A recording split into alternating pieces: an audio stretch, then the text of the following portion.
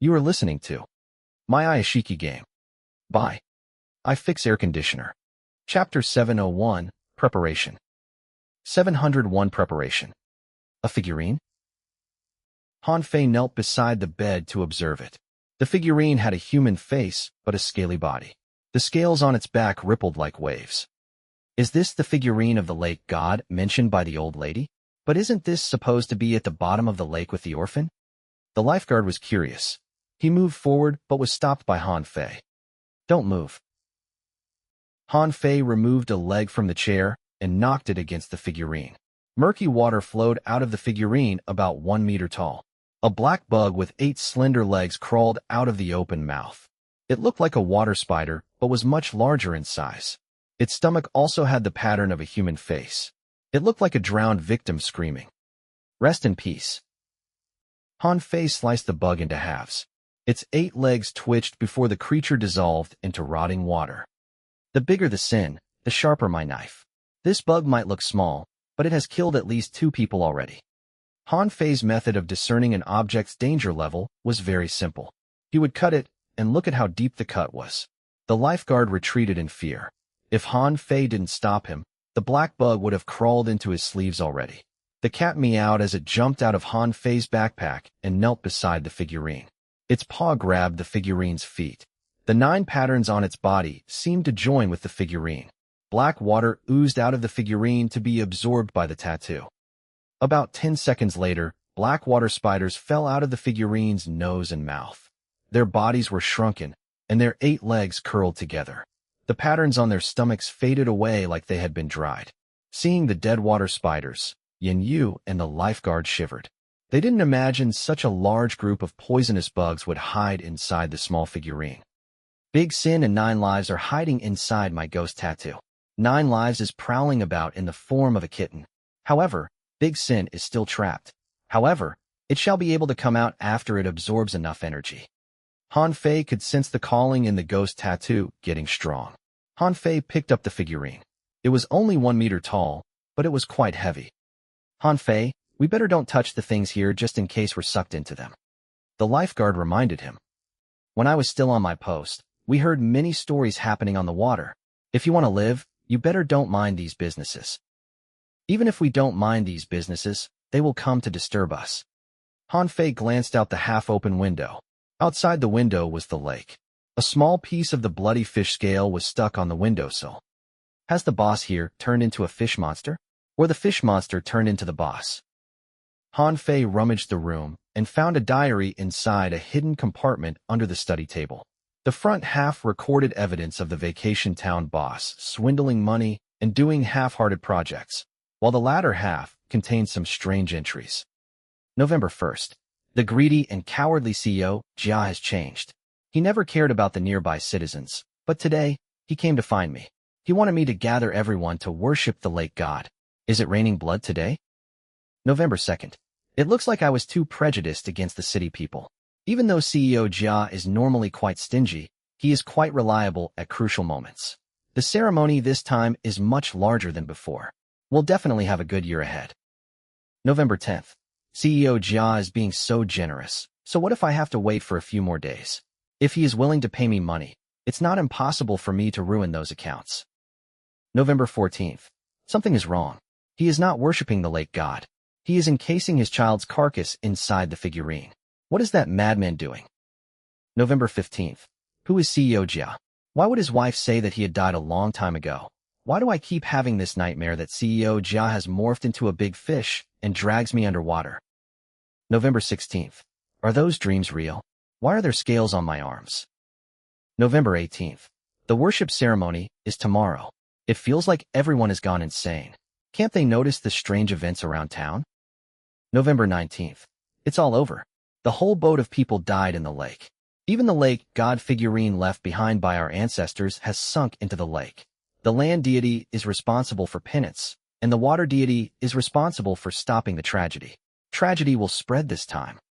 The only solution now is to find another orphan to send the figurine submerged inside the water well at the old residence to the central island of the lake and complete the ritual. But where can I find a willing orphan? Everyone nearby knows about this, and no one dares to go there at night anymore. This is all because of greed. I've failed my ancestors. November 22nd. CEO Jia's body has been found. The police said the man planned to kill the entire village to revive his child. He poisoned the ceremony. That would explain the nightmares I was having those few days. November 25th. Why? Why? Things have ended so many days already. Why am I still having that dream? More scales grow on my body, and the nightmare is becoming real. I can't fall asleep, or I'll wake up at the bottom of the lake. December 1st. I saw it. They are all at the bottom of the lake. There is no palace of the lake god, but a massive watery grave. December 2nd. I need to pull off all these scales. It's so painful. Who can save me? Who can save us?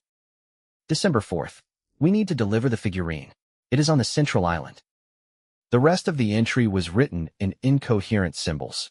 It was like the writer had forgotten how to write by this point. It looks like the only solution is to ascend the island at midnight and repeat the worship ceremony.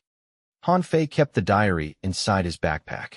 He had the lifeguard carry the figurine. The three searched through the boat rental center, but they found no one. Come on, let's inspect the other places. The three just left the center when they heard the taxi starting. The vehicle rushed through the darkness to hit something. Did Li Gu'er run into danger? Han Fei immediately rushed toward the taxi. The black taxi stopped beside the spa hotel. The front of the taxi was dented, and fish scales stuck to it. Are you all right? Han Fei glanced inside the car and realized his worry was unfounded. When Li Gu'er spotted the monster, she didn't run away but used the car to run into the creature. After you left, I felt there was something outside the car. There was water on the windscreen like it was raining. Did you see the monster? It looks like a human. Li Gu'er said calmly. His clothes are all wet like he just came out of the water. He kept trying to get into the car. He even mimicked your voices. Someone else would be frightened to death, but Li Gu'er handled it perfectly. Where did the body land? In the hotel. Han Fei took out Rest in Peace and headed to the spa hotel. He pushed open the rusted gate, and melodious music drifted out. There was someone playing classical music on the third floor of the hotel. The unknown song had a hypnotic effect. Han Fei looked around. The yard was grown with flowers. The owner must have used some kind of special fertilizer because all the plants looked vibrant. As he walked forward, the classical music changed. It was mixed with the sound of descaling and meat sawing. The monster that was knocked into the hotel was gone. Han Fei only saw the rippling on the pond in the yard. Is this pond connected to the lake? It looks quite deep. The lifeguard was very scared. He was a good swimmer, but he was afraid of all the bodies of water there. We shan't separate when we explore the hotel. Han Fei led them through the yard and entered the hotel. The lanterns above the door glowed weakly.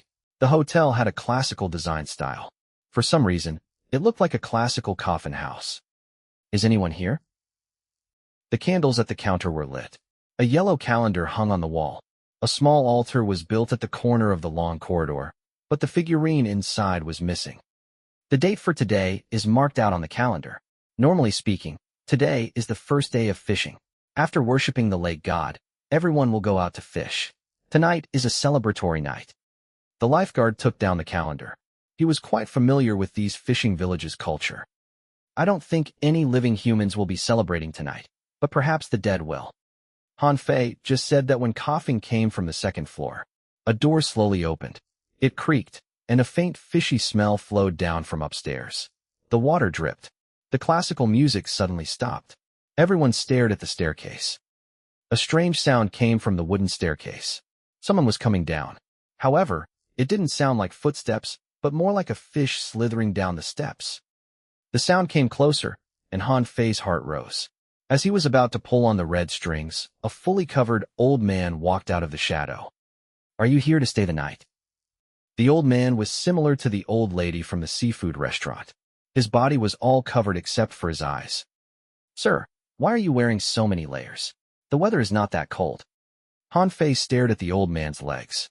The old man wore a pair of loose pants that covered his legs.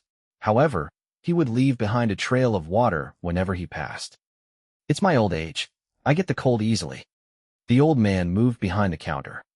It costs 50 to stay here per night. This is the map of the hotel. You can pick any room you want other than the rooms near the lake. After you pick your room, stay in it until dawn. After the old man walked behind the counter and was thus cornered, Han Fei's eyes changed. He had gained all the info he needed. He didn't want to waste any more time.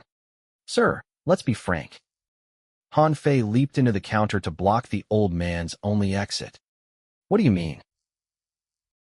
The brilliant light shone before the old man. Han Fei stared at the old man's face. Remove your headscarf. I'm here to help you solve your problem. I hope you can cooperate with me. The old man's arms inside his sleeves trembled. He could hear the determination in Han Fei's words. If he didn't cooperate, he would die. After some hesitation, the old man sighed and removed his headscarf. Pieces of fish scales fell to the ground. The old man revealed his ghastly face. He had eaten much fish in his life, but he didn't expect one day he'd have a fish face. I was afraid of scaring you. Is everyone here like you? Han Fei was already expecting this, so he wasn't that shocked. I don't know. The old man shook his head. We're cursed by the lake god. This is our fault. We deserve to be punished. You did worship the lake god in the past, but you worshipped something else near the end. That thing is not a god. It is a monster who feeds on humans. Han Fei's words spooked the old man. My hands can touch souls. When you walked past, I checked your soul. Despite your appearance, you still have a human soul. I can save you and everyone else, but you need to tell me everything that has happened here. The old man stared at the knife Han Fei held. It didn't seem like he had a choice. The old man's name was Guan Miao. He was the village leader and CEO Jia's partner. By now, almost 80% of the village was missing. He lived in intense guilt. He would always dream that he was under the lake where the endless villagers were waiting. In the past, his physique was normal. However, after having that dream, his body started to grow scales.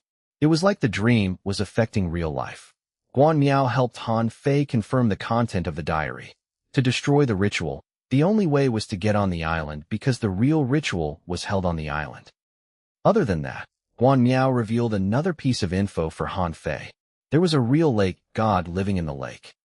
Han Fei, you better don't trust them so easily. The lifeguard persuaded Han Fei. He knew how dangerous it was to get on the island at this moment. I understand we need a thorough plan, but we're short on time.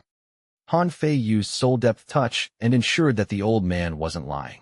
He asked Guan Miao to gather all the sane villagers so that they could prepare to enter the Sea of Brain. Chapter 702, Han Fei's Ritual. 702 Han Fei's Ritual. Is this all the surviving villagers in this town? Han Fei looked at the 9 elders gathered at the spa hotel and frowned deeply. He thought he could have some young blood to rely on, but it appeared like that was a dashed hope. Han Fei used soul depth touch to shake the elders' hands. All the elders were troubled by nightmares. Their souls were filled with worry, regret, and fear of the curse. They aren't lying. Han Fei saw the elders' real thoughts. They were not Dream's allies, but poor victims. If Dream planned to use endless people's lives to complete its ritual, these elders were simply too old for its consideration. Are you really willing to risk your life to help us? Guan Miao was the oldest there. He knew how scary the thing in the lake was. He knew getting to the island was a death trip. The city has changed too much. The sun might not come up again. The monsters in the lake will only get scarier. Han Fei returned the old man his headscarf. I know all of you are victims too, so I hope you can help me complete the ritual and save the other villagers. You should have friends and families among them too. But we need an orphan and figurine to complete the ritual. There are many things to prepare too. The old lady from the seafood restaurant was there too. She was not a bad person, but she was losing her mind. If she continued to be tormented by the nightmare, she'd one day jump into the lake to join her family. There is a figurine under the rental center boss bed, and I am an orphan. We have already satisfied the main conditions. Han Fei was calm. He had made his decision. The elders looked at each other. They were the village's oldest generation. They had participated in the ritual many times. Okay, since you're willing to help us, we'll do our best to help you too. Guan Miao communicated with the old lady from the seafood restaurant and then waved at Han Fei. Come with me. They walked past the spa hotel to a place not open to visitors. There was a very old ancestral hall there. I'll help you invoke the lake god. Guan Miao didn't look like a human anymore, but his soul still followed with his ancestors' blood. Light the incense and bring out the 3 sacrifices. After removing their headscarf, Guan Miao and the other elders knelt down to pray. Then, they poured the incense ash into the strange figurine of the lake god. The village was about to die off, and the elders could barely look after themselves. Han Fei's appearance gave them some hope, so after some quick discussion, they decided to help Han Fei. Everything was simple. After worshipping the ancestors, the elders worked together to haul out the figurine of the lake god. Each of them held something for the ritual and sang some strange song. The elders moved the figurine from the ancestral hall to the boat rental center. They placed the figurine on a special wooden boat. The front of the boat was carved to resemble a fish head. The back was a fishtail, and the body was covered with blessings. Are we using this boat? Wait a minute. We still have something to give you. Guan Miao returned to the hotel and removed the lanterns from the door. If the boat refuses to move, hang this lantern. The water ghosts in the lake will part for you when they see this ancestral lantern. Other than the lantern, the other elders also went home to grab some mementos. There were copper coins, children's toys, clothes, and so on. The old lady from the restaurant gave Han Fei an album. It contained the pictures of visitors and their catches as well as her family pictures. I have a lot of children, but they all died in the lake either due to greed or they were trying to save others. If you run into them, show them the pictures, and maybe they'll remember me. After everything was ready, Han Fei, Guan Miao, and the lifeguard got on the boat. The boat must seat 4 people. If there's an empty seat, the water ghost will take it. Guan Miao wanted to get Li Gu'er onto the boat, but Han Fei chose Yin Yu. She's still a child. It's too dangerous. It's fine. Han Fei was cautious about Yin Yu's mother. Until now, he had no idea what her power was. Han Fei didn't feel good leaving her by the shore. The 4 rode the paddles and moved towards the island at the center of the lake. Are we being too reckless? The lifeguard didn't expect things to go like this. 1 hour ago, he was in the neighborhood, but now he was going to meet water ghosts and monsters. If we run into danger on the lake, we will have nowhere to run. What's the point of saying that now? Han Fei sat at the front of the boat and looked at the dark lake water calmly. When Huang Yin first brought the skill books to the cryptic world, Han Fei had learned many skills like lock-picking, rock climbing, diving, and so on. As his memory recovered, so did these skills. The light of the vacation town faded away. Only the sound of water remained. The boat slowly entered the giant lake. Han Fei took a deep breath. He was quite good in the water, but when he was out there in the dark lake, negative emotions grabbed at his heart. The boat swayed with the waves. His body felt like sinking. Not only Han Fei but the lifeguard also felt the pull. He lowered his head and didn't dare to look at the lake. When he was too afraid, he would glance at Han Fei. On the boat, Han Fei was a stabilizing presence. He was their compass. The paddles created ripples. The vacation town disappeared down the distance. The island was still nowhere to be seen. They rowed for more than 20 minutes. The vacation town had fully disappeared. Other than water, there was only endless darkness. Leader Guan, how long more will it take? The lifeguard's hands that held the paddle were sweaty. We should be there soon. Guan Miao said uncertainly. Normally, we'll reach there in less than 30 minutes. Less than 30 minutes? The lifeguard continued to row, but Han Fei suddenly stopped. The cat in his backpack growled too. Did you see something? Yin Yu's mother felt uneasy. Yin Yu's face was white. She held the wound on her stomach, and she broke out in cold sweat. Prepare the lantern. We've been moving around in circles for a while already. There's something under the boat. Han Fei's voice was soft, but his words scared the other 3. Okay. Guan Miao reached forward and hung the lantern at the head of the boat. The light flickered like it could go out at any moment. It does feel easier to row now. The lifeguard was shocked. He glanced at the water lit up by the lantern. Several shadows scattered away from the light. They looked like big fishes. Don't look. Yin Yu's mother controlled her daughter's body and forced her to look down. This lake is called Sea of Brain. Stare at it long enough, and you'd be sucked into it. Okay. The lifeguard was about to pull his gaze back when his paddle hit something hard. Initially, he thought it was a reef, but why would there be a reef inside a lake? He glanced towards it subconsciously. The lifeguard saw a ball of black water weeds. They swayed in the water. But water weeds shouldn't be so hard. The paddle hung in midair. The lifeguard saw the weeds float towards him rapidly. He wanted to use the paddle to push the weeds away, but when the paddle parted the weeds, he saw the bloated eyes under the weeds. A human head. The shock caused the lifeguard to knock Yin. The wooden boat trembled. Don't panic. Han Fei tried his best to keep the boat balanced. In the water, there's a human head inside the water. It's not even dead. The lifeguard knew that dead bodies would float horizontally and not stand vertically in the water. Han Fei pulled on the red strings. When his hand was covered in curses, he reached for the thing in the water. Don't touch the water. You're going to be pulled by them. Guan Miao was shocked. He quickly stopped Han Fei. He took out a copper coin from his pocket, mumbled some local language, and tossed it at the human head. Even money is useful at times like this. We better go. People bully the kind. We can't just let them bully us like this. Han Fei saw the receding curses on his hand. We can kill one to make an example. We'll remove the lantern and hang a cursed human head instead. We're going to worship the lake god, and it requires sincerity. We're praying for the lake god to help us resolve the tragedy, not to threaten him. Guan Miao was shocked. The young man seemed to have misunderstood the ritual. You've prayed so sincerely since the tragedy, but did he hear you? Han Fei glanced at the fish scales around Guan Miao's neck. I will respect him, but he shan't push it. Chapter 703, Dreams Alter. 703 Dreams Alter. The lake god worshipping ritual wasn't wrong. The problem was the people doing the ritual. Guan Miao glanced at Han Fei and didn't continue this conversation, lest he said something even more blasphemous. After the copper coin fell into the water, the wooden boat moved faster. The water ghosts appeared to have accepted the toll.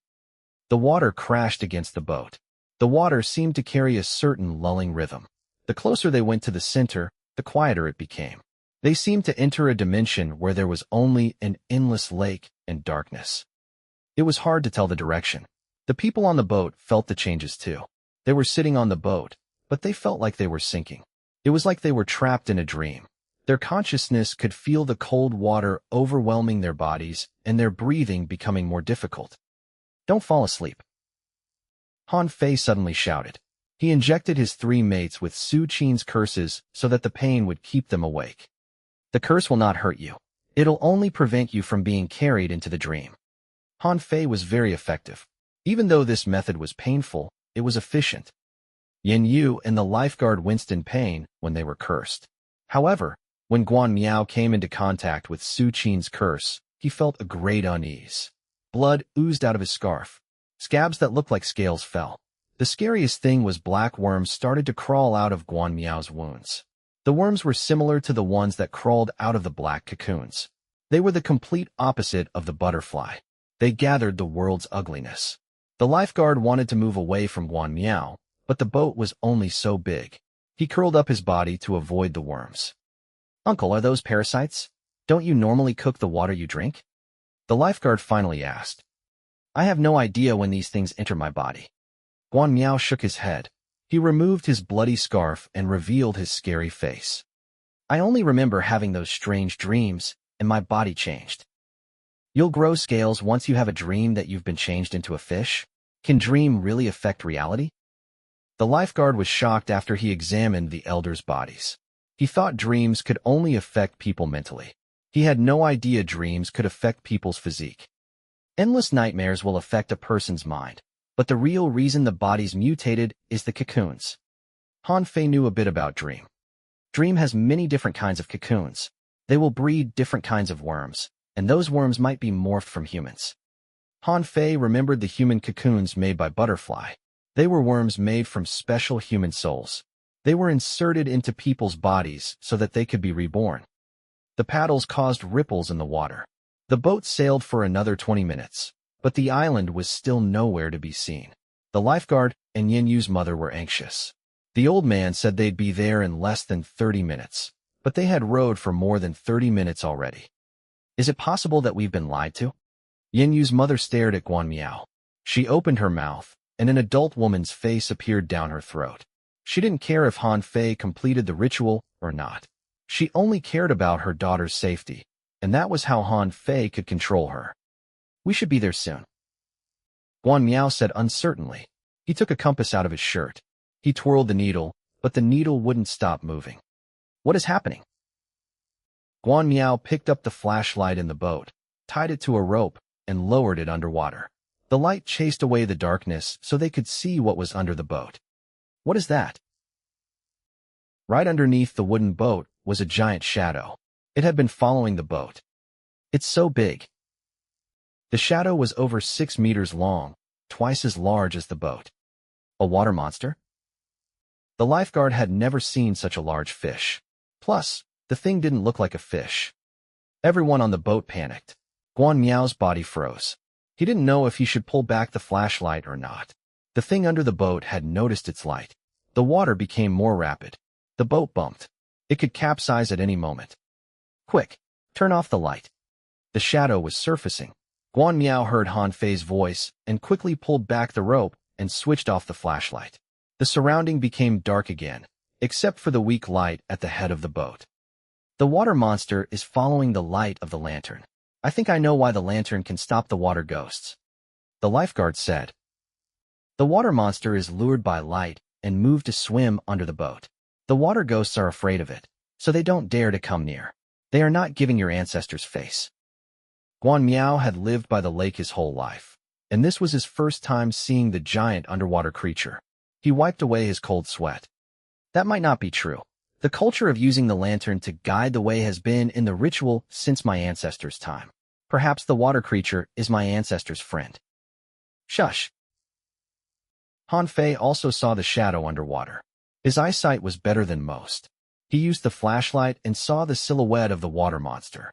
The water surface was rocky. Han Fei stood at the head of the boat and carefully observed the changing water pattern. His expression darkened. Then he shouted, "Grab onto the boat." Just as Han Fei said that, a giant force bumped into the bottom of the boat, and the boat almost turned. Row forward, to the island. They had been rowing for half an hour already. It was too late to turn back now. Before the boat stabilized, Han Fei grabbed the paddles and started to row. His over 30 stamina exploded. The collision was a signal. The darkness was shattered. The pools of black weeds rapidly retreated. Quick! The four on the boat didn't dare to delay. They rowed as fast as they could. The giant shadow didn't plan to let them go. The collision earlier was just a test. Indescribable anxiety assaulted the four. The only thing they could do now was to protect the small boat. If they fell into the water, the end would be close. The first to react was Yin Yu's mother. She knew her daughter didn't know how to swim, so if she fell into the water, she would die. To prevent that, she reached down her throat to pull out a bloody meat sack. This is a lump of rotten meat with Dream's presence. They should like it. The meat sack wasn't big. Its surface was like an orange, with white and brown patterns. It pounded. Yin Yu's mother swung and tossed the thing far away. The rotten meat sack oozed out black blood droplets. Just as it was about to fall into the water, a giant wave crashed. A titanic black shadow leaped out of the water, opened its maw, and consumed the meat sack. Oh my God! The water drenched the lifeguard. He looked at the spot a few meters away from him. The image earlier was branded in his heart. Quick, keep on rowing. Yin Yu's mother spat out blood. She grabbed the rope and tied Yin Yu to the boat. The monster in the lake is very sensitive to Dream's presence. They have all been affected by the ritual. Did Dream prepare a non-human vessel for itself? Sea of Brain was the city's largest lake. The center of the lake was very deep, and it was connected to the underground river. Apparently, the underground water system could reach every part of the city. If the Sea of Brain was the city's brain, then the underground river system was like the nerve vessels. There had to be a reason why Brain chose this place to conduct the ritual. The monsters underwater were distracted by the meat sack. Han Fei's group used this opportunity to row forward. Finally, a small island appeared. The island was barely visible in the dark. Hope was before them. The four rowed with all their might. As they got close to the island, the surroundings sunk into silence again. The water was filled with danger, but the lake's surface was very calm. Did you hear children crying? Guan Miao suddenly raised his head. His eyes had changed. They bulged like fish eyes. I do. The lifeguard perked his ears. On the left side of the island was a capsized boat. The back of the boat was strung with a bamboo basket. It was stuffed with old clothes. The baby crying came from that basket. You people used babies as live sacrifices to the lake god? Han Fei glanced at Guan Miao. Of course not. Guan Miao shook his head. We only use animals, and what? No matter what, we won't sacrifice babies. That's too heartless. Guan Miao lowered his head to avoid Han Fei's gaze. Then, we have no need to save the baby. Who would bring a baby to go fishing? The bamboo basket is carrying something else. Han Fei was not heartless. He was merely extremely rational. Is it something else pretending to be a baby? But it sounds so real. The lifeguard was a good person, or else he wouldn't choose this profession. Listen to me. Han Fei was the leader. He rowed towards the island without hesitation. As they moved past the capsized boat, the old clothes suddenly fell away. An ugly and scaleless monster fish leaped out of the basket and into the water. That fish can make a baby's sound. The lifeguard sucked in a cold breath. He was about to say something when the capsized boat was turned over. The boat cabin was covered in teeth marks and blood. A lot of black stuff was crawling under the boat. If they had gotten closer earlier, they would have been engulfed by those black worms. What is wrong with this world? This world was like a person's personal apocalypse. There were endless monsters, and nowhere was safe. After avoiding the capsized ship, Han Fei finally reached the island. With Guan Miao's guidance, they tied the boat to the simple port, and the four of them got on land. Don't forget the stuff on the boat. Bring them with you. With solid ground under his feet, Han Fei felt better. He hugged the figurine and looked around. The island was very small. Other than various strange stones and trees, the most eye-grabbing was a 3-story stone house. Put the lake god figurine inside the altar, and the latter half of the ritual will be completed. Guan Miao's voice was filled with hope. He didn't expect they'd get on the island. In his excitement, he didn't notice his voice had changed. He sounded like he was gurgling underwater. Han Fei carried the figurine and followed the path. He could feel something calling him. This was Dream's resurrection ritual, but he felt pain in his heart like he was the one who was about to sacrificed and tortured. The closer he was to the stone house, the stronger the feeling. However, he wasn't that worried. With Su Qin and Rest in Peace, he could deal with most ghosts. Soon, the four reached the stone house. The house was surrounded by locust trees, but most of them were wilted. Only a few closest to the house were still vibrant. You can enter after opening the door. You need to finish the rest of the ritual yourself. Guan Miao gripped his hands nervously. I have to do this alone? Yes. Normally, only the orphan can get on the island. The others will wait in the boat. After the orphan returns, they will return together. Guan Miao explained. Is that so? Han Fei pulled Guan Miao along. All of you are coming with me. The stone door was pushed open, and they were hit by a horrible smell. The stone house had no floor. It was hollowed down, and it had a very deep well. There was something swimming under the murky water. The wooden ladder is on the left. The altar is at the top of the stone house. It's used to protect the whole lake. The old man pointed at the 3rd floor. Everyone followed his finger. A rotten wooden ladder was hanging on the wall of the decrepit house. The ladder led to the top floor. At the center of the stone house and the center of the lake was a wooden altar. The altar was reinforced every year. It looked different from any of the altars Han Fei had encountered in the past. It was fully dark and covered in patterns of water, dream, and divine worship. You only need to open the altar and put the altar inside.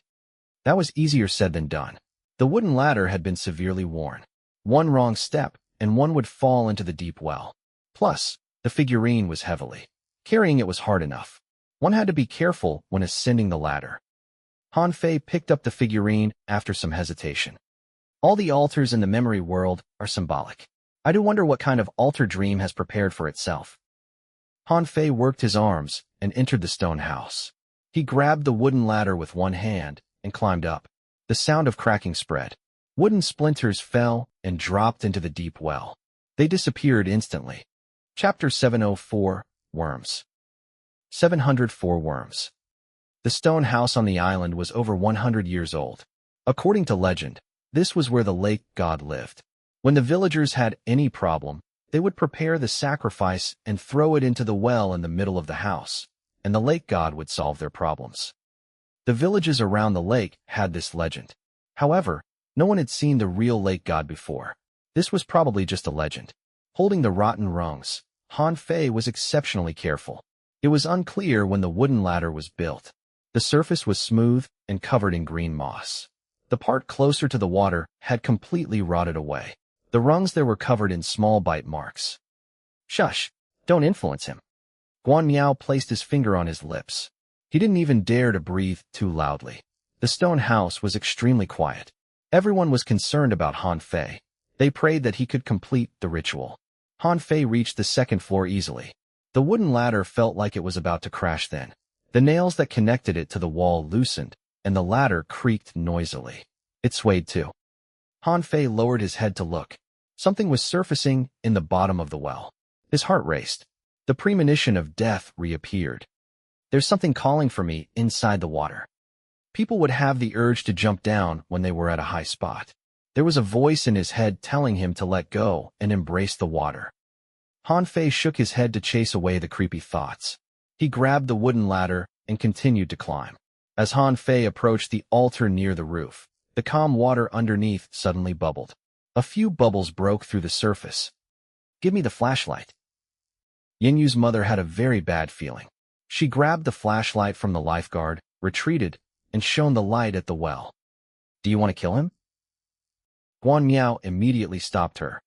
The light will attract the things underwater. You'll disturb the lake god. I just want to see what's underwater. If it's dangerous, we can warn Han Fei. Yin Yu's mother argued. He's carrying the figurine on the ladder. The ritual has reached its latter half. If he gives up now, the three of you will end up like us, becoming a half-fish, half-human monster. Guan Miao's voice was low, but his tone was stern. He didn't hide it anymore. He removed his shirt to show Yin Yu the severity of stopping the ritual. Do you want to become like me? The old man's thin body was painted with water patterns. Strange scales grew among the patterns. The creepy thing was while the old man breathed, the scales and patterns expanded and constricted with his breathing. Everyone who has participated in the ritual has turned into this. This is our one chance to rectify it. After Yin Yu's mother saw Guan Miao's body, she stopped insisting. The lifeguard was stunned. He pulled Yin Yu's mother away and switched off the flashlight. Han Fei on the ladder didn't care about them. He was focused on the altar. In his memory, all the altars were placed on land or sacrificial table. Stability was the focus. This was the first time he encountered an altar that was situated so precariously. This abnormality grabbed his attention. The closer he got to the altar, the more anxious he felt. There was something very scary inside the altar. Using all of his limbs, Han Fei hung tight to the old and slippery wooden ladder. When he was climbing to the third floor, a black worm crawled out of the back of the wooden rung. Han Fei didn't fear this. He hated these strange creatures. Kill it. The kitten appeared to understand Han Fei. It jumped out of the backpack and swatted the worm into the well. The worm didn't float on the surface, but immediately sank to become part of the lake. The moisture in the air thickened. You're quite useful. The kitten was quite proud to be praised by Han Fei, but it soon returned to its arrogant self. But it volunteered to lead the way for Han Fei. Be careful. The ladder is quite fragile. As they climbed upwards, more carvings appeared on the wall. Most of them were carved with nails. Han Fei had no idea what these carvings meant. Suddenly, a horrible sound came. Creak. The sound came from the back and inside of the ladder. It sounded like needles were piercing through the ladder. Even the kitten stopped. It growled at the top, and its fur bristled. This is not good. A black worm crawled out of the gap in the ladder. It was followed by more black worms. They dominated the upper half of the stone house. They even built a lair at the bottom of the lair. There was no light in the stone house. The black worms were all hidden in the dark. A normal person would have freaked out and slipped. Even though Han Fei didn't want to admit it, he was a bit anxious. It was not a fear of death, but his body felt revulsion toward these black worms. These worms look different. They are from different species. They are the ugliness of the world. However, they all built a communal lair under the altar. This proves that they are generated by the same thing. Han Fei didn't dare to move recklessly. He carefully observed the kitten and the black worms. Soon, he noticed something interesting. The worms would make this strange sound when they faced the kitten. They were not afraid of the kitten, but the 9 black patterns on the kitten. Something similar to the worms resided inside the black patterns. However, the thing was strong, unlike these worms, which were incomplete. The kitten hesitated for a while before it continued to climb. The ugly worms voluntarily parted for it. The kitten saw this and immediately attacked. The 9 ghost tattoos crawled over the sewn-together skin. The worms touched by the kitten would die, their bodies shriveled, and their darkest presence would be absorbed by the 9 ghost tattoos. A rain of dead bodies fell. This would be a horrible experience for a normal person, but Han Fei was not affected. He followed behind the kitten and glanced at Guan Miao by the door. With these black worms around, almost no one would be able to reach the altar. In other words, the people who came to deliver the figurine would die. However, this village had the culture of sending people to deliver the figurine annually. Han Fei heard from Guan Miao that they would find an orphan to deliver the figurine. Guan Miao didn't say the orphan would return safely or not. In the village, no one would care when an orphan went missing. No wonder they have the ritual every year. This altar and the animal sacrifices are just a front. The orphan who delivers the figurine is the real sacrifice. They are conducting live sacrifices. Han Fei saw the carvings on the wall. He understood that these carvings were left behind by the orphans before they died. It was the sign of their final struggle. Some of the orphans were kind. They wanted to warn the others when they were bitten by thousands of worms. They left the warnings on the wall. However, they were too high up. When their successors saw the warnings, it would already be too late. Seeing the signs on the wall, Han Fei didn't find trouble with Guan Miao, but continued to climb upwards. Han Fei came to the 3rd floor and saw the familiar human cocoons under the altar. The cocoon was carved with human faces. They were made from human souls. These black cocoons look the ugliest, but they are made from the mutation of human hearts. Han Fei was only 2 meters away from the altar. The wooden ladder would disintegrate at any moment. His every step was very careful. Compared to Han Fei, the kitten was very courageous. After it absorbed the presence of the black worms, it turned its focus to the worm lair under the altar. Before Han Fei could stop it, the kitten did something dangerous. It leaped from the wooden ladder and landed on the worm lair. The dangling altar was fixed to the roof with several chains. The doors didn't appear like they had been opened before. Han Fei carefully maintained his body balance as he moved. However, the wooden ladder still snapped slightly. From the start, the person who built the wooden ladder didn't want anyone to get close to the altar. This last stretch was impossible to pass. Sensing the collapse of the ladder, Han Fei jumped towards the altar. He grabbed the chain with one hand and pulled himself up. Han Fei hugged the chain and turned back to look. The wooden ladder had completely crumbled. The wooden pieces fell into the well. The murky water splashed everywhere, shattering the silence. The expression of the trio at the door was different. The lifeguard was worried and scared. Yin Yu's mother looked thoughtful but also thankful. Guan Miao had a complicated expression. He stopped holding his hands together. Han Fei leaned on the chain. He wanted to see what was inside the altar. He reached and tried to open the altar door. The dried cocoons fell, and a horrible stench gushed out. Inside the altar was a human head that was so rotten the facial feature was not recognizable anymore. The human head was facing away from the door and faced a mirror inside the altar. The back of the head was cracked to form the pattern of a giant butterfly. When Han Fei opened the altar, the mirror reflected Han Fei's face. The rotten head immediately changed to take on Han Fei's appearance. Lake God!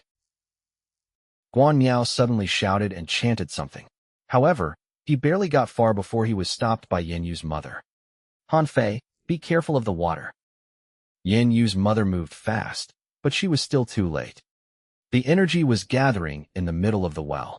The water rippled, and a giant shadow appeared underwater. Han Fei was sitting before the altar. His attention was fully grasped by the head inside the altar. Mirror, altar, and head. Is this dream's 4th resurrection ritual? But who is he trying to resurrect? The kitten could no longer contain the power inside the ghost tattoo once it consumed the worm lair. The 9 ghost tattoos spiraled out of control. The threads on its body unraveled. The ghost tattoos on the kitten seemed to sense something. The kitten's sharp claws grabbed the underside of the altar and easily tore it open. Then, it smacked the butterfly pattern on the back of the head. The head and the mirror shattered at the same time. A blood cocoon about the size of a human heart was hidden inside the head. The blood cocoon wasn't big, but it was carved with the names of many souls. It was far more imposing than any cocoon Han Fei had met. Just as the kitten was about to absorb the blood cocoon, the water cracked open, and a gigantic shadow leaped out of the water. Everyone was shocked. Is there really a water monster here? The monster was like fish and snake combined together. Each of its scales was a wailing human face.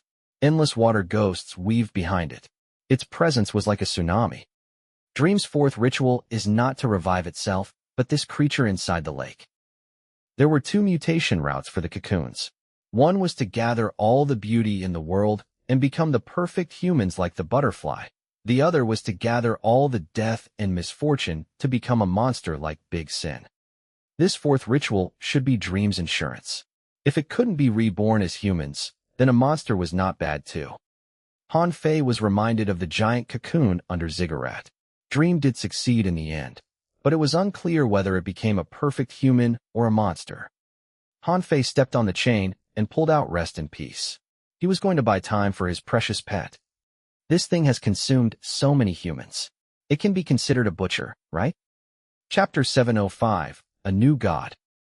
705, A New God.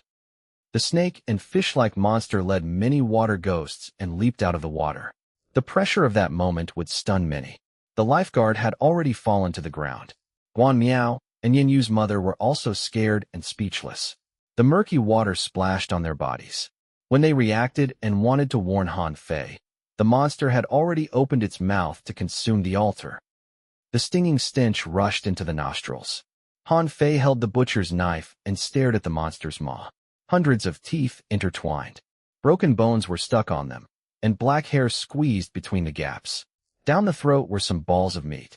Falling into the monster's jaw was no different from falling into a meat grinder. How is there such a scary thing in the lake? Han Fei stepped on the chain and moved.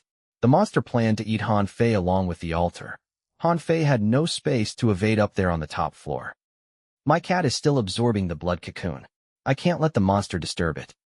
Han Fei quickly adjusted himself to face this creature several times larger than it. His calm eyes shone with madness. As the water monster bit at the altar, the blade glowed. Rest in peace.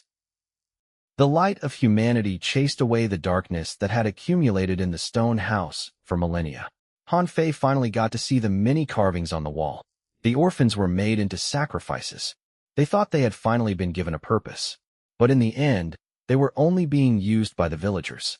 They were the expendables. The villagers never saw them as humans. Ugliness and darkness were exposed by Rest in Peace. Han Fei swung, and the blade collided with the monster's mouth.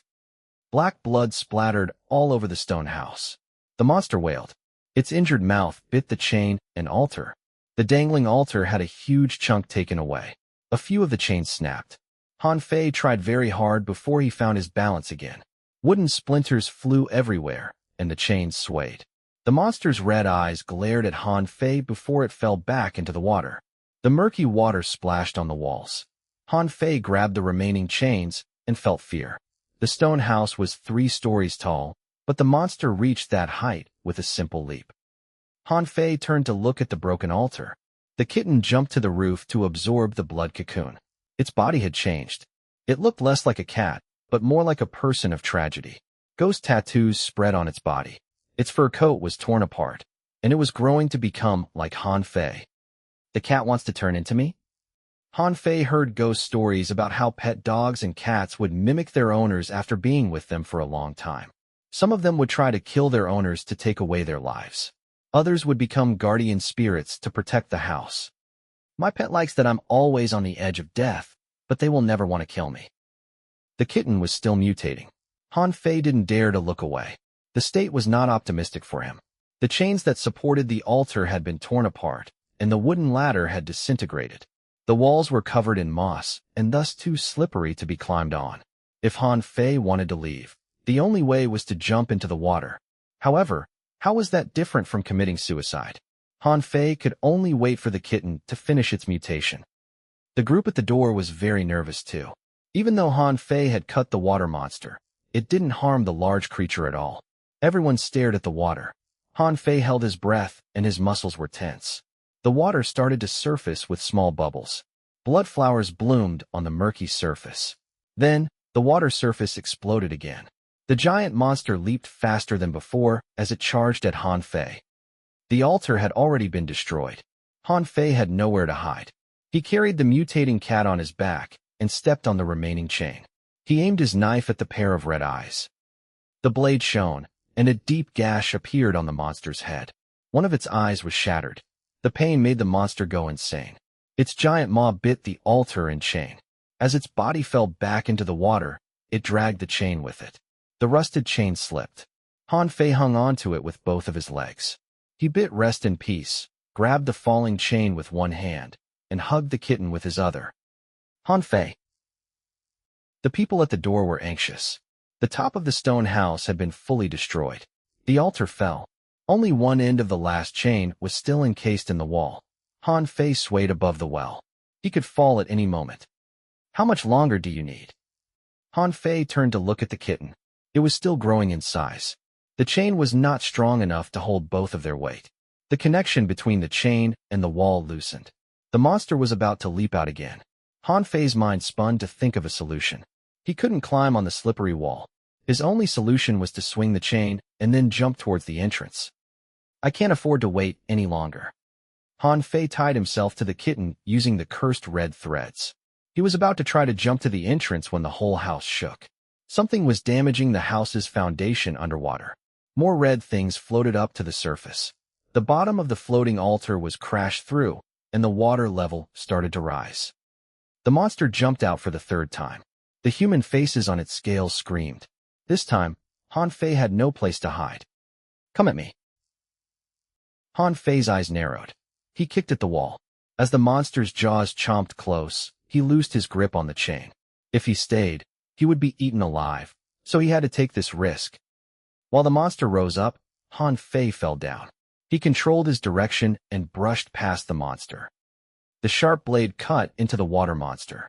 Han Fei's eyes were filled with determination and cruelty. He cut out a large wound on the side of the water monster's body. The scales that entrapped human faces flew everywhere. The black blood drenched Han Fei.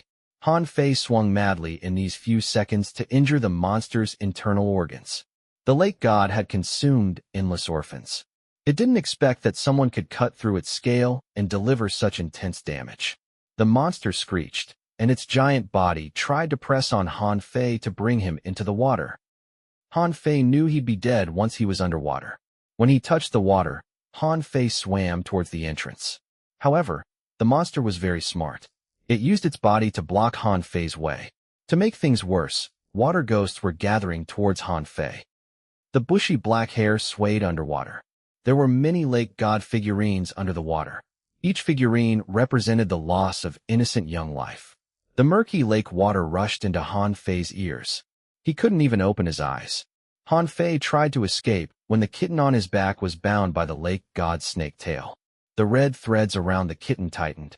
The water monster wanted to drag the kitten down into the lake bed. Han Fei didn't cut the red threads to escape on his own, but he cut at the water monster's tail. Su Qin. Curses coursed through his body.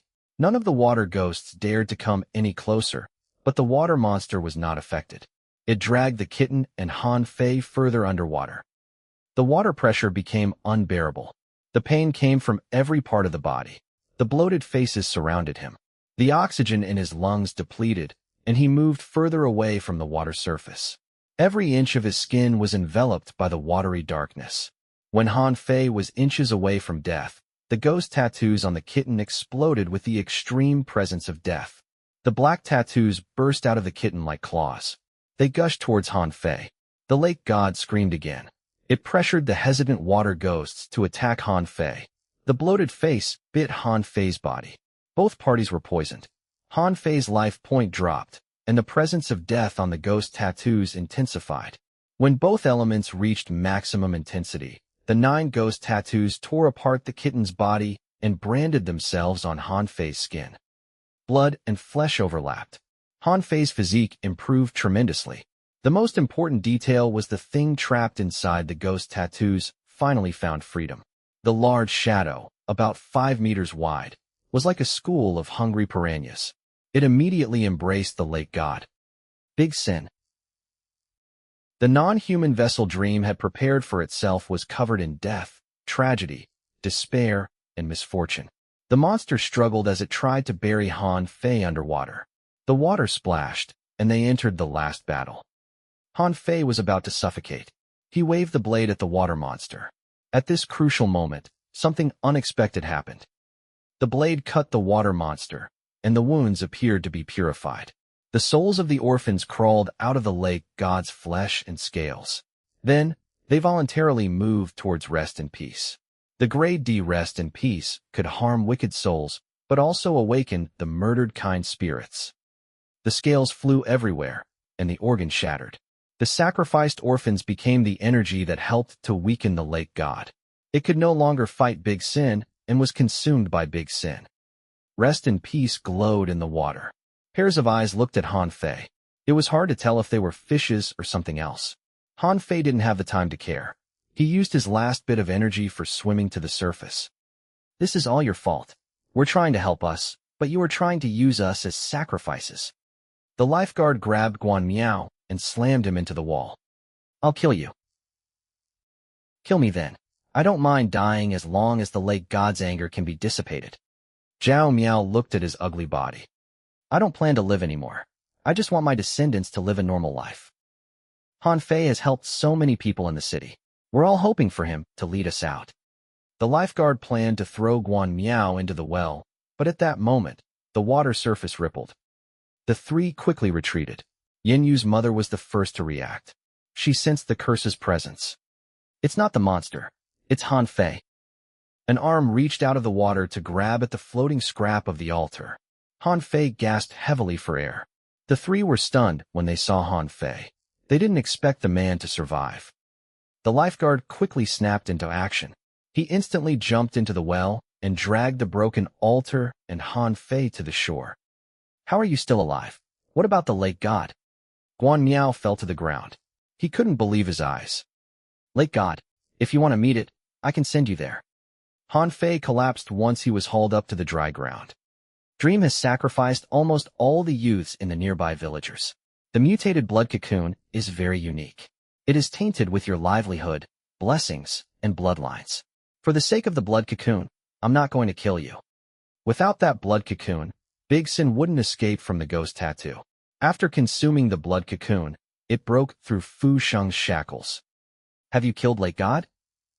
Guan Miao's voice was shaking. I merely brought you a new god. A giant shadow slowly surfaced on the water. Big Sin that had consumed Lake God and endless water ghosts appeared before everyone. Its body slowly took on the human shape, but overall, it still looked very ugly. It was scarier than the previous Lake God. The lifeguard quickly grabbed Han Fei and ran when he saw the monster. Yin Yu's mother was too stunned to move. She hadn't seen such a scary monster at the theme park. As its owner was dragged away, Big Sin burst through the stone house to chase after Han Fei. It loved this crazy world so much. Why is it chasing after us? Let go. That's my pet. Han Fei's head almost knocked against the rock on the ground. Pet, don't you think it's cute? Han Fei stopped the running lifeguard. It just wants to be with me. Chapter 706, Key. 706 Key. Han Fei didn't have the time to immerse himself in the joy of reunion. He dragged his broken body up from the ground. When he was pulled underwater by Lake God, he almost died. In that situation, Big Sin, who was bound by the altar, was heavily simulated. Combine that with the sacrifice of the blood cocoon, Big Sin managed to break free. This ugly monster found a trace of Dream on Fu Sheng's altar. It became stronger and scarier. It emitted stronger misfortune and death too. This is your pet. The lifeguard grabbed Han Fei's clothes and hid behind him. He didn't even dare to look at Big Sin. It is my pet. Han Fei sighed in relief when he saw Big Sin. It was a very powerful ally. Big Sin was sometimes more powerful than pure hatred. It has already consumed the lake god, so it will protect all the villagers here in the future. Even though it looks ugly, it is not bad. It is our friend. Friend? The lifeguard forced himself to look at Big Sin. The semi-human monster crawled toward Han Fei. It allowed Han Fei to pet its head, but its spike pierced into Han Fei's flesh. Neither of them minded. Han Fei, your hand is bleeding. It's fine. I'm raising my resistance against soul poison. Didn't you notice all the water spiders died after they bit me? Han Fei patted Big Sin's head. Do you want to try? No, thank you. The lifeguard shook his head vehemently. It's quite gentle. You should communicate with it more. Its name is Big Sin. Sitting on Big Sin's back, Han Fei returned to the stone house. Staring at Han Fei and Big Sin, the lifeguard mumbled, "We might be saved this time." Big Sin led Han Fei back to Guan Miao. The ugly old man knelt before Big Sin and prayed in the local dialect. He appeared to be asking for divine forgiveness. That lake god was merely a monster who had lived for a long time. It became the lake god due to your worship and faith. While it enjoyed your sacrifices, it also preyed on the villagers. Han Fei grabbed Guan Miao and studied the scales on his body. After Big Sin ate the blood cocoon, the scales on Guan Miao started to recover. However, the old man's life force was gone. He looked even older. The vacation town's young men have been made into the blood cocoons and the others into water ghosts. They won't be coming back. If you really want change, have faith in Big Sin. At least, it's more reliable than that lake god. Big Sin was the manifestation of tragedy. Its life was tragic. If it gained people's faith, the pressure on it might lessen. After inspecting the stone house, Han Fei checked the island. After making sure he didn't miss anything, he led the group and left. Destruction of the fourth ritual took too much time. He had to rush back to Happiness Neighborhood lest there were accidents. The four of them got on the boat. Big Sin submerged underwater and pushed the boat from below. The lantern swayed. The water ghosts stayed away. They had recognized Big Sin as their new master. Before Han Fei reached the shore, the villagers had gathered. They could sense the changes in their bodies and knew that Han Fei had succeeded. Guan Miao cooperated with Han Fei. He didn't tell them what happened in the stone house, but hailed Big Sin as the new lake god. The water rippled as Big Sin climbed out of the water. The villagers immediately knelt on the ground and prayed. Big Sin was bored. The presence of death filled up the air. It's getting late. We need to return to Happiness Neighborhood. Han Fei told Guan Miao some things and prepared to leave. The four took the taxi, and Big Sin raced behind them. It was fast and could morph into shadows, so it could always keep up. Han Fei, where did you get your pet? Why can it absorb Dream's power? Yin Yu's mother asked. Dream had prepared the ritual, but it benefited this monster instead. I'm not sure. Han Fei didn't plan to explain anything. It has dominated the blood cocoon and consumed the lake god, cutting off Dream's backup plan. Now you can control the water ghosts in the lake. This is crucial to us. Yin Yu's mother pointed at the city in the dark. The underwater system of this city is connected to the lake. You can have it chase the water ghosts into the underwater system and have them be our eyes and ears. That is not a bad idea. Han Fei nodded seriously. The main issue is that your pet looks too scary. The citizens will be scared when they see it, so it's better for it to stay in the dark. Even Yin Yu's mother felt uneasy around Big Sin. Yin Yu was very fragile. If she accidentally brushed against Big Sin, she would be tortured by soul poison. The black taxi entered Happiness Neighborhood before midnight. Different from the outside, the night sky here was red. The overlapping of this area and the cryptic world intensified.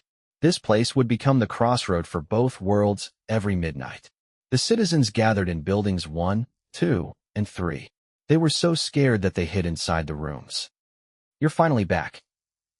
Worm, who was guarding the entrance, was relieved to see Han Fei. The sky has turned red. The clean departments started to get strange again. Currently, Xiao Yu's mother is the only one handling everything. Don't worry, I'll turn this into a safe zone. Han Fei waved behind him, and Big Sin walked out between building 10 and 1. Its over 5 meters large body shone underneath the red sky. It was very oppressive. Tell everyone to stay indoors. I'm going to patrol the place tonight. Sitting on Big Sin's shoulders, Han Fei took out the script. He studied the other stories. After Big Sin awakened, he had the ability to fight back. Worm looked at Han Fei. His lips twitched as he sensed the death from Big Sin. Even though he's only reading the script, it's like he's plotting a murder. Is that the power of a top actor? The clock at midnight chimed. Happiness Neighborhood overlapped with the cryptic world. The air of despair rose up from underground and soaked into the walls. It grabbed at everyone's throat like invisible hands. The citizens were shivering in fear. No one knew who would die next. Their only hope was Han Fei. In extreme fear, they looked outside the window. The shadow on the monster's shoulders gave them comfort. Come, let me see what is hidden underneath Happiness Neighborhood. How much despair has accumulated at this place built for the orphans? When Han Fei was first here, he ended up escaping. The second time he was here, he found the feeling of home. This third time, he became the owner and decided to chase out all the unwanted tenants. Time ticked by. With a scream, Happiness Neighborhood revealed its other side. On the surface of the building's outside walls, colorful paintings of children playing appeared. They were playing different games with bright smiles on their faces. However, for each game, one child had to die. On this path paved by death, the children were killed until the last 31 remained. Laughter and cries echoed. Han Fei had no idea where they came from. The adults hiding inside the building started to act strangely. Some of them sought death, while others saw their dearly departed. Of course, most felt fear, like they too were forced to play the death games. While the neighborhood mutated, Han Fei had been observing. He followed Big Sin's eyes and focused on Building 11. The source of despair is under that building. Big Sin charged toward Building 11. Its large body rammed through the first floor. The road cracked and the windows shattered. Big Sin was told by Han Fei to attack. This was the first time Han Fei saw Big Sin not hold back as well. As the manifestation of tragedy, Big Sin was covered in misfortune. When necessary, its body could expand in size. Human arms slammed on the ground. Its skin was stuck to the ground, and death was injected underground. The creature was the king of poison. Nothing could harm it, but anything that it touched, be it humans or ghosts, would be poisoned. A rustling voice came from below Building 11. Soon, a monster fully shaped by despair appeared. Han Fei had seen this thing before. Its body was like a centipede with human heads joined together. Each face was a visage of despair. Others were afraid of this creature. Once they were captured, their heads would be torn off and made into part of the creature. However, Big Sin was not worried. Before the monster reacted, it grabbed the monster and shoved it into its mouth. Big Sin was very efficient. It would bite any creature to tell if it was dangerous or not. The things that Big Sin couldn't kill would only make it stronger. Holding Rest in Peace, Han Fei jumped down. He pulled the red strings and examined the crack before Building 11. You have so much fun chasing me before, haven't you? Han Fei was effective too. His every attack was meant to kill. He wanted to kill the enemy in the fastest way possible. The citizens by the windows watched. The stronger Han Fei was, the brighter the flames of hope in their hearts. Shall we go help him? We're only going to add trouble. Counting last time, he has saved me twice already. Is he really a fugitive? He should be framed. The survivors had improved impressions of Han Fei. They started to side with him. The crack on the ground expanded. The monsters made from despair crawled out. Most of them were stopped by Big Sin. Han Fei hid behind Big Sin with Rest in Peace. He was waiting for the chance to strike. Han Fei felt at ease for the first time in a battle. Are we that powerful? The massacre continued for a long time. When the last despair was defeated, the front of Building 11 collapsed. The building had sunken about half a meter underground. The cracks spread like a spider web. Big Sin was covered in wounds, but it didn't mind. In fact, it looked like it wanted more. Come, let's go down to look. Han Fei and Big Sin smashed through the ground. Even the soil at Happiness Neighborhood was imbued with despair. The despair bound together like blood vessels and connected all the apartment buildings. Following the vessels, Han Fei found the source of the despair. In the center of the neighborhood's underground was an incomplete altar. He pulled the cloth away. There was no figurine inside the altar, but a key. The key appeared to be made from human bones. It was made from 8 parts. All the misfortune and despair at Happiness Neighborhood coagulated into this key. The existence of the happiness neighborhood is to produce this key? Han Fei was reminded of a detail he was told when he first started the game. I remember someone told me that little 8 is a key that can open the exit. At the time, I was confused. How could a person be a key? Chapter 707, Parents. 707 Parents. The altar under Happiness Neighborhood was very unique. The despair on it was so thick that even Han Fei had a hard time getting close. The theme park managers built this place to create this key, but what is the use of this key? The pain came from the back of his mind. Han Fei was reminded of the black box in his mind. Fu Xing once said that only those with the deepest despair could possess the black box. Perhaps the key was for the black box. Han Fei had just reached for the key when his life force was almost taken away. The negative energy on the key was so heavy that it envied everything alive. Han Fei had no choice but to rely on Big Sin. Big Sin misunderstood Han Fei. It liked to eat the items inside the altar. With permission from Han Fei, it reached inside the altar and consumed the key. Even Big Sin collapsed to the ground in pain after eating the key. It curled up and was in deep pain. After a long time, it finally adjusted. How are you still fine? Han Fei looked at Big Sin that was slowly standing up. After consuming the blood cocoon, the lake god, and a trace of dream, Big Sin had already become a grade D pet. It feels like Big Sin has redefined the meaning of pet. I wonder if the players on the surface world will start keeping monsters as pets. The underground secret at Happiness Neighborhood had been found. Han Fei felt better. Happiness Neighborhood was now truly a safe zone.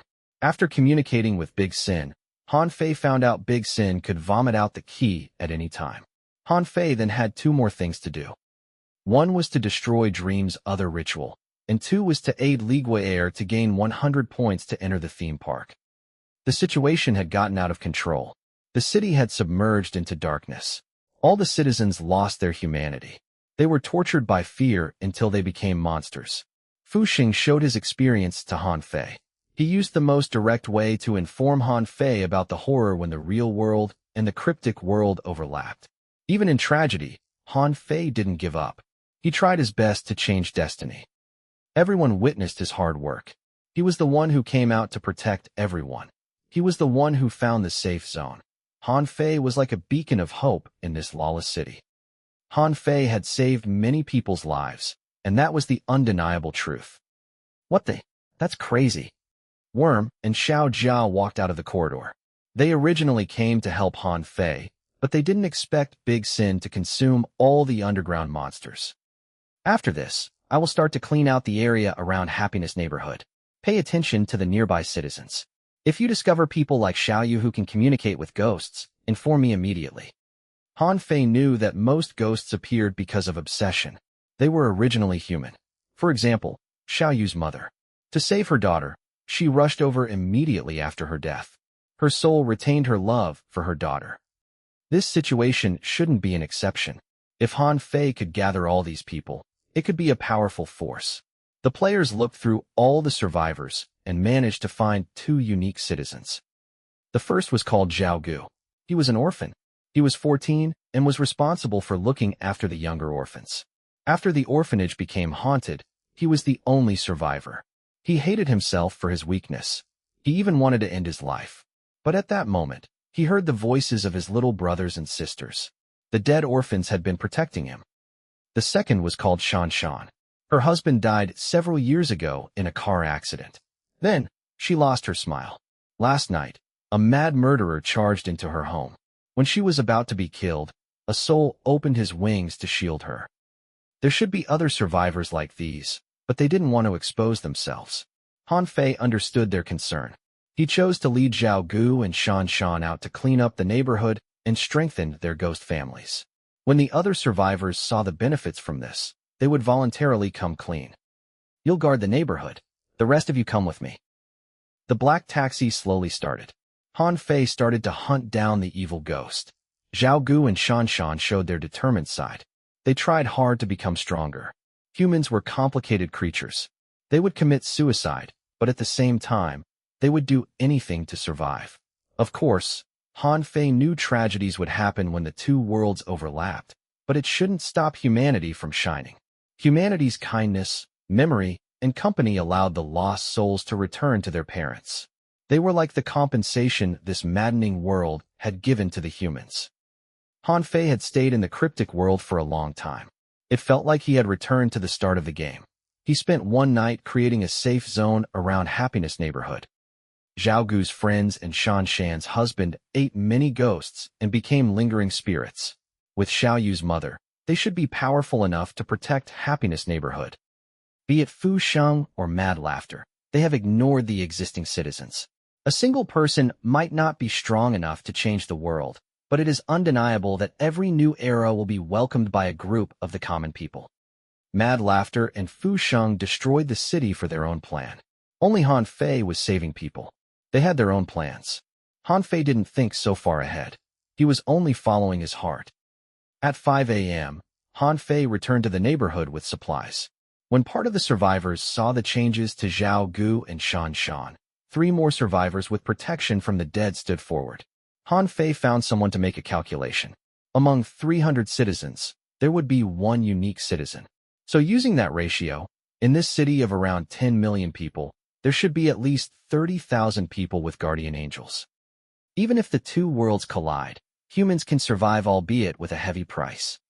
Han Fei met up with the unique citizens in person and taught them how to communicate with ghosts. He also told them how to make their families and friends stronger. To gain some trust, Han Fei showed them his red strings with Su Qin and told them his story with Su Qin. After that, Han Fei went to rest until 9 a.m. Every citizen waited for dawn to come, but the sun never rose. The sun appeared to have been extinguished. I wished to bath in the sun. Xiao Jiao played on his computer. He hadn't slept for the night. His head was heavy. When he thought about lying down, emergency news popped on his computer. All the survivors in the city received the notification on their phones. They switched on the phone with confusion. Then, their expression slowly changed. What the? How shameless can these people be? Xiao Jiao leaped up from his chair. He hugged his laptop and went to find Han Fei. Han Fei, this is bad. At the same time, Chang Wei and Li Gui'er ran to Han Fei's room. They were both holding their phones. What's wrong? Han Fei was a light sleeper. He woke up once someone got near. Look at your phone. That F and your adopted parents went to the TV station. They said you're the reason why this tragedy is happening. They've propped you up as the scapegoat. Xiao Jia screamed and placed the laptop before Han Fei. The video was rather blurry. The pair of a middle-aged couple who led Han Fei back from the hospital stood before the camera. Their hair was white, and they looked haggard. They were worried about Han Fei, but decided to tell the truth. The host took out the murder weapons, murder diary, and scripts that were found in Han Fei's basement. His adopted parents called Han Fei a serial killer. They even blamed him for all the nightmares happening in the city. They said he was the devil's child, and he had loved to torture animals since he was young. He had a violent tendency too. They finally decided to reveal the truth in the face of tragedy. They wanted to save more people. Han Fei's adopted parents persuaded the survivors to be careful of Han Fei. No one should trust Han Fei. In fact, everyone should try to kill Han Fei. Those who didn't know Han Fei would believe the couple. F managed to get the video out to the whole city before the signal was down. Everyone lived in fear and despair. They needed a channel to vent. F's plan was to make Han Fei into that scapegoat. Han Fei, are your adopted parents telling the truth? Li Gui'er asked directly. She trusted Han Fei implicitly. When others hesitated, she cut to the chase. I found my memories. Han Fei was calm. He was not angry. The orphanage will find specific parents for the orphan to cultivate them into children with extreme despair. They found human traffickers to be number 11's parents, and they got me a pair of serial killers as my adopted parents. Han Fei remembered many details. The couple has gone mad. They created an illusion that their child was the real murderer. They cleaned up the deeds for the sake of their children while they were the ones who had been going around murdering people. Han Fei went downstairs and walked around the neighborhood. Many people watched him, and Han Fei could feel the hostility. The party who created this tragedy now wants to pin this on me. Han Fei stood in the middle and looked at everyone. They're the ones who harm you. I will tell you the truth, and I hope you can listen to me. If you still think it's unsafe to be with me, you can leave at any time. Happiness Neighborhood will not stop anyone from leaving. Ever since he started playing Perfect Life, Han Fei had been slandered countless times. He was already used to it. The best solution was to use actions to prove his innocence. Han Fei told the survivors about his past in the theme park. Before Han Fei finished, a few people had already sneaked out the back door. Then, more people started to leave. Are we going to let them go? Xiao Jia looked at the deserters. We've saved their lives, but they're abandoning us because of an unknown video. This is disheartening. This is normal. Once you've picked a path, new people will join and old people will leave. Han Fei looked at the remaining survivors, and he felt warmth. He had gained the approval of most people. I will make Happiness Neighborhood the happiest place. Trust me. Han Fei went to find Yinyu. It looks like the sun will not rise again. Aren't the theme park managers planning to completely sever the connection between the cryptic world and the real world? Why is the overlapping more obvious? I don't know how they plan to sever the connection. They should be at the final stage. Yinyu's mother glanced at the theme park. The night sky over there appeared to have a black hole in the sky. I think the managers are in trouble. It looks like Mad Laughter has made his move. Han Fei then stopped caring about the theme park. His goal was to kill Dream. Tell me about the 4 other ritual locations. We'll try to destroy all of them today. The 5th and 6th rituals are at the same place. It's at a city hospital. It has the city's largest organ donor center and morgue. Dream selected its best organs there and planted them inside human bodies for cultivation. Then, it scattered them around the city. Basically, Dream is cultivating vessels all over the city. We need to control all these vessels, and then we will have the chance to destroy Dream. In that case, we'll need the help of the water ghosts.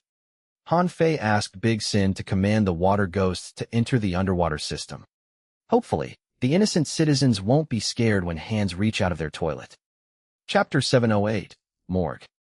708 Morgue. The sky at 10:30 a.m. was still dark. Everyone was waiting for the sun to rise, but it wasn't happening. The cryptic world was like the bottom of the ocean. Darkness had submerged the city. Supernatural events became more prevalent, and more people lost their minds. The sins were exposed, and humans became scarier than ghosts. The despair of humanity accumulated in the cryptic world. When the two worlds collide, the scariest things are not the ghost, but the despair re-entering people's hearts. Bloody scenes occurred all around the city. Many survivors only then realized how close everyone was to evil. After a short rest, Han Fei led part of the players and Yinyu back to the city. In just 2 days, the city had completely changed. The old rules collapsed, and new rules were absent. Everyone was consumed by despair. There was chaos everywhere. How many ghosts are there in the cryptic world? Ever since that morning, Han Fei had been contemplating that question. He would take down any hostile ghosts he encountered on the way to his destination. This was for 2 goals. One was to increase Li Gui'er's points, and 2 was to increase Xiao Yu's mother's power. At first, Han Fei believed that one day he'd cleanse the city. However, he soon realized how naive he was. Many buildings would start to inhabit new ghosts after the old ones had been cleaned out. It looks like I have to deal with this problem at its source. Han Fei knew that Fu Xing wanted to use this cryptic world's memory to convince him of the necessity of destroying the cryptic world. However, Han Fei was convinced that there was another path. Moving through the city, another long cavalcade appeared behind Han Fei's taxi. Han Fei would help any survivor who still had any humanity intact. This was when Han Fei's soul depth touch shone. He could immediately tell if a person's soul was twisted from a handshake. Han Fei, are we being too obvious? Xiao Jia glanced at the vehicles behind them. We're standing out too much. The ghosts aren't dumb. Won't they gang up on us? I have similar concerns. That's why we need to find more unique citizens and have them stand on our side. At 11 a.m., Han Fei's taxi arrived at Rin AI Private Hospital in the city center. Did you guys hear the sound of water? Nurse Xiao he poked her head out of the office table. Her face was pale, and her voice was low. Shush, those things might still be here. A man's voice came out of the dresser. He sounded very nervous. Xiao he shrunk backward. She glanced towards the water cooler in the office. There was a human head floating inside it. The water cooler had a very small hole. She had no idea how the human head managed to fit into the cooler and how it was still speaking. Black water weeds grew around the area where the neck was decapitated. Worms wiggled out of the ears and nose. The head slowly turned in the water cooler. When it turned to face Xiaohe, the closed eyes suddenly opened. The bloated eyeballs looked at Xiaohe. The mouth opened and closed as if talking to Xiaohe. Xiaohe was so scared that she curled even deeper under the table. Xiaohe turned her head away and forced herself to not look at it. Xiaohe and her 4 other colleagues had been trapped here for 2 days already. Yesterday night, one colleague went out to take a look, and he didn't come back. Everything was getting worse. Xiaohe felt like breaking down. She started to see and hear things. Sometimes, she wondered if she had lost her mind. "Xiaohe, are you still all right?" An aged man's voice came from outside the door. Xiaohe covered her mouth when she heard this voice. "The patient in room 1 is heavily injured. Can you go help him? His intestines have been dug out, and there's blood everywhere." No matter how hard the old man pleaded, Xiaohe pretended not to hear him even though she was very familiar with this voice. The kind old man was the patient in room 2. He was normally so optimistic, but he died 3 days ago. His body was still at the morgue. "Xiaohe, if you're there, say something. The patient is not going to make it. His children are crying. He really needs help." Since yesterday night, the elder came to knock on the door, hoping to get Xiaohe to come to help the other patients. But the thing that scared Xiaohe the most was that the elder only called her name when she had 4 other colleagues hiding in the office. The knocking eventually stopped. The elder walked outside the door, but didn't enter the office. Is he finally gone? Xiaohe knelt on the ground. She suddenly wanted to cry. The world was suffocating, and hell was everywhere. It's already noon. Why is the sky still so dark? By this time yesterday, at least the sun was already up, and the ghosts had faded away. A middle-aged woman's voice came from the deepest part of the office. Xiaohe crawled out of the desk to take a look. She couldn't see anyone. The person hid very well. "Sister Qin?" Xiaohe called carefully. "What's wrong, Xiaohe?" Xiaohe sighed in relief when she heard the reply, but her heart soon trembled again. She whispered, "I haven't heard from the new intern nurse since yesterday night. How is she doing?" "She's in the dresser with me. She's still sleeping." Dr. Wang's voice came from the dresser. This answer aroused Xiaohe's suspicion. The dresser was small. It was barely enough to fit one person.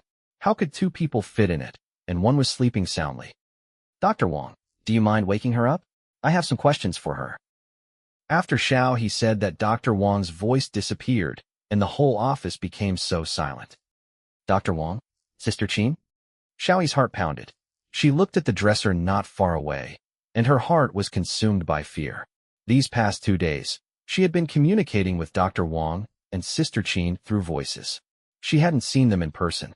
Xiaohe slowly approached the dresser. She raised her shaking hands to grab the dresser door. After taking a deep breath, she eased the dresser open. Xiaohe's eyes narrowed. Then, with a whiff, she yanked the doors fully open. There were a few brand-new doctor's coats inside the dresser, but there was no one there. Where are the people? Their voices came from this place. Fear enveloped Xiaohe, and she broke out in cold sweat. If her colleagues didn't make those voices, then who had she been talking to? "I've been staying with ghosts." Xiaohe shivered. Suddenly, the familiar voices returned. "We thought we could hide this from you longer." Dr. Wang and Sister Qin's voices started at the same time. They sent chills down Xiaohe's spine. Xiaohe turned around and saw Dr. Wang and Sister Qin, whose chests were punctured.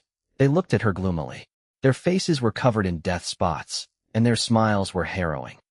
The most terrifying was the new intern nurse. She stood beside Dr. Wang. Her body was covered in wounds, and her neck was snapped. She couldn't even speak. "Are you dead?" "Yes, and it's your turn now."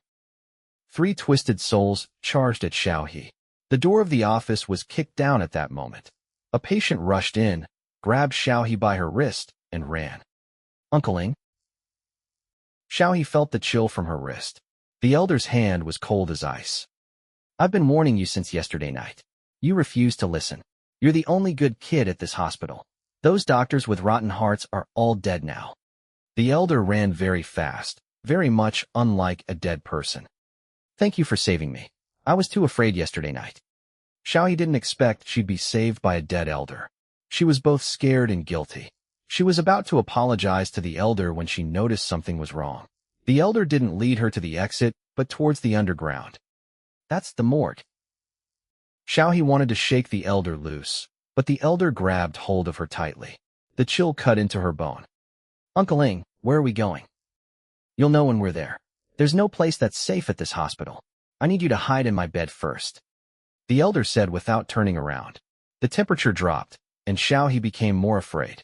The door that she rarely used was at the end of the corridor. "Remember, do not make any noise. Just pretend you're a dead body." The elder pushed open the iron door and led Xiaohe in.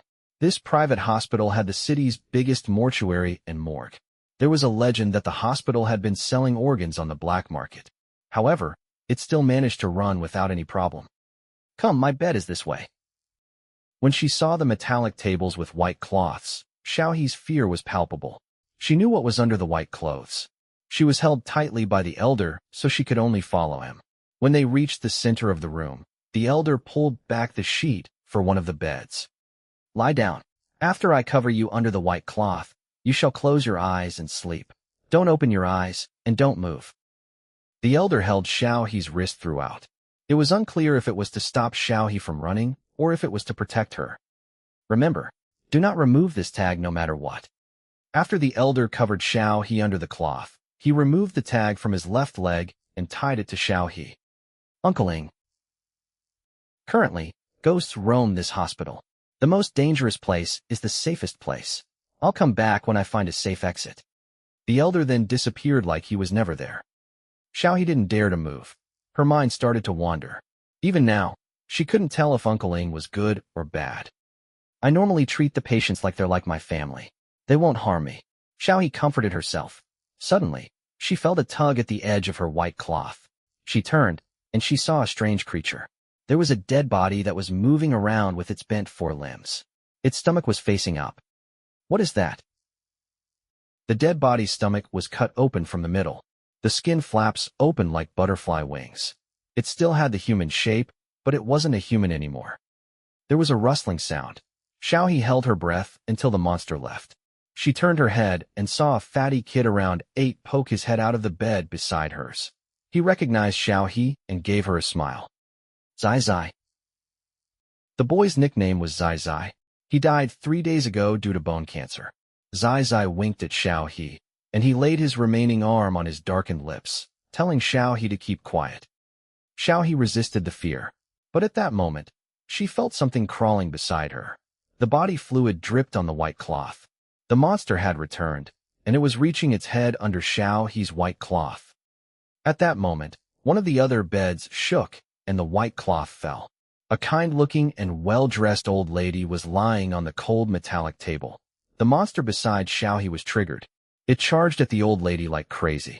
It opened its stomach to bite the old lady, and then crawled deep into the morgue. Auntie Zhang. The old lady also died 3 days ago. Before she passed away, Xiaohe was her nurse. Did she do that to save me? Chapter 709, Blessing. 709 Blessing.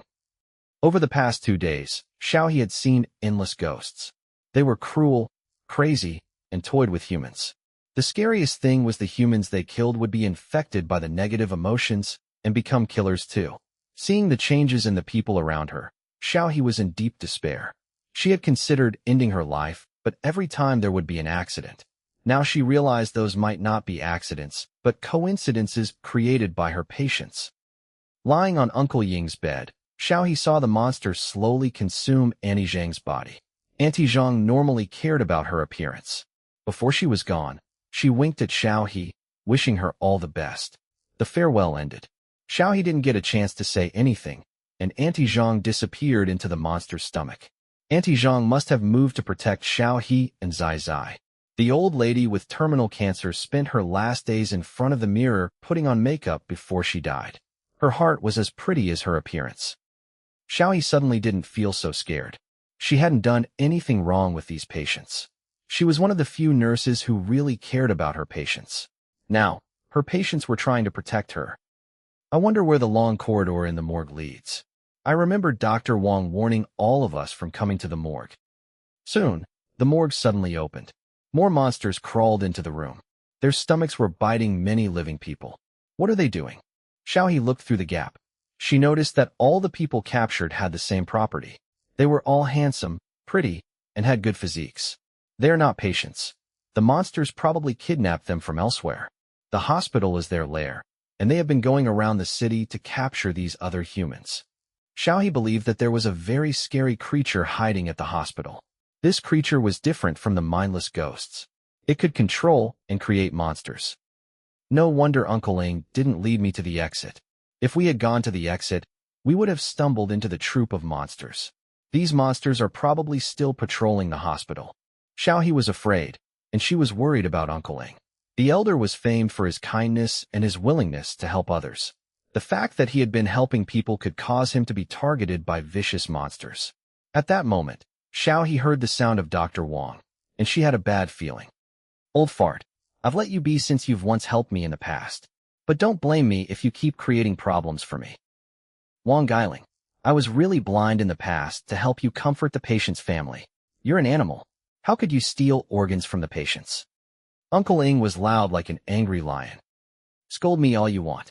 After I sacrifice your soul to God, you'll forget everything and become an obedient dog. You'll never face the pain of being human again. There was the sound of skin tearing. Xiaohe's heart shook. She turned her head and looked out of the gap. Two nurses held Uncle Ying's arms. Dr. Wang gouged out a long gash on Uncle Ying's chest. Uncle Ying's rotting organs were exposed. It doesn't matter what kind of person you are before, because your body will rot after death. Dr. Wang's eyes glowed with excitement when he saw the internal organs. He touched Uncle Ying's organs. What's the point of being a good person? Do you think I'd let you go because you've once helped me? He held Uncle Ying's heart. I thought a good person's heart would be red, but your heart is actually rotten too. Wang Gailing, it doesn't matter if I die. At least I've lived a guiltless life, unlike you. You were nervous when you were alive, and you can't have peace after death. You deserve it. Uncle Ing was not afraid. He was even smiling. Is that so? Wang Gailing's face darkened. You've helped so many people in the past, but in your hour of need, who is there to save you? Wang Gailing was about to crush Uncle Ying's heart when he felt a bite on his calf. He lowered his head and saw Zai Zai biting his leg. Zai Zai only had one leg and one arm because of his bone cancer, but he was the first to rush to help. Zai Zai. Uncle Ying's expression changed, and concern pooled in her eyes. When the boy heard Uncle Ing call his name, he looked up and smiled. He didn't fear Dr. Wang. This was the moment he felt truly alive. I should have amputated all 4 of your limbs. Wang Gailing was furious. He stomped on Zai Zai's head. Xiaohe couldn't stand it anymore. She gripped her fists. When she pulled back the white cloth, all the white clothes in the morgue fell to the ground. All the dead patients sat up. What are you all doing? Wang Gailing panicked. It was unclear who started it, but the patients rushed to attack Wang Gailing and the 2 nurses. They were pressed to the ground. How dare you resist when God is right underneath us? Wang Gailing shouted. There was something hidden inside the 2 nurses. With a summon from Wang Gailing, their heads exploded and many butterflies flew out. The morgue shook. Blood spread on the ground like patterns on butterfly wings. The iron door of the morgue also started to close. Xiaohe, you need to go. Run to the east side. The ghosts there have disappeared for some reason. Uncle Ing worked with the other patients to push Xiaohe out of the morgue. They stayed to stop the butterflies. Screams echoed inside the morgue. Xiaohe knew she couldn't save everyone on her own. She gritted her teeth and ran down the eastern corridor. There should be others outside the hospital. I need to go get help. Xiaohe ran as fast as she could. However, a monster jumped out of the nurse's station when she passed by. Its stomach opened and tried to eat Xiaohe. Come, I'm not afraid of you. Xiaohe looked around but couldn't find any suitable weapons. When she turned around, the monster had landed on its limbs and was rapidly crawling towards her. Xiaohe bit her lips until they bled. The despair of the past 2 days exploded, and Xiaohe charged at the monster with a scream. Before she reached the monster, a bloated arm reached out of the hospital sewer. A water ghost crawled out. The monster jumped on the water ghost. Xiaohe used this opening to run past the monster and down the corridor. She had no idea where she was going, but she trusted Uncle Ing. The monster didn't waste too much time on the water ghost. It was attracted by Xiaohe's living body and soon turned to chase after her again. Their distance drew closer. Xiaohe couldn't shake the monster off. She panicked. Just as she was about to be caught up, a few more living humans came from the other end of the corridor. The leading man held a hilt and wore a black suit. When Xiaohe saw the man, she was worried. The monsters targeted handsome, living humans, so this man would be targeted. Run! She shouted at the group of living humans. But then she saw something shocking. A giant creature over 5 meters tall crushed through the walls and rampaged through the corridor. What monster is that? Don't be scared. It's my pet. The man saw Xiaohe, and he was shocked. Why do you have the blessing of more than 10 ghosts? Are you the daughter of the Ghost King? Xiaohe had no idea what the man was talking about. No, the presents came from the tag around your ankle. This is a very rare, unique item. The man and monster came forward. His eyes didn't even notice the monsters with the open stomach. He focused on Xiaohe. My name is Han Fei. I'm a member of the Citizen Rescue Group. Can you tell me who gave you this tag on your ankle? Chapter 710, Life and Death. 710 Life and Death. When Xiaohe saw Han Fei, she saw hope. But when she saw Big Sin a few seconds later, the hope was dashed. Xiaohe, who had just escaped from the morgue, curled back. The tag was the last item Uncle Ing gave her. Don't be afraid. I don't look like a bad guy, right? Han Fei smiled while holding the hilt. The blade cut through the night. He stabbed at the space beside Xiaohe's head. Han Fei's knife cut at the monster behind Xiaohe. Blood squirted around. When Xiaohe turned around, the stomach monster had already been killed. Han Fei stood on the monster's dead body with humanity's glow shining on him. The reason the Eastern Corridor is safe is that you've killed all of the monsters? Xiaohe was afraid that the entire hospital had been corrupted, but Han Fei's appearance had brought her light. Are you here to save us? I don't think there's anyone else in this city that is going around saving people other than me. At that moment, the citizens who had been saved by Han Fei rushed into the corridor. They didn't dare to stay too far from Han Fei. Most of them saw the video about Han Fei and knew his parents' accusations about him. However, when they got to know Han Fei, they didn't think the accusations were true. Han Fei always walked at the front of the group, and the other citizens were well protected. They could get inspiration and hope from Han Fei. The survivors looked at Han Fei, but Han Fei looked at the darkness. That was the biggest difference between them. What is the tag around your ankle? Who gave it to you? These are body tags for the dead in the morgue. The person who gave me the tag is called Lu Yinxiong. Listen, even though he's dead, he's different from the other ghosts. He hasn't harmed anyone and has been going around saving many innocent souls and people. Xiaohe hoped Han Fei could go and save Uncle Ing and the other patients in the morgue, so she explained everything clearly. I do wish to meet this Ghost King. Han Fei walked to the morgue. A giant butterfly pattern appeared on the door. The bloodstains formed a giant pair of butterfly wings. Dream appeared to have sped up his ritual because Han Fei kept disrupting them. Big Sin smashed through the iron door. The morgue had become hell. All the patients who dared to resist were punctured. The colors in their souls faded. Their precious memories were stolen by Dream. Uncle Ing. Xiaohe saw the elder. The elder was dragged away by the stomach monster and then disappeared. Was the old man the owner of the tag? Uncle Ing didn't fit Han Fei's imagination of the Ghost King, but he did sense a cryptic world presence on Uncle Ing. Perhaps the normal cryptic world wasn't only filled with despair. With Su Qin and Big Sin's help, Han Fei soon took over the morgue. The monsters and ghosts were fed to the unique citizens. Normal ghosts wouldn't help Big Sin, and Su Qin needed black flames of pure hatred. Why is your hospital's morgue so big? Han Fei had been to many hospitals and morgues. There's another underground floor. Normally, our department head bans us from going there.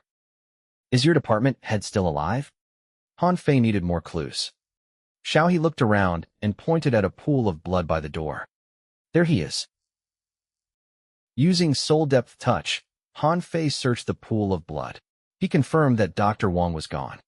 It looks like we have to depend on ourselves. Han Fei waved, and Zhao Gu and Shan Shan walked out of the crowd. They started to have their families consume the monsters and save the innocent patients. Seeing the patients here, I see hope. At least some of the ghosts are willing to help maintain the peace of the world. Han Fei opened the door deep inside the morgue. He had Big Sin lead the way. He and Yin Yu walked behind it. Yin Yu was surprised that Han Fei could reach this step. The young man had brought her so much surprise. This was the first time she felt a living person could challenge the powerful theme park managers. Why is Dream collecting so many living bodies? Based on our collected information, this hospital has been dealing with the organ trade. Dream has taken over the hospital director and most of the managers. It offered them immortality for them to work for it. Han Fei was not an idiot. Once he entered the hospital, he started to gather information. In this chaotic age, the sins of the private hospital were nothing anymore. The monsters stopped hiding in the shadows. They crawled out and started to kidnap the living humans. Dream has prepared 8 different bodies for 8 different rituals. The water monster in the sea of brain represents extreme sin, ugliness, and tragedy. The rituals here represent endless potential and future. This hospital is the center for Dream to conduct human experiments. It wants to create the perfect human body. Yin Yu's mother stopped hiding anything. She was a clever person, and she'd side with whoever had the highest winning chance. He's trying to create the perfect human body. Is something wrong with Dream? Does it think humans are jigsaw puzzles? To create the perfect human, Fu Sheng and Fu Tian were more acceptable.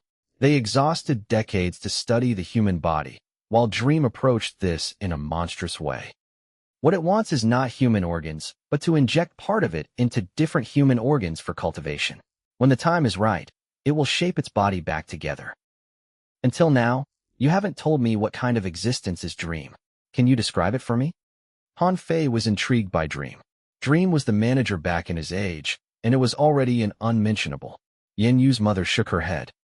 All right, I won't force you. When I find the chance, I'll have Big Sin consume Dream before you so that you won't fear it anymore. The path led down. Han Fei started to hear children crying. This hidden basement had many babies. Newborns? Han Fei frowned. Dream wouldn't be above using babies. Do you still remember what I told you? There are 2 rituals in this hospital. Yin Yu's mother told the truth. One of them is to find all the organs scattered across the city. That ritual is a backup for Dream. It was afraid that it might be discovered by the other managers, so it kept dissecting its own body. As long as a person in the city still has parts of Dream's body inside them, then Dream will still be alive. What about the other ritual? The other ritual is added by Dream later on. While it took away the human's organs and health, it witnessed not only humans' fear of death, but also the glow of humanity. Before death, people would have different attitudes. Even at the end of their lives, some people would bloom like flowers. That was something even death couldn't take away. These beautiful moments intrigued Dream. It wanted to use these most beautiful souls to create a new body. Yin Yu's mother glanced at rest and peace. But what does that have to do with newborns? Even the prettiest colors need a clean canvas. The beautiful souls were the paint, and the newborns were the canvas. Dream had done everything for the resurrection ritual. 8 rituals with 8 different methods. It has even prepared 8 bodies. No wonder Fu Sheng and the other managers still can't fully kill Dream. With the babies crying, Han Fei's group entered the deep part of the morgue. Han Fei was greeted by the most absurd scene. Under the morgue, there was a large birthing room. Death and life were only 1 floor away. Haven't I said that no one is allowed entry without my permission? A gloomy voice said. It boomed and caused Han Fei's ears to vibrate. Han Fei's eyebrows rose as he turned to the voice. Other than the morgue and the birthing room, there was a human organ factory. After the humans were captured here, they became a raw material. They lost their names, ages, and humanity. The suitable materials would stay and enter the next stage. If they passed multiple stages, they would become hosts for parts of Dream. Those who failed the filtration would be sent to another passage when they'd be made into stomach monsters. So those monsters were once humans. Xiao Jia covered his eyes. The monsters captured humans to turn them into monsters. There is no monster to begin with. They were once humans. This is an endless tragic cycle. You're right. Han Fei patted Big Sin's light. The cycle is repeating, but someone will be there to break the cycle. Big Sin charged toward the organ factory. All the sins were destroyed. Who's there? Come out now. The gloomy voice said again. All the machines in the organ factory stopped. A man who had multiple butterfly tattoos on his body walked out of the machines. His flesh was connected to the machines. His blood vessels were the machine wires. The back of his head was hollowed. A black cocoon sat inside. Different from the other cocoon, something had already grown out of this cocoon. Its lower body was inside the cocoon, but its upper body had stuck into the man's brain. Hospital director? When Xiaohe saw the man, she was shocked. Her most respected mentor was actually the source of all the tragedies. It was you who led them here. You should die. I should have kicked you underground on your first day of work. The man slowly moved forward. The machines combined with him started to twist. He seemed to drag the whole factory as he moved. Dream always makes some strange creatures. Yin Yu's mother was disgusted. The normal citizens didn't even dare to look anymore.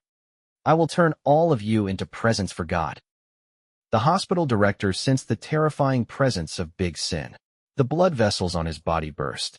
A group of stomach monsters crawled out of the factory. They flew at Han Fei like mutated butterflies. However, Han Fei didn't need to do anything with Big Sin there. It could deal with the whole hospital on its own. Dream has been meaning to cultivate extreme evil and tragedy. I bet it has no idea that a kind person like me would breed Big Sin. Han Fei thought it was funny. Then again, the human cocoons he got all first came from Happiness Neighborhood. Butterfly probably didn't lose them, but Fu Sheng had caught them and kept them at Happiness Neighborhood. Fu Sheng had not directly helped Han Fei, but he left a lot of stuff for Han Fei. If Han Fei could make use of them, it was fine. It was better if Han Fei didn't use them, because then Fu Sheng would revive using Han Fei's body and reclaim his stuff. Han Fei had been observing the hospital director. When the director's focus was on Big Sin, Han Fei sneaked to hide behind Big Sin. When the hospital director came close enough, he showed the butcher's knife. Chapter 711, Healing Persona. 711 Healing Persona. Big Sin's presence was so terrifying that most people thought Han Fei was dependent on it, and that he was not personally threatening. Han Fei didn't care what others thought. When the hospital direction was distracted, the light of rest and peace glowed. The light slashed like a flower in the dark or a comet cutting through the night sky. The hospital director's body was pierced through easily. Before he could react, the layers protecting the head fell, and the cocoon deep inside his brain was cut into two. Even though Big Sin was scary, Han Fei had the sharpest knife. He only needed an opportunity, and he could cut through any ghost under the rank of pure hatred. The injured hospital director was consumed by Big Sin. The stomach monsters were held back. Han Fei steadily pushed his way in. He not only wanted to get stronger, but he also wanted to teach the special citizens how to get stronger too. When two worlds collided, there would be new rules. Han Fei took over Dream's organ factory in less than 3 hours. He found the details of all the patients in the director's office. Dream sewed part of its body inside the patients and had them hidden around the city. It was very difficult to kill Dream, but Han Fei had his own solution. He shared the details with all the survivors and water ghosts. He would use them to heal these patients. The water ghosts can work together with the survivors. Coexistence is possible. After inspecting the factory, Han Fei entered the birthing room under the morgue. The mothers looked at Han Fei with alert. They would do anything to protect their children. I can recognize him. He's a fugitive. A mother who was sent here a few days ago pointed at Han Fei and shouted. She grabbed the knife beside her. Han Fei didn't deny anything. He looked at the lock on the door. The mothers were sent here over the past few weeks. The hospital director had provided them with the best environment and the latest medical gadgets. The whole room was very comfortable. The organ factory outside was creating evil and gore, but the newborns and mothers were living in heaven. The mothers probably didn't even know about the hell that was happening outside. I'm here to save you, but you point a knife at me? Is that how you treat a good guy? Han Fei didn't explain because time was limited. He entered the room with the butcher's knife and checked every baby with soul-depth touch. Dream has taken away the good memories of so many patients. It should have created its best body by now. All the babies were fine. He glanced at all the mothers. When he met one of the mother's eyes, she glanced towards the side. The dresser? Han Fei knew that the dresser was a very unique piece of furniture. Butterfly's childhood memory was locked inside a dresser. Han Fei's best friend, Huang Yin, was killed many times by the butterfly inside the dresser. Han Fei was about to move to the dresser when a mother who had recovered somewhat moved to stop him. What are you doing? I'm just trying to save all of us. As conflict was about to happen, Uncle Ing, who was buried deep inside the organ factory, staggered over. His body was covered in wounds. but strangely enough, they were healing rapidly. Please, he is really here to help us. Han Fei hadn't even met Uncle Ling before, but the latter kept vouching for Han Fei. The hospital hasn't been protecting you. The director wanted to create the perfect baby. Other than that baby, the rest of you are just tools. Once you lose your value, you'll be tossed into the organ factory. Didn't you notice that all the mothers who left never returned? They didn't leave the hospital, but leave the world. Uncle Ling showed them the evidence that the survivors found at the factory. Even with the evidence, some of the women refused to believe it. They were stuck too long in their dreams. Move out of the way. Han Fei walked to the dresser and cut it open. Inside the big dresser was a pale woman. She was hugging a very cute baby. Different from the other babies, this baby had butterfly wing patterns on the back of his head, neck, and spine when he was born. He was beautiful, like God's personal creation. The natural beauty stunned even Han Fei. The butterfly wings opened from the back of the head and spread down to the spine. What is this child's relation to Butterfly? Han Fei stared at the woman. The woman was weak, but she hugged her child tightly. Her maternal love was showing. Dream has collected every patient's happy memory to create this child. From the result, he appears to have succeeded. Han Fei noticed the document beside the woman's feet. The hospital wanted to raise the child with the woman. They planned to send the child somewhere else, and they named him number 3. Is number 3 Butterfly? But the butterfly I killed was extremely ugly. He was born as a monster and was hated by everyone. In contrast, this child is so cute and handsome. The butterfly patterns are quite scary, that's all. Fu Sheng's memory world contained many secrets. Exploring this city was equal to exploring the background of the cryptic world. This child is perfect, but innocent. He is just a vessel Butterfly had prepared for itself. Han Fei knew about Butterfly's past. If number 3 were Butterfly, then Dream would have possessed all the perfections when he was reborn in Butterfly's body. After Dream completed the ritual, number 3 would become the scary monster. Dream had once stolen all the perfections from Butterfly. Later, Butterfly mimicked Dream and started to steal goodness from others, continuing this cycle of despair. The best solution is to kill him now. The knife raised. Everyone, including Uncle Ling, rushed over to stop Han Fei. Hey, don't act too recklessly. He's just a child. Han Fei aimed to kill, but really he didn't even use half of his strength. Rest in peace cut through the back of the child's head. The blade didn't harm the baby, but shattered the butterfly tattoo. A scream that didn't belong to a baby echoed. The butterfly tattoo crushed. The memories with human goodness scattered everywhere, forming a pair of giant butterfly wings in the air. Normally, Big Sin wouldn't like something like this, but the memories contained traces of Dream. It opened its mouth to engulf everything out of habit. Big Sin was extreme evil. Its existence was a tragedy. Every day Han Fei walked by the edge of death. However, after it consumed the beautiful butterfly, its soul started to gain color. This wasn't enough to change its nature, but it allowed it more possibilities. When Han Fei swung the knife, everyone's heart raced. They sighed in relief when they realized the baby was still alive. Xiao He and the other survivors went to help the mothers.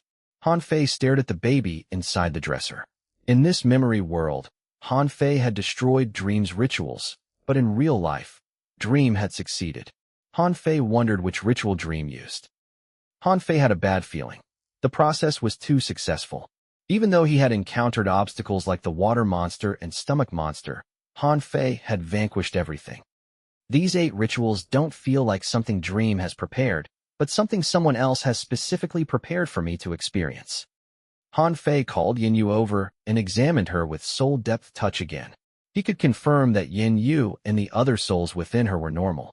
They were not planted by his side by Dream.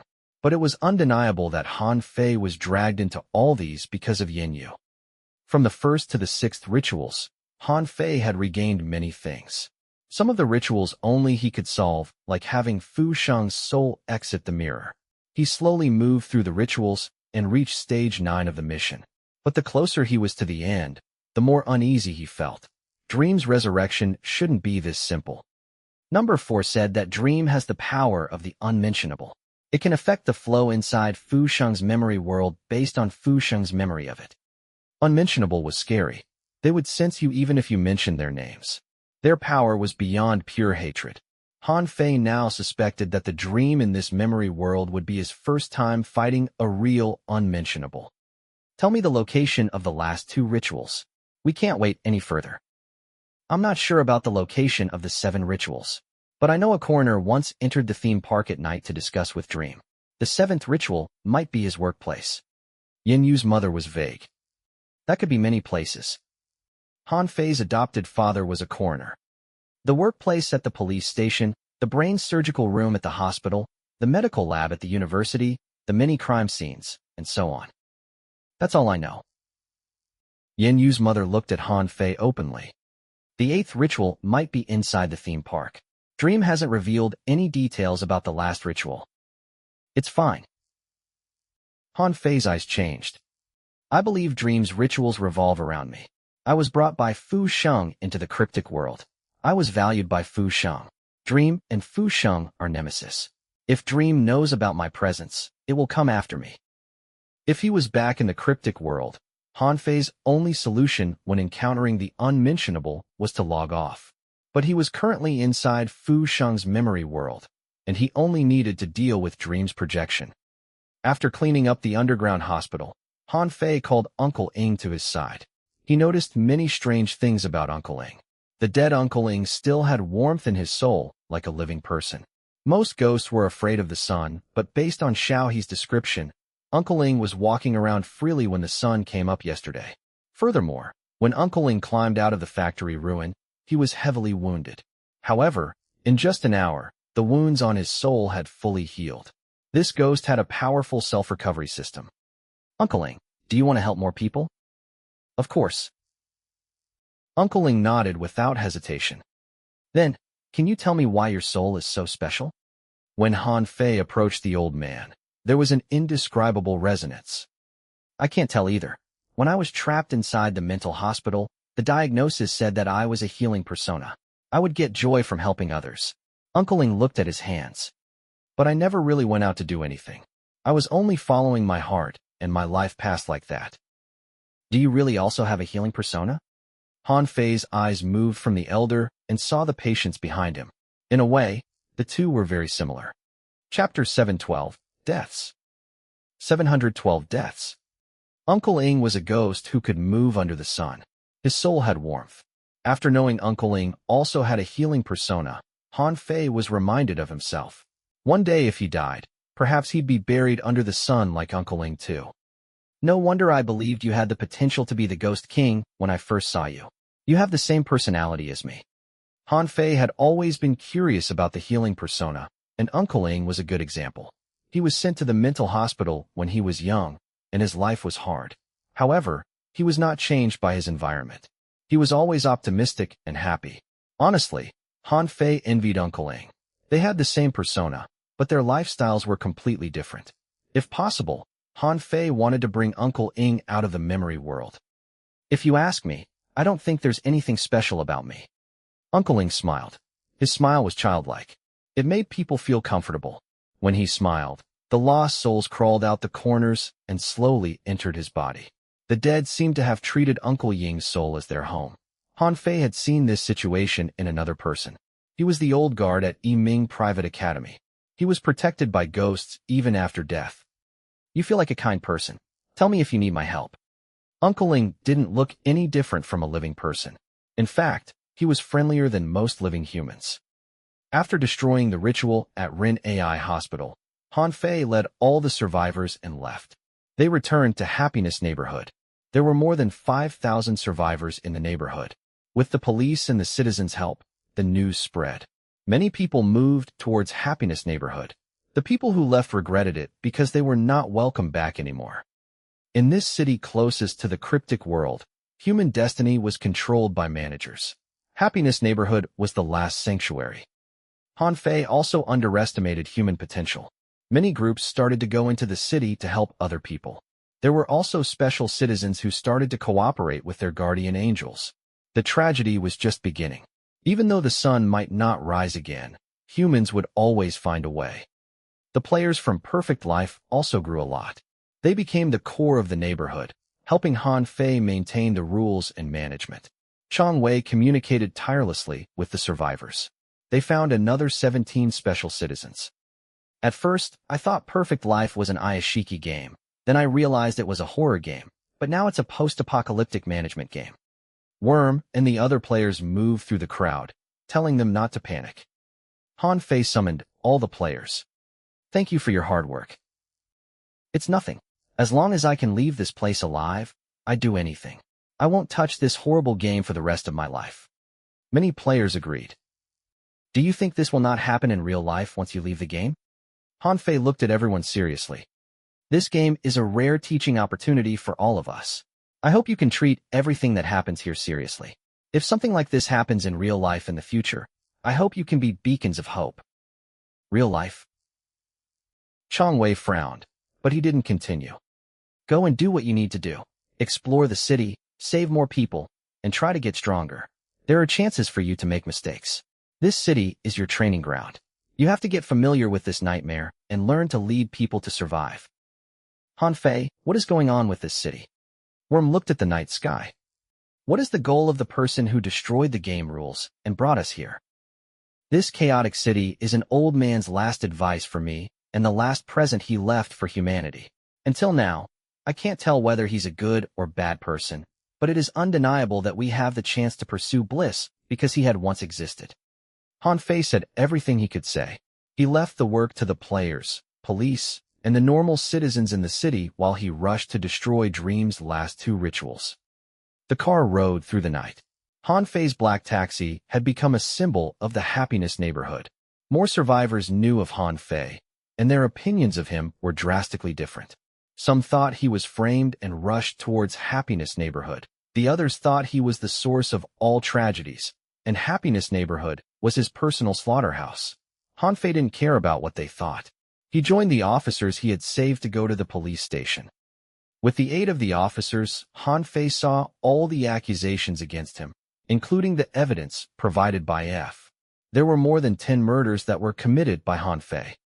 Captain Zhang, do you really believe something so preposterous? I've seen worse, so why wouldn't I? Captain Zhang used to be the team's vice-captain. He had a giant grudge against Han Fei at first, thinking that everyone had been fooled by Han Fei. This was because his years of experience told him that Han Fei had been acting. However, Han Fei's actions changed his mind. When the city sunk into chaos, Han Fei stood forward to protect everyone. If a person acted until he actually went to save endless people, then it didn't really matter anymore. I work with your adopted father. He would look worried whenever he talked about you. I had no idea what he was worried about until I saw the accusations against you. Then everything clicked. He was helping you clean up the evidence of your crime. Captain Zhang dropped the documents on the table. Dr. Han is our most famous coroner. He has his own autopsy room in the medical university and is a special lecturer hired by the university. It would be easy for him to deal with dead bodies. Do you still think I'm a serial killer? Han Fei asked. Captain Zhang looked tired and sad. He and Han Fei's adopted father had solved many cases together. He still had a hard time accepting his partner was a crazed murderer.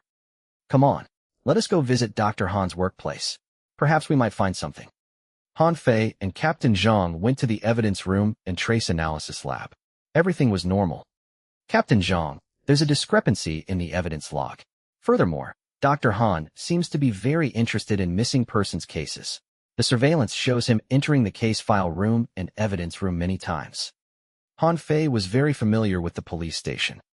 That doesn't prove anything. Captain Zhang said. Shall we go to the other places? Captain Zhang led them to the medical university not far from the station. To everyone's surprise, the place was mostly unaffected. The staff and students who stayed in school were not affected by the supernatural events. In contrast, it was those who left the school who were never seen again. Once Captain Zhang arrived, he was spotted by the teacher at the door. They were old friends. Captain Zhang, you're finally here. What's happening with the city? Why are all the calls unavailable? I hear it's related to a theme park. Captain Zhang walked to the teacher. Director Su, has anything strange happened here? Everything is fine here, except we're running low on resources. But we don't dare to leave. The batches of people who left are not seen again, and we can't reach them on their phones either. Strange. Why is this university unaffected? Ligua Air was intrigued. It looks like we're at the right place. Han Fei stood beside Captain Zhang. Let's not waste time. We'll go to the autopsy room now. You're Han Fei. Director Su was shocked. Captain Zhang, why are you with a serial killer? Director Su shouted as he retreated. He looked at Captain Zhang differently. There might be some misunderstandings here. Captain Zhang had other officers with him. He has been framed. The police have been monitoring him. He hasn't killed anyone, but has been helping the citizens. He must be acting. Director Su was careful. He had to be responsible for his students. He couldn't allow such a dangerous character to enter the school. Acting. Captain Zhang pursed his lips. He was embarrassed to tell Director Su that he was saved by Han Fei too. Don't worry. I can vouch for him. Lead us to Dr. Han's autopsy room. We might find the truth there. The key to that room has always been with Teacher Han. We don't have access. Director Su was still thinking normally. However, Han Fei lost his patience. He led Big Sin into the school. After Big Sin appeared, Director Su shut up. He finally understood why Captain Zhang didn't stop Han Fei. There was no way to stop him. Han Fei, something is not right about this university. All the ghosts have been suppressed by some kind of existence. Yin Yu's mother pointed at Yin Yu's chest. The souls in my daughter's body are shivering. I also feel very uncomfortable, like my body is burning. Big Sin's reaction was the opposite. After it entered the university, it was excited. It stomped on the ground, and its eyes turned red. Even when I'm close to death, Big Sin won't be so excited. What is hidden here? If Han Fei didn't hold Big Sin, it would have charged out already. Without Director Su leading the way, Big Sin rushed toward the lab. The building was crashed into by Big Sin. It started to dig downwards. The commotion attracted the attention of the other students and staff. They looked at Big Sin in fear, and then looked at Han Fei with curiosity. The rampaging monster and the gentlemanly Han Fei were a great contrast. No wonder he doesn't need the key. Director Su grabbed Captain Zhang by his shoulders. Why did you bring him here? If he harms my student, I'll fight you to the death. The situation now is very complicated. I need your students to be ready. The world has changed. Captain Zhang sighed. He followed Big Sin into the lab. He and the other officers glanced down the hole in the center of the lab. The autopsy room was on the first floor. The tools, samples, and dead bodies were underground. These were all handled by Han Fei's adopted father. No one had access but him. The smell is not right. The underground didn't smell of formalin, but blood. Captain Zhang, look at that pool. The officer shouted. Captain Zhang glanced over, and his eyes widened. The pool used to store dead bodies was now filled with Han Fei's pictures. They were all taken when Han Fei was asleep or unconscious. Why would your father place your pictures inside the pool meant for dead bodies? Captain Zhang asked Han Fei, but Han Fei didn't answer. His eyes were cold. 99. What? There are 99 pictures here, corresponding to my 99 deaths. Every time I woke up at the hospital, they would fetch me home. Han Fei reached his hands towards the pool. His reflection appeared on the surface. Then, more reflections appeared until there were 99 reflections of Han Fei in various states of death. They glared at Han Fei as if questioning him why he had come so late. Chapter 713, Death Memories. 713 Death Memories. Han Fei's fingers hovered above the water. The 99 shadows tried to grab his hand. The familiar faces gathered before him. The last few parts of Han Fei's memories were being patched in. Killed by poison, asphyxiation, falling, corroding. 99 different deaths could break any in him, but Han Fei's expression didn't change too much. He looked at his multiple deaths in the water calmly. Does Dream's 7th ritual have to do with me? The past had been changed. The former Han Fei was gone, but Dream's 7th ritual vessel had to do with Han Fei. Han Fei's adopted father took pictures of Han Fei, and the pool became a sea of brains that soaked Han Fei's past. When he saw the pictures, there was a voice in Han Fei's brain telling him to move forward. His body leaned forward as if he would only be complete after he picked up all the pictures. Memory, instinct, everything is calling me to get closer. They want me to embrace death. The shadows of death squished together underwater. They kept gushing toward Han Fei as if afraid that they'd be forgotten. I would save unknown strangers. How would I abandon my past? No matter how gory and heavy, I will shoulder the past because the past makes me who I am today. With Big Sin looking on with anticipation, Han Fei touched the pictures. The closest picture looked normal. Han Fei's neck was sliced in his sleep. He didn't even have the chance to scream. Indescribable pain came from the neck. A dull blade was sawing through his neck. When Han Fei touched the picture, his consciousness was pulled into the pool. Water splashed everywhere. Everyone was shocked. Han Fei, who was standing beside the pool, jumped into it. The pool was used to preserve dead bodies, so it was filled with formalin. Han Fei. Has he lost his mind? Director Su shook Captain Zhang. He didn't expect the young man he was so scared of to do something like this. Why are you standing here for? Go and save him. But he seemed to have jumped into the pool voluntarily. It doesn't matter. We have to save him. The few people found mops and brooms and pushed them into the pool. However, in the blink of an eye, Han Fei had disappeared into the murky pool. How deep is this pool? Li Gui'er asked with concern. We haven't used this kind of pool for a very long time already. In fact, this basement should be abandoned. Normally, it is Dr. Han who maintains this place. I asked how deep this pool is. Li Gui'er pulled out her knife and placed it on Director Su's neck. Speak. About 2 meters, or perhaps deeper. Teacher Han has once expanded this place. Director Su was scared. He knew the woman would really kill him. 2 meters? Li Gui'er removed her shirt and tossed it aside. She stood beside the pool and looked at the spot where Han Fei submerged. Don't be crazy. Xiao Jia and Captain Zhang came to stop her. Han Fei is not a reckless person. He must have his reason for doing this. Yes, he probably saw something and jumped in. We can go and get him if he doesn't surface after a few more minutes. Captain Zhang turned around. I remember we have a professional lifeguard, right? The lifeguard walked out of the back of the ground. He was unwilling. He had only saved people from the river, but not from the dead people pool. After all, who would drown in this kind of place? Don't worry. This pool is not deep. Based on my experience, perhaps we can try to break the bottom of the pool to lower the water level. The lifeguard said. After all, the pool is so murky. Plus, there are too many humanoid objects in there. The few surrounded the pool to discuss the rescue plan. The water surface slowly returned to normal. It was worth noting that once Han Fei jumped into the pool, all the pictures turned around as if to look at Han Fei. The pain came from everything. Han Fei felt like he was constantly sinking like the pool had no bottom. Han Fei, why do you have to be so smart? We could have lived together happily.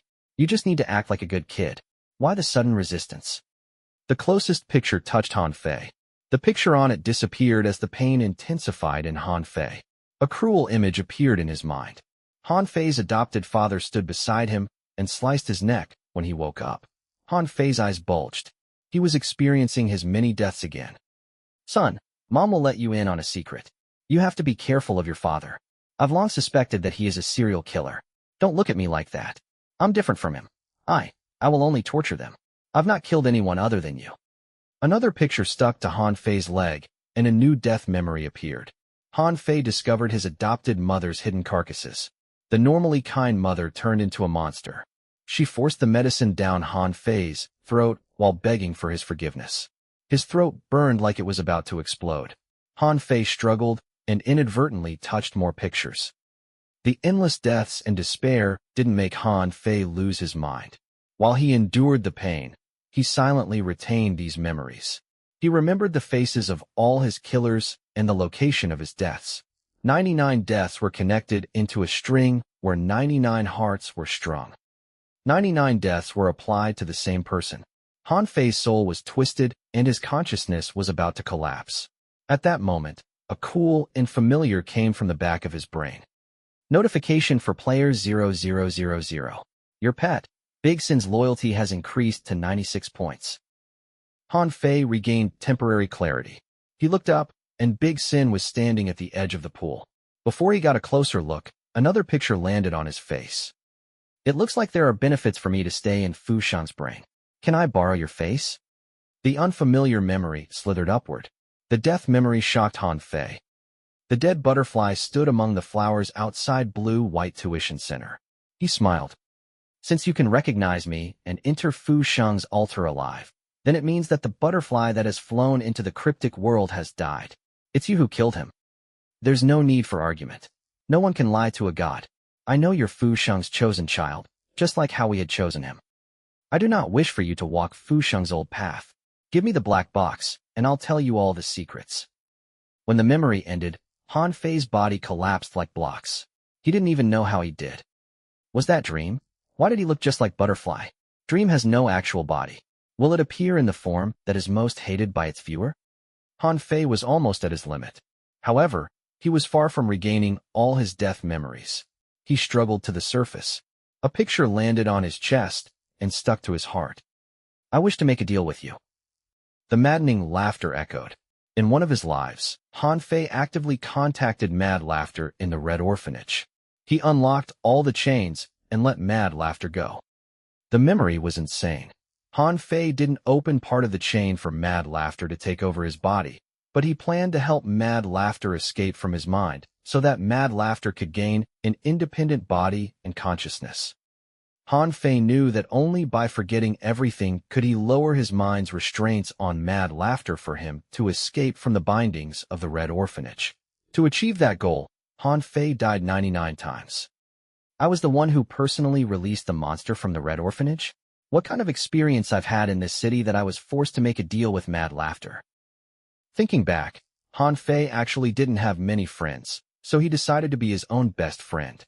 Chapter 714. Deal with Madness. 714 Deal with Madness. 99 deaths replayed themselves on Han Fei. He endured the pain and widened his eyes to observe these gory death memories. Inside the Red Orphanage, Han Fei completed the craziest deal with Mad Laughter. Fu Sheng wanted to revive through his body, and Dream wanted to take over his body. To ensure the body remained untouched, Han Fei and Mad Laughter decided to work together to consume the outside threat. They would take down Fu Sheng, Dream's lingering presence, the theme park, and even the whole city. This altar represented a painful past. Fu Sheng wanted to use this memory world to let Han Fei see the consequences of allowing the cryptic world and the real world to overlap. However, Han Fei and Mad Laughter only wanted to fix everything, to correct this tragedy from its source. Han Fei's consciousness dived into his mind. He stood opposite Mad Laughter with the gate of the orphanage between them. Their consciousness was wildly different, but it was undeniable that they had once lived in this body and could understand each other. Fu Sheng probably didn't expect Han Fei would let Mad Laughter loose. He overestimated his understanding of Han Fei and underestimated Han Fei's madness. Dream and Mad Laughter's appearance fully destroyed Fu Sheng's plan. The future became chaotic like this murky pool. Everyone could see the pictures floating on the water, but they couldn't tell how many despair and dead bodies were underneath. The picture on the heart slowly fell. The death memories in Han Fei's mind started to fade. He knew he had completed a deal with Mad Laughter, but he still couldn't remember the core content of the deal. It had been taken away by Mad Laughter. After defeating Dream and Fu Sheng, I still need to face Mad Laughter in the end. Mad Laughter was a scary ally and enemy. However, Han Fei didn't lose his head over this. He would have to pay to gain something. That was how the deal worked. The pictures fell around Han Fei. He remembered all the preparations he had done for this.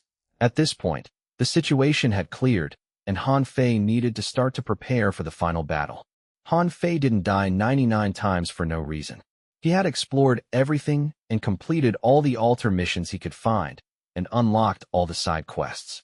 Many secrets of this city were hidden in his death memories. The pain of death tortured his nerves. In this despair, Han Fei sunk to the bottom. The incomplete bodies were scattered about. In the middle of the mountain of dead bodies was a small altar. It was unclear what kind of material made this pure black altar. The altar doors were open. The threads around all the dead bodies' ankles extended from the altar. Resisting the pain from his eyes, Han Fei glanced inside the altar. The small altar had a premature baby inside it. Its body hadn't fully matured. An early birth meant that he didn't have the chance to experience this beautiful world. The altar was like the mother's womb for the baby. It floated up and down. It was grabbing the thin threads that bound around the other dead bodies. There was a small metallic tag around his neck. The name was Han Fei. In one of his lives, Han Fei discovered his adopted father's secret. The turning point for the man's craziness started with this prematurely born baby. The baby was Dr. Han and his wife's biological child. The child was lost. The already stubborn Dr. Han became an extremist.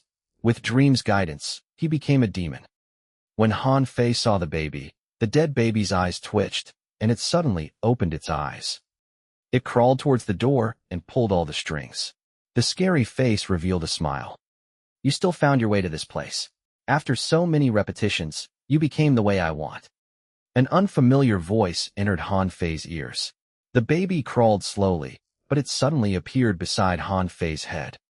The dead body wore Han Fei's name around its neck. Its chest was sliced open, and a picture was embedded inside. It looks like you've made your choice. You would no longer pick the path Fu Sheng has assigned for you. I will help you. I will unlock your body's full potential. The baby leaned on Han Fei's chest. Its sharp fingers pierced through Han Fei's ribs. The last picture touched Han Fei. The memory of the 99th death appeared in Han Fei's mind. Han Fei stopped before a door Fu Sheng made from dead bodies. The door was splattered with everyone's blood. Han Fei hesitated at the door. He carried the black box in his chest. He didn't choose to open the top of the box. This was seen by the giant eye on the maze wall. The eye colored with a butterfly pattern blinked with satisfaction. Since you've chosen the other side of the black box, then I'll help you evolve into your new self. I'll help you shake off Fu Sheng's curse and become an unmentionable horror in the cryptic world. In that moment of hesitation, the door of dead bodies collapsed. Han Fei and the secrets were buried inside the theme park maze. With this memory, Han Fei understood something crucial. Why was Dream helping him? Fu Sheng chose to open the top of the box. Dream wanted to open the bottom of the box. During his last death, Han Fei didn't choose to open the top of the box. From Dream's perspective, that could only mean that Han Fei would open the bottom of the box. But only Han Fei and the old building manager knew the real truth. Han Fei was about to open both sides of the box. This had fooled even Dream, the unmentionable. Dream uses my adopted father to collect my death memories. This is its 7th ritual. It will not be kind to help me regain my past. It is doing this for itself. Dream is slowly leading me to become complete. Its first 7 rituals have been changed. Dream's spirit had changed the past. Now, the first 7 rituals are preparation for the 8th ritual. Its real goal is me. It wants to have its spirit reborn on my body, and I am acting along with its expectation. I even gave up at the last step last time to fool it. Looking at the baby on his chest, Han Fei understood everything. He had even used Dream to accomplish his final plan. In this last life, he used the smallest price to get the biggest reward. Thank you for branding the maze map in my brain. Thank you for helping me awaken Big Sin. Thank you for helping me reunite with Fu Sheng's kindness. Thank you for guiding me to another healing persona. Han Fei's consciousness cut through the pain of death. His fingers closed around the hilt. As a thank you, I will personally kill you. I will decapitate you like how I did the butterfly, so that you'd never be reborn again. The baby realized something was wrong, but it was already too late. Rest in peace. Many hands grabbed the hilt with Han Fei. The blade cut at the dead baby and the altar behind it. The baby and the altar were split open. The spirit within the dead baby was confused. Why would Han Fei betray it? Since Han Fei didn't open the top of the box, he would open the bottom. It couldn't figure out any other possibility. The shining light cut through all the sins. The picture stuck on Han Fei slowly fell. The death memories combined with Han Fei.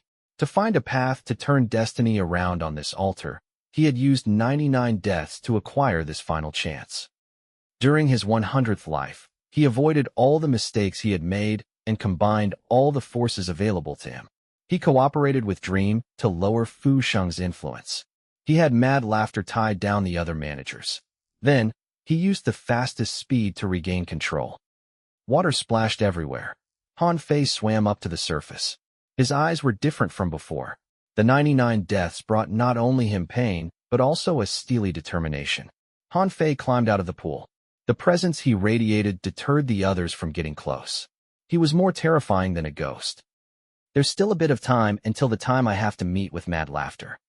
Han Fei turned to Captain Zhang and Worm. Go and gather all the special citizens and players. Tell them I plan to start a rescue party and gather all the forces to clean up the city. Clean up the whole city? Worm was stunned.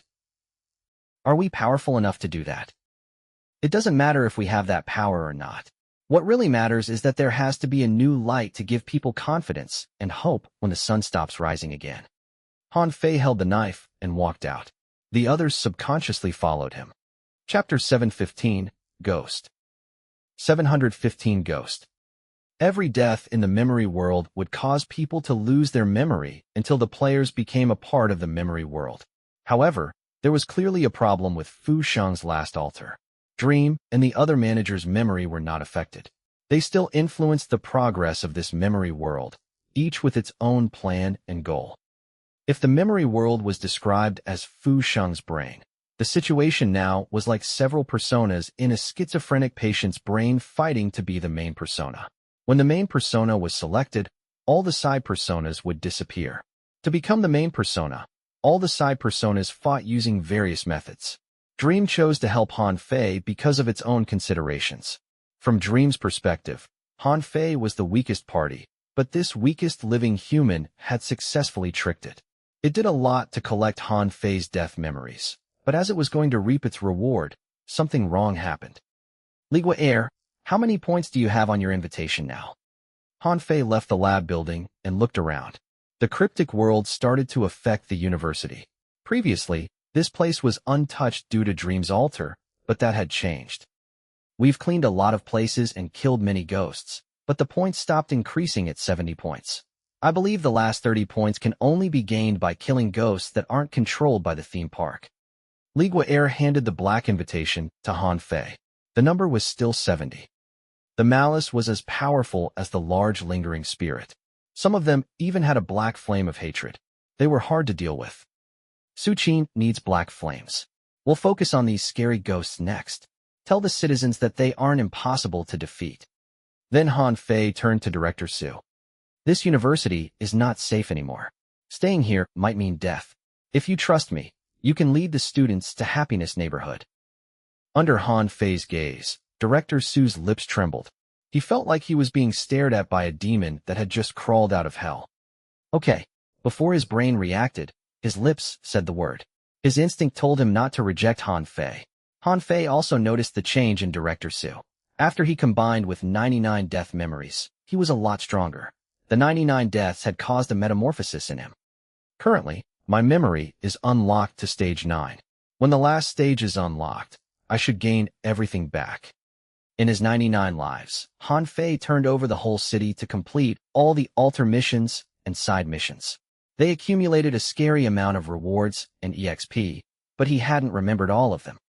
It hadn't been that long since Han Fei started playing Perfect Life, but his growth was even beyond Fu Sheng's expectations. His many deaths and rebirths in the memory world gave him more time to think and explore. Even Han Fei didn't know how many powers he currently possessed. When everything is ready, I'll go to the theme park to complete the last deal with Mad Laughter. Han Fei flipped through the script and called over the blonde at the back of the group. You said you've encountered a man with a red umbrella? Yes. The blonde nodded. He was like a gang member who was meeting the Godfather. Bring me to him. Han Fei's script recorded the stories about a few malices, and the red umbrella was one of them. It was not a single person holding the red umbrella, but a collection of consciousness. If they were not dealt with swiftly, more monsters would gather under the red umbrella. Han Fei sent the students and survivors back to Happiness Neighborhood. Then, he chose a few special citizens to leave with him. When Han Fei found his death memories, he also discovered one detail. Many ghosts could be brought out of this memory world.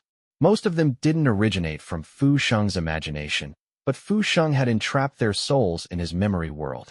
Therefore, when Han Fei became the owner of this altar, Han Fei could bring certain special citizens with him to the cryptic world.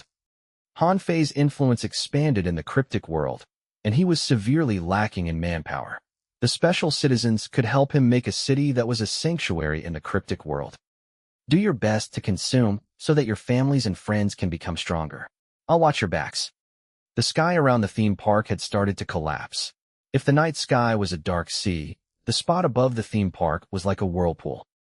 I see him. The red umbrella. The blonde suddenly shouted. He pointed at the tall woman at the junction. The woman was holding a red umbrella. Her upper body was hidden by the red umbrella, and her two long legs were exposed. Leave this to us. A woman's voice came from the van behind the taxi. The woman's name was Ahua. She was a very loyal friend and worked at a construction company. She was strong and kind. Her guardian spirit was her dead grandmother. She lived inside a jade pendant and provided Ahua with strength so that she'd face darkness without fear. The van stopped. Ahua opened the door and walked to the red umbrella. Grandma said that our family has received kindness from many people, so when I grow up, I have to repay the society. Now, I'm helping everyone restore the order. The bandaged hand grabbed the red umbrella. Ahua looked under the umbrella. Quite a lot of blood is required to dye the umbrella red. The black hair fell. The woman under the umbrella had no face. The scream echoed as the woman's fingers stabbed at Ahua's face like daggers. Ahua didn't avoid it. Black mist rolled out of the pendant around her neck. Then Ahua grabbed the woman by her neck and pressed her to the ground. Her mist-covered fists punctured the woman's heart. Why is she so weak? The black mist absorbed the resentment from the red umbrella. Even Ahua didn't notice the blood capillaries popping on her fists. Sister Hua, be careful. Zhao Gu's young voice came from the van. Then, a few kids appeared to push Ahua to the side. A fridge fell from above and landed on the spot where Ahua was standing. She looked up, and there was a faceless man with an umbrella on the third floor. That was close. Thank you, Xiao Zhao. Ahua gave Zhao Gu a thumbs up. No wonder you're a level 5 resident at Happiness Neighborhood. The level was based on the Special Citizens Power level. They were quite excited when they talked about this, but Han Fei thought they were playing house. The Special Citizens exited the van. They followed the taxi and turned the corner. Once they did, the citizens' expressions became serious. There were endless people in red umbrellas moving around the streets. Thankfully, we've discovered them early. If we're one step too late, there will be more red umbrellas. Li Guo'er asked Han Fei. Shall we get down? There's no need. Han Fei said faintly. Run through the crowd and open the way for our friends. Han Fei didn't look at the red umbrellas. Instead, his eyes were focused on the small pavilion at the end of the street. Next to the pavilion fountain, there was a man under a red umbrella mumbling something loudly. Okay. Li Guo'er stepped on the pedal. The black taxi was like thunder cutting through the river of red. The 9 souls in the car screamed. The special citizens were excited and shocked when they saw this. Then, they cheered as they joined the battle. The red umbrellas fell to the ground. The taxi cut through a path through the crowded street. Han Fei exited the taxi and silently put the white, smiling mask on. Who are you? Why did you harm my disciples? I see extreme sin and greed in you. Your sin needs to be cleansed. Standing on the platform beside the fountain, the man with the red umbrella pointed at Han Fei. You're the reason why this world is so chaotic. You are the source of all tragedies. You're right. Han Fei pulled out Rest in Peace. And then? I will take out your rotten organs so that your soul will become lighter. You'll pay your penance in pain. Stop wasting time. I have a shortcut that I can offer you to the new world. Han Fei slowly pulled out his blade. The world is pain, but thankfully the door to the afterlife has already opened for you. At that moment, the fountain beside the red umbrella exploded. A giant creature crawled out of the ground. The thick death bit the man. Big Sin approached the target with Han Fei. While Han Fei distracted the man, Big Sin sneaked through the ground. When Big Sin came out to attack, Han Fei charged with his blade. Without using the power of Su Qin's curse, Han Fei used his living human physique to evade endless attacks and slice through the man and his umbrella from an impossible angle. You have sinned. You have sinned. The man's book fell to the ground. Inside the religious textbook, every page was filled with murderous thoughts. The man's weak personality and twisted mind combined to turn the man into malice. It twisted the evil thoughts inside others and invoked them. Through accumulation, a weak black flame appeared within the man. After the man was attacked, all the red umbrellas went insane. Their sins were all exposed. Han Fei didn't pay attention to them. He picked up the man's red umbrella and injected Su Qin's curse into it. A few seconds later, a black flame lit up inside the red umbrella. All the sinful thoughts became fuel for the black blame. All the other red umbrellas were affected. They tried to stop Han Fei, but they were stopped by Big Sin. Big Sin and I are enough to take down a large lingering spirit, but to kill them quickly, we still need Su Qin. The eyes under the mask were cold. Han Fei stared at the flame in the blood umbrella. The red eventually faded away. The curse returned to the paper doll, and Han Fei's eyes softened. After consuming the red umbrella, Su Qin's black flame burned brighter. Han Fei, the invitation has gained another 10 points. Li Gui'er waved from inside the car. Han Fei was about to respond when he felt a gaze on him. He stood beside the man and whipped his head around. At the corner, there was a man in the theme park uniform and a ghost mask. His left hand was cut off, and his right hand was holding a butcher's knife. The man was there to kill the red umbrella too, but was too late. The broken arm is still bleeding. Even though he's so heavily injured, he still wants to kill the malice and maintain the order of the city? Han Fei was reminded of what the previous brain said. Could this injured person be the manager, Ghost? Among the managers, Ghost was responsible to slaughter ghosts and monsters to maintain order. Is he still alive? In the blink of an eye, the person in the ghost mask disappeared.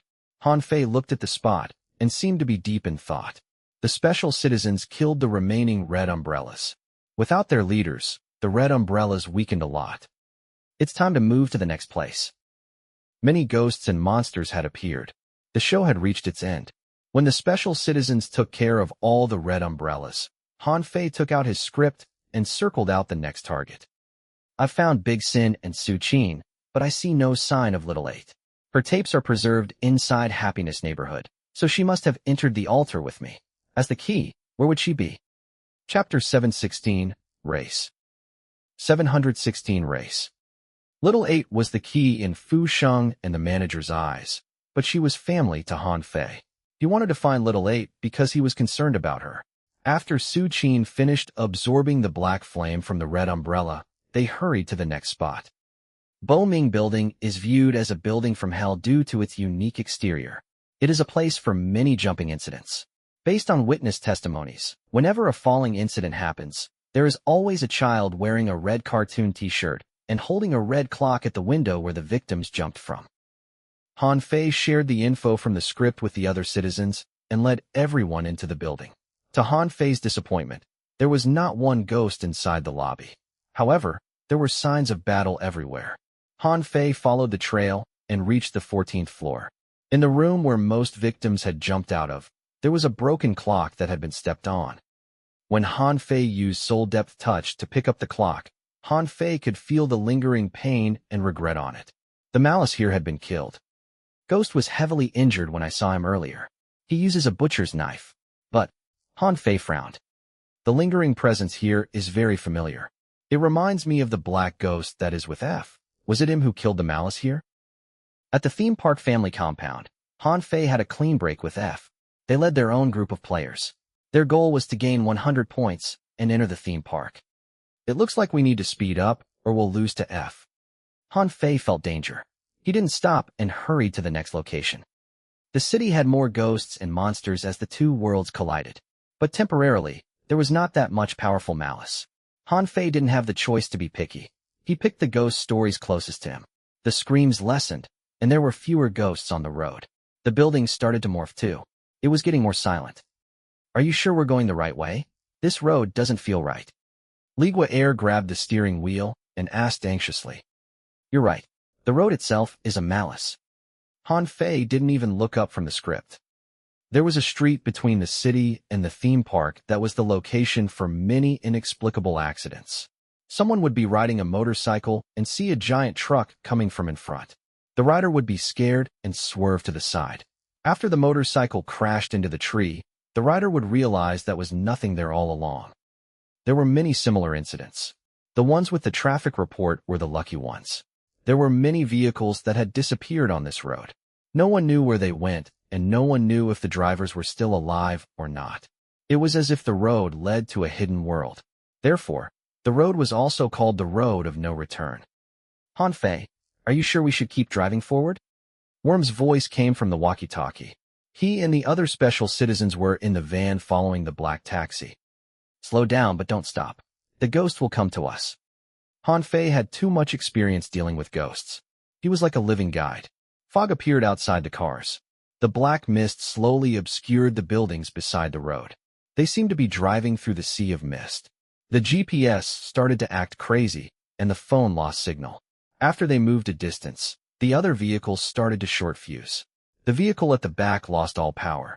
Only the black taxi was fine. What's going on? I checked the car before we left Happiness Neighborhood. Everything should be fine. The driver of the last car was called Meng. He was a truck driver. He and his good brother rented a few trucks to start a transportation company. However, they got in a car accident. His friend died, but he survived. He didn't even have the time to mourn because he needed to earn money to help with his brother's parents' medical bills. He treated his friend's parents as his own. His luck was always very bad, but he was never truly in danger. The older generation said that he had good karma.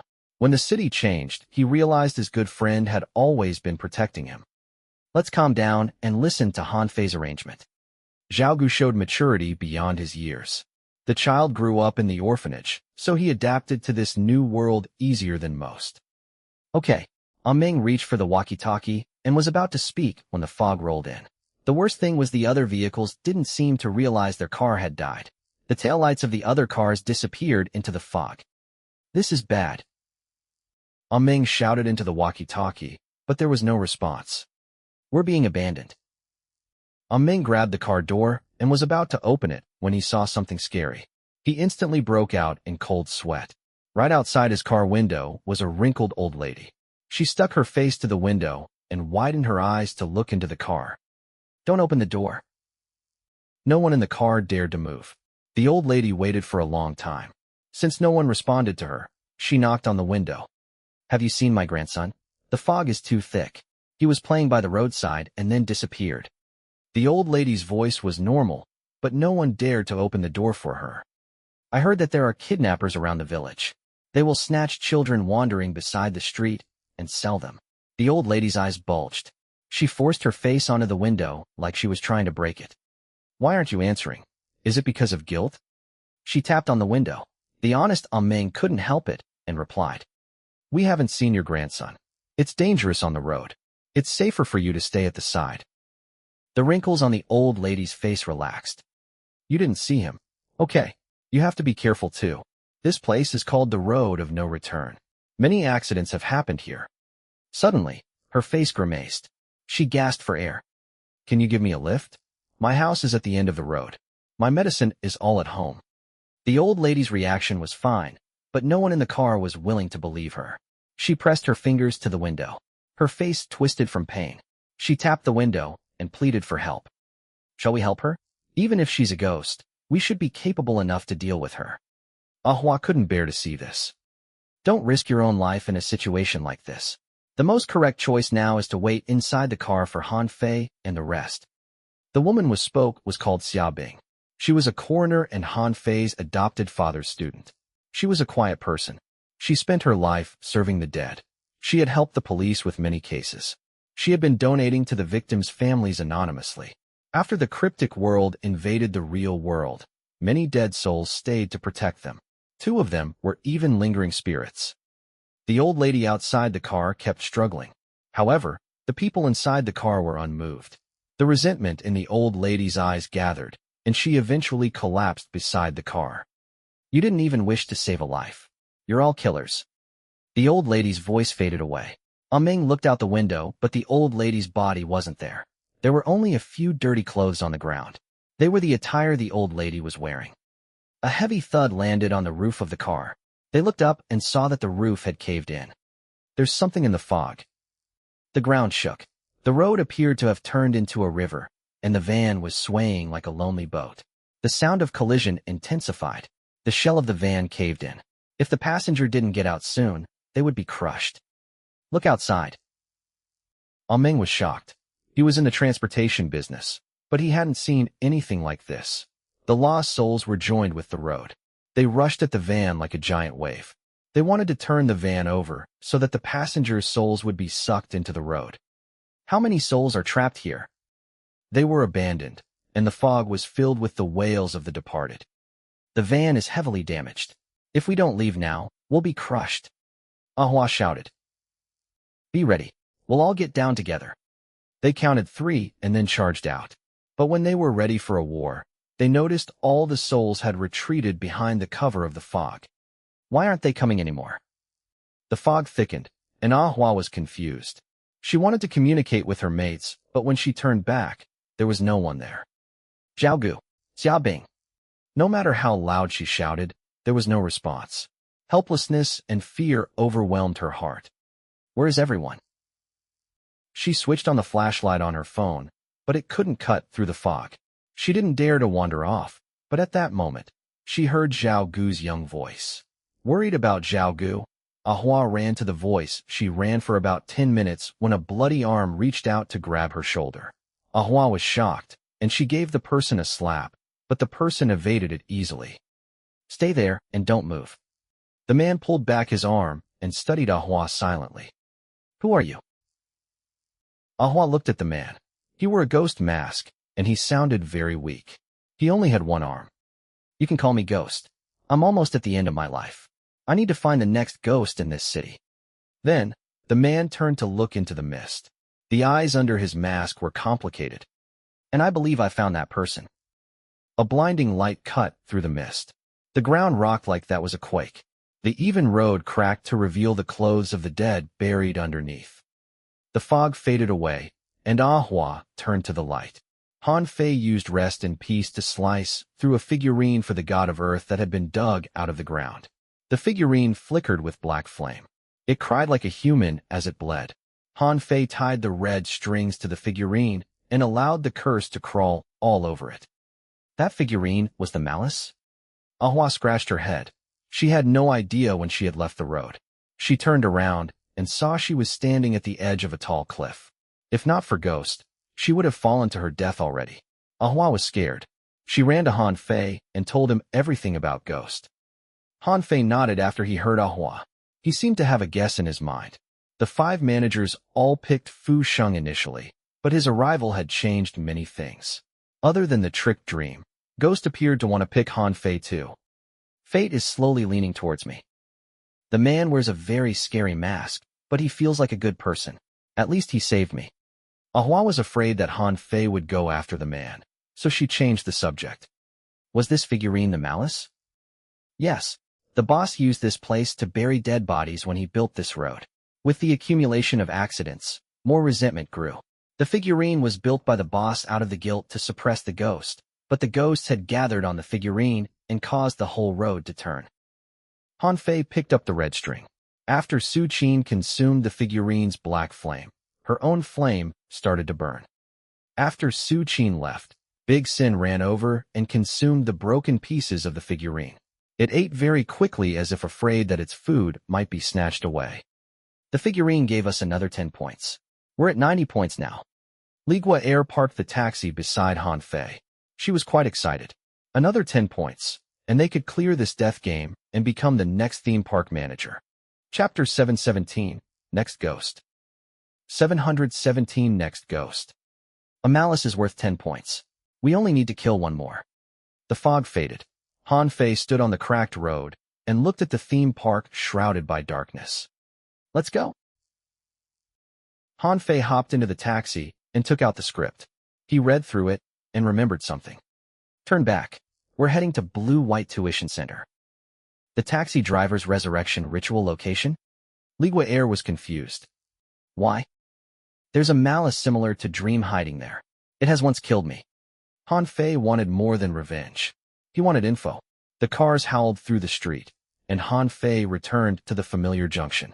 In the past, he was chased by a lingering spirit and was forced to get on a haunted bus to escape. In just a few days, everything had changed. Han Fei, who had regained his memory, radiated cold. Even ghosts feared him. The tuition center filled with blue and white flowers, the burned-down beautician clinic, children who are fair as paper, exceptionally beautiful women. These are all Butterfly's favorites. The more someone lacked something, the more they wanted them. Butterfly was extremely ugly. Therefore, it used everything in its power to make its appearance perfect. Its inside was rotten and vomit-inducing, so it loved cute and innocent children. This building looks very normal. Is there really a malice hiding here? Worm led the special citizens and followed behind Han Fei. In my memory, it is hiding here. Han Fei patted Big Sin's head. Go and knock on the door. How about I go? Worm couldn't imagine Big Sin knocking on the door. Don't get too close.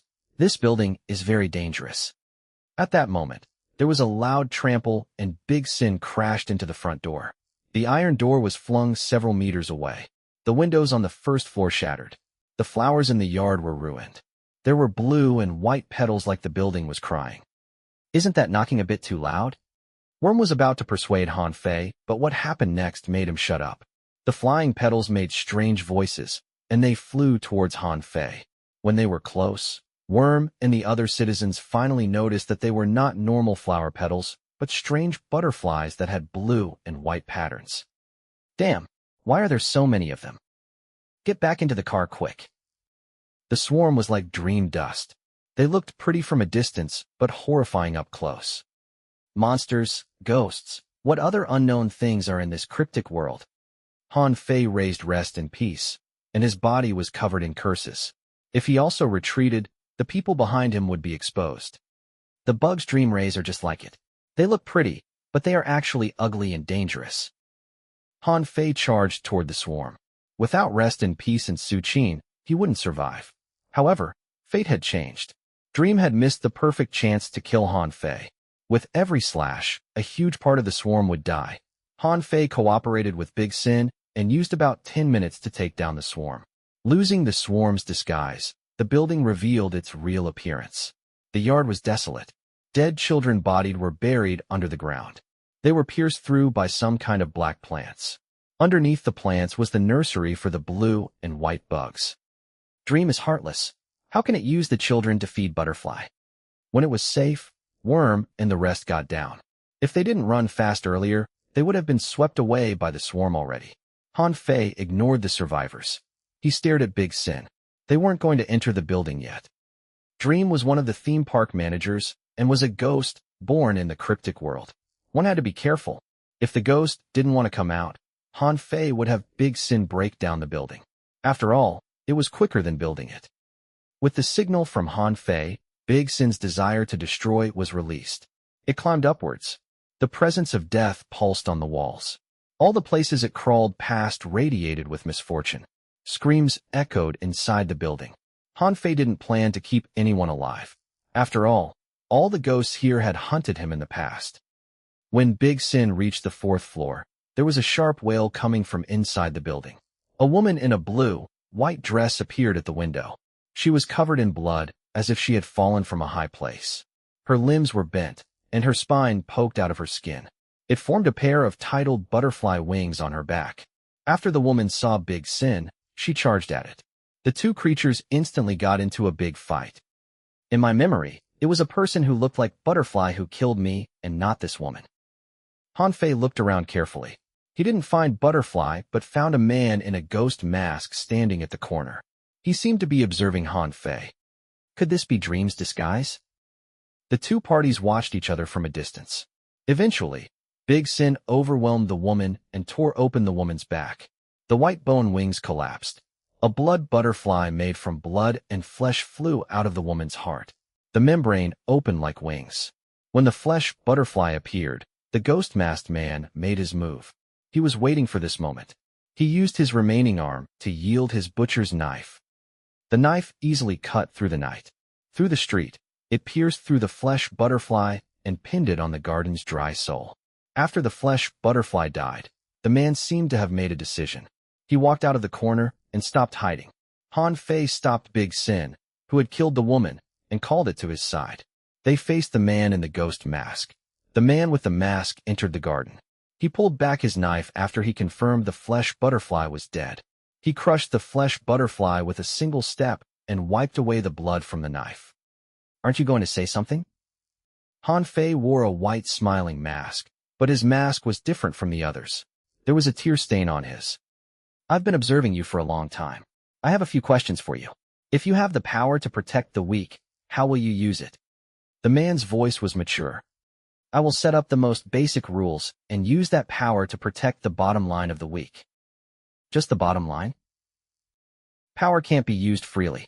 The weak have to rely on themselves to become strong. Han Fei didn't go against his principles. Then how would you set the rules? The man was very interested in Han Fei.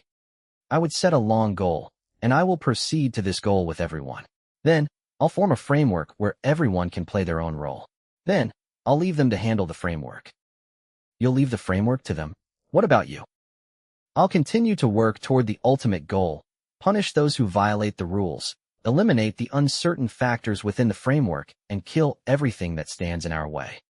Han Fei had no idea what the man wanted to hear. He was just sharing his vision for the city in the future. That's a very dangerous thought. If only you have more sympathy for the weak. The man sounded disappointed. Of course, I have sympathy for the weak, but the ghosts in the cryptic world will not sympathize with me. Han Fei walked toward the man. Will a prisoner who lives in the underground prison prefer a charity meal from others or the chance to break out of the prison to see the sunlight? The man was silent for a long time. I don't know. Perhaps everyone's answer is different. You're wrong. Most people won't even have the chance to choose. But I can give them that chance. Han Fei had considered forcing Ghost to stay, but the man didn't seem hostile. Is this why you've been following me? At first, I wanted to kill you because Dream made you its shell, but now I've changed my mind. After this city drops into chaos, you're the only one who is going around saving people, maintaining the human dignity. The man took out his knife and said, Other than you, I can't find a better candidate for now. I will hide this knife in my heart. If you can find it before I die, you'll be its new owner. Then the man in the ghost mask left. What did he mean by that? Does he want to hand over the ghost manager role to me? The butcher's knife was responsible for murder and punishment. Han Fei had a special butcher's knife too. Sorry, my grandma was hospitalized, so I wasn't working. Chapter 718, Last Scene. 718 Last Scene. Han Fei thought about the last few sentences Ghost had said until he disappeared. Are we going to the theme park now?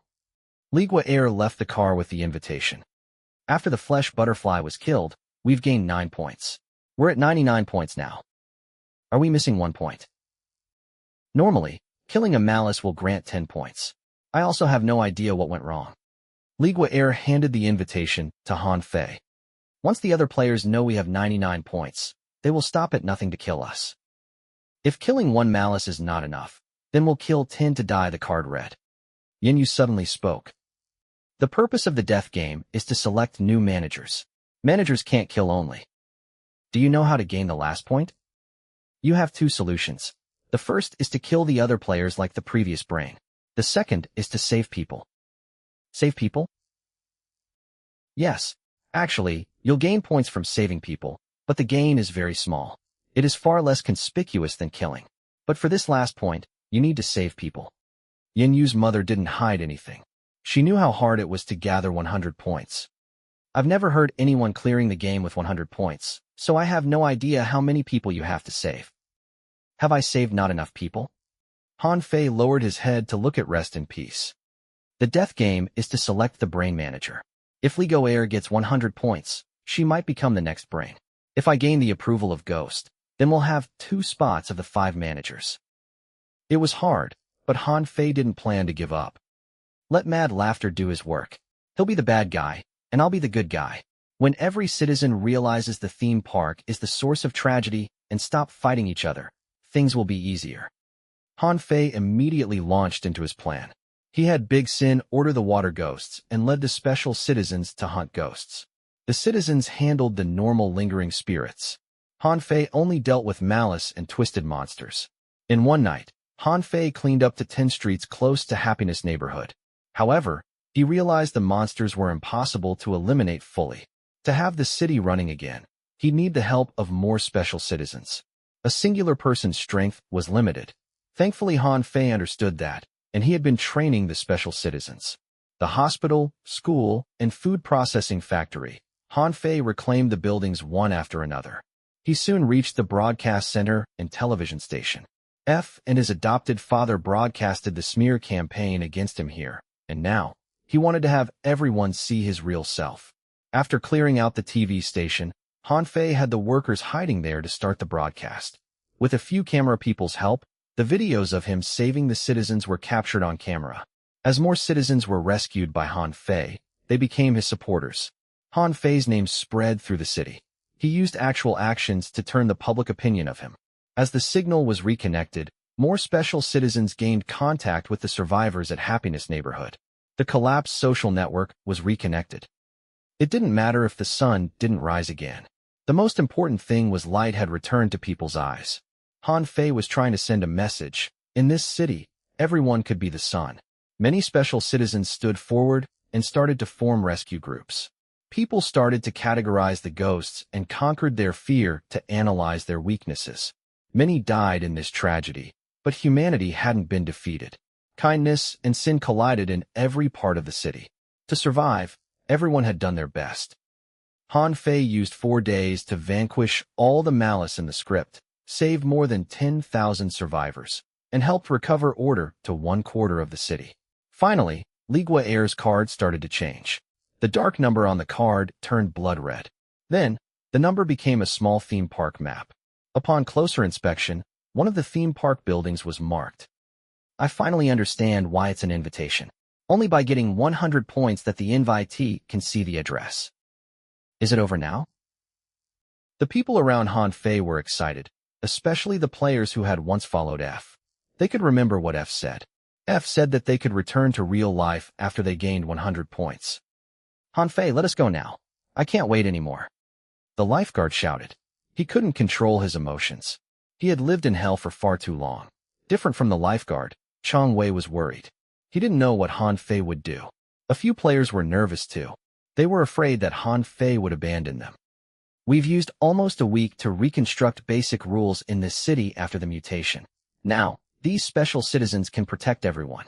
We can leave now. Hanfei had all the players pack their things. He wouldn't leave anyone behind.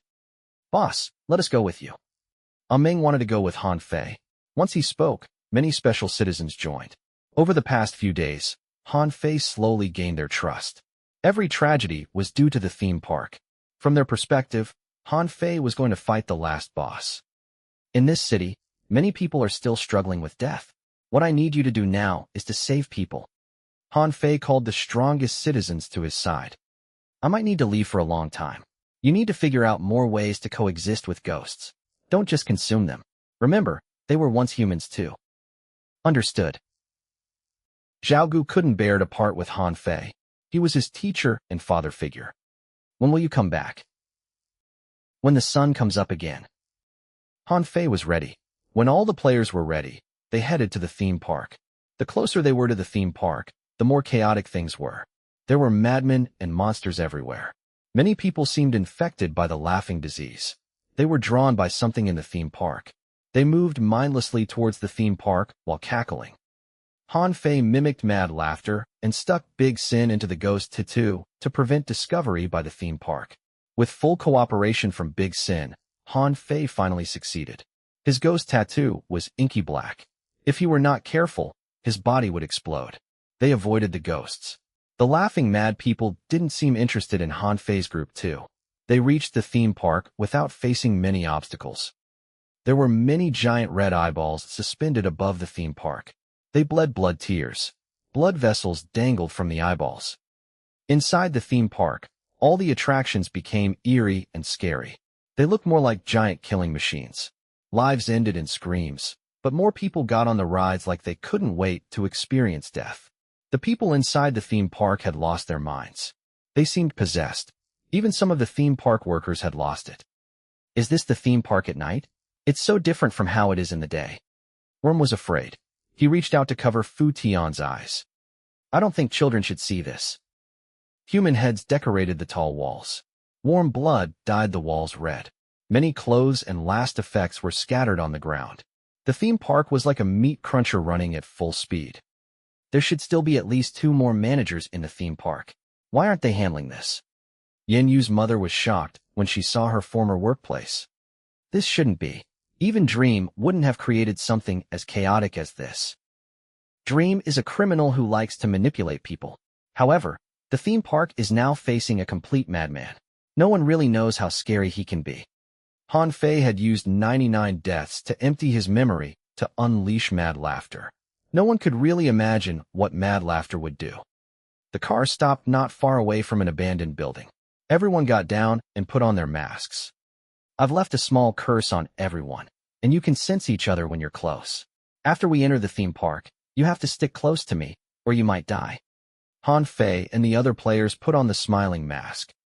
Those are probably the players who haven't received the invitation. We know the real destination, so we should be fine. Worm comforted himself. The players were excited, but when they saw the hell at the theme park, they became nervous. You can survive after crossing this last obstacle. You have no other choice. Han Fei held Fu Tian's hand and walked in front. The cackling mad people avoided them. The group entered from the front entrance and started the last scene of this memory world, the theme park. Once they crossed the gate, the world became so noisy. Laughter almost pierced their eardrums. Everyone was laughing in this theme park. They couldn't stop. They laughed when running, playing, and crying. Even when they died, they were still laughing. They seemed to be playing all the rides here. What's the goal? The theme park was crowded. Other than the laughing people, there were masked visitors, dull theme park workers, and ghosts possessing humans. The scene couldn't be described. Han Fei was shocked when he first entered, but he soon calmed down and assessed all the visitors.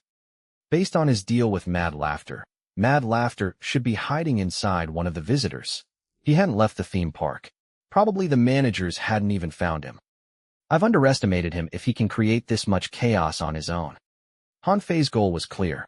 He wanted to reach the address on the invitation before attention was pulled to his group. The theme park grew in size after the mutation. It was humongous. Many bloody riders were like monsters from hell. This is the way. Move. The players followed closely behind Han Fei. They passed by several rides until they reached a cluster of strange buildings. Chapter 719, Maze. 719 Maze. Is this the destination? From the outside, it was impossible to tell what kind of purpose these buildings served. They twined together like a person's twisted heart. The maze? Yin Yu's mother could barely recognize the building. Compared to when she left, the maze had changed tremendously. It was like a newborn was injected with various scary things, and slowly grew into a mutant. This death game is to select the new brain. The maze is the brain's territory, so it's normal for this place to be the final address. Wait, I think we're being watched. Chong Wei suddenly spoke. He moved silently to Han Fei's side. My assistant has secretly collected F's blood. There's a player who has the hidden profession of blood slave. He can identify the smell of blood. He just reminded me that F is already here. When he was closest, he was only less than 10 meters away. I knew he would be here. Han Fei didn't enter the maze, but turned to look at the costume shop beside the maze. To increase playability, the theme park provided free costumes for the players. Han Fei wasn't interested in cosplaying. The real thing that caught his attention was a ranking hanging inside the shop. Other than the first 3 spots, the other ranking kept changing. Many names turned red when they got on the ranking, and then they disappeared. Is there a point ranking for the maze too? There were many rankings around the theme park. The names on each ranking were different. Most rankings were provided for normal visitors. Only a small part was provided for the death game participants. Han Fei noticed that Li Gui'er's name was ranked first with 100 points. The 100 points were marked out in red as if worried that others couldn't spot them. The second place was F with 99 points. The third place was Han Fei with 99 points. Why is your name on the ranking too? Chong Wei asked softly. Li Gui'er and Yin Yu's mother were confused. Han Fei didn't have the invitation. His points were all given to Li Gui'er. When I saw the ranking earlier, your name didn't appear on it. Could someone have taken your name? Chong Wei frowned. But only other players will know your name. Could there be other things other than F hidden among the players? There is more than one person called Han Fei in this world. Han Fei looked at the ranking. Mad Laughter was, in a way, another Han Fei. They had just slowed down when the visitors started to pay them attention. A man wearing the theme park uniform that was too small for him came out of the costume store. He was handsome and tall. The uniform was tight on him. Don't worry, I'm the worker here. If you need to rent some costumes, I can help you. You better come back after you clean the blood on your clothes. Chong Wei and Worm placed their hands in their pockets to grab their weapons. Ow, how did you tell immediately that I've killed the original worker? The man showed a sunny smile. Actually, I'm a game participant too, but it's too hard for me to gather 100 points, so I enter the theme park early and lay in ambush next to the ranking to see if I can kill the other participants. The man was bright and honest. If not for the contents, he was quite a funny person. One more step, and your head will leave your body. Han Fei didn't want to waste time or attract attention. Don't be like that. I've stayed in ambush for a long time, so I'm familiar with all the changes here. If you allow me to join your group, I'm glad to share everything I know with you. Before Han Fei could say anything, the man continued. As you can see, the theme park is broken. The managers are all missing. Almost all the workers have been killed. However, even without the workers, the theme park is running like normal. Isn't that amusing? He took one slow step towards Han Fei. Do you think these murderous mad people are scary? Compared to the theme park, they are just naughty children. I've stayed here for a long time. I've seen fresh blood wet the rides, and I've seen visitors slowly turn into monsters. Do you see the merry-go-round over there? Once you take the ride, you'll be stuck to the horses. You need to avoid the blades that appear above your head and under your feet, avoid the killing traps, and escape malice that disguises them as visitors. Only then you'd get a clue. Clue? What clue? A clue about a black box everyone here is looking for. The man shrugged. Don't you know anything? On the night the managers disappeared, mad cackles echoed in the theme park. The same message was broadcasted on the speakers. The core of the theme park is a black box. The changes to the theme park are caused by the black box, so the first person to find the black box will become the theme park's new owner. You said it yourself. The broadcast happened on the night the managers disappeared, so the broadcast wasn't made by the managers. It might not be real. Worm pointed out. It doesn't matter. It only matters that everyone thinks it's real. The man seemed to enjoy the chaos. Do you hear the cries of madness? Even if the managers appear now, they will tear him into pieces. Everyone has gone insane. The whole city is gone. More people will gather here until the meat processing machine is full. He's right. Truth is not important. The important part is people believe it. Once everyone believes it, lie will become truth. Chong Wei's eyes were dark as he looked at Han Fei, asking for his opinion on how to deal with the man.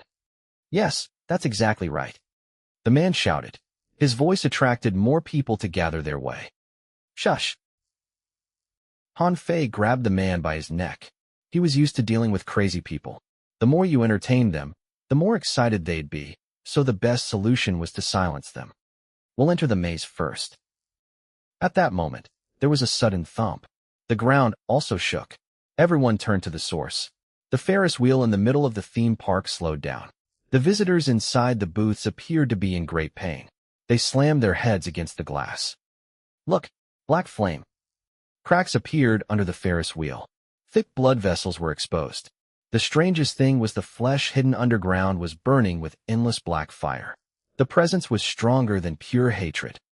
When Han Fei saw this, he was reminded of the scene he saw underneath Ziggurat. The shell dream left behind after its metamorphosis was as large as a mountain.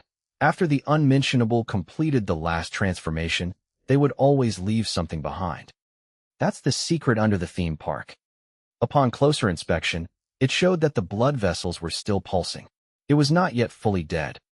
Could Fu Sheng have trapped a heavily injured unmentionable in his altar?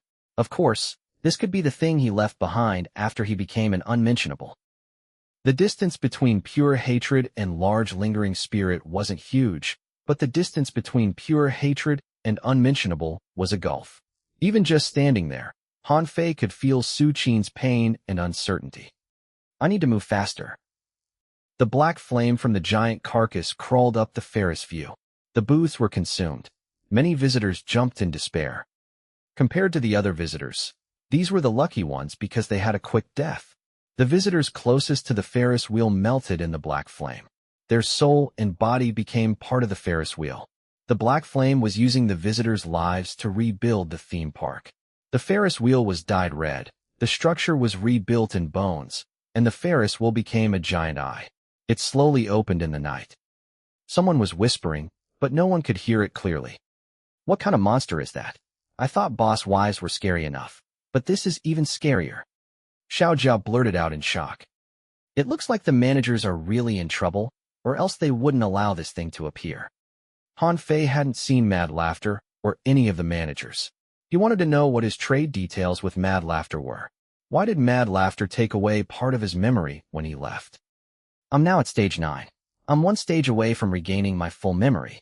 I need to find Mad Laughter. While everyone was distracted by the Ferris wheel, Han Fei waved at the players. They split into 2 groups. One of them entered the maze, while the other went to explore Dream's children's castle. They would communicate with Xiao Yu and her mother's phones. The address on the invitation should point to one room, but there are many rooms inside the maze, and every room is connected to different places. Yin Yu's mother wanted to study the invitation, but Li Gui'er wouldn't give it to anyone but Han Fei. Yin Yu's mother had to prove herself first. Are you sure this place can be called a maze? Worm widened his eyes at the buildings that led underground. Behind every door was an individual memory space. Instead of calling it a maze, this place was more like a person's brain. Every door was a memorable scene. The memory world is built on Fu Sheng's memory. We're basically walking in his brain. We need to find the most crucial key through his memories. Han Fei didn't finish the sentence. The black box that changed Fu Sheng's life was probably in this maze too. Fu Sheng believed the black box could change everything. So in his memory world, the managers, Mad Laughter, F, and everyone was fighting for it. Counting the time, Fu Sheng has owned the black box for more than 50 years. He is also the inheritor chosen by the 5 managers. He should know plenty of things. Based on the hints in the invitation, Li Gui'er and Han Fei opened the first door. It was a very normal classroom. On the other side of the room were 2 doors, one in the front, the other at the back. The front door had a school back, and the back door had a human head. The route on the invitation points to the back door, so we have to pick the scary choice every time? Li Gui'er didn't get it. No, we're taking the choices taken by the altar owner. Han Fei had accompanied Fu Sheng in his high school years. The school bag represented the studious Fu Sheng, while the human head represented the bullied and isolated Fu Sheng. This is his life maze. Do I need to pick all the worst choices to see the black box in the depth of despair? Han Fei wanted to look around some more when Xiao Yu's mother's phone rang. The players outside said that someone was purposely directing the visitors to the maze. Is it F or Mad Laughter? Han Fei grabbed the school bag and then stuffed the human head inside the school bag and entered the back door. The back door led to a bar. There was a white-tie mannequin worker. It was wearing a Western suit, playing with a female mannequin on the couch. The door was beside the worker, but the invitation route was through the glass window. Fu Sheng had seen his father drunk more than once. The door probably meant hope and optimism, and the window represented despair and surrender. Let's go. After leaping through the window, they arrived at a living room. Han Fei was shocked because this was Fu Sheng's former house. He had spent a memorable time here too. There are 3 doors. They lead to the parents' bedroom, the children's bedroom, and the kitchen. Li Gui'er was finding the route on the invitation when Han Fei walked to the middle of the living room. He slowly approached the parents' bedroom door and stared at it. Has she been here? There was a small line carved on the bottom of the door. I will help you find yourself. This maze hides not only him, but also you. Chapter 720, Deal. 720 Deal. The message on the door caught Han Fei's attention. Before he recovered his memory, the first thing he did was to find his wife, and that was the start of all the changes. My wife is inside the maze. Is this her hint for me? Han Fei, the visitors are catching up. We can't stay here. Li Gui'er held the invitation and stood before the children's bedroom. We should pick this path. The empty living room felt so lifeless. When Fu Sheng was enveloped by negative emotions, he could have communicated with his parents. Even though his father was a bastard, his mother and stepmother were good people. Unfortunately, he chose to close himself up inside his room. The message is on this door, so she should have gone this way. Han Fei hesitated before following the invitation. He needed to reach the end of despair to get the black box. My wife has been here for days already. She might have discovered something. Footsteps and noises came from behind. Many visitors rushed in. They didn't have the map or hints, but they had the power of numbers. If they were lucky, they could enter the final room. We need to pick up our speed and try not to encounter those visitors. The whole theme park had gone insane.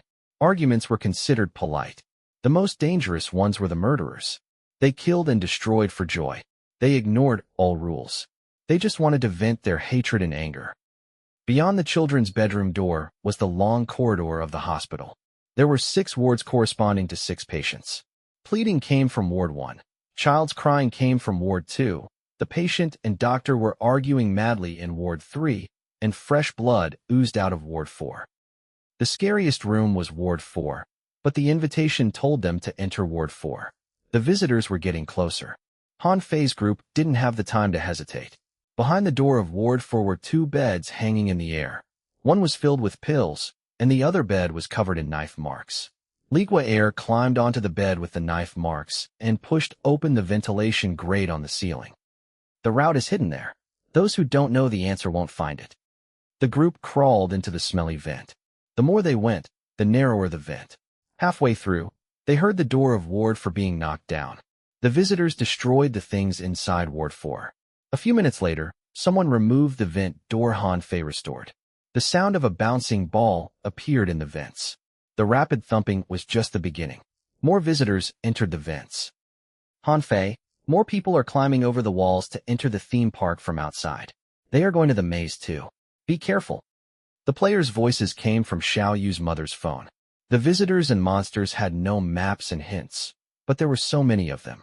They could get the answer through trial and enter. Quick! After they exited the vent, they landed in the surgical room. The bloody table was scattered with the patient's garb, and the surgical items were littered everywhere. This was the site of a failed surgery. Left side. There were 2 doors inside the surgical theater. The left door had a bloody handprint and a surgical knife. The screams of doctors came from behind it. The urgent calls of the staff came from the right door. They seemed to be rushing to save someone's life. The room beyond the left door was another surgical room. But this place was bloodier than before, and the surgical table now had restraining straps. Teeth and threads littered the ground. The pictures of handsome men and beautiful women were on the walls. Cut skins were placed on the tray. It seems like someone was forcibly changed to look like someone else. It's still the door on the left. There were more surgical rooms. There were 11 surgeries to turn the patient into a monster, both inside and outside. When Han Fei opened the 12th door, the scene finally changed. The room was different because everything had a thin layer of black mist over them. We're finally out of the surgical rooms. The blood is too scary. Worm was about to take a breather when he realized Han Fei had stopped. Once Han Fei stopped, it meant that there was something scary. The patient left the surgery, but his world is now corrupted by black mist. Everything he sees radiates despair. This person has been fully ruined. The room was dark and oppressive. All the colors had been drained. Doesn't this mean that we're on the right way? We're slowly moving to the center of the maze. Yin Yu's mother was rather excited. She had never been here before. We better be careful. Han Fei picked up a random object. The black mist was like spores. It took a lot of effort to remove. The light in his world is fading, and strange things start to appear. If we continue, we'll be affected too. You mean, we'll sink into the maze and become like the owner? Ever since Chong Wei entered the maze, he had been uneasy. We're slowly moving to the despair at his core, but not everyone can finish this path. Only those with determination can survive until the end. Han Fei looked at Chong Wei. We're both from that orphanage. I'm not sure what will happen in the future, but at least I hope you can trust me while we're here. After a short silence, Chong Wei nodded. I will. There's no need to be so serious. We have the map, so it should be easy to find our way out. Xiao Jia carried his laptop. He had great faith in Han Fei. Don't be so pessimistic. Perhaps Xiao Jia was a jinx. The players entered the next room, and the mist was clearly thicker. The rooms recorded normal days in life, but they looked dirty to the maze owner. Everything reeked of despair, and everything reminded him of death. The scariest thing was the black mist started to affect the players. They started to feel the same emotions. The owner can no longer return. He is rapidly falling into despair. The mist was so thick in the next room that it blocked out the sun. Even the optimistic Xiao Jia had shut up. If they moved further, it would be total darkness. The rooms featured many despairing scenes.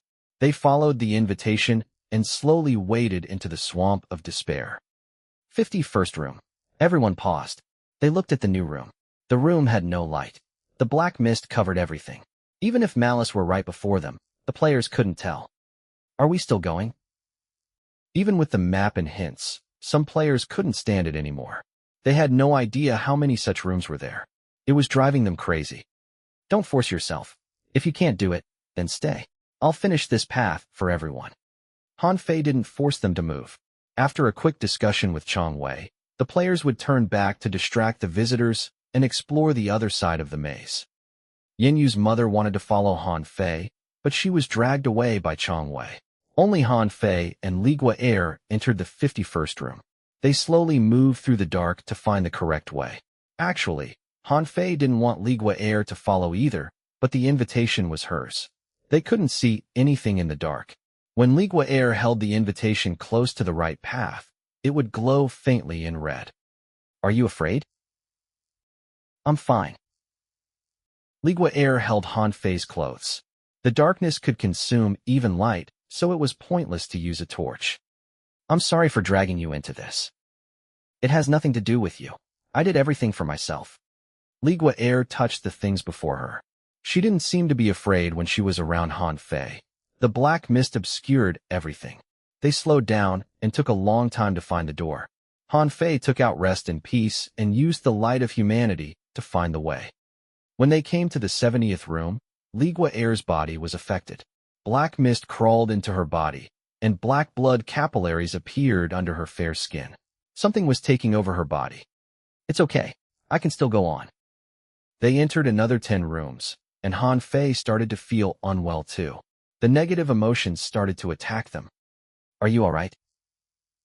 Han Fei looked at Li Guo. The latter's face was white, and her lips were dark. I'm fine. Li Guo pushed open the door. The room changed again. They seemed to be inside the body of some unknown creature. Everyone was made with flesh and blood. It was scary too. Li Guo didn't rest even though she was at her limit. In fact, she moved faster. She wanted to carry Han Fei as further as she could. Actually, they had no return. Han Fei knew that if Li Guo couldn't be the next brain, she'd be a part of the maze. I wonder how many rooms are left. But it's fine. I will never feel despair here. Don't worry. Li Guo said softly. My dream in the past was to trap you inside a black room that only I know. If we fail this mission, then my dream will come true, so I don't feel despair. In fact, I feel excited and shy. She wanted to make a sick smile, but she couldn't do it. The double pressure on her mind and body was too much. Han Fei wanted to say something, but she had already moved to the next room. 92, 95, 98. When they entered room 99, Li Guo tripped and fell. There appeared to be black hairs crawling under her skin. The despair inside the maze finally crushed her. Room on the left. Li Guo pointed the way for Han Fei. Han Fei didn't leave her behind. He carried her and opened the door to room 100. Han Fei was startled. This room was fully dark. Even rest and peace couldn't shine any light through it. All the despair comes from this room. This room is the core of the maze. Seeing the darkness, Han Fei hesitated. He felt like this room was like an open black box. What is inside the room? Carrying Li Guo, Han Fei slowly moved into the 100th room. As the door closed, the surrounding dropped into darkness and silence. Am I inside the black box? Was this something Fu Sheng experienced? He could see, smell, or hear anything but despair. Han Fei tried to find the edge of the room when his hand touched someone's arm. Who is it? Laughter started inside the room. The shy laughter gradually became exaggerated until it became mad laughter. It's you. Han Fei was too familiar with this laughter. He didn't think mad laughter would be waiting in this 100th room. You released me to make a deal with me. Now all 5 managers have been dragged by me. I've done my part, so it's time for you to do your part. A voice similar to Han Fei appeared before him. Others would think he was talking to himself. Isn't the deal for you to gain freedom? You've forgotten the real deal, but I'll help you remember it. Han Fei felt someone grab his mask in the dark. He couldn't stop it. Before he reacted, the pain came from his face. The mask fell, and mad laughter tore off Han Fei's face. I'll be you from today onwards. Blood covered everything. Mad laughter echoed in Han Fei's mind. When he tried to struggle, he was thrown somewhere far away. The deal is completed. I will kill everyone who wants to be reborn in this body and send you to the Red Orphanage deep inside this brain. Chapter 721, Heart Hotel. 721 Heart Hotel. No wonder I didn't receive any invitation. My name and soul have been taken by mad laughter. The pain came from everywhere, but it was most intense on the face. Han Fei's face felt like it was being burned by fire. He gritted his teeth. Mad laughter had taken part of his memory, so Han Fei didn't know about the real details of the trade. He struggled to stand up, but it was like his body wasn't his. He crawled down a random direction for a few meters before he fainted. The insane cackles slowly faded away. Han Fei was abandoned by the world. Mad laughter took away Han Fei's face, and he would live Han Fei's life. People would see the new Han Fei, and they had no idea the real Han Fei was abandoned inside this black and dark room. After some time, the feeling of burning receded slightly. He could hear the phone ringing. A faint glow of light appeared before his eyes. He raised his head to look, and a lingering spirit enveloped by kindness was kneeling before Han Fei holding the phone. Fu Sheng? The lingering spirit was Fu Sheng, who was trapped by dream inside the mirror. Han Fei had helped him leave the mirror, and he entered rest and peace. In the previous memory world, Han Fei changed Fu Sheng's fate, but in the end, Fu Sheng still chose his old path. He left his kindness and memory at the plastic surgery hospital, and he went to the theme park alone. The lingering spirit smiled when he saw Han Fei awaken. He passed the butcher's knife and mask to Han Fei, and then started to walk. The room in the middle of the maze was very large. It was like there was no horizon. Fu Sheng's kindness was the only candlelight. He carried a weak light and led the way for Han Fei. Time lost its meaning. There was no direction. Han Fei silently followed Fu Sheng's kindness, and they walked for a long time. Fu Sheng only stopped when the wounds on Han Fei's face stopped bleeding and the feeling of pain weakened.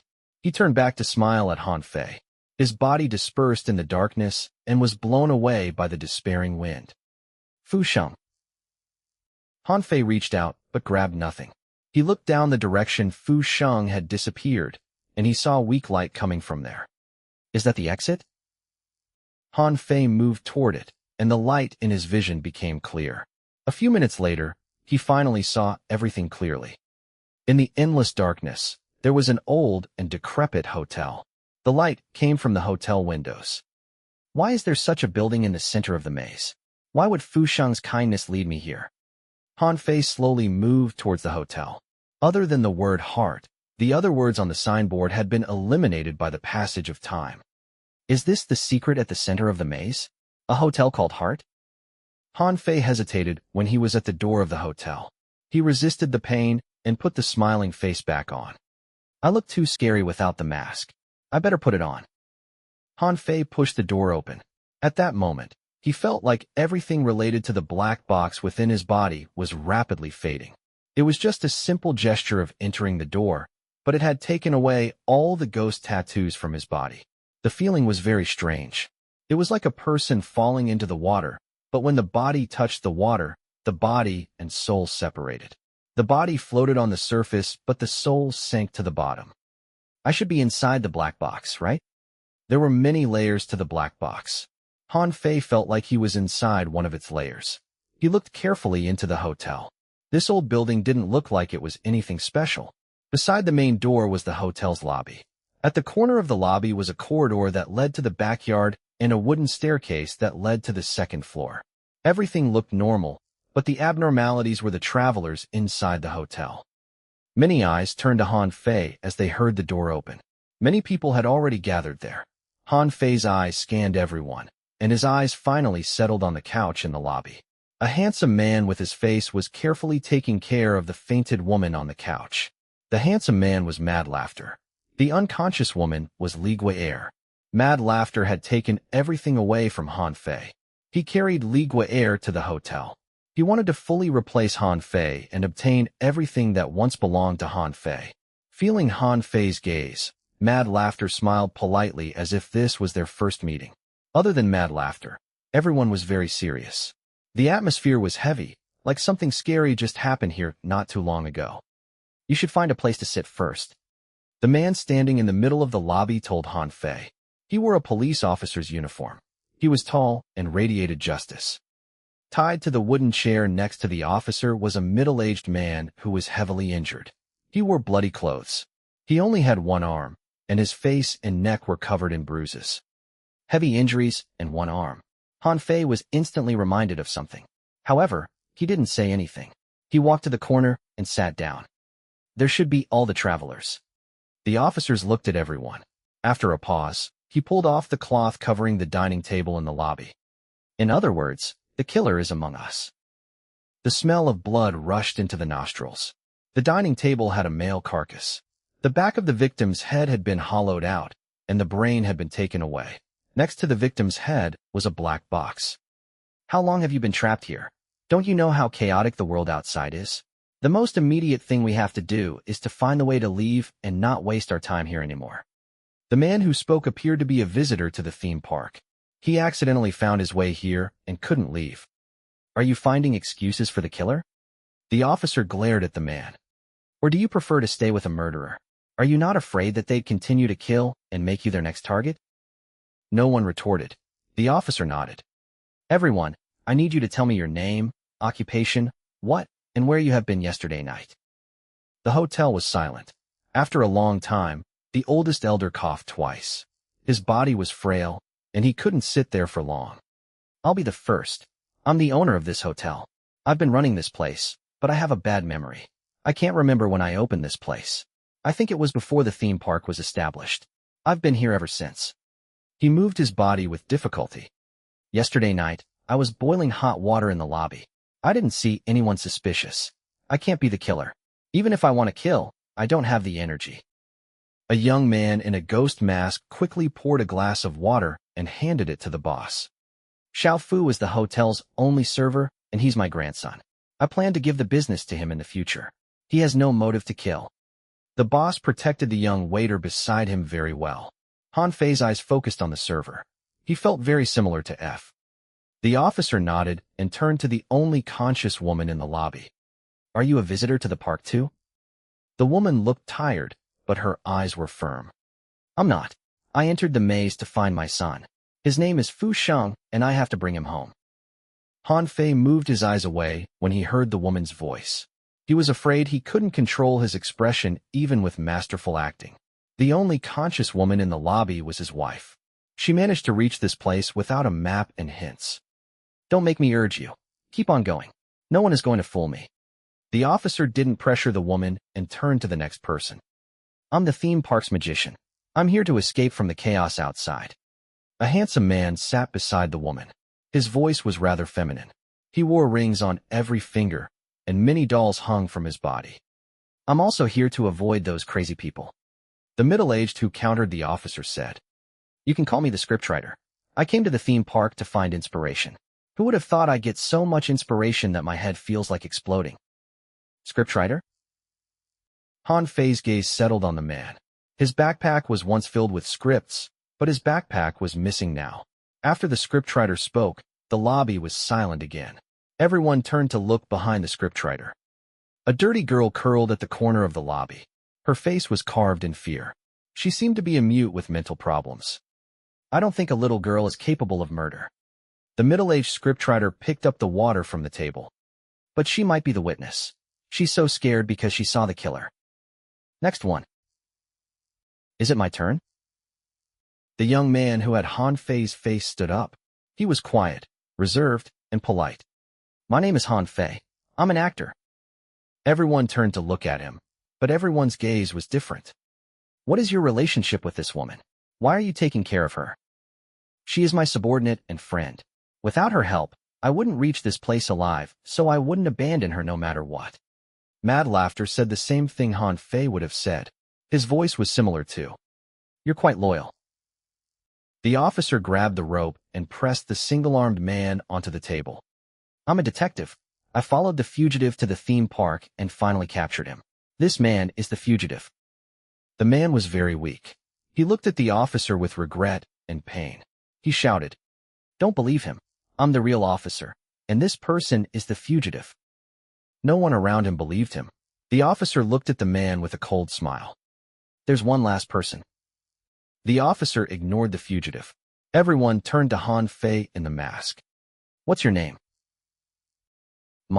The blood under the mask was still wet. Han Fei knew mad laughter was staring at him. Han Fei continued in a throaty voice. My name is Fu Yi. At that moment, the only conscious woman's eyes changed. She looked between Han Fei and mad laughter before her gaze settled on Han Fei. Chapter 722, Death Poll. 722 Death Poll. The hotel entrance was closed, so everyone should be there already. Everyone sat around the dining table and examined the dead body. The killer is among us. I hope he won't make a meaningless struggle. Surrendering is beneficial to everyone. If he's captured, the punishment is going to be more severe. The officer placed his hands on the table. He was the only person standing. He looked down on others as if showing his superiority. How can you be sure that the killer is among us? The scriptwriter asked. Perhaps the murderer has escaped after committing the murder. Impossible. The weak boss shook his head. Ever since the hotel was enveloped by the black mist, you could only enter and not leave the hotel. Everyone who tried to leave would be killed by something in the mist. I have no idea what it is. We call them unknown for now. Then, let's think about this from a different perspective. Why would the killer kill him? What is the connection between the victim and the killer? What is the motive? Why would the killer take away the victim's brain? The scriptwriter stood up. When no one dared to challenge the officer, he stood up and provided a second voice. Perhaps we can check the victim's clothes and his room. We might find something. Han Fei, or Mad Laughter, said. He seemed to know the scriptwriter. Okay, I was thinking about that too. The officer examined the victim's effect before everyone. The fatal wound is on the head. He might have been hit by a blunt object, and then the killer gouged out his brain. This is a very unique MO. The killer might be a madman who likes to collect human organs. That can't be. The scriptwriter interrupted. If they like to collect human organs, they wouldn't have attacked the head because it'd ruin his collection. You sound like a professional. The officer's tone was normal, but his smile was uncomfortable. The man is wearing the theme park uniform. Perhaps the killer did this to take revenge on the theme park. The scriptwriter was openly challenging the officer.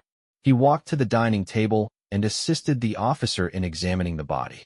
This small action made the atmosphere tense, but the scriptwriter didn't mind it. He seemed to be doing this on purpose. After a while, the officer and the scriptwriter found a theme park work ID from the victim's pocket. The ID had no photo, and the body was blurred out, but the silhouette didn't look like the victim. This is not the victim's ID. Then why is it in his pocket? Did the killer place it there?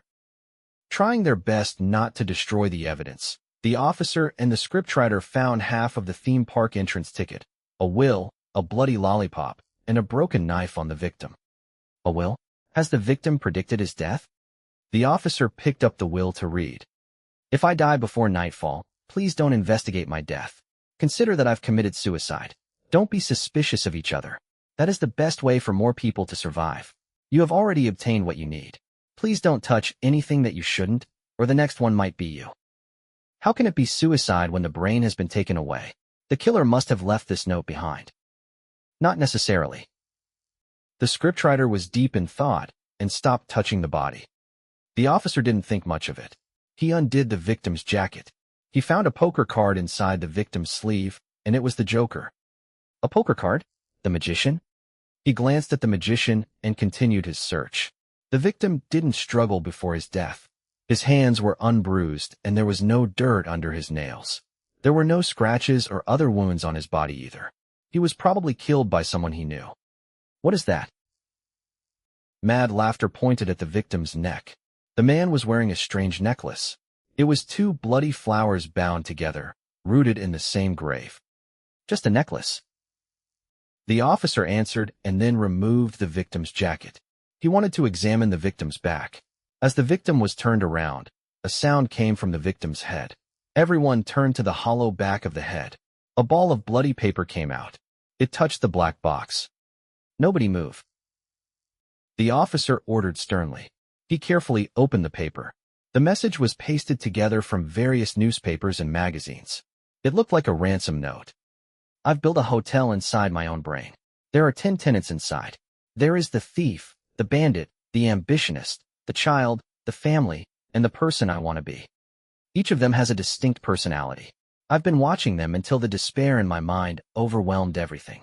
I fell into deep water, and I was drowning. I was forced to reach out to them, but no one was willing to help me. They only saw themselves. I died in my own brain, and my spirit was gone. Even my memory was shattered into pieces. Thick black mist rolled in from the sea of despair. Once the sticky water covers the hotel, the new me will be reborn among the tenants. However, there are 10 tenants and 1 me. Every soul is equal. I'll let you choose who will be the new me. Drop the name of another tenant into the black box. The tenant with the least amount of vote will become part of the black mist. Han Fei had a bad feeling. The killer meant that there would only be 1 survivor among the 10. However, the selection was done through the process of elimination. They would see the person beside them die until there was only 1 remaining. I think I understand the meaning of the victims will now. As long as we choose 1 person each, then we'll all survive with a tie. The woman was kind and gentle. You're right, but don't forget that the killer is among us. He will not do that. If we pick each other, the killer will not pick the person he's supposed to, and one of us will die. The officer said firmly. So, the problem now is still to find the killer. The scriptwriter frowned deeply. He didn't think the game was that simple. Chapter 723, Second Round. 723, Second Round. After entering the theme park of life and walking through the maze of memory, eventually, they arrived at the Hotel of Despair. Every tenant here had their own identity, and they each represented something. They would follow the black box's rules and select the last survivor. Everyone had the right to decide other people's lives, but they had no right to decide their own lives. Han Fei lowered his head, and blood leaked out of the corner of his mask. The fiery pain didn't disappear. His face appeared to grow into the mask. What if we didn't choose anything? What will happen? Why should we listen to the order of a killer? The woman didn't want the party to be led by the killer, but the hotel owner interrupted. At least the killer got something right. The black mist is coagulating. Eventually, it'll form a tide to swallow the hotel. If this place is ruined, we'll end up in the same state as those who were forced to leave the hotel. Death. There were only 2 choices. Either they followed the killer's rules, or all of them would die. The wall clock ticked. With each passing second, the atmosphere became more oppressive. How about we follow the killer's orders for now? Based on his tone, the killer's mind wasn't in the right place. Perhaps he imagined everything. The magician sat on the couch and played with his dolls. He didn't look at anyone. He seemed to be talking to the dolls. No. The officer rejected it. He glared at the magician. Everyone, calm down. There is a poker card in the victim's sleeve. The chance of the magician being the killer is very high. I'm a magician, not a clown. A joker poker card doesn't mean anything. He raised his head, but he didn't look at the officer. He stood up and walked towards the mute girl at the corner. The girl sensed that and shivered even harder. I'm a kind person, and I love to be with kids. The reason I'm a magician is to bring smiles to children. He knelt before the girl. He removed one of his dolls and placed it in the girl's hand. Can you tell me your name? I'll write your name later so that you can leave here alive. The magician was facing away from everyone. They could hear his words, but they couldn't see what he did. A few seconds later, the girl reached out to paint a small flower on the muddy wall. Is your name Flower? The girl nodded mechanically. The fear in her eyes subsided. They were replaced by confusion. All right, I understand. The magician touched the girl's head. Children are our future and hope. If only one of us can leave here alive, I personally hope that it's you. The magician appeared to have made his choice. Then, he returned to his seat. The officer's face darkened because the scriptwriter openly went against him, and the magician also ignored him. When the clock showed 23:55, everyone could hear the rain dripping. The black rain became heavier like it was trying to wash away the hotel. The raindrops hit on the walls. The party looked out the window. The black mist mixed with the black rain. The world was collapsing on them. Are you sure you're not going to follow the killer's orders? Do you plan to die together? The magician ignored others. He removed the doll near his heart, picked up the pen on the table, and wrote down Flower on the doll. Hopefully, the black box can understand my thoughts. The magician tossed the doll into the box. I wish for her to be the last survivor. The doll fell into the box and disappeared silently. The other travelers looked at the magician in shock. Giving others your vote was the only leverage to ensure one's survival. However, the magician used his vote without hesitation. It was like he really wanted the girl to survive until the end. After that, the girl stood up and walked unsteadily to the table. She slipped a paper into the box. I don't think the girl voted voluntarily. None of us know the magician's real name, but the girl dropped her vote directly. I suspect the magician has hypnotized the girl to make her do something against her will.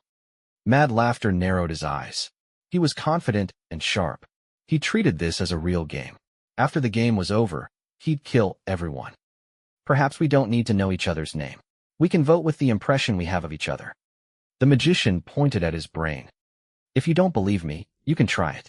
Once the vote is successful, you'll have this feeling of tossing said person's soul into the abyss. You know so much. The officer became more reticent, but also more dangerous. The person we choose will receive a new life. Why would it feel like you've dropped them in the abyss? The scriptwriter was confused. He took out the paper and pen from his pocket. He scribbled a name and put it into the black box. When the paper disappeared, the scriptwriter was startled. Then, he turned around to smile at Mad laughter. Then, everyone else started to vote. After the scriptwriter was done, Mad laughter walked to the table. He wrote down a name and dropped it into the box. The hotel owner sighed. He and the worker walked forward together. They wrote down each other's names. You'll regret this, the officer said.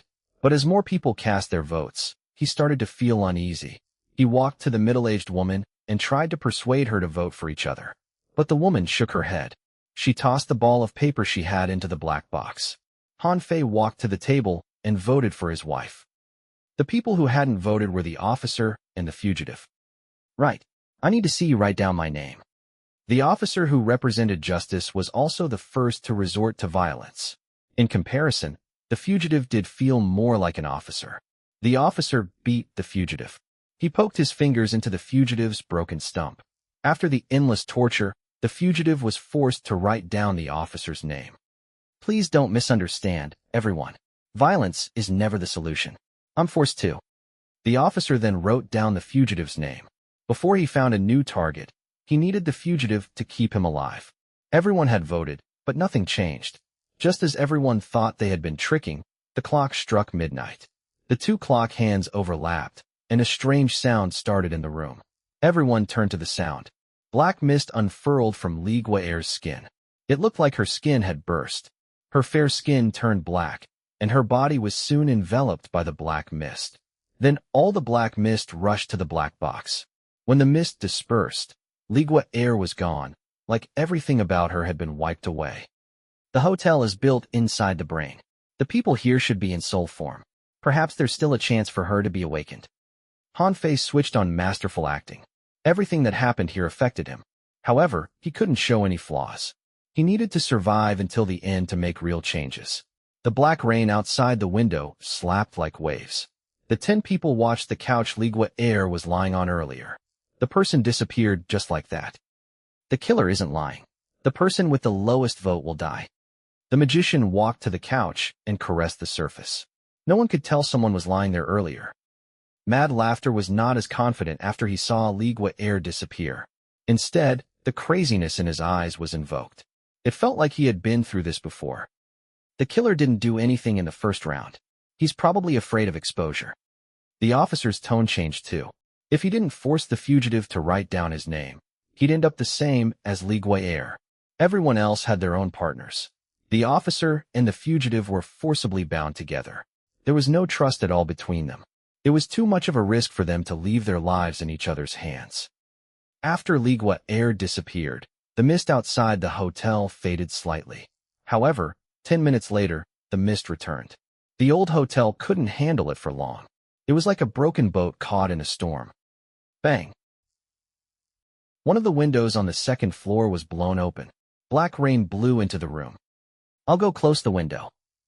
The worker was about to leave when the scriptwriter said, You better don't leave our sight. The magician also smiled. Didn't you realize it? The longer we drag this out, the harder the storm. The killer is urging us to pick the last survivor.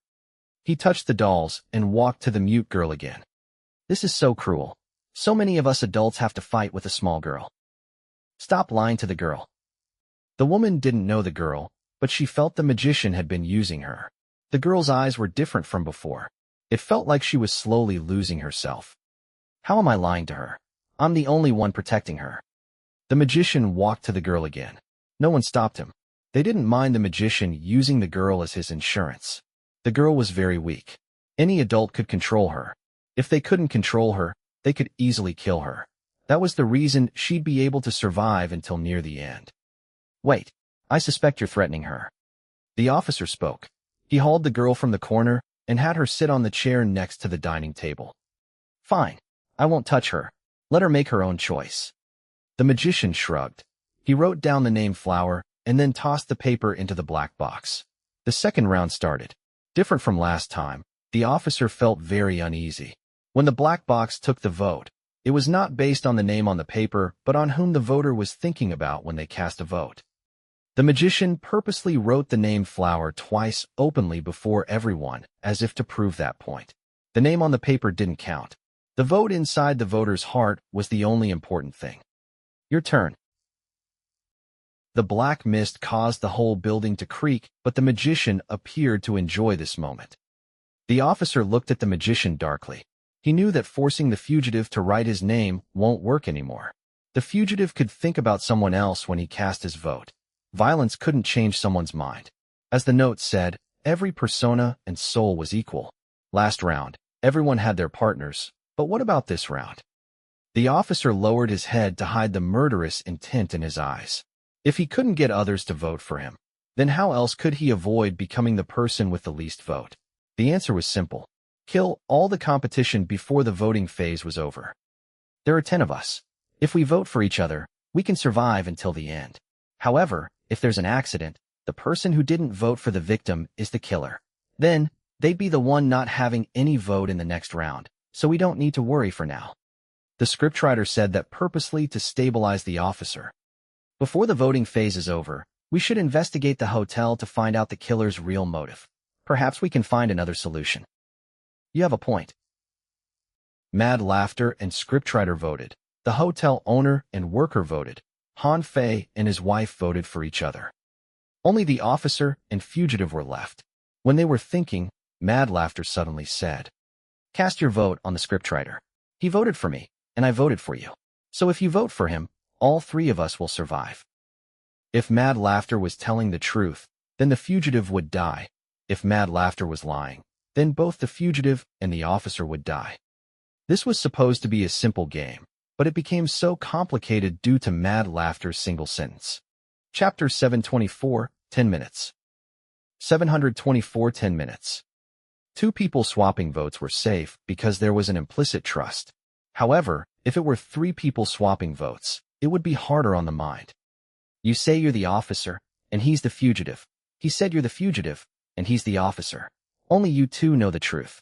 So the surviving one will be the officer. Mad laughter appeared to talk to himself. I don't know you. Why would you vote for me?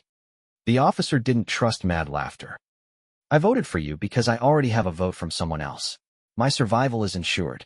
You better think about it before making your choice. Mad laughter returned to his seat. If you vote for the scriptwriter, then there will be trust between the 3 of us, and you can shake off the fugitive.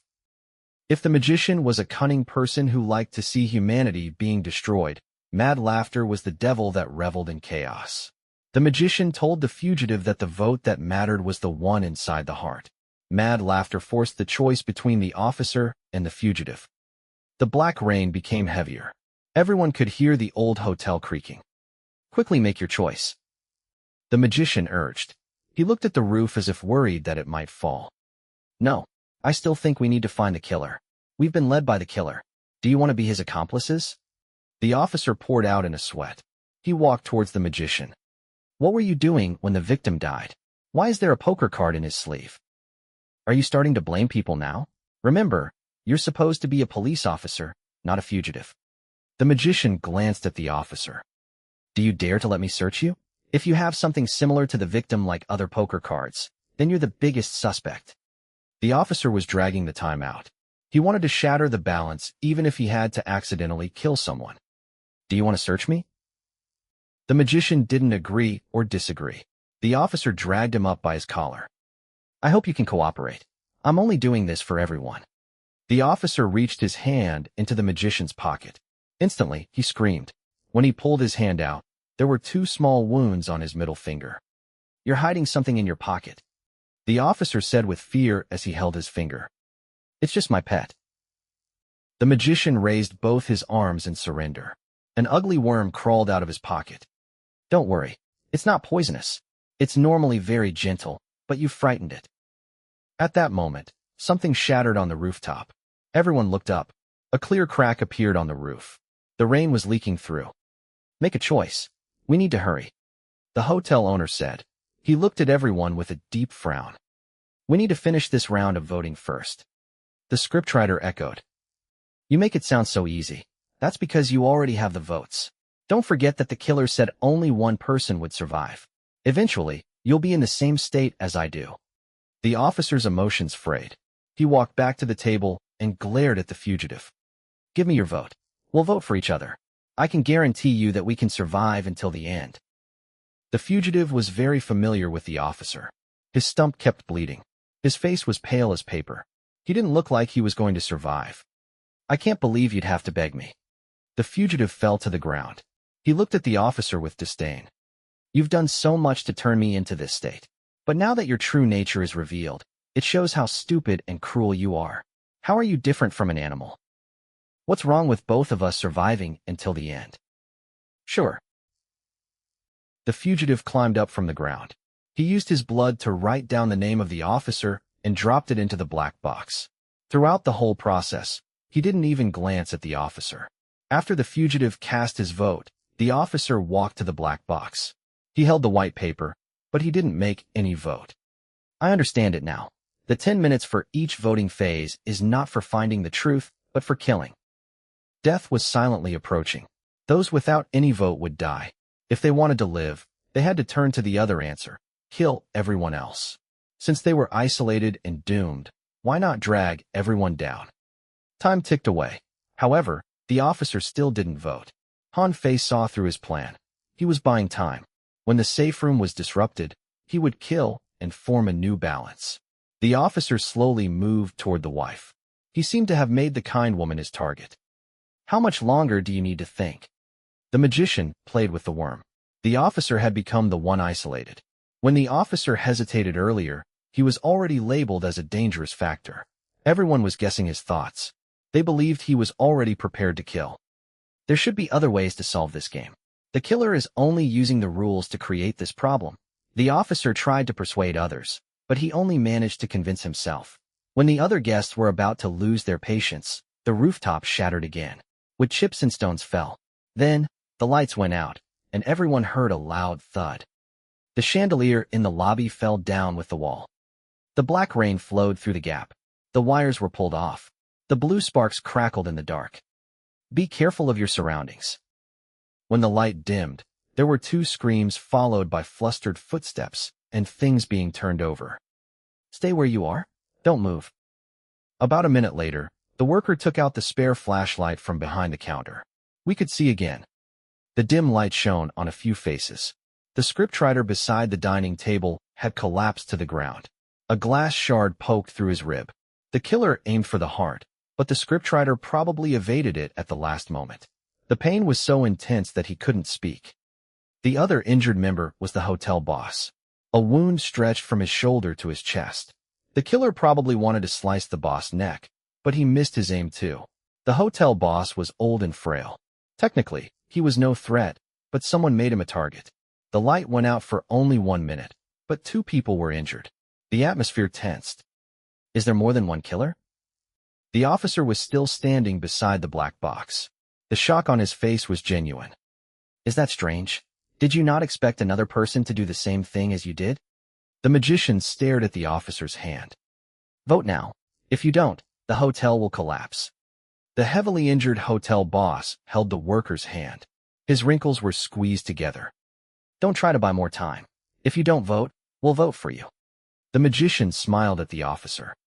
Don't you regret not coming after me, but went after an old man now? Every sentence was a test. The magician knew the officer was the strongest among them, so he needed to be eliminated first. The others looked at the officer with hostility. He had no choice. He had to take a risk and see if the fugitive really voted for him. The paper with the fugitive's name fell into the black box. The officer was anxious. The clock ticked. 10 minutes later, the officer suddenly grabbed his chest. He started to vomit, and black mist oozed out of his mouth. You didn't write my name. His blood vessels turned black. The mist exploded on his skin. The officer struggled to charge the fugitive, but the mist worked faster. His body was soon engulfed. The black mist flowed into the black box. When the mist disappeared, so did the officer. The fugitive sighed in relief. He took off the bonds with difficulty. He walked to mad laughter. Thank you. If not for your hint, I wouldn't have escaped so easily. Hint. You told the officer to write the scriptwriter's name. Isn't that a hint for me? The fugitive said. I wrote the scriptwriter's name. But we didn't write your name. It should be the officer who voted for you. The scriptwriter's face was pale. He didn't dare to pull the glass shard out. He trusted you, but you killed him. Is it not you? The fugitive was stunned. He stared at mad laughter and suddenly asked, You promised to help me once I gave you the hidden butcher's knife, right? Mad laughter's expression didn't change as he nodded. Of course. The black mist lightened after the officer died. However, 10 minutes later, the rain returned with a vengeance. The despair thickened with each person's death. The atmosphere was heavy. There were 2 killers who made their moves in the dark. Assuming the officer was one of them, there was still another killer. This is bad. The water is rising. The masked worker stood beside the window. The water level outside the hotel was rising. It had flooded the steps. It would enter the lobby soon. We should go to the 2nd floor and return to our room. The hotel boss tried to stand up, but he failed. He knew that he was going to die, so he had something to tell the worker. However, he didn't want the others to hear it. The group went up the stairs. Han Fei noticed that everyone had purposely avoided the black box. In the end, it was the mute girl who carried it and followed behind everyone. She has changed a lot. Han Fei slowed down when he reached the 2nd floor. When the fugitive passed by him, he whispered, Isn't the butcher's knife still inside your heart? Chapter 725, read. 725 read. The fugitive's expression changed when he heard Han Fei's voice. Confusion appeared in his eyes, but only for a moment. The two didn't communicate more than that. Han Fei reached the center of the corridor. He didn't stay with the others. He even maintained a distance away from his wife. The water will not reach the 2nd floor temporarily. You come with me. The hotel boss knew that he was going to die. He waved for the worker to carry him to his room. What is so mysterious that you have to discuss it behind us? Is it a secret of this hotel? Is this whole thing your creation? There was no pity in the magician's eyes. He saw how weak the hotel boss was getting, and he became more relaxed. I'm aged and I don't have much time. I want some alone time with my family. The old man urged the worker to enter the room with him, but mad laughter stood at the door. He didn't seem to intend to let them pass. The wound on your neck is serious. You need immediate rescue. I've played a doctor before, so I know some first aid. Mad laughter leaned against the door. I can help you. Not necessary. Compared to the magician and the fugitive, the elder was more afraid of mad laughter. He saw the man's smiling, handsome face, and his heart shivered. What is more important than your life? Mad laughter still didn't move. There should be a first aid kit somewhere. Otherwise, find some clean towels and let me help you stop the bleeding. Why are you so guarded against us? Are you the killer? Or do you have something hidden in your room? The magician walked over. He looked at the paintings on the wall. Based on the info the killer stuffed inside the back of the victim's head, everyone here should be guests, but you introduced yourself as the owner. That is very strange. At least that proves that I'm not the killer. The boss blood leaked down his neck. Perhaps you're the first to arrive here and assume this place as your own home. You said you're the owner, but you're just a thief. Perhaps you've killed the original owner. The magician didn't raise his voice, but he did raise a lot of questions. In this Heart Hotel, every guest had their surface identity and a real identity. The officer was supposed to maintain justice and order, but when in danger, the solution he came up with was to kill everyone. Mad laughter looked sunny on the surface, but Han Fei knew how scary the man really was. The same went for the hotel boss, the magician, and even Han Fei. People would only share what they wanted others to see. They would hide their darkness inside their hearts. Human nature would only be exposed in the moment of life and death. Two of us might be the killers. Before the voting is over, no one is leaving the group's line of sight. The magician didn't care what the hotel boss wanted to tell his employee. The boss wouldn't tell everyone either, so the best solution was to stop the boss from saying anything and have the secret rot inside the boss' heart or dead body. The winds crashed against the window. The roof cracked about a finger wide, and the black rain seeped into the room. The first floor had started to flood. The black water was murky and viscous like some of the guests' lives. The hotel in the middle of the maze swayed. This building had a special meaning to the theme park. Its collapse might signify the end of something. We'll continue to vote. The quiet worker suddenly spoke. He seemed to be comforting his boss. No problem. But before that, I have something to say. The scriptwriter leaned against the corridor wall and sat on the ground. He pointed at the wound on his chest. I believe I saw the person who wanted to kill me. Everyone immediately turned to him. Who is it? His face is rather special and different from us. I need them to remove their masks before I can make the decision. The scriptwriter pointed at Han Fei and the worker. All the eyes instantly turned to the two. This person arrived last, and he has been wearing a mask. That is indeed suspicious. The boss wanted to point a target away from himself. Do you want me to remove the mask? Han Fei's voice came from under the mask. My face has been ruined. I don't want to scare anyone, so I've been wearing the mask. I remember the killer's facial silhouette. I can recognize him once I see him again. The scriptwriter, Mad Laughter, and the fugitive stood together. They had formed a group. Facial silhouette? Then the person you saw is definitely not me. Han Fei placed his hands on the edge of the mask. As he pulled, blood flowed down his chin. When he took out the mask, the people in the corridor sucked in cold breaths. A mess was under the smiling mask. He had no facial features. The cheeks had grown attached to the mask. His face had no silhouette. I'm not the killer. Han Fei held the mask. One side of pure white, and the other side was pure blood. The scriptwriter studied Han Fei's ruined face for a while. Then, he shook his head. It's not him. It should be the other person. Han Fei's wounds reopened since he removed the mask. The worker had no reason to keep his mask on anymore. After some hesitation, the worker removed the mask to reveal F, the player who had mixed among the player after stealing everything from Han Fei. The others didn't react when they saw F, but the wife's expression shifted. Fu Sheng. F moved his eyes away. He acted like he didn't know her. That's right. He's the killer. The scriptwriter pointed at F. His face was pale, but his tone was firm. Impossible. He has always stayed by my side. You're framing him. The hotel boss immediately defended his employee. No, I'm sure he's my attacker. The scriptwriter repeated. It looks like I was right after all. The hotel worker and boss are killers. They've killed the real owner and set up this whole scene. The magician added. Stop acting. Tell us the way to escape from here.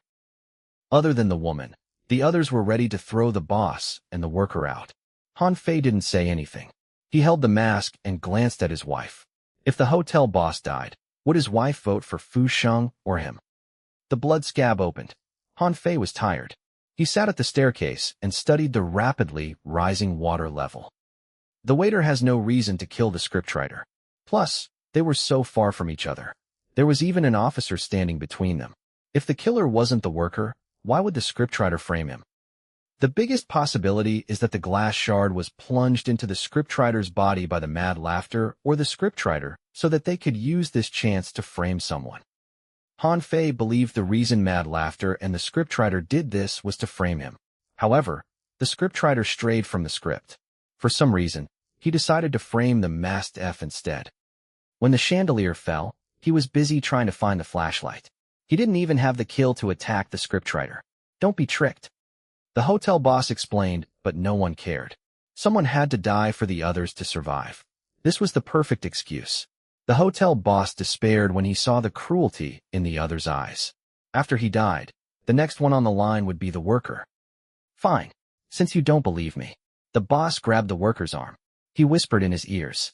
The worker's expression changed like he was really shocked.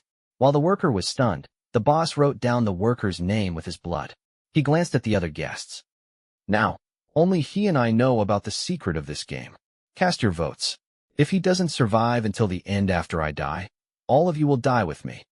That acting is not bad. Most people didn't believe the boss. Only Han Fei and mad laughter stared at the worker's face, trying to read something from it. You have many ways to survive. Why do you have to use your power to save to kill instead? The hotel boss cast his vote into the black box. He wanted to help keep the worker alive as long as he could. The black rain flooded the first floor. The third round of voting ended swiftly. No one died. After the officer died, the fugitive was reunited with mad laughter. They followed the previous arrangement. Mad laughter voted for the fugitive voted for the scriptwriter, and the scriptwriter voted for mad laughter. Since there was no victim, the rain pelted even harder. The crack on the roof expanded. Rain poured in. Continue. The old boss forced himself to cast another vote. His arms trembled wildly. More blood oozed out of his wound. He could barely catch his breath. The magician and the scriptwriter purposely made the fourth round of voting as long as possible. They looked at the hotel boss not as a human, but as a sacrifice. The worker tried his best to help his boss, but it was to no avail. The fourth round ended. There was still no death. The black water rose to the staircase. The couches they sat on had been soaked. The dead body on the dining table floated on the black water. His hands opened wide like he was welcoming them. The rain poured, and the hotel might fall at any moment. Continue. The hotel boss suddenly found a burst of strength. After he voted for the worker, he held the wall and walked towards the magician. With everyone watching, he grabbed the magician's sleeve and whispered something to him. Don't misunderstand. He didn't tell me anything. The magician quickly explained, but no one believed him. After that, the old man suddenly stopped. He didn't have the energy to move anymore. However, to Han Fei's confusion, the worker didn't come to help his boss like he usually would. Instead, he was conflicted over the name to write. Something's wrong. The fifth round of voting was over. Han Fei had a bad feeling. He moved towards his wife. Once he took the first step, the half-dying old man moved too. What is he doing? The sick old man posed no threat, but Han Fei suddenly remembered the worker's hesitation. Han Fei had captured that moment. A guess appeared in his mind. The old man knows that he's going to die, so he had the worker write someone else's name? He wants to use the few seconds when the black mist appears to bring someone down with him. As that thought appeared, the dying old man's skin cracked open. Black mist flowed out of his mouth and nose as he charged at Han Fei. I'm his target. The old man somehow knew the wife was Fu Sheng's mother. Only by killing Han Fei that she'd fully focus on helping Fu Sheng. The old man knew he was going to die, so he used his death to find a way of survival for Fu Sheng. The black mist consumed everything it came into contact with. Han Fei was prepared for the old man's ambush. He retreated quickly. The old man lasted in the black mist longer than the officer. When he saw Han Fei retreat, he immediately pounced at the mute girl. For Fu Sheng, the best outcome was to eliminate Han Fei so that he'd have the woman's support. The second best outcome was to kill the girl so that the magician would be forced to cooperate with Fu Sheng. Black mist consumed the heart. The kind elder was like a ghost. His arms, corrupted by black mist, reached for the girl. The frightened girl tried to evade him, but she was caught at the corner. You have to die for more people to survive. He is the best choice. Black mist touched the girl, but something unexpected happened. Han Fei, who was already safe, suddenly charged forward. Just as the girl was about to be engulfed by the old man, Han Fei risked his life to drag the girl to safety. Han Fei hugged the girl. He subconsciously touched the girl's arm that was touched by the black mist. The scriptwriter saw everything. Everyone saw the girl as a key. Only a young building manager treated her like a real child. Staring at the messed-up face, the scriptwriter had made his choice. The girl has Little Eight's face. She's his earliest friend. He won't sit there and allow her to be killed. Chapter 726, Last Survivor. 726 Last Survivor. Han Fei moved very fast, but the girl's arms were still stuck in the black mist. She looked at the rapidly spreading black capillaries under her skin, and the confusion in her eyes dissipated. We'll start the 6th round of voting now. The magician walked to the girl. He wanted to hold the girl's hand, but he was slapped away by Han Fei. Are you not ashamed of hypnotizing a child? I've never forced anyone to do something they don't want to. If you don't trust me, you can ask her to make a choice yourself. The magician touched the doll on his clothes. Then, he told the girl gently, Come, I'll protect you to the end. The children are our future and hope. There were 2 emotions in the girl's eyes. Han Fei, who looked scary, stood to her left, and the tall and handsome magician stood to her right. The contrast was clear. In normal life, the choice would be easy. The girl held the doll the magician gave her. As more black capillaries popped on her skin, she didn't make any choice and shrank back into the corner. The wife was also in a deep conflict. She had recognized Fu Sheng. Now that the hotel boss was dead, she had to pick one between Han Fei and Fu Sheng. The one she didn't pick would die. She had considered forming a group of 3, but there was a big problem. No matter whom she chose, one of the other 2 had to vote for the other. Would they trust each other enough to do that? The remaining guests had their own ideals. When faced with different choices, no one could be absolutely perfect. The 6th round of voting started. To everyone's surprise, it was the fugitive who cast the first vote. He was determined to stick with Mad Laughter and the scriptwriter. Mad Laughter, who appeared to have the most support also, cast his vote.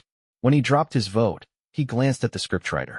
The scriptwriter, who followed Mad Laughter unconditionally, hesitated. After casting his vote, Mad Laughter whispered something to the fugitive with a smile and returned to his spot. The scriptwriter noticed all these too. As before, he wrote down Han Fei's name and dropped the paper into the black box. After that, Han Fei walked to the black box. After he ensured the black mist disappeared from the girl's arm, he voted for his wife. The magician followed behind Han Fei. He focused on the girl, but the girl didn't respond to him. Slowly, the smile on the magician's face froze. The power he held over the girl was shattered by the black mist. The worm crawled to his shoulder. The magician wanted to say something to the girl, but Han Fei moved to block him. The situation was turned upside down after the hotel boss died. The black rain flooded the hotel. The water level rose. The furniture and dead bodies floated on the surface. The first victim came closer to the guests. The strange black mist spread on the girl's arms. The magician's face darkened. He glared at Han Fei and resisted the urge to swing his fist. He turned to the worker instead. Your grandfather was right. We should work together. The magician was very good at changing faces. He could appear trustworthy to anyone. Okay, I hope we can survive until the end. After the hotel boss died, the worker's emotions dampened. He became an extreme pessimist. After the worker promised the magician, he didn't waste time. He took out the paper, scribbled something, and tossed it into the black box. It took only a few seconds. The voting was done before the magician could react. It's your turn. The worker didn't return to his spot after he finished voting. Instead, he moved down the corridor. The magician took out the pen and paper hesitantly. The fact that the worker agreed so readily made him suspicious. The others stared at the magician as he moved to the black box. When everyone's attention was on the magician, the worker reached his hand into his pocket. He slowly retreated to the wall. When someone noticed something was wrong, the worker suddenly charged down the corridor. He pulled out his hand that held a black key. He opened the hotel boss room, rushed into it, and locked the door. Stop! The other guests rushed over and kicked at the door. The reinforced door held for quite some time before it collapsed. When they entered the room, they saw the worker kneeling on the ground. Before he was an old box brimming with books. The books were not published. They were made from guest memories. What are you and the boss planning? How many things you're hiding from us? So you are the killer. The worker didn't even respond to the accusations. His face was filled with despair. He didn't even have the energy to speak. He placed one of the books on the ground and turned it to the last page. The ending was written by the boss. The last survivor will become the new hotel owner. They'll never leave. They'll run this hotel, waiting for the new batch of survivors and for the new game to start. So this game is a hoax. No one can leave. We're destined to die here. The scriptwriter didn't expect this. This meant that the hotel boss had participated in this game before, and he survived until the end. Even in the deepest despair, there will be wandering starlight. You and the hotel boss must have hidden something from us. The magician turned over the book. One of the books was called Despair. It was missing 2 pages. Based on the torn parts, the note we found in the back of the victim's head came from this book. There are 2 pages missing, so the rules aren't complete. We only saw 1 page. Speak. What is the real rule? The worker finally took out the other page from his pocket. All the souls are equal. You'll decide who shall be me. Place your vote in the black box. The guest with the lowest vote will become part of the black mist. These 2 still reflected the known rules. However, there was an additional sentence on the page hidden by the worker. The guest with more than 1/3 of the votes will become the new me. The guests stared at the sentence. If they knew this beforehand, perhaps there wouldn't be a slaughter. More than 1/3, meaning at least 4 votes among 10 people? It was hard to satisfy this second condition. The chance of it was almost 0. The guests couldn't vote for themselves, so they had to get the support of 4 other people. 4 people had to die so that 1 could survive. The hotel boss knew how hard this would be, so he didn't plan to run the game normally. He just wanted to train the worker as the next booze. So this is the real rule. Despair appeared on everyone's faces. It was hard for 1 person to sacrifice themselves, but to have 4 people sacrifice for the same person? It was impossible. The windows slammed open from the wind. The black rain doused the floor. The building was swaying. The only internal sanctuary was consumed too. We'll continue with the voting. At least there's a chance if you become the next boss. The magician cast his vote and placed the black box beside the woman. The wife looked between Han Fei and Fu Sheng. She was reminded of the promise between Fu Sheng and the magician, so she voted for Han Fei. Her vote disappeared. Everyone was nervous. There was no telling who would disappear next. The wall clock was consumed by water. The ticking of time was replaced by thunder. When the lightning crossed the window, the magician suddenly poked his fingers down his throat. He glared at the girl and the worker with venom. The mist rolled out of his mouth. You too. At the same time, the waiter looked at his mist-covered hands. Then, he glanced at the woman. You didn't come for the previous 99 times, so how did you manage to arrive this last time? Everything in memory is illusory, but you are real in my brain. The waiter sighed lightly. He had predicted this. When the magician tried to kill the woman, the worker clashed with the magician. Both the magician and the worker didn't vote for each other. They knew each other too well. The black mist consumed them. The mute girl didn't die. However, it was unclear whether it was Fu Sheng or Dream who voted for her. The wind blew open the windows. Wooden chips and stones fell from the roof. The cracks spread on the wall. The wooden staircase was swept away by the flood. The guests couldn't return to the first floor. The hotel was literal an abandoned boat. There were 6 people left in the second-floor corridor. Han Fei and the wife were on the left. Mad laughter, the scriptwriter, and the fugitive stood at the right. The girl squatted at the corner. The black box was placed in the middle. The lightning flashed, and everyone could see all the survivors' faces. Let's start the 7th round. The scriptwriter was Mad Laughter's ardent supporter. He held the paper with Han Fei's name, covered the wound on his heart, and put his vote into the box. No one else moved until the walls crumbled, and the second floor wasn't safe anymore. Self-sacrifice or to survive. The fugitive touched his heart. After a long hesitation, he made a choice. He placed the paper he prepared into the black box. The girl did the same thing. The girl didn't communicate with anyone. Everyone saw her as a tool, but Han Fei was the exception. Why are there so many choices in life? There's only the illusion of choice. In the end, every choice will lead to the same pain. The wife also cast her vote. 4 people had voted. Only Han Fei and Mad Laughter were left. The 2 stood at opposite ends of the corridor. The thunder roared. The lightning and thunder crashed. The rain pelted this sinful hotel. I'm curious. How did you find this building? I've taken all the memories related to the maze and personality fighting. I've taken even your identity as the black box owner. So how did you get here? Mad Laughter stood before Han Fei with the black box between them. In this memory world, there are 2 black box owners. It was the previous owner who showed me the way. So it was Fu Sheng? He's a real conflicted character. Mad Laughter picked up a ball of paper and placed it above the black box. Which one of us do you think will win? It should be me. Why? Because I have a friend called Huang Yin. Is that your only reason? At least I have a friend, but you have no one but me. Han Fei looked at Mad Laughter's handsome smile. Even though he knew it was a disguise, he didn't expose Mad Laughter. He hadn't seen himself smile before, so this was quite a unique experience. Do you think we are friends? If we're the only two left, I'll vote for you. I will not have you suffer all the pain so that I can hoard all the hope. Han Fei and Mad Laughter looked at each other and then let go at the same time. The paper in their hands fell into the black box. Something different from before occurred. The box started to crack. Then, the box started to absorb the mist and rain outside the hotel.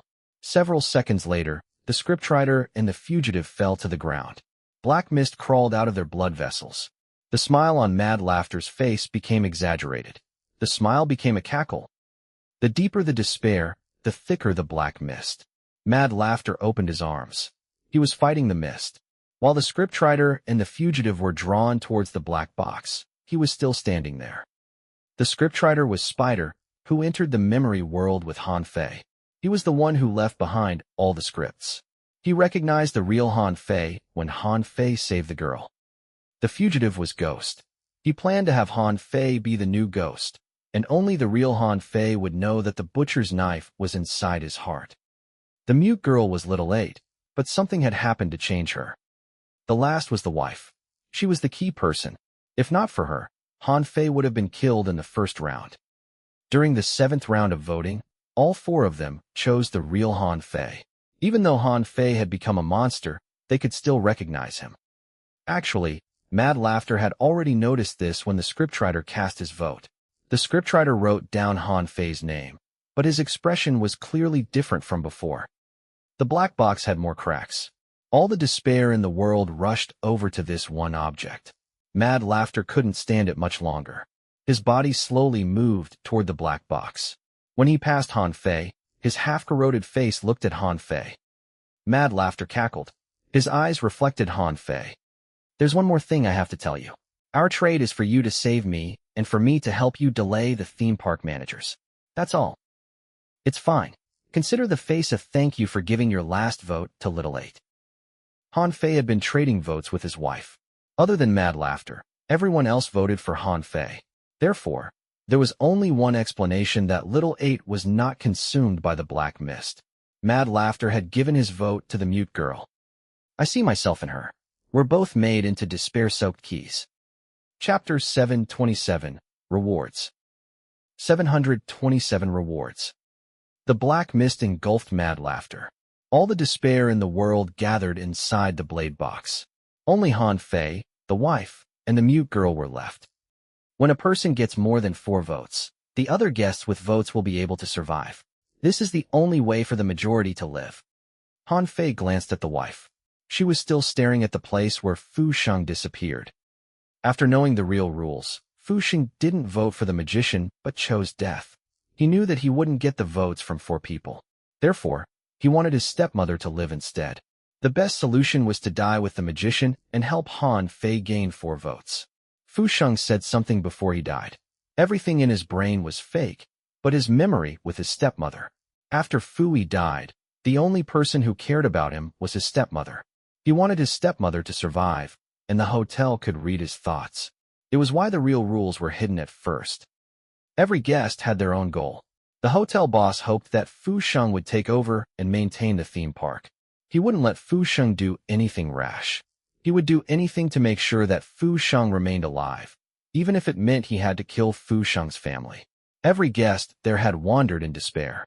However, they also had a softer side that they didn't want people to see. That was the complexity of humanity. The hotel's walls fell with the shell of the black box. Everything in the world started to crack like they were about to crumble alongside the black box. Is it over? Did we survive? The rain had stopped. The black lightning, the flood, everything surrounded the black box. Hold on tight. Earlier it was the mute girl who held the black box, but things were different now. When she tried to touch the black box again, her fingers cracked. The black box had gained a new owner, and it would not allow anyone else to approach it. When Han Fei reached out his hands to touch the black box, the voice at the back of his head rang out again. At first, it was blurry, but with some pain, the familiar feeling returned. Fu Sheng's influence on the black box disappeared. None of the personas affected Han Fei anymore. The black box truly belonged to Han Fei. He was its only guardian. Han Fei had completed all the trials Fu Sheng had left for Han Fei. During the final choice, Fu Sheng and mad laughter surrendered the black box to Han Fei. Han Fei slowly lifted up the black box. The thunder, flood, and endless darkness moved upwards too. It looked like Han Fei was holding up the despairing world. The shell of the black box slowly fell away. The trace of the previous owner was eliminated. The endless darkness disappeared with the outer shell of the black box. When the last piece collapsed, this despairing world collapsed too. All of Han Fei's memory returned. In the last scene, he saw he had a new black box in his hands. The black box dragged his consciousness into the brain of a dead body. That appeared to be the place where the black box first appeared. Notification for player 0000. You've reached stage 10. Congratulations on finding yourself and obtaining all the managerial rights. Notification for player 0000. You've completed random alter mission 1, the clown. You've successfully helped number 11 find his happiness. You've gained a lot of EXP and number 11's friendship. You've completed random alter mission 2, happiness neighborhood. You've saved the paper craftsman and helped him regain his memory. You've gained a lot of EXP and the paper craftsman's friendship. You've completed random alter mission 3, fraudster. You've tricked the consciousness of an unmentionable. You've gained a lot of EXP and the rare title, fraudster. Fraudster, rare title charm -2. Increase the power of all speech-related abilities. You've completed random alter mission 4, background. You've discovered the real identity of your adopted parents and survived for a week at home. You've gained a lot of EXP.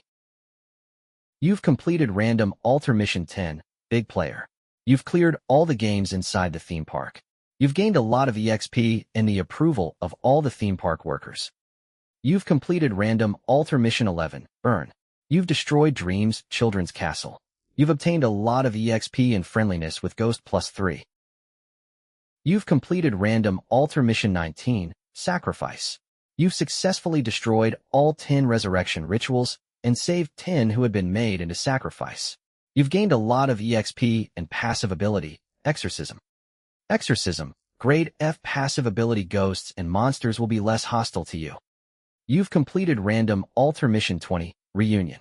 You've saved Fu Sheng's lingering kindness. You've gained a lot of EXP and the blessing from Fu Sheng's kindness. You've completed random alter mission 21, ghost story script. You've collected more than 50 ghost stories. You've gained a lot of EXP and an alter special ability, summon soul. Summon soul, alter special ability can only be used inside an alter world.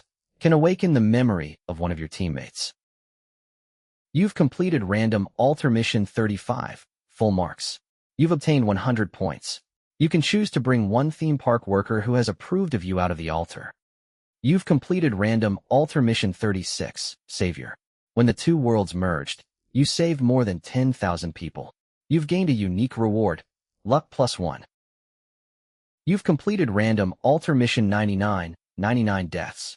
You've died 99 times in the memory world. You've obtained a hidden reward, grade D ability, immortal persona.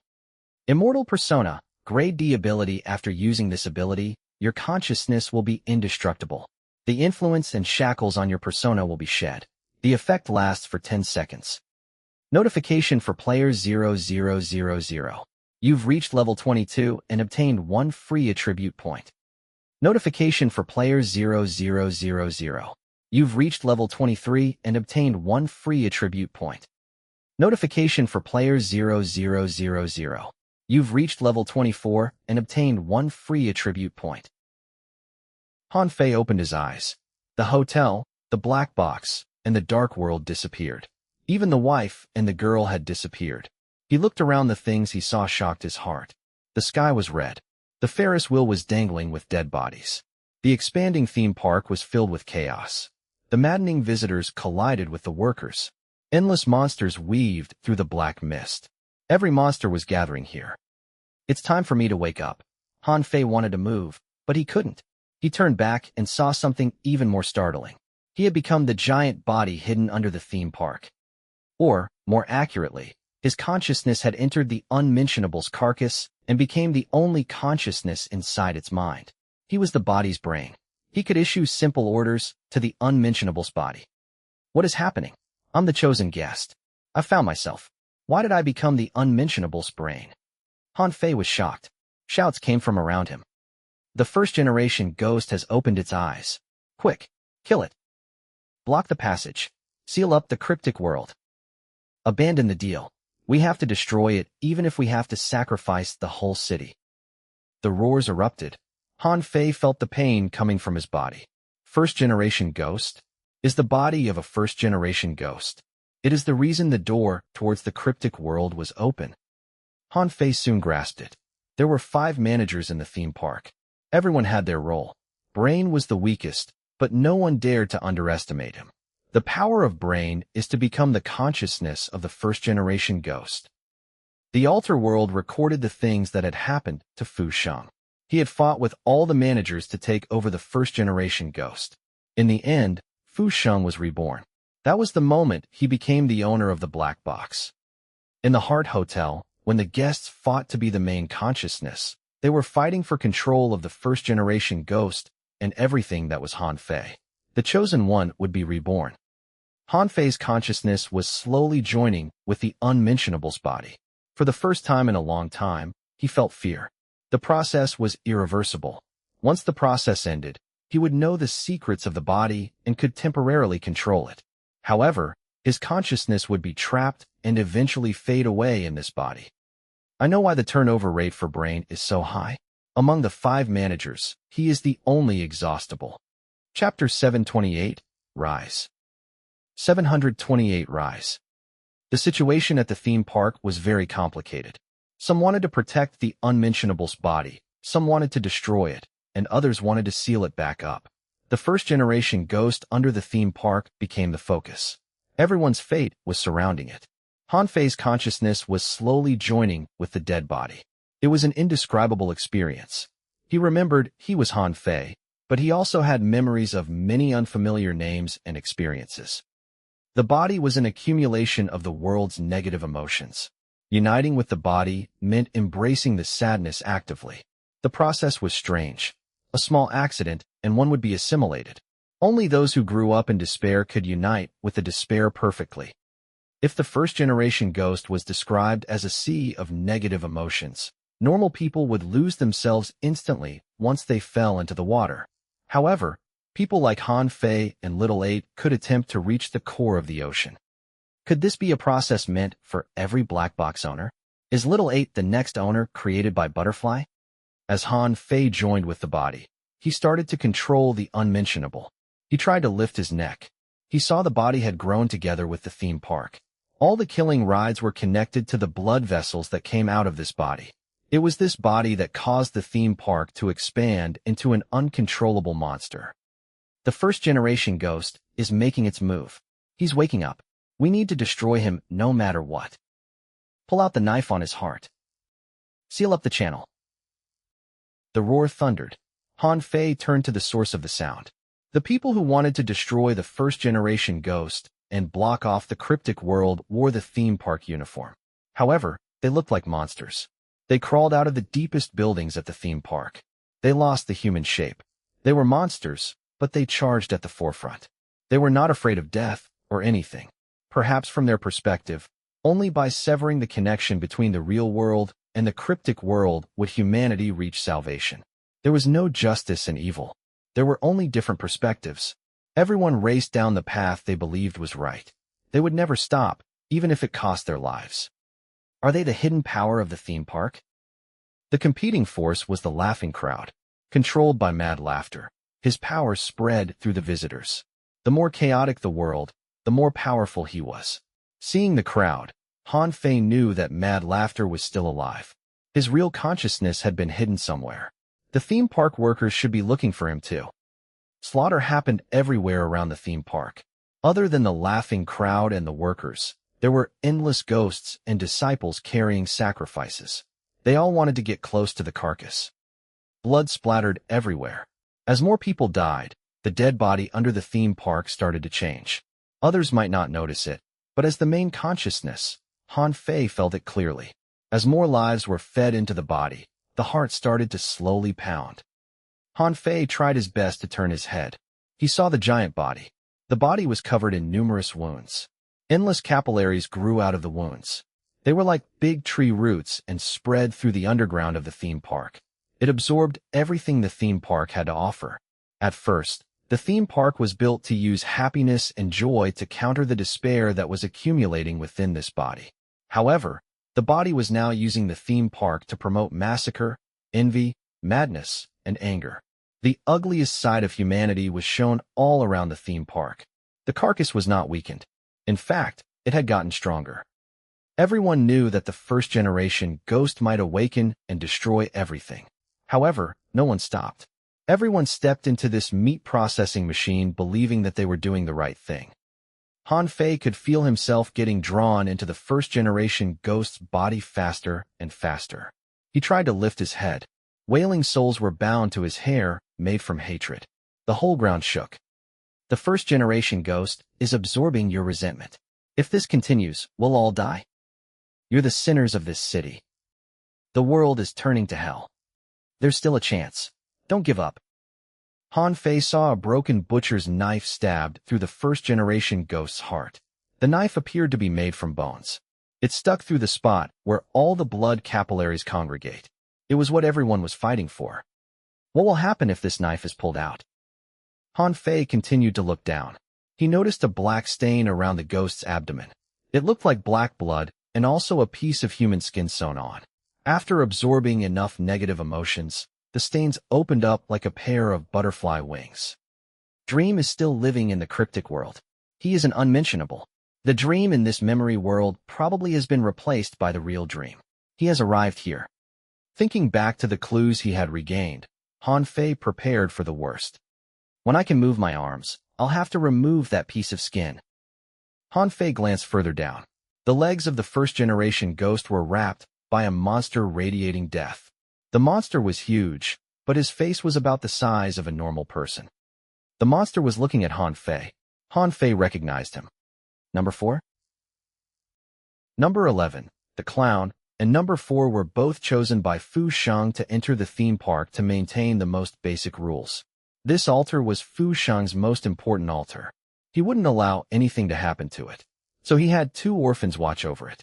However, Fu Sheng didn't expect that the 2 orphans would swing to support Han Fei not long after Han Fei entered the memory world. Compared to helping Fu Sheng revive, they had more hope for Han Fei. They had been helping Han Fei while avoiding the rules of the altar world. I remember number 4 once told me that he is underneath the theme park. Han Fei had no idea what number 4 was doing. He appeared to be sharing the pressure with Han Fei. The bloody massacre continued. Han Fei felt his consciousness being grabbed by endless bloody hands as they tried to force him into the decaying body. Han Fei slowly became the first-generation ghost. He endured the sea of negative emotions as he tried to control the dead body. The arms tore apart the endless blood capillaries. The night trembled. With everyone watching in fear, the carcass that should be long dead slowly sat up. Chapter 729. Am I the evil boss? 7:29 a.m. I the evil boss. By now, Han Fei remembered the mission detail before he entered the memory world. The requirement of this level D inheritance mission was low. He only needed to die less than 100 times, but he had already died 99 times. This was his last life. Once my consciousness is joined with the first-generation ghost, I won't exist anymore. Han Fei knew that he had reached the cortical moment. The next few minutes were all he had left in this memory world. First, I need to destroy Dream and chase his consciousness out of Fu Sheng's altar. The giant body slowly sat up. The city was crushed by despair. Han Fei ignored the gaze of the watchers. He controlled the body's arm to grab the flesh around the abdomen. The sharp snails pierced into the flesh.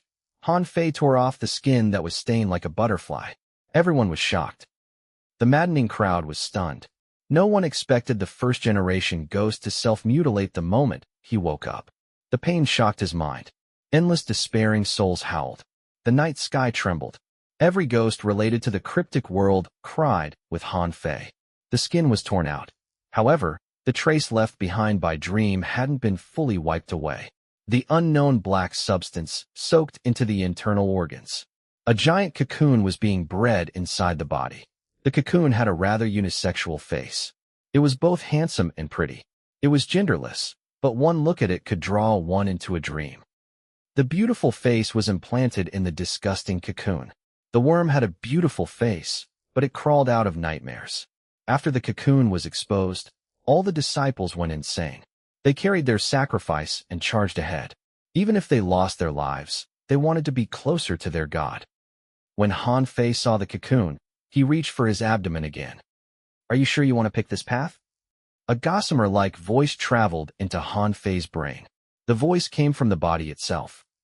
Destroying you has nothing to do with the path I pick. Han Fei said firmly. No matter which path I choose, I will destroy you. Even if I fall into the cryptic world and become the world's most evil boss, I will kill you first.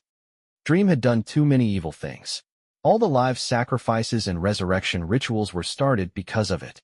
The monster had caused much death directly and indirectly to resurrect itself. Many people died in extreme despair. Even after they died, they were still tormented both physically and mentally. Han Fei had to destroy this pure evil as soon as possible. You will regret this. The human face on the cocoon twitched. It struggled to open its eyes. It was getting born early.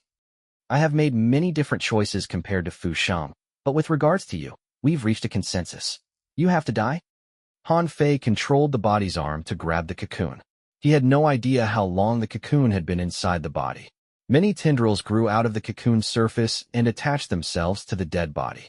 The body had to be injured to destroy the cocoon. You can coexist with me. Why would you harm yourself to harm me? All your despair came from real life. You've been abandoned and isolated by them. They've left you inside a small room. Can't you remember how sad you were? You have even forgotten how to laugh. You're willing to risk your life to save these people? The same people who want to kill you? They have shown you kindness occasionally, but that is because you can bring them benefits. No one really cares about you in real life. Han Fei ignored the voice. He grabbed the cocoon with both hands and severed the blood capillaries and tendrils. He used his bloody hands to slowly yank the cocoon out. You will regret this. You'll be abandoned by them. You'll see this soon. When you leave this altar world, you'll see their selfishness. You've saved them, but they'll personally kill you. The voice became sharp. He was not only scaring Han Fei, but was also telling the reality. I have sunk many people into despair and destroyed much bliss and happiness, but don't forget I was merely using what was inside them. If they didn't have those cruel desires, how could I succeed so easily? No matter what the cocoon said, Han Fei didn't listen. He took out the cocoon. The cocoon was stuck with the body's organs and blood. They had grown together at some parts. You can pick another path. The cocoon knew that it was about to get destroyed, so its shell changed rapidly. It started to suck the blood from the body. The disciples were part of the sacrifice. Once they got close to the body, their bodies and the sacrifices they carried exploded in a blood mist. The blood butterflies flew out of their bodies. With the help of the blood butterflies, the cocoon sucked the blood faster, but Han Fei was crazier than it was. He pulled both arms up. He didn't consider the consequences. He forced the disconnection between the cocoon and the dead body. Black blood flooded the theme park.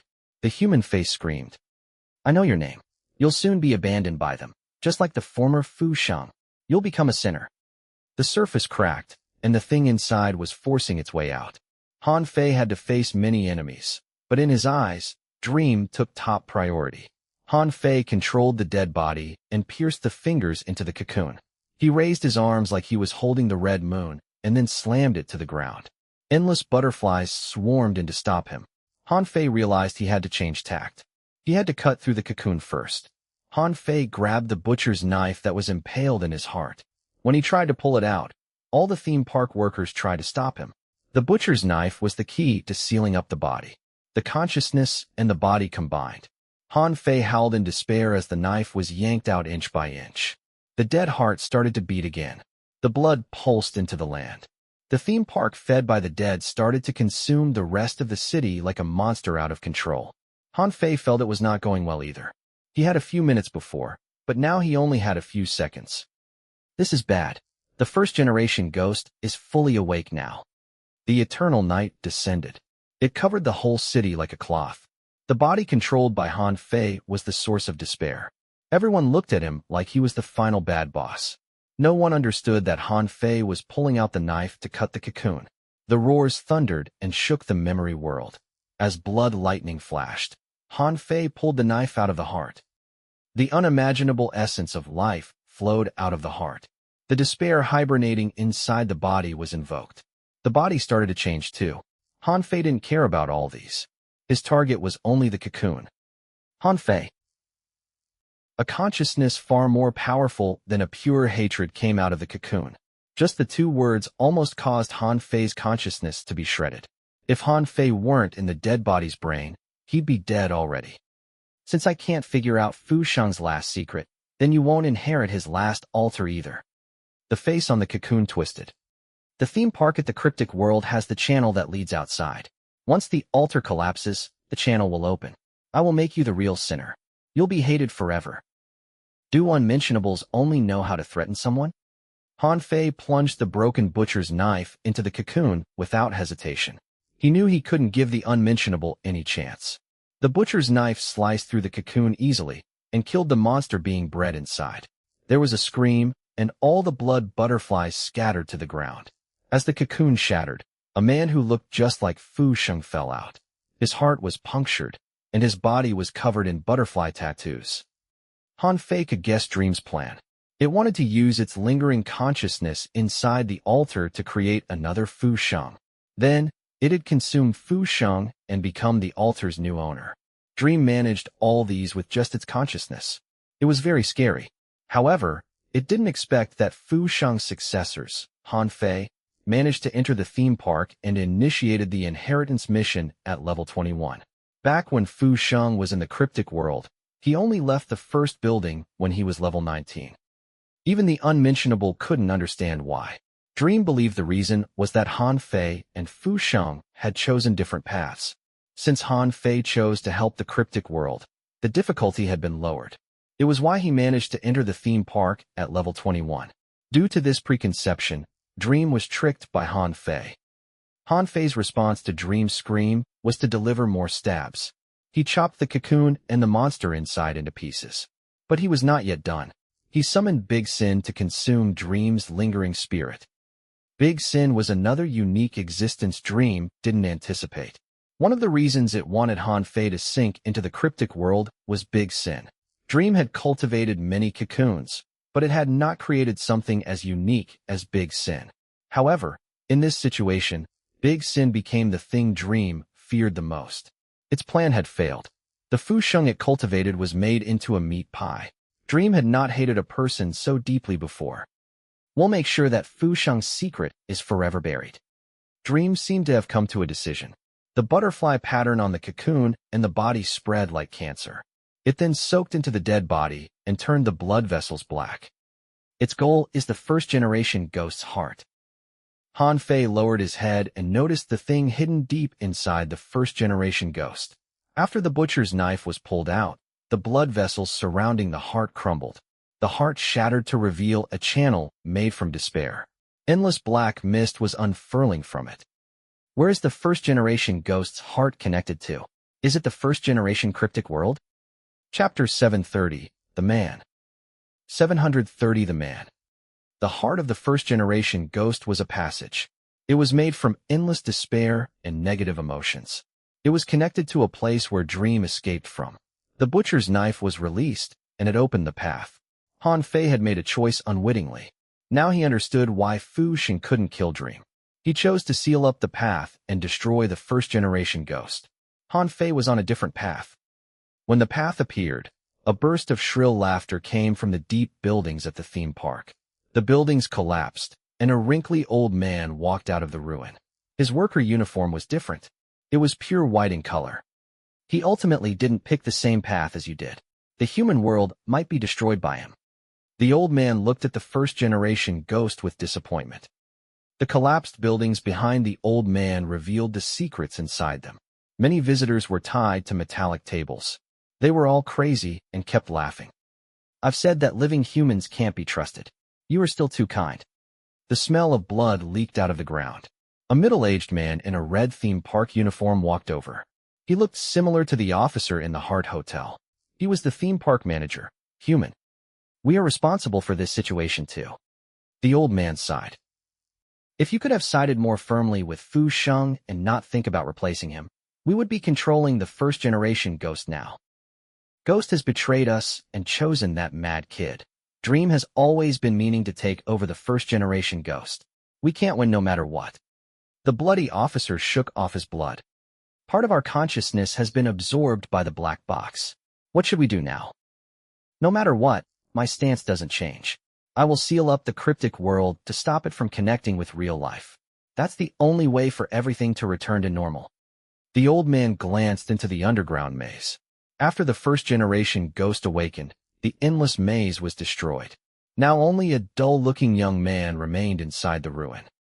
Do you still have hope in Fusheng? The kid is useless now. Humans said with pity. They placed their consciousness inside the first-generation Ghost's brain. They wanted to use the most direct method to control it, but in the process of fighting for control, they all failed. Their consciousness inside the first-generation Ghost was absorbed. In other words, they were incomplete and were barely hanging on. It's not hope. I just feel sorry for him. Even though we have given him everything, we are only using him as a tool. The old man walked toward the first-generation Ghost. Like how it was in the hotel, he still wanted to protect Fu Sheng. We haven't found the source of the laughter. Isn't it too early to make our move now? Human didn't want to waste his time. We don't have much time left. The old man slowly lost his emotions. His pupils disappeared, and his eyes turned white. His hair, skin, brows, all the colors on his body faded away. When he was pure white, he raised his arms at the first-generation Ghost. The giant body slowed like it was apprehended by some power. The theme park, which was covered in red, started to have bursts of white. They were hidden underneath various buildings. They were unnamed graves. Every former me was buried inside the theme park. Their souls were part of the theme park. No matter the era, there would be people who would be fearless and use their spine and blood to support the crumbling sky. Han Fei felt his body slowing down. When blood and despair covered everything, the graves remained unaffected. They were silent and firm. The body is losing control. Part of the flesh gained its own consciousness. Han Fei saw human faces in the blood flowing through the first-generation Ghost. When me died, they would imbue their flesh and blood into the first-generation Ghost. After the accumulation of time, these managers' flesh and blood could influence the first-generation Ghost to a certain degree. Human shook his head when he saw the old man use his last trump card. He hated this feeling of giving everything, but there was no other choice. Perhaps I was too confident. I shouldn't have injured Ghosts so heavily. Humans would always reflect on their mistakes only after the mistakes had been done. However, they would still make the same mistake next time. Humans slowly walked toward the first-generation Ghost. He joined forces with all the theme park workers. They stabbed their knives into the heart. Strange black mist flowed out underneath them. Human and his people had all consumed the black mist. They were called humans, but they were actually monsters. In contrast, Ghost people were all real humans. Using tools is the basic human instinct. Using the animal bones to create weapons is the main reason why humans can manage to survive. Black mist rolled out of Human. His expression became scary. No one could imagine this sunny person was the scariest human at the theme park. He had abandoned his humanity. The meaning of his existence was to destroy Ghost and everything that stood in his way. The theme park workers rushed towards the first-generation Ghost. Normal tools couldn't harm the first-generation Ghost, so they used their bodies, which were corrupted by the black mist, to injure it. The center of the theme park was in deep chaos. No one noticed that there was a cute boy crying next to the dessert shop at the fringe of the theme park. He seemed to have been separated from his family. He had lost one of his shoes, and a half-eaten ice cream fell on the ground beside him. The boy's crying was soft compared to the chaos. He wiped his tears and slowly moved to the center of the theme park. "Get back here, you idiot." A young man jumped out of the counter of the dessert shop. He wore a uniform he tore from a dead body. He rushed to the dangerous streets. "I'm so unlucky to run into you." The young man grabbed the boy and looked around nervously. Thankfully, the crazy people didn't notice them. Most of the ghosts were focused on the first-generation ghost. "If you run about again, I'm going to spank you," the young man said harshly. "This place is dangerous enough, but now I have to take care of a child. Stop crying." Even though the young man was annoyed, he was very kind. He took out a clean handkerchief and tried to wipe the boy's tears. But when he reached closer, he noticed something was wrong. The boy's eyes were suddenly bloodshot. "Why are you looking at me like that?" The young man tapped the boy's face. "If I didn't risk my life to protect you, you wouldn't have survived until now. You can't betray me now." He picked up the boy and tried to run back to the dessert shop to hide, but he realized the boy suddenly became so heavy. "Come, I'll treat you to some ice cream." The young man was rather afraid. For some reason, once he opened his eyes, he appeared at this dangerous theme park, and he saw many people murdering each other. Wherever he went, there would be murders. On his way to escape, he accidentally saved this boy who loved to cry. He rescued him and had been protecting him ever since. The young man and the boy weren't exactly the best partners, but they had already survived through so much. The event was coming to an end. The young man couldn't leave the boy to die now. So no matter what happened to the boy, he sincerely wanted to save the boy. Slowly, the boy's crying weakened. The young man turned around in shock. He noticed the tears were still wet on the boy's face, but his lips had a strange curve. "What's wrong now? You've been crying nonstop. The fact that you've stopped crying is making me uncomfortable." Then, the boy's smile became more exaggerated. The bloodshot eyes shed bloody tears, and then he cackled madly. "Stop scaring me. I've experienced many things already." Even then, Shenluo didn't think about abandoning the child. He was worried that that cackle would attract the attention of the other monsters, so he tried to reach over to close the boy's mouth. At that moment, a bloody arm suddenly reached out of the boy's throat. "The fuck?" Every crazy visitor at the theme park heard that voice. They gathered at the spot where the young man and the boy were. Their bodies collided, and the pieces of consciousness scattered in people's hearts started to reunite. Bloodflowers blossomed. Mad laughter echoed through the night. The blood arm slowly crawled out of the abyss. The young man witnessed this from a close distance. He was stunned. He felt dizzy. He couldn't believe what he saw. The blood hand seemed to grab the chaos of the world. Then, the young man saw Han Fei's face. He was Han Fei, but he gave off a very different feeling. The bloody hand reached over to smack the young man's face. The slaps became heavier and heavier. Just as the young man thought his skull was about to break, the Han Fei, who emerged from the endless laughing visitors, turned toward the first-generation ghost. "I've saved you so many times. How could you do this?" The young man held his face. He felt wronged, but when he saw the dead bodies of the many visitors, he realized something. Perhaps the laughing Han Fei was the one who had been saving him because he needed him as a disguise. Chapter 731, Han Fei's City. 731 Han Fei's City. The addition of mad laughter pushed the war to the end. The memory world couldn't sustain so many people at once. Han Fei's situation was not optimistic. After Dream's plan was destroyed, it turned angry and wanted to bury everyone with it. Venomous cancers inside the first-generation ghost spread. Dream used this body as a medium and spread poison across the memory world. Human and me sensed the change in Dream. The dream they were facing was not the dream in the original memory world. It was something more evil and scary. The first-generation ghost was buried underneath the theme park. It was connected to the theme park, so the first place to be affected by the cancerous cells was the theme park. The ground cracked, and dirty blood flowed out. Everything touched by the blood would dissolve into dust. Their memory would ignite as black flame, and they'd combust. This power was beyond the limit of pure hatred. Only unmentionable could damage a memory world like this. Kill it. Now is the perfect chance. The poison Dream hid inside the body is suspicious. The two managers had differing opinions. Human wanted to kill the first-generation ghost, but Me wanted to stop Dream. While the two hesitated, mad laughter came to the first-generation ghost. He didn't show any fear toward unmentionable. He radiated an indescribable madness. "This is my theme park. They once planned to turn me into the new first-generation ghost. They fed my body with despair endlessly so that I'd experience all the pain in the world. They even gave me temporary bliss so that they could destroy it before my eyes. To complete their goal, they even had me kill everyone. They wanted me to be corrupted by guilt and blame. The maddening laughter was mixed with children's screams. There was even an undercurrent of a children's lullaby. It was a song mixed with sin and gore. Mad Laughter's power level couldn't be described using the normal delineation. He was not pure hatred or unmentionable. He was a twisted existence.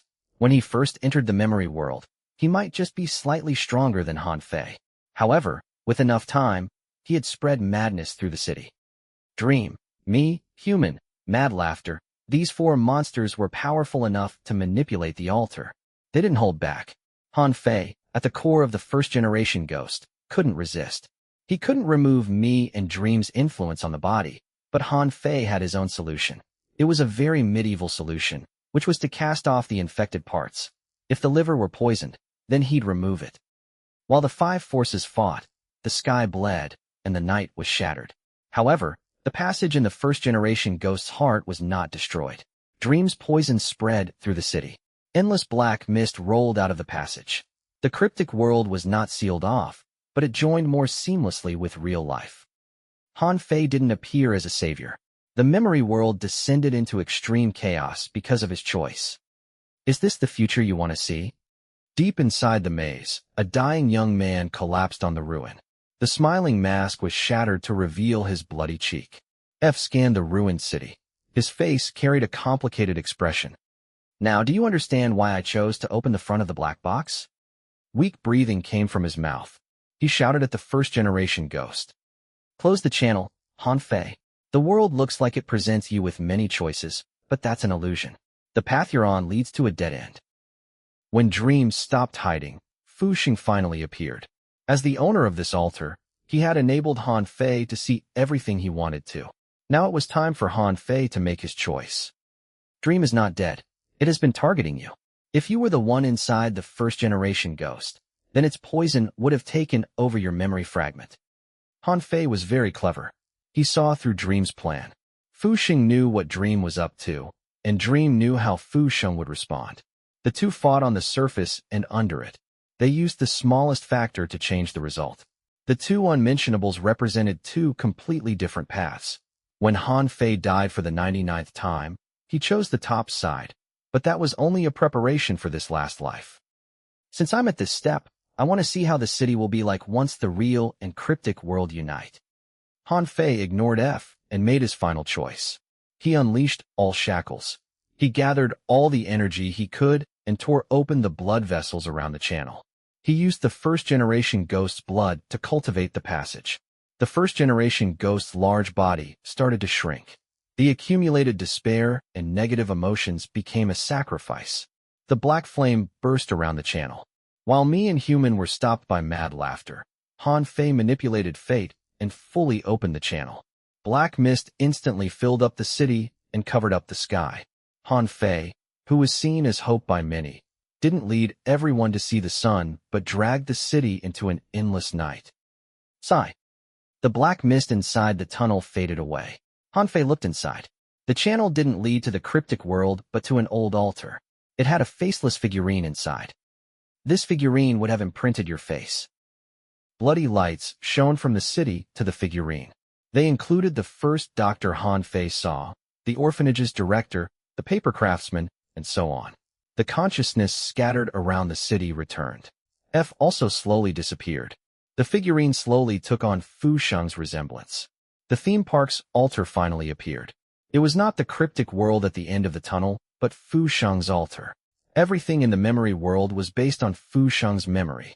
The destiny being changed and the tunnel being torn open never did happen, and Fu Xing would not allow that to happen.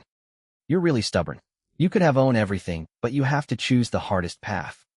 Fu Xing's voice came from the altar. His eyes were filled with sadness. He looked at the city with pity. This was the real Fu Xing. You could have reborn using my body, but you didn't do so. Actually, you also wanted to try the other options and see whether the other paths can be taken, right? Han Fei's consciousness was inside the first-generation ghost. Once the assimilation was complete, Han Fei would stop existing. Fu Xing didn't answer. He only stared at Han Fei quietly. The sky and earth collapsed. The city was a mess. Everything was ruined.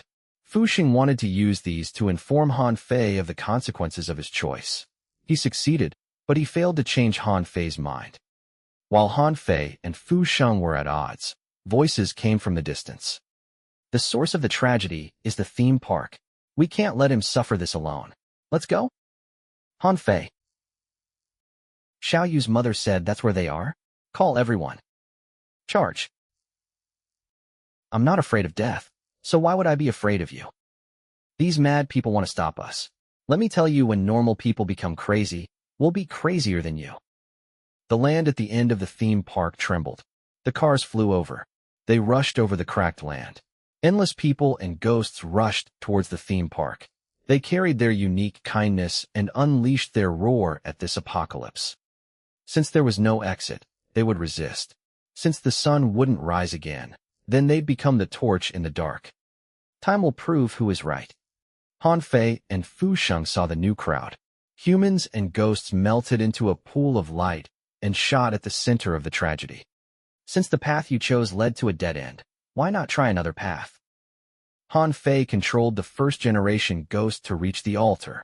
When he became the altar's new owner, everything would be over. Dream had the same thought. It scoured the memory world but couldn't find the altar. In the end, the altar was hidden right under its eyes. It was furious and directed all the poison to the heart. Fu Xing didn't panic even as the poison threatened to pollute the altar. His eyes were still on Han Fei, like he was making the final decision in his mind. After I gained the black box, I left Happiness Neighborhood for the first time at level 20. But you saw me and passed all the challenges I gave you at level 21. Fu Xing looked at Han Fei. Perhaps you're more suitable for this place than I am. The color of the figurine faded away, and Fu Xing's face became blurry. After everything you've experienced, you still have some hope and kindness left. However, you will have to face the most twisted humanity and darkest malice on your own. There are many things scarier than ghosts. No matter what, I will not surrender. Because many people, in both the cryptic world and the real world, have placed their last hope on me. Fu Xing's expression softened. His eyes finally moved away from Han Fei to look at the destroyed city. Perhaps you can move further than I did. I hope that you've picked the right path. The face blurred. Livewell, when this altar is destroyed, you'll be the only one left who knows I've once existed. The figurine raised his arms. Han Fei's main consciousness was dragged into the altar. Chapter 732, Hero or Sinner. 732, Hero or Sinner. The old man, who personally handed the black box to Han Fei, didn't choose to be reborn with Han Fei's body. He showed his past to Han Fei, how he morphed from a child to an unmentionable. Looking back, the period he missed the most was from before he owned the black box. Guided by the altar, Han Fei, hidden deep inside the first-generation ghost's brain, slowly approached Fu Xing's altar. The young man slowly accepted the glowing candle from the old man. When Fu Xing's face blurred, Han Fei's features appeared on the figurine. This represented a kind of inheritance and the turning of two eras. The old man who held the world on his shoulder would disappear, and Han Fei would take over. To be a ghost of a million sins, or to be the hero of the real world, was up to Han Fei. Fu Xing's test for Han Fei was over now. Han Fei had to rely on himself from now on. There would not be any hope and kindness in the future memory worlds and altar missions. Han Fei would start to face true darkness. Fu Xing, you're not dying that easily. A chilling voice came from the decayed cocoon, spreading cancer and all the sacrifices. Dream finally made its move. It activated all the traces it had left in this memory world. It was the disease of this memory world. It was in hibernation, waiting for this explosion. Fu Xing's memory world had been scoured by Dream, but Dream hadn't found the thing it wanted, so it didn't damage the altar. But things were different now. It wouldn't allow others to have things that it couldn't get. Therefore, it had rather destroy the altar than allow Han Fei to gain Fu Xing's memory. The poisonous cancers were summoning the real Dream. A scary presence came from the poisonous boils. It had no shape, just a voice. But it was extremely powerful. Fu Xing. The voice traveled for miles as it forced its way into the altar. The dark sky above the theme park was torn apart. Bloody stars appeared in the sky. They connected to form a pair of giant butterfly wings. When the giant butterfly appeared, the altar world started its irreversible collapse. The skyscrapers crumbled. The giant butterfly flew at the altar inside the heart. The theme park was covered under the butterfly's wings. The real ending had arrived. The night sky no longer belonged to Fu Sheng, but he didn't react. It was like he couldn't see it. He was saying his final goodbye. There are some living people's consciousnesses in my memory. They don't know that they're dead. I hope you can treat them well. The buildings, monsters, and ghosts blurred along with Fu Sheng's face. However, there were some people who were not affected. As Fu Sheng said, they were not created from his memory. Fu Sheng had dragged them into this world and created a white lie for them. The blonde kid, Xiao Jia, and Li Guo'er's bodies disappeared. In the crowd, only the wife and little eight stood there. The woman looked at Fu Sheng melting into the black mist, and she slowly remembered something. So, the wife's face aged, and her skin wrinkled. She could no longer retain her image in Fu Sheng's memory. She reverted to how she looked when she died. The kid has left me in his mind. The wife was Fu Sheng's stepmother, but she treated him very well. If Fu Sheng really wanted to revive someone, it wouldn't be himself, but Fu Tian's mother. The night fell from the sky. Everything in the city was targeted by Dream. If no one stopped it, everyone would die. But the problem was no one was able to stop this unmentionable. Even Fu Sheng couldn't protect everyone. The only thing he could do was to send the living souls in his mind out. Before they were destroyed, he tried to find new hope for them. It's over now. I've received the black box in despair. I'll be buried in the cryptic world with regret. I'll pay the price of being forgotten by everyone to trade for a small hope. Han Fei, you'll have to walk the rest of the road on your own. In the end, I want to apologize to you on Fu Tian's behalf. Mad Laughter's tragedy was an accident. Your appearance was another accident. If you want to treat Mad Laughter, you first have to treat yourself. Fu Sheng's face on the figurine fully disappeared, and it was replaced by Han Fei's face. When he took over the figurine, endless souls in the city morphed into white light and shot at the altar. They crawled into the altar before the butterfly closed its wings. Me and Human disappeared from the theme park. Mad Laughter was forced to enter the altar and reunite with Han Fei so that he wouldn't be destroyed. In the end, other than Han Fei, there was only one soul who didn't enter the figurine. The wife crawled on the first-generation ghost's body. Everyone feared this monster, but in her eyes, he was an unruly child. She picked up the broken altar with difficulty and slowly moved to guard beside the altar. Han Fei inside the figurine shouted for the wife. The wife only waved at him and smiled. Lead everyone to safety. I'll stay to accompany Fu Sheng. He's my life's pride. I will not leave him alone. The wife hugged the pieces of the altar and leaned beside the altar. She looked up at the endless butterfly and seemed to be admiring it with Fu Sheng. He could be a sinner or a hero in your eyes, but in my eyes, he's always my child. Han Fei didn't expect that Fu Sheng's final request was not to kill Dream, make a choice with the black box, but to protect these souls that he had saved. The butterfly wings fell. The altar was shattered. Han Fei heard the system notification. Notification for player 0000. You've used 99 deaths to find yourself. You've welcomed a new life. Notification for player 0000. You've completed Grade D Inheritance Mission, Fu Sheng. You've completed the mission on the greatest difficulty. Obtained triple EXP. Congratulations for gaining the altar owner's approval and successfully inheriting the fully damaged Level 7 altar, Resurrection. Resurrection. Level 7 altar's unique power, revive the dead. The altar's ability might change in the future due to the figurine's changes. Please check after the altar is restored. Notification for player 0000. You've rectified part of the altar owner's regrets. The former owner will fulfill one of your wishes. Please pick one of the following. Increase level by 1, limited to players below level 40. For random increases in attributes, fully heal a soul under pure hatred without conditions and increase their friendliness level towards you by 15. Awaken a Grade E talent you had inside the altar world. Bring one item or ghost under pure hatred out of the altar world. Notification for player 0000. The hardest character to play is yourself. In the memory world, You've used 99 deaths to understand yourself. Your masterful acting has risen to level 4. Notification for player 0000. Fu Sheng has gifted you 1000 afterlife karma. Notification for player 0000. You've obtained all the souls protected by Fu Sheng's lingering memory fragment. This is Fu Sheng's most precious treasure for you. Notification for player 0000. You've reached level 25 and obtained 1 free attribute. The thunder exploded. Han Fei saw Fu Sheng's altar being crushed by Dream's butterfly. As the altar fell, the memory city that recorded Fu Sheng's past disappeared.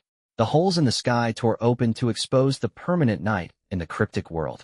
When Han Fei opened his eyes again, he had escaped from the altar world. He fell heavily to the ground. He had 99 scars and was at the edge of death. Han Fei added all the free points into stamina. He was level 25, but he had 42 stamina points. Han Fei had another breakthrough. When he climbed up from the ground, he felt an endless pool of energy within him. As long as his mind didn't break, his body wouldn't fall. The thunder didn't spot because he had left the altar world. Han Fei looked around.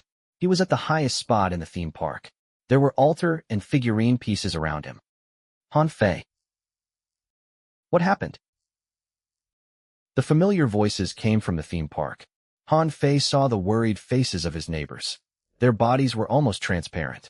Many things had happened in the cryptic world's theme park when he was inside the altar. Get down. Get away from there. An indescribable pressure pressed down. Han Fei looked up. The night sky became so colorful. It was a dreamlike butterfly. Dream's consciousness? The giant butterfly slid past Han Fei and slammed at the maze. The maze collapsed. A path made from endless life chains appeared before them. The path was connected to the cryptic world on one end and the layers of dream on the other. With the butterfly's constant slamming, the maze was punctured by dream. The people on the other side of the tunnel managed to see the scenery on this end. The path in the maze is connected to the surface world. Dream has fully opened the path. Han Fei immediately reached into his backpack to put on the beast mask. On the other side of the tunnel, the players in the theme park looked over. They all locked their gazes on Han Fei. Is that a hidden map? Who is that man in the strange mask? Is he a player too? Why does he look so familiar? Is the former director's treasure hidden here? Brothers, let's go. The news of the professional players missing in the maze couldn't be hidden anymore. Therefore, many players came to the theme park maze every day. At this moment, they were all witnesses as the two worlds overlapped. The players attempted to enter the path, but once they did, they would be killed by the monsters still residing inside the maze. They'd die before they even realized what had happened. Dream is a master manipulator. It used its energy to open the path so that the normal players would see me and make me into the eternal sinner. The path to the cryptic world would bring endless tragedy. Han Fei on the highest platform was the only living person the normal players on the other side could see. His image had been imprinted in everyone's minds. With Dream's manipulation, Han Fei couldn't easily be painted as everyone's mortal enemy. Han Fei chose to open the black box from both sides. In a way, he was different from Fu Sheng. Dream was going to use that to ensure that Han Fei was betrayed by those he wanted to protect, so that he'd fall into darkness. Forcing the path to the cryptic world was just the first step. Dream still had plans for Han Fei. I need to find a way to close the path. Many players died, but more players gathered. The news spread. Eventually, people knew a path had opened inside the maze. The theme park had been destroyed by Dream, and Fu Sheng's altar was crushed. This was very dangerous for Han Fei. One wrong step, and he'd bury himself. He picked up the remaining half of the figurine and jumped down from the platform. His voice couldn't pass through the path, and he couldn't stop the other players, so he had to leave first. He reunited with his neighbors, and he knew from them what happened after he entered Fu Sheng's altar. Su Qin and Youfu entered the altar with Han Fei. The falling woman and the painter got into a serious conflict with the clown at the park. They were still fighting when the night turned colorful. Dream's consciousness flew out of the deepest part of this world and marked the theme park. There were many other smaller stories, but Han Fei didn't have the time to listen to them. The most important thing was to deal with the open path. A lot of players have seen me. I need to create an alibi for myself. Han Fei entered a room and had Zhuang guard the door. He then used Spiritfarer. The ghost door opened. Han Fei summoned Bai Xian to the cryptic world. Han Fei, what's wrong with you? Why are you so heavily injured? Brother Bai, I need a favor. Han Fei removed his beast mask and handed it to Bai Xian. Can you play a role for me? Chapter 733, Storm. 733 Storm. You want me to play a role here? At this place? Bai Xian had just been dragged to the cryptic world. His mind was blurry. Someone wants to expose me and condemn me in real life, so I need you to play me. Play you? Bai Xian was stunned. This should be his career's biggest challenge. Han Fei was not an easy character to play. He had a balance of madness and rationality. Most importantly, his sharp presence honed from living at the edge of death was not something that could be mimicked. There's no script and lines, so you have to improvise everything. Han Fei told Bai Xian his usual habits and knowledge. He left Bai Xian to get into character while he left the room. Zhuang, I need you to guard this room and don't let anyone enter. Han Fei dragged his tired body back to his neighbors. His 99 wounds hadn't healed. The divine patterns on the altar had turned into his wounds. On the other end of the maze, the fearless players were still attempting an entry. Many were lost in dreams. But a small portion survived the dreams and got closer to the cryptic world. Do any of you know how to close this passage? Han Fei found the painter among the crowd. This unique, pure hatred stood in the middle of the theme park. Under his feet was a colorful monster who occupied 1/5 of the theme park's size. The monster looked a lot like Orphan Number 4. The painter slowly shook his head and then looked up into the sky. After Dream's consciousness shattered the maze, it slowly dissipated. The night slowly returned to normal. Fu Sheng left this passage behind. It has always been sealed by Fu Sheng's altar. Now that the altar is ruined, the passage won't be closing for the foreseeable future. A chilling smile came from the shadows. A clown with a tear stain on his face sat on the merry-go-round. Huang Sheng. The clown was Orphan Number 11. Han Fei had helped him in Fu Sheng's memory world and knew about his past. Since you know my real name, it means that you've gained my approval in the memory world. Unfortunately, even I can't help you now. The clown was smiling, but because of the tears, he was also crying. His body flickered like he had been severely injured. If you want to close the passage, you need to fix the altar. As Fu Sheng's successor, you still have a long way to go to fix a level 7 altar. Before the altar is fully fixed, this passage will remain open. Is there no other way? Perhaps you can think of it like this. Fu Sheng probably has envisioned this. So why would he leave this path open? The clown smiled. The world on the other side is happy. Perhaps the happiness over there can sustain the despair over here. Maybe Fu Sheng has planned this. Dream merely accelerated the process. You sure are optimistic. Han Fei looked at the half-figurine he was holding. Fu Sheng's most important altar had been crushed. As his successor, he obtained this severely damaged half of a figurine. What about the others inside the altar? Why aren't they here? Look at the figurine you hold. Their names are all on it. To release them, you need to be the altar's real owner first. The clown and Number 4 were managers left behind by Fu Sheng to manage the theme park. They were once orphans at that orphanage like Han Fei. However, they died when they were young, and they were dragged into the cryptic world by Fu Sheng. What do I need to do? Follow me. The clown jumped down from the wooden horse and asked Han Fei to follow him into the maze. The duo looked like the final bosses in a game. One wore a beast mask, and the other radiated creepiness. The players on the other side cheered. They took out their phones to take pictures and videos. Han Fei couldn't care anymore. The two worlds had never been so close before. They were fully inverted worlds. Fu Sheng has left an empty altar inside the maze. Its main goal is to prevent accidents to the passage. When you place that half into the altar, if everything is successful, we should be able to activate parts of the altar's power. Then, we can release the souls from the figurine. The clown led Han Fei to a secluded corner of the maze. After they went through several secret doors, an undamaged, empty altar appeared before Han Fei. Go on.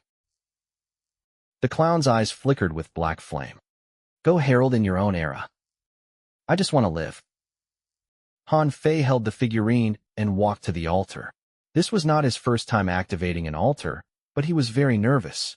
Based on what the clown said after the altar was activated, everyone trapped inside the figurine would return. Su Qin, Little 8, and Spider would return. The souls trapped by Fu Sheng in his memory world would appear too. Mad Laughter would return as well. Other than Fu Sheng, Mad Laughter also wanted to use Han Fei's body to be reborn. Trapping him inside the figurine was not a bad idea. Han Fei studied the names on the altar. He slowly opened the doors and pushed the figurine in. Notification for player 0000. Would you be willing to be level 7 altar, Resurrection's altar? The altar has been heavily damaged. It'll have an unknown influence on you. It might even change your destiny. I would. After Han Fei agreed, his life points immediately dropped to 1. His reputation and afterlife karma were sucked clean. His 99 wounds also oozed with black blood. He was consumed by the altar. He had experienced this before. To counter this, he opened his inventory and took out the pig's hearts and meat cooked by Su Qin. The players on the other side looked at Han Fei curiously. They were scared. Han Fei was like a demon that feasted on human flesh. As Han Fei lost his life points, blood vessels grew on the figurine. The inanimate object appeared to come alive. His expression became slowly like Han Fei's. The figurine's shell fell, and the cracks healed. The names on the figurine lit you one after another. The brightest name belonged to Big Sin. This creature was the altar's natural nemesis.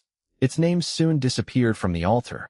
At the same time, a thunderous roar erupted beside Han Fei. Big Sin, which was more than 5 meters wide, crawled out of the figurine. It trampled the ground angrily, causing the passage to shake. What monster is that? A demon. That masked man is a cultist. Stop asking. Come look at the monster. Who among you is a fighter? Go and fight it. Big Sin's appearance attracted everyone's attention. No one had seen something so ugly in the game before. It was the most imperfect thing in perfect life. Han Fei chewed on the meat and studied the figurine. After Big Sin, another name lit up, Su Qin. The curse was like threads of love. Endless curses burst out of the figurine. They crawled all over Han Fei before all the curses burnt with black flame.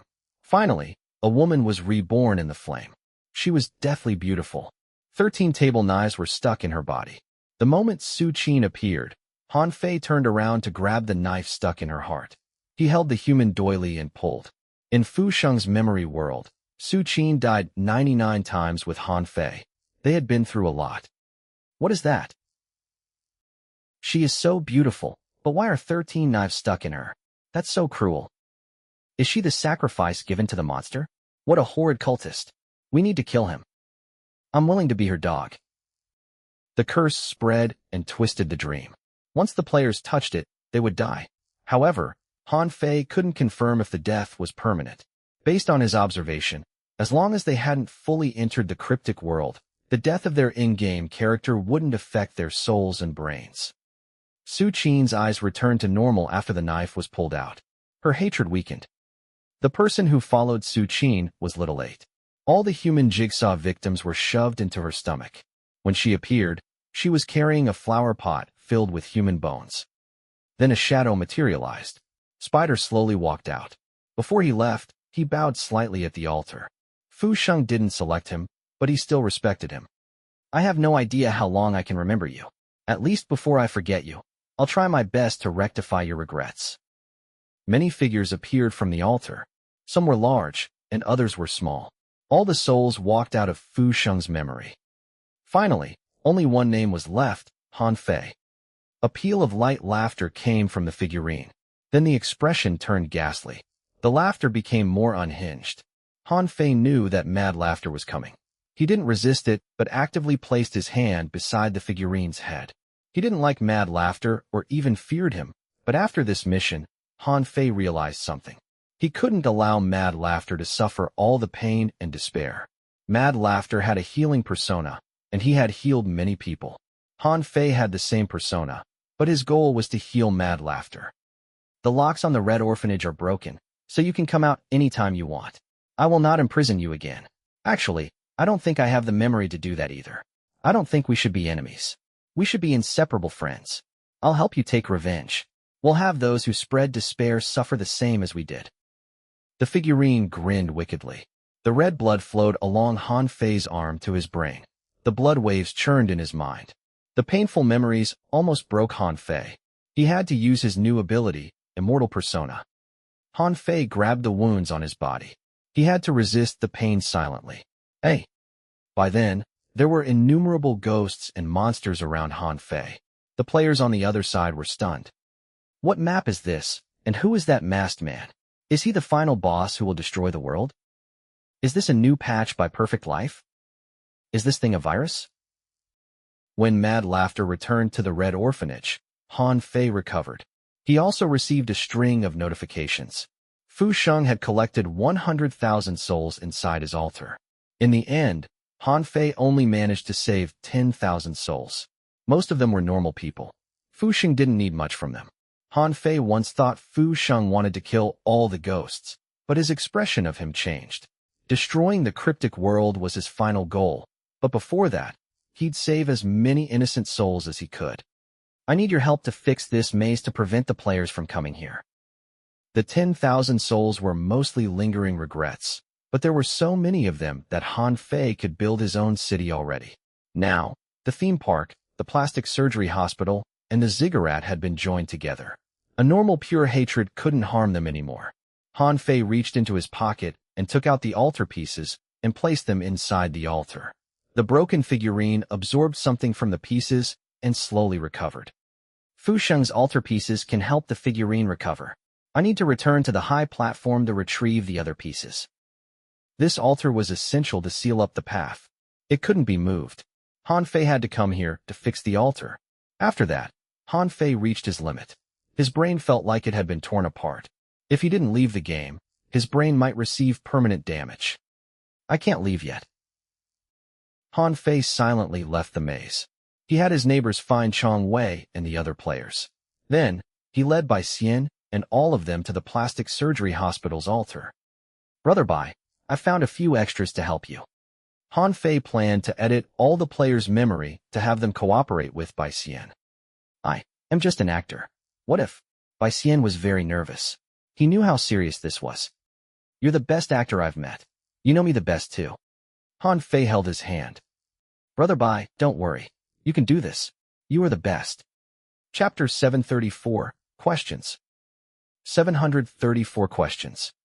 After experiencing 99 deaths, Han Fei's acting skills had reached masterful level 4. He had understood family, love, and self. In terms of acting, he had reached a state that a normal actor wouldn't be able to reach in their lives. After all, not every actor would be able to survive his training. With his patient guidance, Bai Xian slowly entered the state. He studied everything about Han Fei closely, from his most common habits to the emotions in his eyes. To help Bai Xian get into character, Han Fei didn't hide any secrets from him. Bai Xian finally understood why Han Fei had that unique presence after hearing about his movie-like life. Han Fei was living in a horror movie. I'll try my best. Bai Xian liked to challenge different characters. He was lacking the award for Best Actor, and for that, he had been working hard. Relax. Find your zone. After I log out, you'll be me. Han Fei took out his favorite snacks from his inventory. Take these pigs' hearts. You can munch on them if you're hungry. My friends and neighbors will cooperate with you. He waved his hands, and the ground started to tremble. Soon, Big Sin ran over excitedly. This is Big Sin. It's my little pet. Can you touch it? Han Fei introduced his family to Bai Xian. Me? Touch it. Bai Xian extended his hand, but it stopped above Big Sin's spiky head. He was a professional actor, but at that moment, even he was hesitant. Touching it will help raise your resistance to soul poison. Han Fei moved to demonstrate. However, considering he only had 1 life points left, his palm didn't fall. Never mind. You should try to connect with it. I've ordered it not to randomly kill you. Are you sure? Bai Xian didn't know what to say. It might cause some accidents, but you can rely on the others. You can turn to them if there's a problem. Han Fei introduced Wei Youfu and Su Qin to Bai Xian. Everything knew the situation Han Fei was in, and they were all ready to help. When Bai Xian communicated with the neighbors, Han Fei used the plastic surgery hospital's altar to edit the memory of the players who had entered the cryptic world. After he was done, Han Fei was at his limit. He gave Bai Xian his code and mask. Then, he found a quiet corner and logged off. The world turned. The city became red. The person who stuck behind Han Fei didn't disappear, but he had weakened a lot. He looked down the distance, and at the edge of the city, the dream swamp was spreading towards the ziggurat. Han Fei opened his eyes. He felt like his body was about to break. This inheritance mission was the hardest mission he had ever attempted. 99 deaths exhausted his mind and body. He almost wouldn't be able to return. I can't sleep yet. He wanted to crawl out of the gaming hub, but he didn't even have the energy to lift his arm. The pain pulsated all over his body. In that extreme pain, Han Fei fainted. After who knew how long, Han Fei felt chills on his body. When he opened his eyes, his mental state was more stable, and his body had recovered somewhat. The nutrient cocktail in the gaming hub had been exhausted. Han Fei pushed the door open and crawled towards the fridge. He took out the meat he had prepared. Han Fei started with small bites. As his strength returned, he started to feast. He ate for half an hour before the pain and tiredness receded. Han Fei collapsed to the ground. His pupils focused again, but his arms and body were still shaking uncontrollably. Fu Sheng's inheritance mission almost killed me. Han Fei then looked around. He noticed that his room had become very different. More accurately, he could sense many people outside his room. He could even hear their breathing. Have I been exposed? Taking a deep breath, Han Fei picked up his phone that had shut down on its own and switched it back on. The 99+ unread messages and unanswered calls made him frown. With his small friend list, he didn't think this would ever happen. Something big has happened. Han Fei opened the computer. He didn't even need to search for his name because it was on the front page. Perfect Life's biggest hidden map is exposed. The Grave Guardian is a horror movie actor, Han Fei. Actor or killer? Thousands of players were killed. We need Perfect Life to give us an explanation. The final boss is allegedly Han Fei, the walking evil king. The players are angry. The final duel is in the theme park maze. Come and help us kill him. Even if we're just gardeners, farmers, and veterinarians, we'll protect our happiness and preserve the joy that is Perfect Life. Han Fei felt a headache from reading the posts. The real trouble wasn't these players but the two giant conglomerates, Immortal Pharma and Deep Space Tech. They wouldn't allow a virus-like character to exist in their games. The video of the maze path had been shared on the internet. Thankfully, the path was extremely unstable due to the collision of different forces. None of the videos was clear. Earlier, I was the hero, but now I'm the final bad guy, a cheater, and a super hacker.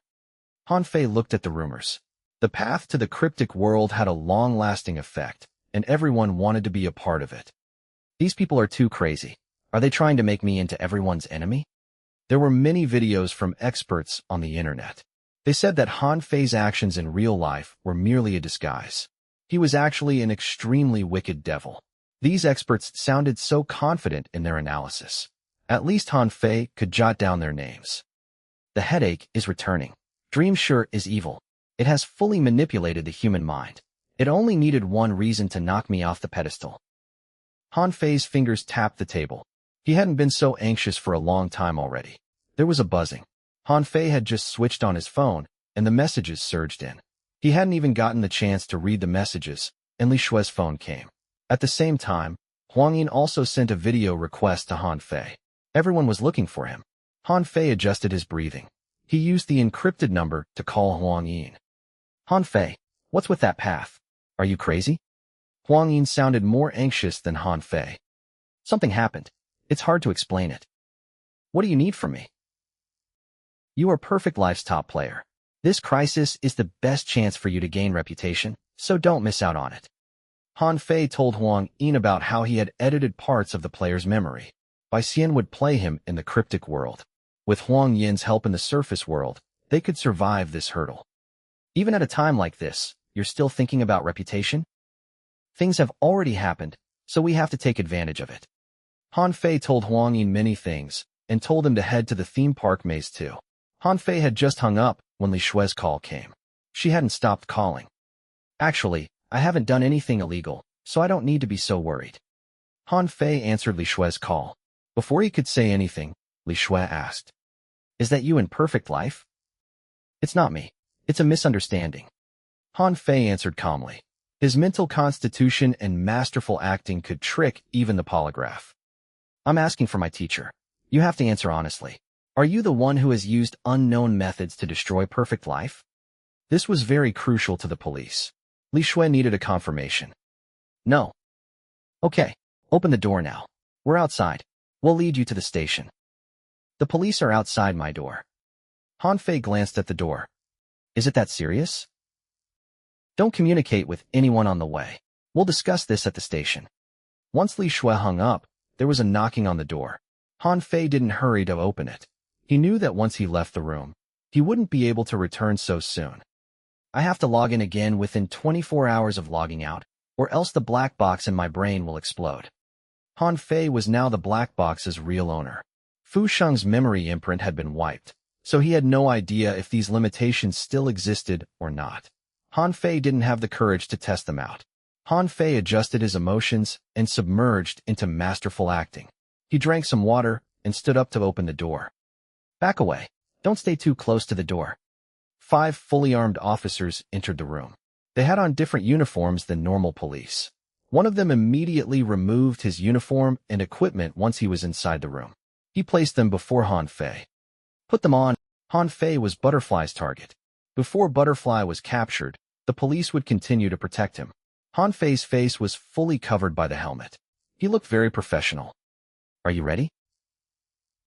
The team leader had Han Fei stand in the middle of the group, and they walked down the stairs.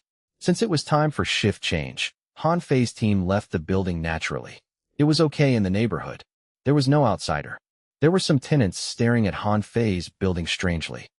Han Fei only understood the police's intention after he left the neighborhood. The whole street was packed. They were all there to find Han Fei. The cameras were like stars. Han Fei felt his eyes going dizzy. "It looks like I have to find another place to live." With the police's help, Han Fei sneaked out of the neighborhood. The police drove the superstar to the station. They walked down the corridor and entered the deepest room at the station. The door opened. The officers moved away to guard the door. They signaled for Han Fei to enter alone. The room had no windows or surveillance. Every 3 meters, there was a light to ensure there was no shadow. "In the past, I've always been to the branch. I've never been here before." Han Fei looked into the room. An elder was seated in a wheelchair. 2 middle-aged officers in white shirts sat beside him. Li Shui and the other officers were all standing to the side. "Actually, he looks quite fitting in this gear." The man in the wheelchair was Li Shui's teacher. His physique had weakened, but his expression softened. A fleeting smile hung on his face. Han Fei knew that silence is gold. After he entered the room, he planned to stand with the other young officers. However, the others all moved away when he got close. Only Li Shui didn't abandon him. "Everyone, please sit down. Since Han Fei said that person is not him, then he is not that person." The elder eliminated the tension. "We've trusted him so many times, so why not this time?" "The people from Deep Space Tech and Immortal Pharma are here. This loophole has caused them great damage. It is more than several million. They hope we can openly interrogate Han Fei and push all the blame on him." "So they want to find a scapegoat? Do they want to use a young man's whole life to cover up their own incompetence?" "If Han Fei is framed, then we should help him clear his name. If he really did all those things, we could find a place that suits his talents." Then, everyone turned to the elder again. "Why are you looking at me? I can't care less about Deep Space Tech and Immortal Pharma. I don't care about Perfect Life either. I just want to capture Butterfly and answer the families of his victims." The elder mumbled. "The colorful sky on the other side of the path is just a butterfly that flutters fearlessly in the dark. This is the thing we should worry about." Chapter 735, Innocence. 735 Innocence. The elder in the wheelchair stated it clearly. Han Fei was a crucial witness in capturing Butterfly. Nothing could happen to him before Butterfly was caught. No matter how big the loophole in Perfect Life is, that is between those 2 companies. We can cooperate with them, but if they want us to do things beyond the scope of the law, I'm sorry. The officer in white surmised everyone's opinion. Before the Butterfly was caught, they would protect Han Fei. Then, How are we going to answer the people from Immortal Pharma? A young officer standing to the side asked. Everyone turned their gazes to Han Fei again. The elder in the wheelchair asked. Han Fei, I've seen the video from yesterday too. Is that you in the mask? I've seen the video as well. Honestly, I don't get why everyone thinks that person is me. Han Fei said helplessly. His acting was very natural. There's an online force trying its best to pin the fault on you. You're now the public enemy after just 12 hours. I refuse to believe there's no one manipulating this. The middle-aged officer in white was really rational. Think, have you offended anyone recently? The bosses from my previous agency and some crazy murderers. Some? Other than the butterfly, most of them have been captured already. Han Fei was telling the truth. Then, it looks like this is Butterfly's doing. The elder leaned against the back of the wheelchair. He found someone who had your frame to destroy Perfect Life, and then pin the fault on you. That's how you became the enemy of 2 giant companies and millions of players. Then, he'll slowly whittle down your mental defenses. Yes, this does feel like Butterfly's handiwork. He never kills with his own hands, but loves to use tactics like these. Li Shui's teacher fought with the Butterfly for half his life, so he knew him very well. To destroy Butterfly's plan, we first have to clear Han Fei's name. We can create an alibi for him. The middle-aged man glanced at Han Fei.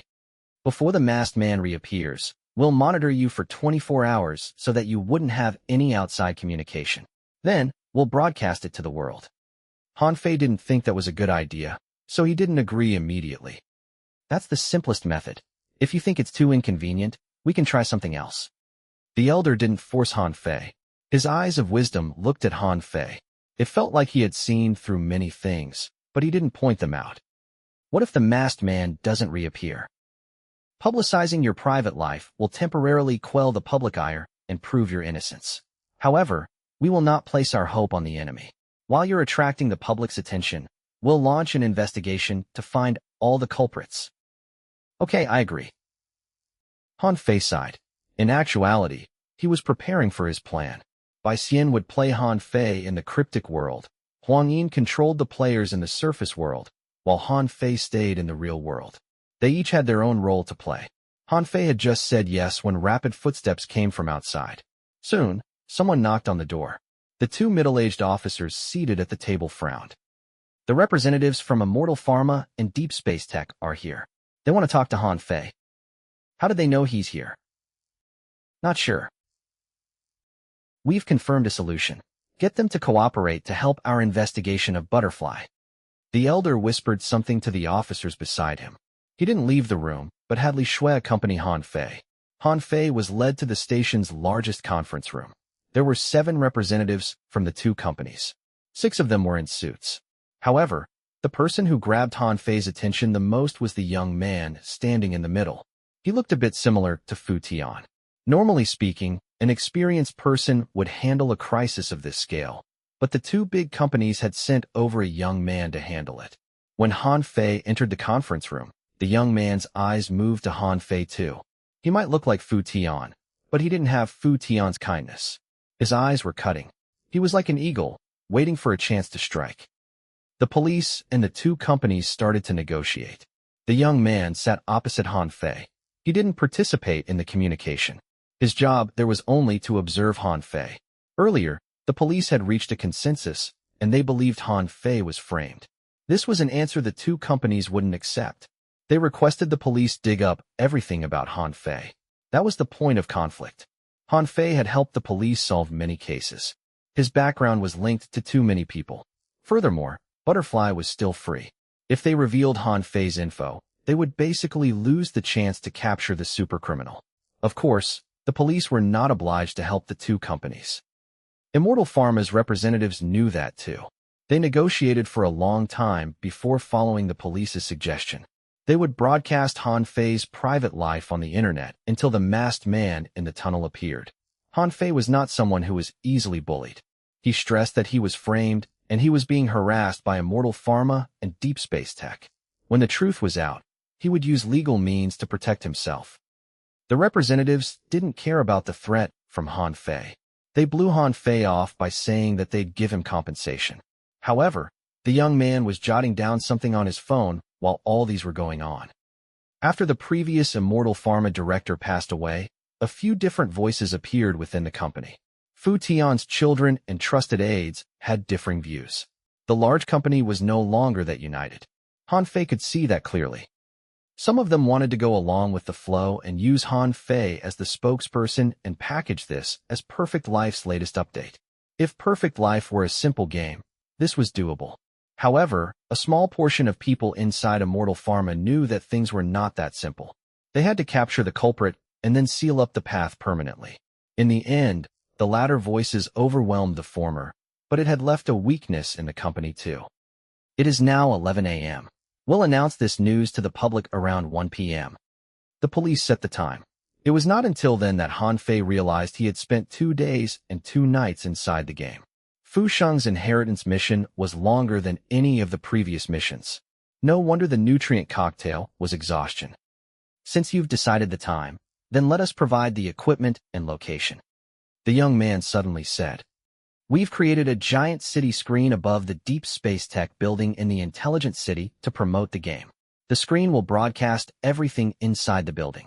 Before the masked man appears, Han Fei can live there. We'll provide him with the best food and service. We'll pay him daily too. As for security, the whole world will be watching him, so I don't think we need to worry. The young man looked permissible, but this aroused Han Fei's suspicion. I don't trust them. I want to stay with the police. Han Fei stood up and said directly.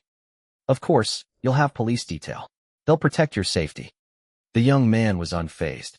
He knew the police wouldn't reject his proposal. A few minutes later, the leading negotiator from the police received a call. Their superior said that they'd accept this generous arrangement from the 2 big companies. Let us depart. Both parties were very effective. The police and the people from the 2 companies drove to the Intelligent City. They arrived at the building with the big screen at 11:40 a.m. At 50, Han Fei and 2 officers were welcomed into the building. The building wasn't that big. It was previously used to show virtual personas in the game, but now it was a hospitable home. The 2 officers' rooms were adjacent to Han Fei's room. Han Fei's new room was installed with endless cameras. Other than when he was in the bathroom, he had no privacy at all. You're an actor. It's your job to live before the cameras. The young man personally led Han Fei out of the car. He had been observing Han Fei like he wanted to confirm something. You should change first. Other than logging into Perfect Life, you can do anything you like inside the room. What can I do when everyone is watching my every move? Han Fei sneered. He opened the door and walked in. I hope you can get used to living here. You will spend a long time living here. The young man turned around and locked the door. He handed the key to the police. Why would I live here for a long time? Han Fei looked around, and his pupils shook slightly. The room was decorated as Fu Sheng's home in Happiness Neighborhood. This used to be a virtual persona showcase room. They have recently upgraded it into a living area. They are testing me. The people at Immortal Pharma have already known something. Han Fei stepped into the room like he had seen it for the first time. His masterful acting skills came into play again. In contrast to his calm appearance, his brain was spinning. Immortal Pharma and Deep Space Tech agreed with the police, but in reality, they wanted to use their own method to make Han Fei commit some mistakes. The room was brimming with cameras. Han Fei's smallest action would be recorded and analyzed by experts. His situation was very dangerous. At 12 noon, Xi and Lu police and the 2 companies announced the news. They said that Han Fei was willing to live stream his life for 24 hours to prove his innocence. The rumor mill had been turning. Most netizens had believed that the culprit was Han Fei. However, they didn't expect this to happen. Some of them started to defend Han Fei. He was an expert horror movie actor. Where would he find the time to train to become the world's top hacker? In any case, the event blew up. Many people were not that reasonable. Some even demanded Han Fei compensate them for their in-game characters who died. Han Fei ignored these voices and lived as he normally would. His new room was filled with traps. There were many things that only those who had seen the black box and cryptic world would recognize. All the cameras were activated at 1 p.m. Han Fei's life was shown before the world. Han Fei glanced at the cameras while lying on the couch. After spacing out for some time, Han Fei did the first time he did after he entered the room. His action was broadcasted all over the world on video platforms. Everyone was looking at this beastly devil, king of ghosts, and perfect life's biggest cheater. Han Fei entered the bedroom and grabbed the bedspread. He then crawled into bed and slept. Wait, is he sleeping just like that? It looks like elites like to nap too. I'm watching this on HD. Millions logged on to watch Han Fei sleep. Han Fei was very tired. He slept until night fell. When he was asleep, a new change came to Perfect Life. Millions of players moved toward the theme park maze. The first-place player, Huang Yin, also showed up in person for the first time. This coming night was destined to be one none of the players was going to forget. Chapter 736, Huang Yin's First Showing. 736, Huang Yin's First Showing. What would be the first thing a horror movie actor did after waking up? Check their popularity online, check their box office, or learn about murders and law. At 8 p.m., Han Fei sat before the computer with a pen and paper. As he tuned into the live stream of Perfect Life's maze, he started to analyze the cases. Everything looked so normal that the netizens felt nothing was out of place. Han Fei was not the child of death. He merely used the time others used on entertainment to study murder cases. Different from the peace at Han Fei's place, Perfect Life was a mess. The managers, players, and all kinds of AI NPCs gathered at the theme park maze. They were all discussing how to level the cryptic world. Han Fei looked at the live stream and felt sorry for these players. As long as they didn't really step into the cryptic world, even if they died inside the path, only their in-game characters would die. Their brains wouldn't be affected. However, the death penalty in Perfect Life was very serious. One would lose everything. It was no different from starting a new account. This was the reason why so many players who died in the path felt so angry. Their hard work since the beta was gone just like that. They turned their anger on Han Fei. However, as Han Fei started his live stream, the players turned their anger back to the path. Everyone was waiting for the masked devil to appear. Many players waited outside the path. In the past, I saw in Fu Sheng's altar that the first-generation ghost is sealed under the theme park. The managers used humanity's happiness to wear down the first-generation ghost's negative emotions. Fu Sheng and Fu Tian had brought that idea further. They built Perfect Life, this ultimate theme park, and tried to use all the players' happiness to heal the scar of the cryptic world. The idea was good, but the overlapping of the two worlds was inevitable. However, it can't be now because the players still can't fend for themselves. Opening the path now will only bring more despair. After Han Fei was done analyzing the cases, Han Fei glanced at Perfect Life's official livestream. Deep Space Tech and Immortal Pharma were dealing with this too, but they hadn't provided a reasonable explanation. The big companies had professional PR teams, but there was a crack on the inside too. At 8:30 p.m., the managers of various player communities appeared at the maze. They led their most elite players and held the best position. The few bosses greeted each other. Each guild would handle a different section of the maze. However, after they were done, there was still the east side of the maze, which was left open. The normal players had no idea what the bosses were planning, but they seemed to have agreed to leave that place open. Aren't we going to make a move yet? There are so many of us. Even if we just spit, we can drown out that masked devil. Don't rush. Even the bosses haven't made a move yet. They seem to be waiting for someone. Who is the VIP that they have the top bosses waiting for them? Perhaps it's him. No one moved until it was 9 p.m. The temperature in the game seemed to drop. The clouds covered the moon. The mist was torn apart, and a figure appeared down the horizon. He came alone. All the elite players looked down the east direction to look at the living legend. The top player in 5 rankings, Huang Yin. His black cape had obscured his attributes and abilities. Level 33. The monster in Perfect Life that had 3 hidden professions. A lot of players crowded the theme park, but they left the eastern part empty for Huang Yin. When the bosses saw him, they sighed secretly in relief. With Huang Yin there, they felt better. All the top players had held an emergency meeting before. They even communicated with Deep Space Tech's representatives before. The reply was that the super photon computer was acting normal. In other words, this hidden map could be something personally designed by the former Immortal Pharma director. Compelled by the black box and the director's will, the big bosses couldn't wait anymore. They started to form groups to explore the tunnels. Many ghosts called the path home. No matter what the players tried, they would die mysteriously once they ventured more than 50 meters into the tunnel. Seeing their elite players being eaten by the abyss, The bosses felt heartache. However, they had no better choice. This was their chance to gain a reputation and fame. As long as they could cross the path, it would make history among gamers. This hidden map was the perfect chance for the guilds to flaunt their muscles and make their names. Is 50 meters the limit for current players? What is on the other side of the path? How is this map so difficult?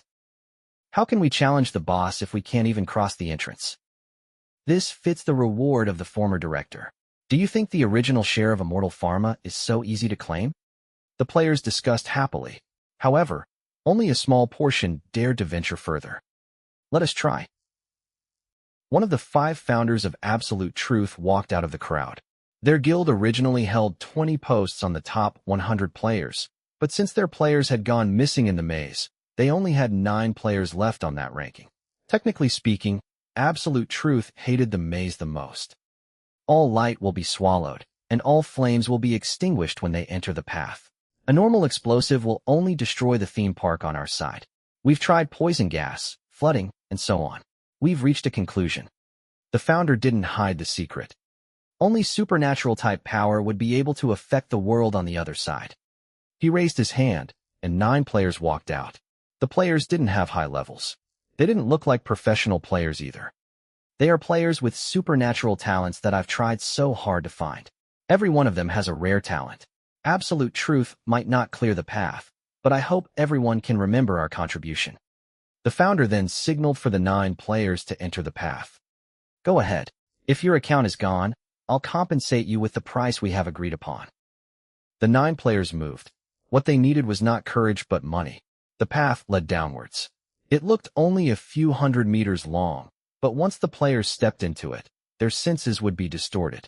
The 9 players looked normal at first, but when they were about 10 meters in, one of the players screamed. He pointed at an empty shadow, and his face was pale. Who are you?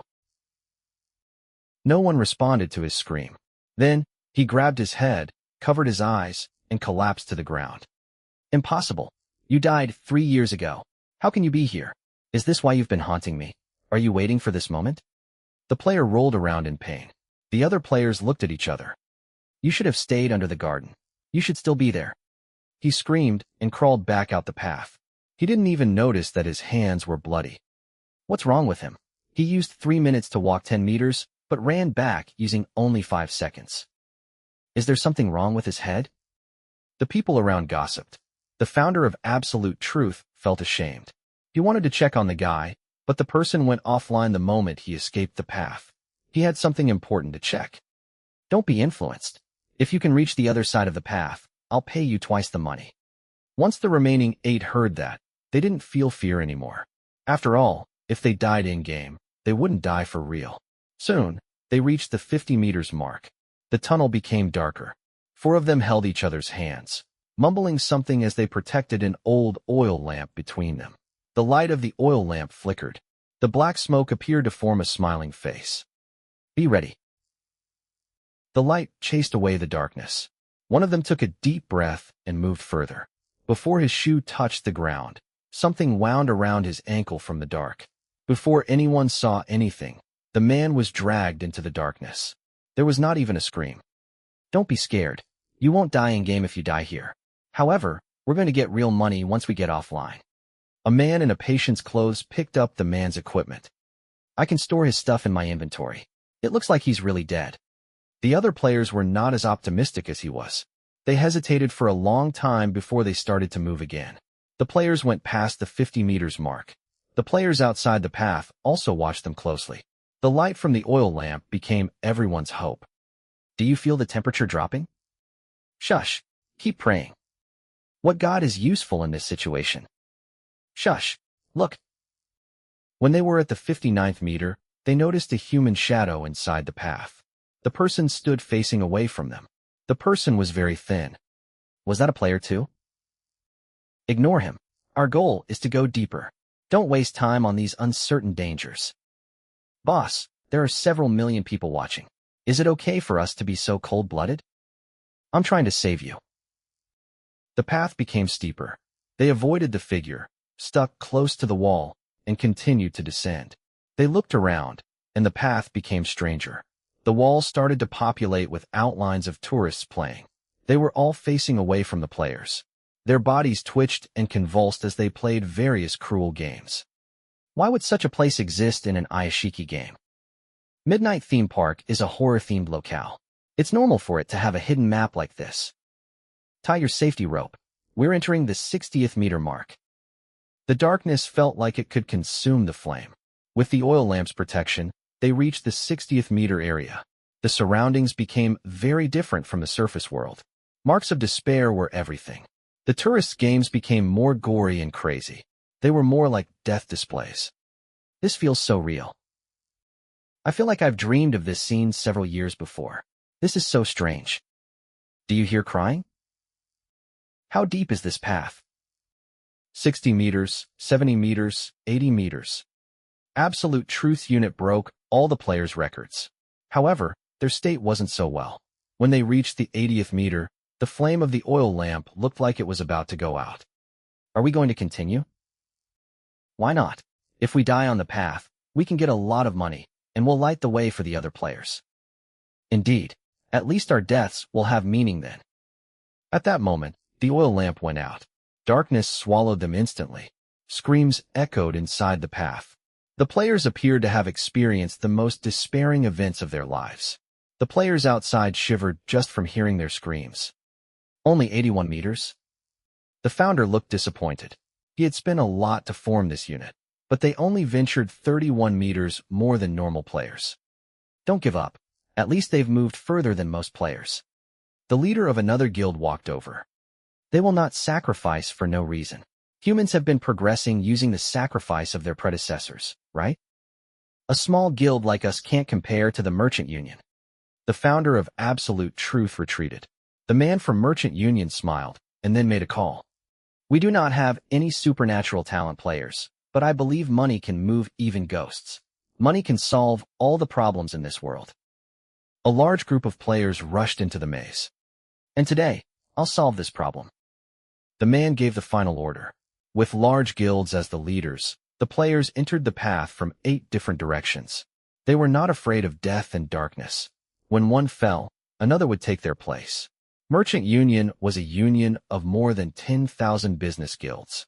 They ran the economy of perfect life. They had a lot of members, but the army this time was made up of mostly newbies. Let's see if this hidden map kills people faster, or I can buy new accounts faster. The players logged in batch after batch. Merchant Union planned to use human lives to brute force their way through the path. This shocked most players. Darkness was scary, but the spirit was uplifting. Some of the players voluntarily joined the army. Merchant Union used money and pushed the safety zone forward for another 10 meters. One among 10 players would move another meter forward. Before they died, they would leave behind their light. With the assault of the endless players, they started to see the killer in the path. Pay attention to the paintings on the walls. The figures on the walls turned around. They looked at the players with cold gazes. Charge. Destroy them.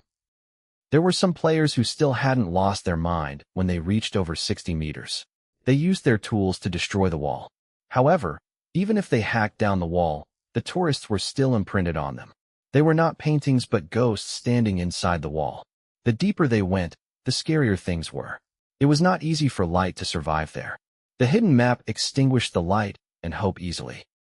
Half an hour passed, but no one managed to pass the 70th meter point. The players died and fell, but the path didn't seem blocked. The path appeared to be connected to an endless sky. The confident man started to sweat. The army dwindled in size. It was not that he ran out of money, but because his people told him that once a player died for the 3rd time, they started to show signs of mental instability. The man didn't expect the path would impact the players in real life. When a player reached the 80th meter point, the man called for the army to stop. He knew when to fold. Millions of accounts are gone, but we only managed to push to 80 meters. This path is more than several hundred meters long. It is really an endless hole. The boss of the Merchant Union communicated with the other bosses. They reached a conclusion. They all agreed that current players were unable to break through this path. This path was a mistake of the 2 giants. After that, a few big guilds also gave it a try. After paying a lot and sacrificing a lot, the players reached the 90th meter mark. but that was their limit. 97 meters. The player with almost maximum luck only manages to reach that point. There's really no hope anymore. Then everyone turned to the east side to look at the man standing there.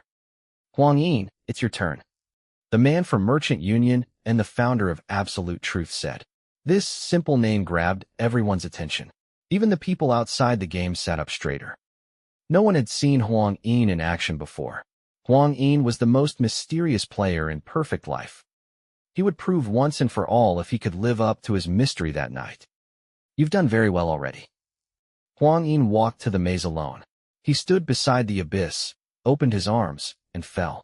Chapter 737, Making Waves. Chapter 737, Making Waves. Over 10,000 players were present, and more than 1 million netizens were watching. Huang Yin's leap caught everyone's heart. No matter the result, Huang Yin's name would go down in history. He jumped into the abyss without hesitation. The fuck? He jumped just like that. That's a hole with more than 10,000 dead bodies.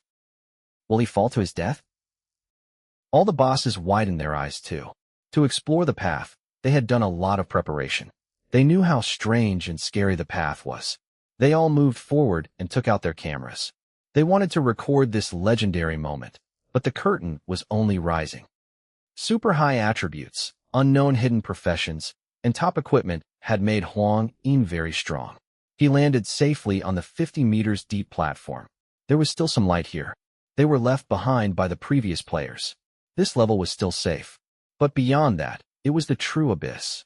Everyone wanted to see what weapons Huang Yin would use, but Huang Yin only raised his arm. Nightmare. The skin under the coat leaked with blood. The dream and the path dispersed according to Huang Yin's will, and the nightmare became his step. Huang Yin, who had been killed more than hundreds of times by Butterfly, obtained the grade A talent, Nightmare. He was born in a nightmare. How would he descend? Step by step. 60 meters, 70 meters, 80 meters. The players outside the tunnel were dumbfounded. They knew Huang Yin was amazing, but no one could expect he'd only use 3 minutes to reach the human's current limit. Absolute Truth's founder's eyes filled with shock. Merchant Union's boss looked embarrassed. This makes me look so stupid. The players all looked at Huang Yin with different expressions. 90 meters, 95 meters, 99 meters. The limit in the players' eyes was only the beginning for Huang Yin. The ghosts on the wall howled and the shadows in the dark twisted in pain. Huang Yin ignored them. He had his mission. He took out an oil lamp from his coat. This oil lamp was different from the one used by Absolute Truth. His oil lamp burned with Cryptic World's body wax, and the flame was a ghost flame. What item is that? I can't tell. Huang Yin's coat is special equipment that can prevent any kind of probing. Just how many valuable items does this man have? The players outside the path had no idea that Huang Yin only took out the oil lamp so that they could see him. Huang Yin became the first player to reach beyond the 100 meters point. He could sense the fractured dream around him. The person who opened the tunnel was Dream, and Huang Yin's power was related to Dream. Even without Han Fei's help, Huang Yin could enter the tunnel. After the 100th meter mark, the ghosts and monsters appeared more often. Huang Yin, with his oil lamp, was like a traveler in hell. He avoided all the dangers and reached 150 meters underground. More curses were carved on the wall, but Huang Yin felt very familiar. I'm reaching the Cryptic World. Back then, Han Fei dragged Huang Yin into the Cryptic World to lower his happiness point. He had experienced the best Cryptic World had to offer for one night. He would never forget it. Help! There are still many people in the underground maze. A wispy voice came from the crack in the wall. Huang Yin saw a living player bound in a cocoon. My name is Worm. I'm from Absolute Truth. We entered the maze and ran into ghosts. The players used their last strength to plead for help. Huang Yin looked down the path. More players were encased in walls. They were covered in curses and bound with life threads. A monster's saliva dripped all over them.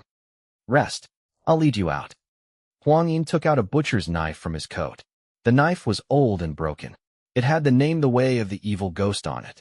The butcher's knife cut through the life threads, and the ghost fire burned away the crushes. Huang Yin tossed out the precious healing items and moved forward without looking back. He reached the underground 200 meters. This place was no different from the cryptic world. The nightmare was palpable, and it radiated despair. Don't go any further. A weak voice traveled into Huang Yin's ear. There was a unisexual man trapped inside a hanging coffin. He was heavily injured, and his neck was almost snapped. Are you a player who is lost in the maze? Me? Of course. The man's neck snapped, and then he looked at Huang Yin from a strange angle. Not. The ghost screamed, and it radiated misfortune. Huang Yin reacted quickly too. He avoided the attack and aimed at the ghost's stomach. The players outside watched Huang Yin closely. He was the first to attack the ghosts. The stomach was cut open. Huang Yin was the first player to really harm the ghost. So they are not invincible. What is that rusted knife? No. Look at that ghost's stomach. Some of the players noticed the problem. After the thin ghost's stomach was sliced open, a rotund ghost crawled out and pounced on Huang Yin. Do you want to die? The ghost's ambush didn't get Huang Yin. Huang Yin responded with a fatal blow. Nightmare collected on the broken blade.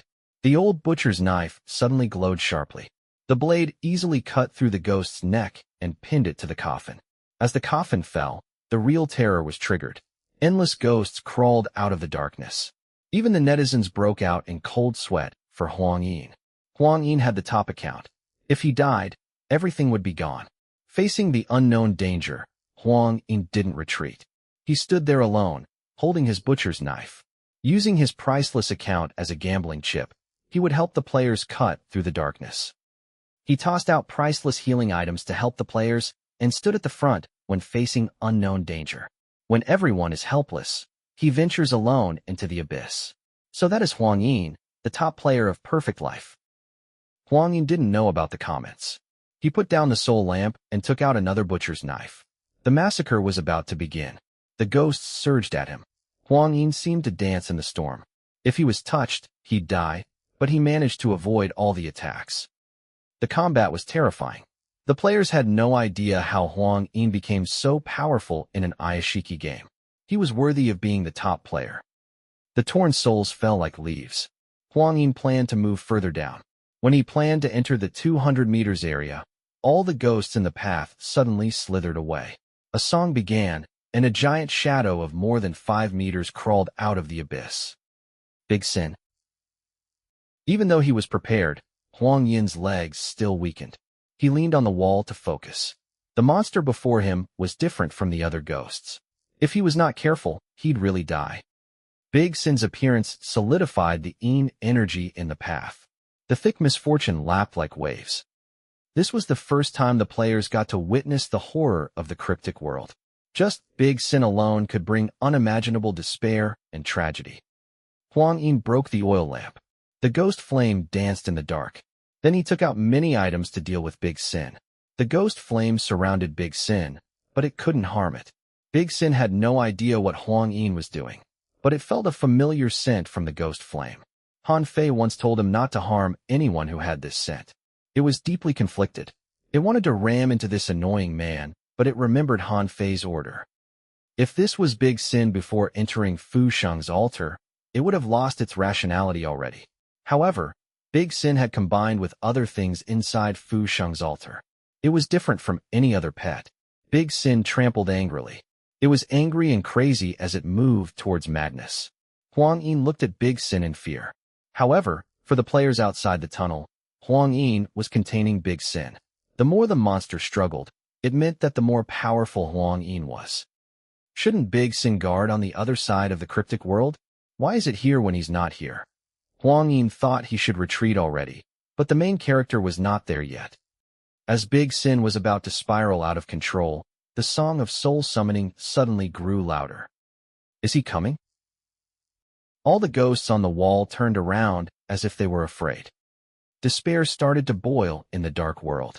Giant hatred surfaced. Standing in the middle was a man in the beast mask. 99 bloody wounds were marked on him. Even though the mask had hidden his face, no one could miss his eyes. There was rationality with endless madness, like flames in an icy ocean. Chapter 738, Detention. Chapter 738, Detention. Han Fei, no, isn't he on live stream? Is it really not him? I'll never forget that gaze. Are there two crazies who are so alike? The man in the beast mask stood among the pure hatreds. When he appeared, all the players, inside and outside the game, sucked in a cold breath. The terror he radiated crawled into people's hearts. Is that thing still human? He doesn't look human to me. Everyone on standby. The new players back away. Repeat. Players under level 10, please back away. The target has arrived. Contact Deep Space Tech. It's time for them to fulfill their promise. Deep inside the path, Huang Yin's hand that held the knife trembled. Even if he knew the truth, he still thought this man was Han Fei. They were too similar, especially those eyes. What did he experience in the abyss? He seemed to scratch out the 99 wounds himself. They are mixed with dried curses and resentment. Huang Yin and Bai Xian didn't know each other in the past. They cooperated for the sake of Han Fei. Huang Yin didn't really know him, but at that moment, he had a new understanding of Bai Xian. The man did more than was necessary. He really tried his best to play this character to help Han Fei. Those wounds and curses must have hurt. The normal players only thought the man was scary. Only Huang Yin and Han Fei knew the pain Bai Xian was in. The 99 wounds and curses were not sustainable by normal humans. However, Bai Xian volunteered to be injured by pure hatred to fully replicate Han Fei. Bai Xian has arrived early, because he's worried that Big Sin might accidentally injure me. I mustn't disappoint him. Huang Yin turned and escaped. The players outside the tunnel understood him.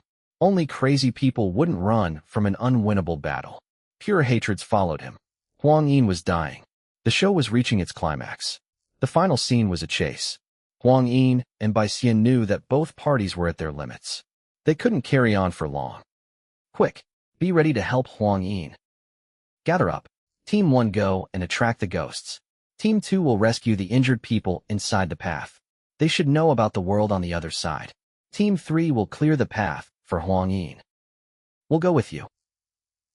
The players showed unseen before determination. They took up their flower pots, woks, and so on to fight against the ghosts. Huang Yin had inadvertently become a symbol of hope for the players. In the normal script, justice would always prevail, but that was not the case in perfect life. The players understood how scary the malice from the cryptic world was. Pure hatred was categorically different from normal ghosts. Once they made a move, the living would wilt with a touch. The curse spread everywhere. Even if the player touched a stone seen by pure hatred, their life points would drain rapidly. They had no chance to survive. The players in the surface world couldn't win a pure hatred even if they gained another 10 levels. The slaughter was one-sided. Despair and negative emotions influenced more layers. Some started to flee. They were not afraid of death, but they were afraid of dying. Run. Don't look back. Huang Yin shouted in the abyss. He wanted to lead Worm and the other absolute truth players out of the path. These players were different.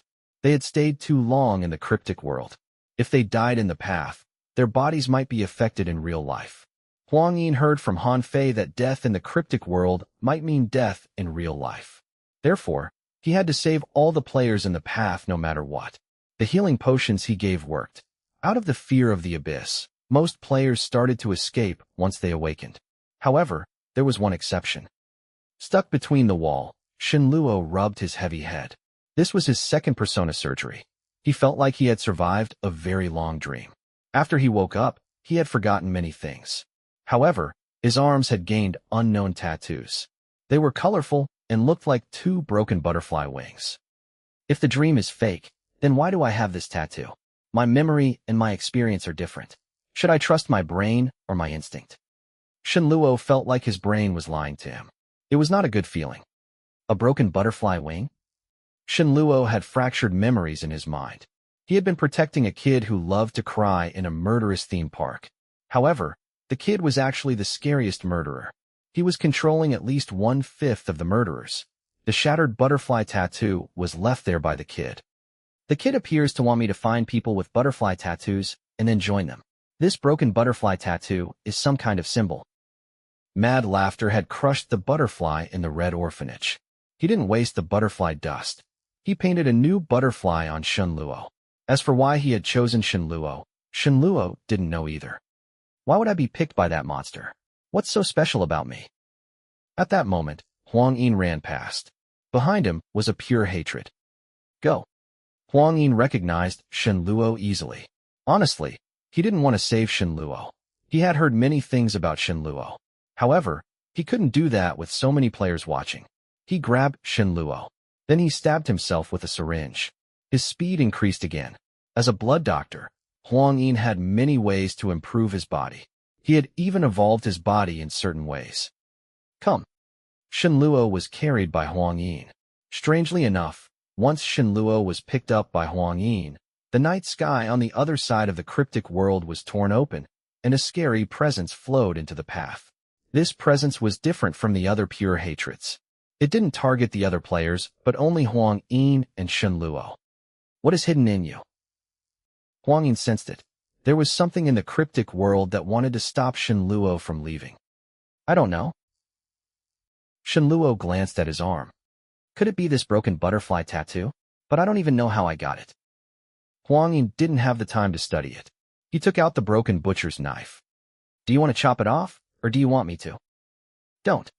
Shen Luo was shocked. Wasn't the hero supposed to be helping people?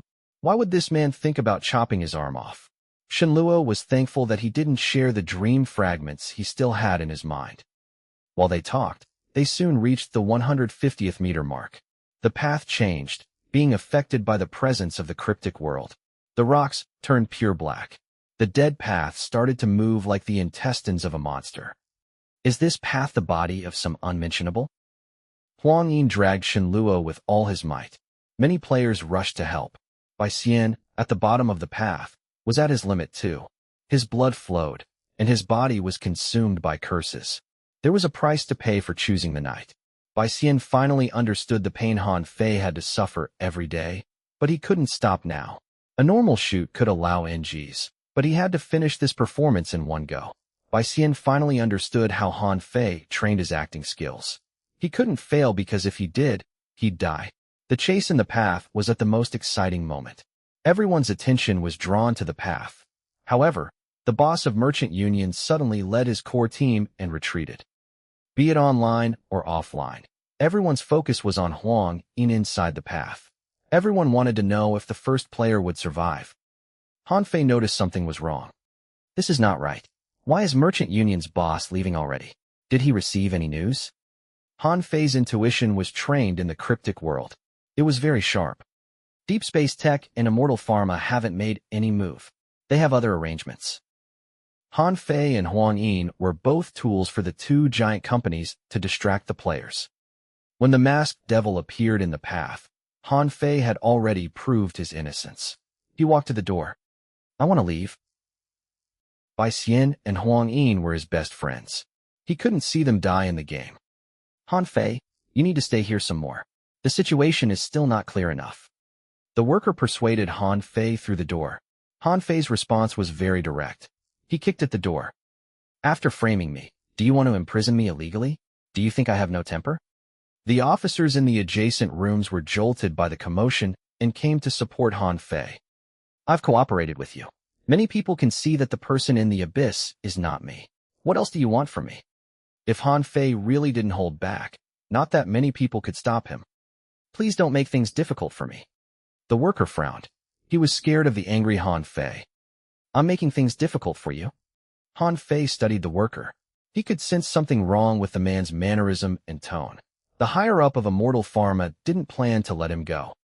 I didn't want to do this, but you seem to have the habit of trampling on normal people's dignity. Han Fei's gaze changed. He placed his arm on the worker's shoulder. Bring me to your superior. The worker shivered. It felt like it was not a human who grabbed his shoulder, but the devil. Okay. The worker moved out of the way and jogged to find his superior. Han Fei and the officers followed him. They took the elevator to the 4th floor. They stopped outside a room. At that moment, a phone inside the room rang. The worker wanted to ask Han Fei to wait, but Han Fei opened the door and walked in. The superior seated at the table clearly didn't expect this. He had just accepted the call. The virtual image of a young man appeared above the table. He ordered. Han Fei has left the livestream room. He can't leave. He has something my grandfather has left behind. Find a way to detain him. Han Fei heard everything the young man said. What is it about detaining me? Han Fei walked to the table. The young man was the one who negotiated with the police. He was the one who had been studying Han Fei. Hearing Han Fei, he didn't panic. He smiled politely at Han Fei. We just want to know more about you so that we can have further collaborations. You sure are a good actor. You are the better actor. The young man smiled fakely. I heard that you've met Du Jing at the theme park. I'm curious how about you became my grandfather's friend. If you're willing to tell, you can come to the 11th floor to find me. You're still too young. Even in the cryptic world, not that many ghosts were willing to give Han Fei their address. Chapter 739, Suspicion Cleared. Chapter 739, Suspicion Cleared. The number on the elevator panel turned 11. The police dragged the superior to the 11th floor, accompanied by the two officers. The transparent elevator door opened. The workers stood inside the modern lobby. Where is he? Han Fei looked around, but no one dared to meet his eyes. I'm here. The young man who invited Han Fei over was seated inside the single room deep within the lobby. Outside his room was the giant screen. The news that was broadcasted here could be seen through the entire intelligent city. The young man didn't even move to stand. There was an arrogance that radiated from within him, like everyone had to bow to him. So rude. I wish to tell him that even father has to be polite to me. Han Fei walked to the room. The virtual screen in the lobby was playing the image from Perfect Life. Huang Yin and the monster were still playing the heart-pounding chase scene. The battle didn't even draw the young man's attention. As the real insider at Immortal Pharma, they seemed to have found the true solution and were waiting for the perfect timing. After entering the room, Han Fei said directly, Isn't it clear that I'm not the monster inside the path? So why are you still doing this to trap me here? There's no need to be so angry. The young man sipped the drink in his hands. At first, we really did think you're the masked man inside the path. The higher-ups even selected you as the prime suspect. They think that you're disrupting Perfect Life, and you're being supported by a huge hidden organization? Me? Supported by a huge organization? Han Fei was not acting. He was really confused that these people would have that idea. You've solved so many cases and captured the murderers on grade A wanted list. You've single-handedly challenged supercriminal Butterfly and turned the internet's impression of you. You even won the Best Actor award during the movie festival. I refuse you believe there's no one helping you. So what have you found? Other than the police, you rarely interact with others. The young man frowned. This was the thing that confused him the most. So, are you saying Xi and Lu police are attempting to destroy Perfect Life? I didn't say that. Even if the young man did think that he wouldn't say it. Then, how do you plan to deal with this mess? Since you're not the culprit, the company will not waste any more time on you. We'll use the backdoor left behind by grandfather to force the supercomputer to wipe out the bug. The young man didn't hide anything from Han Fei. Perhaps he thought soon everyone would know about this, or this was another test for Han Fei. I thought the game had been handled by the computer since it entered OB. Han Fei instantly had a bad premonition. That's why it's called a backdoor. The young man watched Han Fei's face. You seem to care a lot about this. Are you worried about the monsters inside the path? The young men stood in the room. Above them was the giant virtual screen. By then, Han Fei was sure that the young man was baiting him. He still hadn't given up. Even though there was no visible camera in the room, with deep space tech and Immortal Pharma's power, they could have installed invisible cameras. Perhaps the surveillance on Han Fei hadn't really stopped. At that moment, screams came from the screen. The path inside the maze changed. The path near the surface world suddenly collapsed. The players near the edge fell into the abyss. Changing the terrain is your backdoor? Han Fei desperately wanted to know these things. Fu Sheng had opened the front of the black box, and he wanted to destroy the cryptic world. Therefore, the surface world was his final shield. Fu Sheng had given that power to his younger brother, Fu Tian. Therefore, Han Fei was not surprised that Immortal Pharma could impact the cryptic world. He just wanted to know how powerful Immortal Pharma was after Fu Tian died. This bug is related to the black box grandfather left behind. The deleted world had a large impact. Therefore, the internal committee of the company reached a consensus to use the backdoor to directly influence Perfect Life. The young man clicked the icon on the table, and many codes Han Fei didn't understand appeared. There is a limited number of backdoors, and the photon computer will restore them once used. After all the backdoors are restored, The computer will really take over humans to be the core of perfect life. I don't get it. Why are you doing this? Isn't it better for humans to remain in control? As long as humanity is around, there will not be pure justice and a perfect world. The young man smiled coldly. The computer has been collecting the data from the players. Even if there's not a player left, the computer can create endless NPC with happiness and joy. They will be left inside the game and have the perfect lives. I still don't get it. Han Fei had grasped the main idea. Fu Tian wanted to use the photon computer to replicate human emotions to inject the cryptic world with happiness. This would balance out the despair there. Do you really don't get it, or are you acting? The young man's smile disappeared. He swiped his palm across the table, and the screen changed. Endless info about Han Fei appeared. Grandfather was the designer and creator of perfect life. He's the god in the game, but he didn't tell us all of his secrets, and the most important among them is the black box.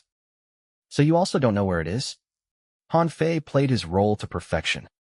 Grandfather once said that perfect life only existed because of the black box. The black box is also the reason deep space tech and immortal pharma can have such advancement in biological and AI science in the past decade. The young man pressed the virtual image, and it stopped at a particular moment in Han Fei's life. Now, do you know how important the black box is to us? The moment stopped at the time Han Fei first went to buy the gaming helmet. He entered the street alone, and he was captured by the camera. Soon, the whole street was consumed by fire. In the next image, Han Fei was already at home. At first, the police had also suspected Han Fei was the arsonist. However, they quickly eliminated that possibility. That was also the first time Han Fei interacted with the police. The police also experienced the giant change in Han Fei the most. Is there anything you want to say? The young man walked to the projection. Through our investigation, we can be sure that you're the last person to leave this street, and this street is among Grandfather's will. What can that prove? If you're just a normal person, of course, we won't suspect you, but don't you think your life has changed too much? The young man looked through the virtual projection of Han Fei's life. Your whole life is here, and the change can be traced down to that moment. Han Fei's expression didn't change. He looked at the young man like he was dumb. Han Fei was certain that the projected childhood was different from his real childhood. Even such a large company can't figure out what really happened to me. I'm quite disappointed. It doesn't matter if you don't tell us. The black box is hidden in the world on the other side of the path. We will discover your connection with it. The young man glanced at his watch. It's time. He lifted his head to look at the large screen. Huang Yin carried Shen Luo and ran as fast as he could. All the players were staring at them. They didn't notice that Merchant Union's boss had already retreated, and many NPC had infiltrated the crowd. Different from normal NPC, these people had no soul. They were controlled by a voice. When the pure hatreds and masked man approached the entrance, the NPC fainted. The theme park map blurred. A lot of NPC went out of control, interrupting the supercomputer's control of this area. At that moment, the pictures of the ghost tourists on the wall disintegrated. A mysterious power was healing the path on the surface world. This path was like a scar, and the force was closing it.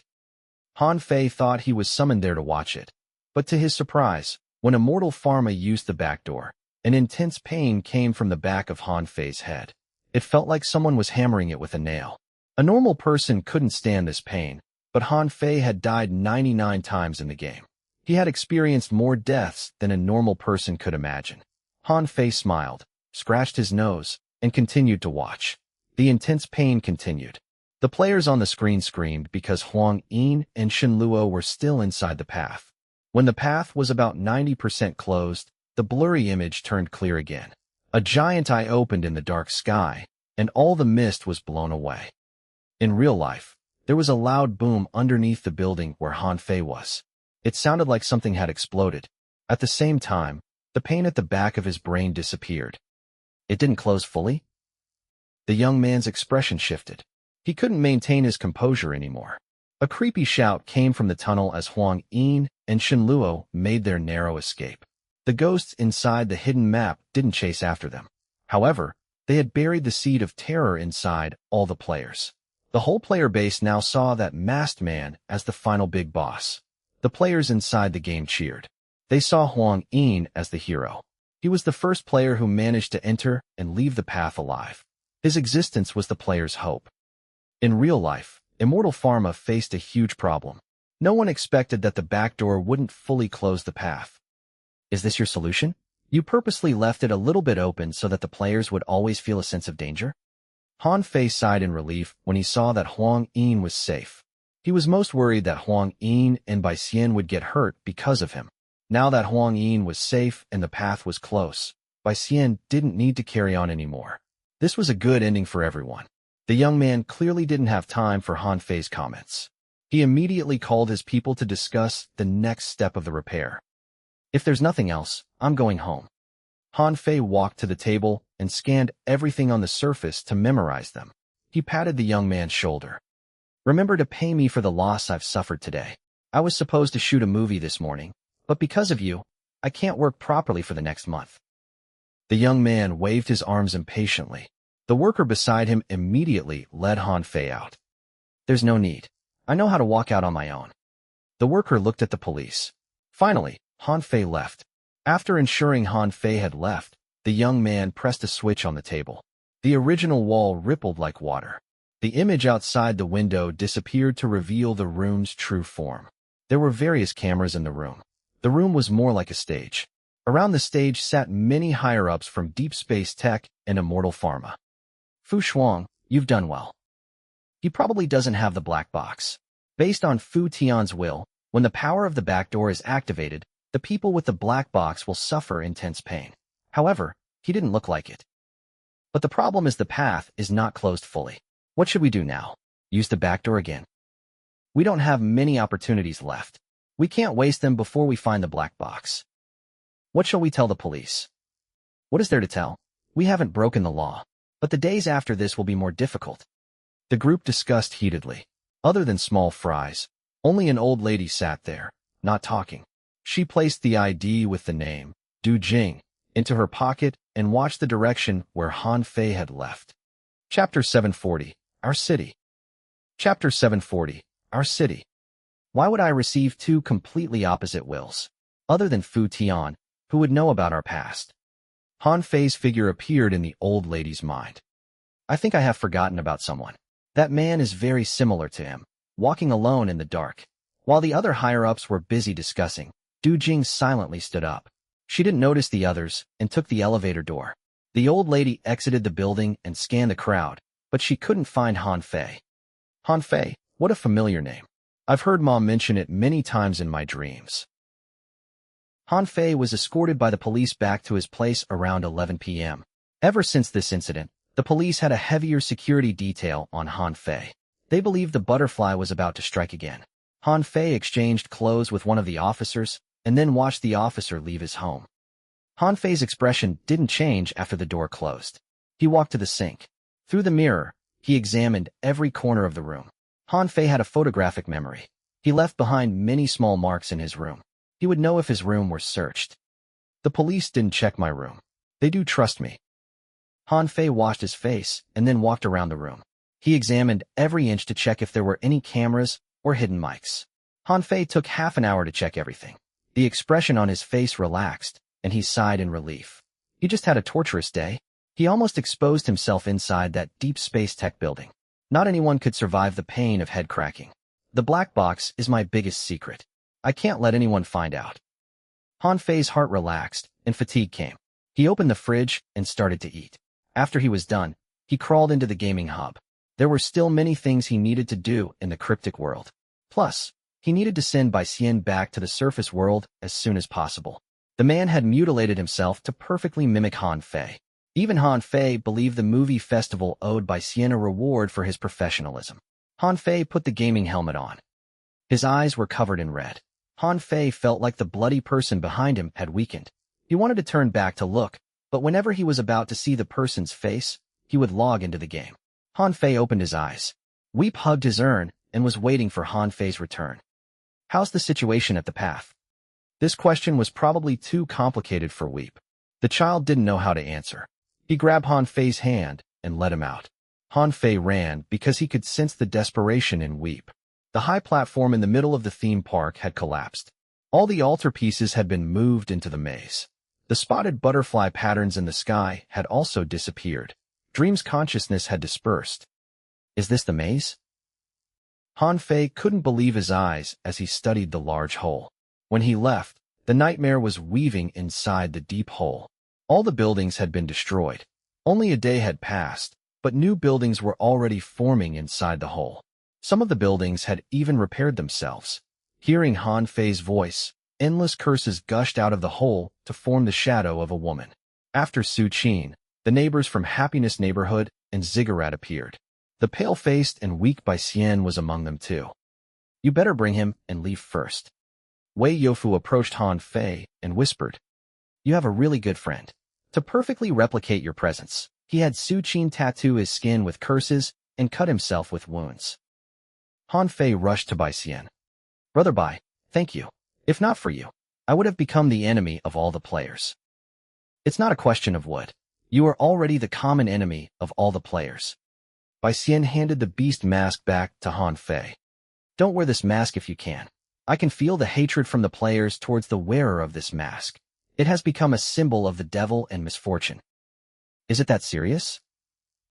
You really lack self-awareness. We're playing the same game, but somehow you've managed to turn yourself into the ultimate final boss. I'm quite impressed. Bai Xian rambled. But don't find me for something like this again. I don't think my heart can stand it. Brother Bai, thank you. Speaking of, I feel like your acting skills have improved leaps and bounds in those few minutes. Han Fei patted Bai Xian's shoulders. You are definitely one of the few master actors of our generation. Really? Then, I should fight for Best Actor next year. Even at that moment, Bai Xian still didn't forget about his goal. It'll be no problem. Han Fei led Bai Xian to the room next door. He planned to use resurrection to send Bai Xian back. Brother Bai, you'll return once you push open this door. Is it really that simple? Bai Xian held the doorknob and then remembered something. He turned to Han Fei. Han Fei, can I ask you for a favor? Sure. Can you not fight for the Best Actor award next year? Give me a try for another year. Don't worry. Before you get your deserving award, I'll not compete with you. Han Fei patted Bai Xian's shoulders and sent him back to the surface world. Looking at the empty room, Han Fei sighed. It looks like I've exhausted all of my good luck on finding these wonderful friends. He exited the small room. With his neighbors as a company, Han Fei entered the path again. Due to some reasons, he couldn't use the normal gaming hub to log into the surface world. However, he could use this tunnel to reach the surface world. Will I turn into a ghost if I move over there? The deeper Han Fei went, the stranger he felt. The path appeared to be alive. The wall moved and gave off the smell of blood. The path could even fix itself. It was trying its best to close the distance between the two worlds. We've come to inspect this place. To create a path that connects the surface and cryptic worlds, we need the body of an unmentionable. Wei Youfu said as he touched the wall. This is similar to what we saw in Fu Sheng's memory world. The path underneath the theme park was buried inside the first-generation ghost's heart. Why is it that the body of an unmentionable can connect the two worlds? I'm not sure. Wei Youfu shook his head. That's a name we don't even dare to mention. Perhaps the answer will come when one of us reaches that level. Then, you have to work hard. Han Fei liked to chat with Wei Youfu. He could sense the change in Wei Youfu. He became more like a human. The old building manager and his 3 kids are unmentionables. Unfortunately, all of them have ventured deep into the cryptic world. Only the youngest singer has managed to escape back here. The enemies we need to face are very scary. Wei Youfu couldn't afford to be optimistic. After what he had experienced in Fu Sheng's memory world, he couldn't help but worry. We'll take it slow. I don't think we can. Dream has already known about our presence. Its real self might come at any moment. We need to be prepared. Wei Youfu touched his chest. The other victims of the human jigsaw case were hiding inside him. I can confirm that Dream is also looking for Little 8. I need to protect her. With the accompaniment of his neighbors, Han Fei ventured deep into the path. When he was halfway through, the system cried out. Notification for player 0000. The unknown consequences will occur if you continue to move forward. Please be careful. Han Fei stopped and frowned. Can I go any further? Even you can't do it? Wei Youfu was surprised. They couldn't move further because they were residents of the cryptic world, but Han Fei was 100% still alive. What is the meaning of this? The residents of the cryptic world can't use this bug to cross over to the surface world? All the ghosts are bound by some kind of power. Crossing the worlds is possible, but the price to pay is heavy. Su Qin pressed her hand on the wall. Curses flowed through her fingers into the path. However, the curses soon disappeared as they entered the path. I was considering possessing someone to leave this place. That is not bad news. Don't be too happy. As the path slowly recovers, the binding on the ghosts will weaken. Eventually, ghosts can use this path freely. At least there's still time. Han Fei needed downtime. He couldn't handle more chaos. I've taken out around 10,000 souls from Fu Sheng's altar. I want to build a city where ghosts and humans can coexist with them. When this city is built, we can slowly invite some lucky players over to direct the hope and happiness from the surface world into this world. After Han Fei finished Fu Sheng's altar mission, he gained a lot of rewards that he hadn't even had the chance to use yet. Now, we have 3 areas: the theme park, plastic surgery hospital, and ziggurat. That's large enough to turn into a small city. Wei Youfu agreed with Han Fei. However, I think we should discuss this with the other pure hatreds like that clown. I can't read his thoughts at all. I still can't tell if he's on our side. They returned to the surface, but they couldn't find the painter and the clown. Never mind. Leave them be. Han Fei climbed to the high platform. He scanned the souls he had saved. Many of them didn't realize that they were dead. Their memories were stuck in the altar world. Yu Yi, Xiaojia, Uncle Ing. The familiar faces appeared before Han Fei. The special citizens in the altar worlds were basically the unique souls sheltered by Fu Sheng. They were kind and brave. They were beacons of hope. With their help, we should be able to build the city of our dreams. Chapter 741, Han Fei's Plan. Chapter 741, Han Fei's Plan. Han Fei had always been a loner. At least in the cryptic world, there were no living friends to help him. After staying with ghosts for so long, Han Fei acted more like ghosts, simple, direct, and effective. Face didn't matter. However, he couldn't do everything on his own. He chose to open the black box from both sides. That was the most difficult path because he needed to maintain the balance of the 2 worlds so that they could slowly accept one another. This was easier said than done. If he were not careful, Han Fei would be the enemy of both worlds. The cryptic world would see him as the traitor, and the surface world would see him as the final boss.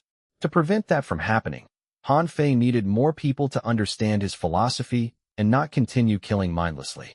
He wanted to create a special city that could bridge the 2 worlds. If he managed to do that, the distance between life and death would be greatly shortened. Many regrets could be rectified. People wouldn't be bound by obsessions and bad memories of the past anymore. The souls he had rescued from Fu Sheng's altar had experienced the overlapping of the 2 worlds. They were survivors who could understand Han Fei the most. Fu Sheng was an irresponsible guider. He even wanted to replace Han Fei. Of the rewards he had given Han Fei, the most important one wasn't the altar, but these unique souls. They were the kindness Fu Sheng had encountered throughout his life, and Fu Sheng handed them over to Han Fei. Listen to me. Your original city has been destroyed, and we need to rebuild a home on this ruin. I don't know when the sun will rise again, but I can guarantee that I'll lead everyone to see the sun again. Han Fei had saved most of them. Han Fei had the souls he was most familiar with organize everyone, so that he'd be familiar with each soul's ability and power. After an hour, almost all the 10,000 souls had accepted the truth. Based on the categorization they used in the altar, they had been divided into 5 levels. The levels were not symbolic of status. It was just a clearer way to organize things based on contribution. People who had contributed more would have higher contributions and higher levels. But that was all. There was no special treatment. Han Fei saved a total of 14,700 souls from Fu Sheng's altar. 14,000 of them were animated regrets. Around 600 were normal lingering spirits. But the last 100 were special. 99 of them had special abilities, and 3 of them had the potential to become large lingering spirits. As for the last person, he was the most unique pure hatred Han Fei had ever met.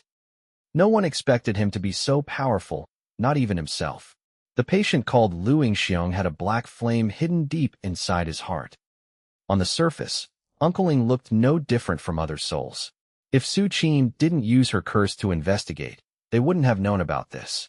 Lu Yingxiong didn't know about the black flame. In the memory world, whenever someone died, as long as he had once helped them, they would morph and join the black flame inside his heart. Lu Yingxiong didn't know the theory behind this. When asked, he could only say that he had good karma. Based on Han Fei's prediction, this had to do with Lu Yingxiong's healing persona. After many trials, Han Fei also noticed that Lu Yingxiong's black flame was different from the others. Other pure hatred's black flame was filled with cruelty and hatred. However, Lu Yingxiong's black flame would unite with other black flames to heal other pure hatreds. Even Su Qin couldn't explain this. After understanding every soul's ability, Han Fei took out the map. They had the souls pick the spot they wanted to set up as their home.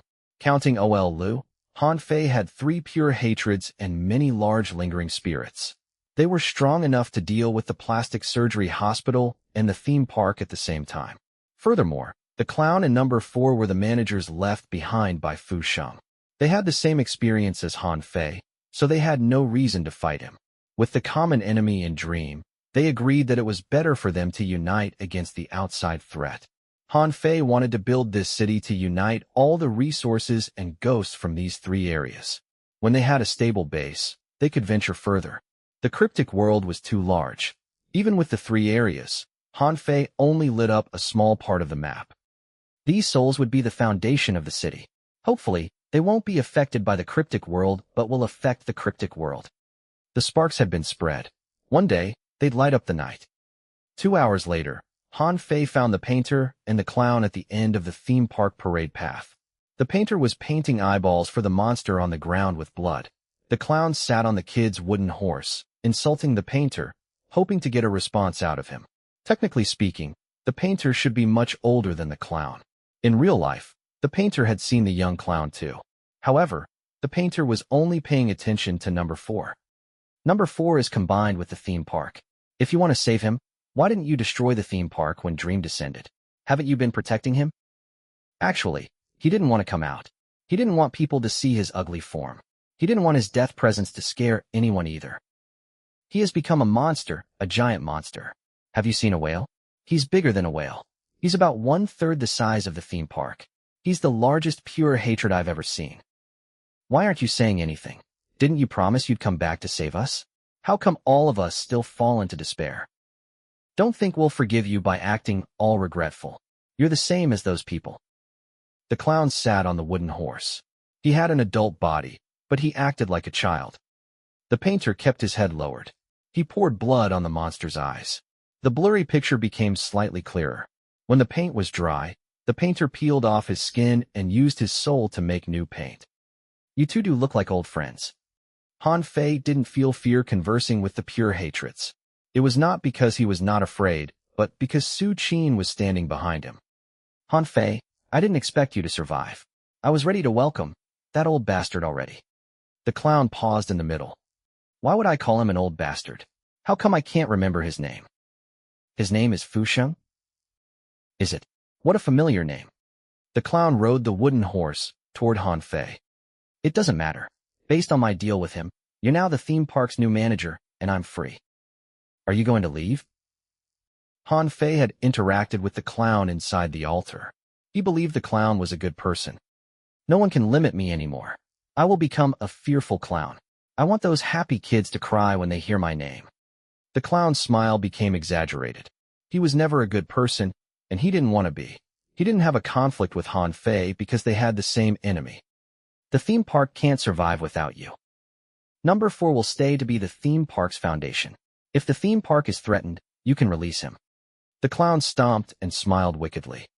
Number 4 is a lot more powerful than I am. He and I are 2 extremes. I'm very weak, but clever. He's the opposite. He's impossibly strong, but he traded that with his intelligence. As Fu Sheng's memory shattered, no one knew what the deal he had with the clown. Nothing could stop the clown from leaving. Where do you plan to go next? Ziggurat and the theme park are considered the weakest fringe of the cryptic world. I want to move to the core to see what real despair looks like. The clown leaped and sat on the wooden horse. My ideal despair is a tree with blood-red flowers and dark black fruits. Its roots eat into the ground, and the canopy blocks out all the light. I will build a small house on the tree or become a part of it. Despair is not so colorful. It's just silence. Han Fei stared at the clown. I hope you can show me around the theme park before you leave. Actually, you should know this place better than I do. After all, this place was built for you. The clown laughed crazily like the mad laughter. I'm lucky compared to you. At least I know I'm crazy. Lead the way. Han Fei didn't care what the clown said. The nameless theme park was much larger than the theme park in real life. All the large rides were scary and more than what they appeared. With the explanation from the clown, Han Fei understood how scary the theme park was. The place was more like an executioner's field. Notification for player 0000. You've gained the temporary approval of the theme park manager. You'll replace him as the manager for now. Notification for player 0000.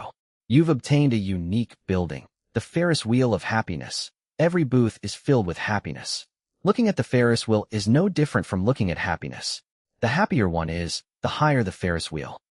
Ferris Wheel of Happiness, Grade D unique building. When you ride the Ferris wheel, you have a chance to see the future. You've obtained a unique building, Love's Merry-Go-Round. Chase and wait. Love is right before you, but you can never touch it. Love's Merry-Go-Round. Grade E. Get on the horse and start spinning. It might bring you to heaven or to hell. You've obtained a unique building, the House of Clowns.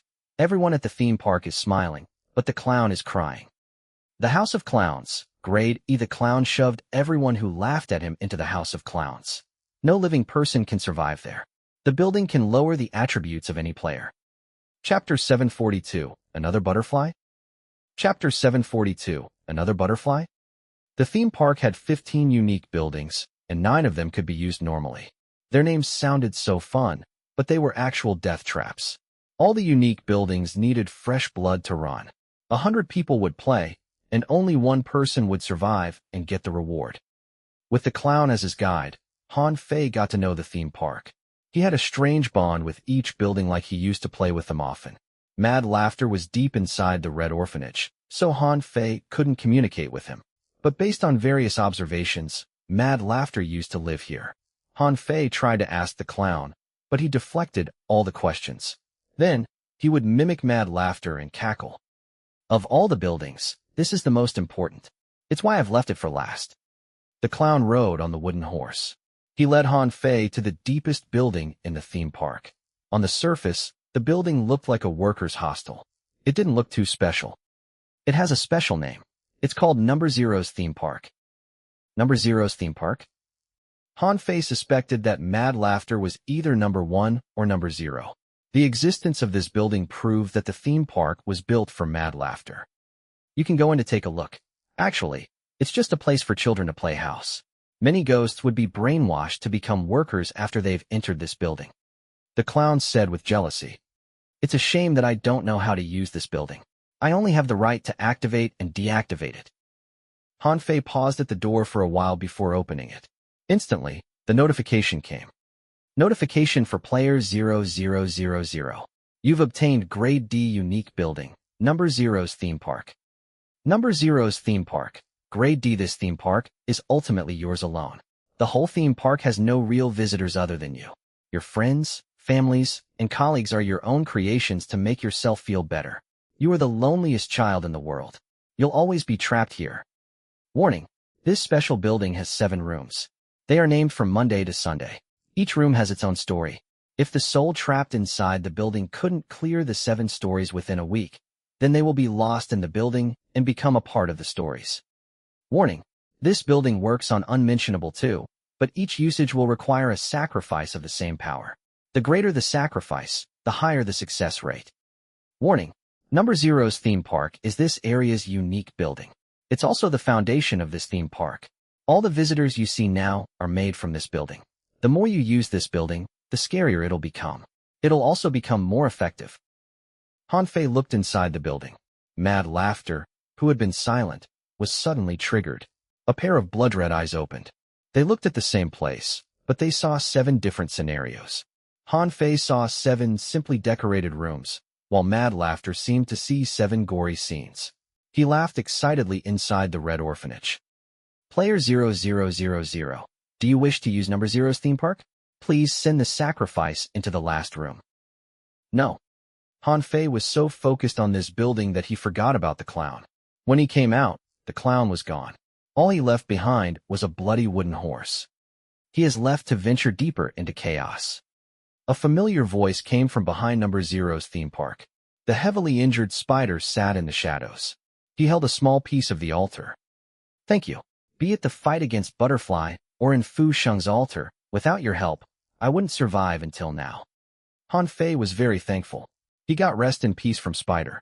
Furthermore, Spider had hidden in the protective talisman and had helped Han Fei twice already. The old man chose me first, but the black box refused to acknowledge me. Spider couldn't understand it. Perhaps I'm too optimistic.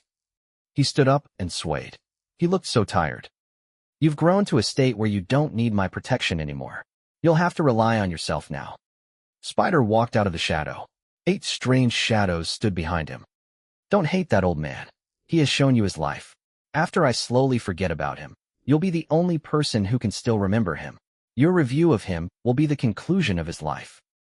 I don't know how to review Fu Sheng. I don't have the rights to. Your future path will be more difficult. I hope you can stay true to your choice. Spider walked out of the theme park.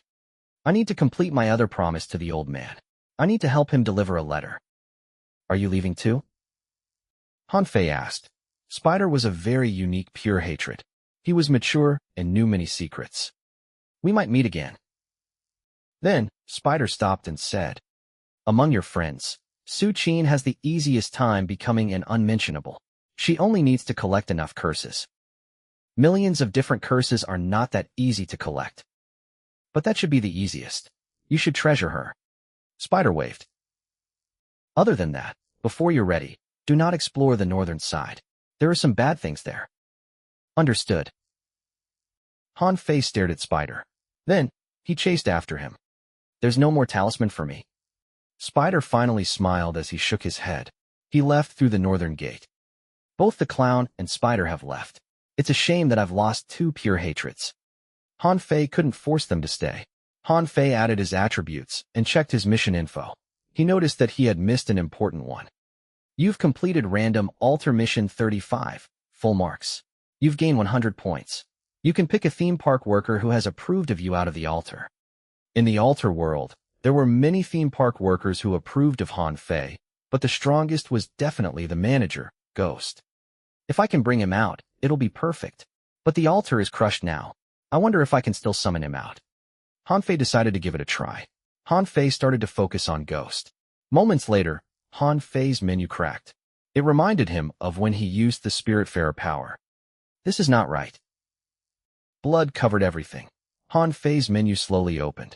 At the same time, a light sound came from the altar inside the maze. A fleeting consciousness reached into the ghost door like a fishing line. A terrifying presence came from inside the door. A few seconds later, a broken arm grabbed the line. The door trembled. The person under the sea was dragged out before the door closed. The fishing line slid through the single arm into the consciousness that was dragged out. The old man recovered some of his memory. His muddled eyes looked at Han Fei. He asked uncertainly, Han Fei, haven't I been killed by human in dream? Some of Ghost's memories had been wiped. He only had part of his memory left. Han Fei couldn't tell if he was still looking at the same ghost. Do you remember giving me your last vote inside the Heart Hotel? Yes, I did. Ghost looked around and saw the 10,000 wandering souls. He seemed to understand something. Am I back in the cryptic world? Has Fu Sheng ultimately failed? I can help you with your memory, but I'll need your help to manage the theme park. Han Fei had a good impression of Ghost. Ghost was also the only manager who went around helping people after the tragedy fell. I don't think I have the capability to be the manager anymore. My connection with the first-generation Ghost has been severed. It doesn't matter. You're now friends with the new first-generation Ghost. Han Fei pointed at himself and shook Ghost's hand. When he touched Ghost, the system rang out. Notification for player 0000. You've gained Iyashikei's approval. As the theme park's former Ghost manager, he has a very unique talent. Iyashikei, broken soul. Potential grade C. Your friendliness level with him is too low to get his information. Grade C? Han Fei was stunned. Even the group picture of all the children at the orphanage was only a grade D object, but Iyashikei was grade C. This was Han Fei's first time encountering someone with grade C. I have to befriend Ghost. After that, Han Fei led Iyashikei around the theme park. As he introduced the new theme park, he helped Iyashikei with his memory. Iyashikei had lost most of his memories, so he only nodded along. They finally came to the final building, Number Zero's theme park. Iyashikei asked to go inside. The building looked different to everyone. Han Fei watched Iyashikei enter room 1. He waited outside for an hour, but Iyashikei didn't come out. Is he trapped inside? When Shen Luo crawled out of his high-end gaming hub, he collapsed to the ground. It felt like his world was spinning. I remember Strange. When did I log into the game? Shen Luo rubbed his head. He was about to stand up when a few scary images appeared in his mind. The endless limbs were pieced together. A laughing madman walked out and stood in the bloody theme park. Shen Luo smacked his face and repeated, "This is all an illusion." The lights in the kitchen suddenly came on. The wooden door opened on its own, and a figure appeared at the door. "Do you need anything?" The robotic voice said. Shen Luo stared at the AI butler he bought 2 years ago. For some reason, he felt fearful. The thing looked too much like a human. "Nothing. Go back to your station." Shen Luo gave the order. The AI butler turned around. It walked toward the kitchen and then stopped. Its neck turned slowly around until its head was 180 degrees around. The human-like face was distorted. "Do you really don't need anything?" "No." Shen Luo screamed in fear. When he turned to the kitchen again, the AI butler was back where it was supposed to be. "What's going on? Is there something wrong with my brain? How come everything feels so strange to me?" Shen Luo pushed himself off the ground. "Why do I keep remembering things that didn't happen to me?" He looked down and saw the injuries on his arms that looked like a pair of butterfly wings. "How could I be injured in the gaming hub? Where did this come from?" Shen Luo rushed into the bathroom. He tried to wash the wounds, but the wounds wouldn't disappear. To make things worse, he felt like a butterfly had flown into his brain. The butterfly landed on his brain. He wanted to crack open his head to pull the butterfly out. "What is happening?"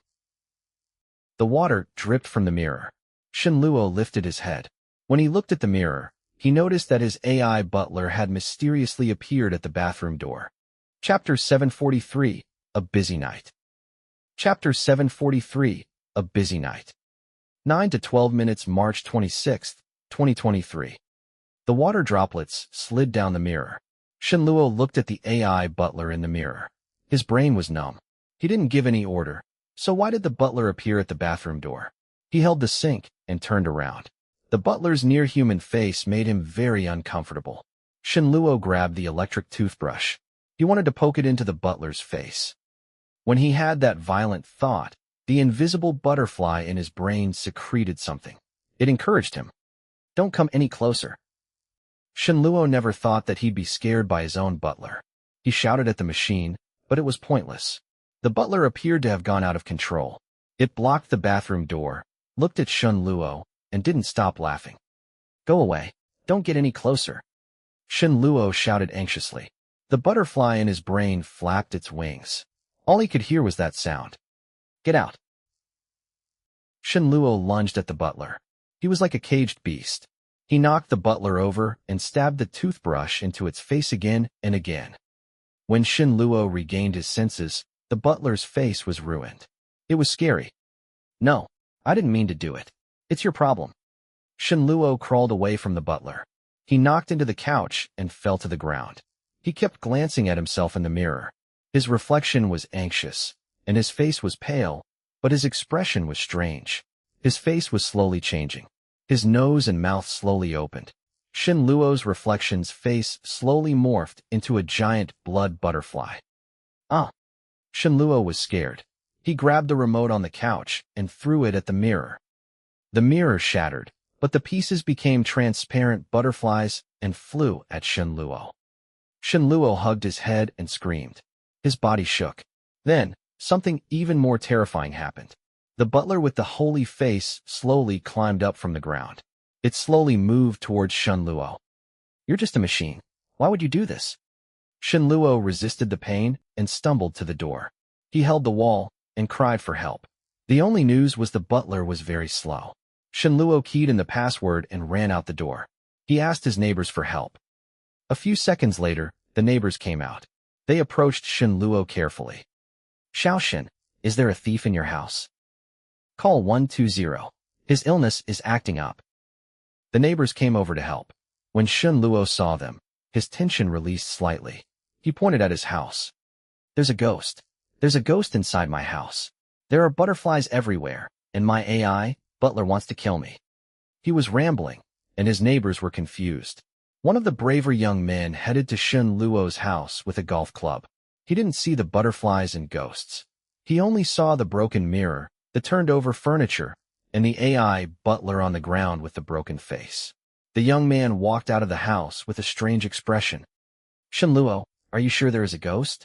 Did you forget to take your medication today? Really, I'm not lying to you.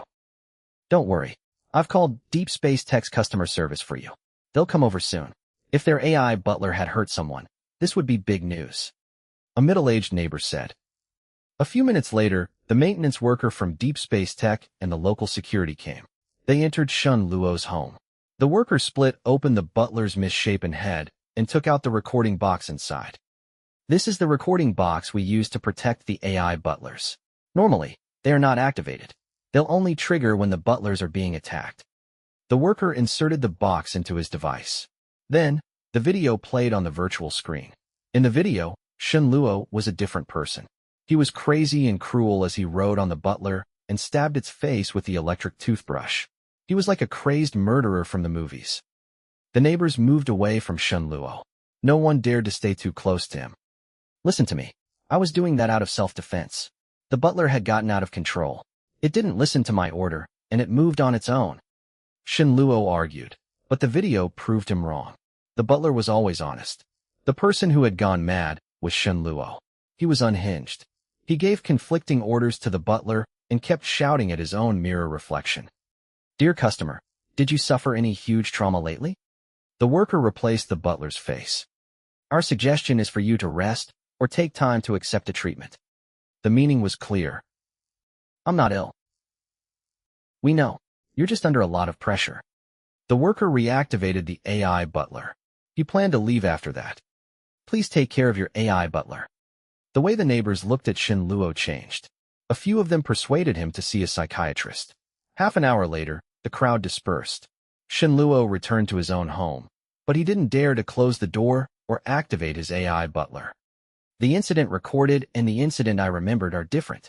Am I really sick? He switched on the computer and planned to have a long-distance consultation with a psychiatrist. He looked for a long time before a doctor actively contacted him. He didn't need to make an appointment or pay any fee up front. He looked very sincere. Shunluo, who didn't think he was ill, chose this doctor. He switched on the camera and entered the doctor's virtual consultation room. The white light shone on his face. Shunluo was not used to this. He widened his eyes and looked around. He noticed the doctor's room was very unique. Half of it was light, and the other half was dark. There was no certificate in the room. Other than 2 chairs, there was nothing else. Hi, doctor. My name is Shunluo. This is my citizen card. You can call me Dr. Bai. The doctor sat on the darker side of the room. He looked very young. Your mental condition is very unstable. You have met something unusual recently. These things are completely different from your normal lifestyle. You can say that. Shunluo slightly calmed down. I'm a veteran financial trader. My work is very high pressure. Therefore, I wanted to play games to relax. But in the game, I face even more pressure. Game? An immersive horror game? No, it's an Iyashikei game. You should have heard it before. It's called Perfect Life. Shunluo told the doctor about his experience. He didn't hide anything. He didn't have any friends in real life, so he could only tell these things to his doctor. I believe you have PTSD. After experiencing extreme trauma, your normal mindset has been twisted. Twisted? Your experience in game was so different from your daily life that your mind couldn't adapt to it. Dr. Bai smiled at Shunluo. For example, if a door closed in real life, you'd think it was the wind. However, in the game, You'd think it was a ghost, and you were faced with the threat of death. At that moment, your main consciousness and subconscious were in contrast. But Shenluo was confused. Why would I feel a butterfly has flown into my brain? I really want to crack open my head to look at it. Butterfly? Dr. Bai studied Shenluo. Where did the wound on your arm come from? You mean this butterfly-shaped wound? Shenluo raised his arm. I don't know. I can't remember. I only remember maddening laughter. Mr. Shen, your condition is rather unique. I suggest you come to meet me in person. My clinic is at Xin Lu's northern countryside. It's called Pure White Soul. Dr. Bai sent an email to Shenluo. The email details everything you need to bring. I anticipate seeing you. The doctor disconnected, and Shenluo was kicked out of the room. He opened the email and saw that the doctor wanted to see his gaming record and a recording from his perspective. Does he still not believe me? Shenluo clicked on the menu. He refreshed the page and realized he had many new private messages. As the last player to be saved by Huang Yin, Shenluo became famous too. The most well-spread picture on the internet was Huang Yin climbing out of the abyss. Behind him, the night collapsed, and Shenluo was unconscious, hanging around his shoulders. Now my image is all ruined. He opened some of the messages. Most of them wanted to know what was inside the abyss. Some were invitations from guilds. They believed players who had been in and out of the path were powerful players. This is funny. I can't even say what I've experienced. Shenluo was about to close the tab when he saw a strange message. It was filled with pictures of butterflies.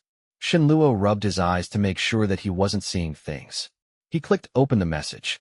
It only said one sentence. Master, are you back? What madness is this?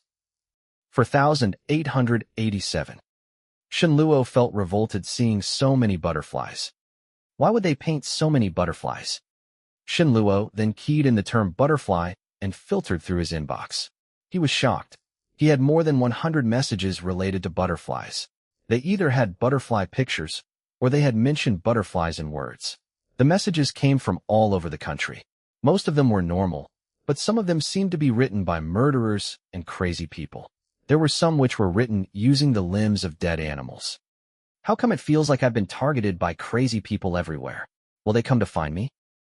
Shenluo immediately closed the messages and set his info to private, but it appeared to be a bit too late. Suddenly, there was a knock on the front door, and a hoarse voice said, "Hello, your delivery is here." Chapter 744, Sunday.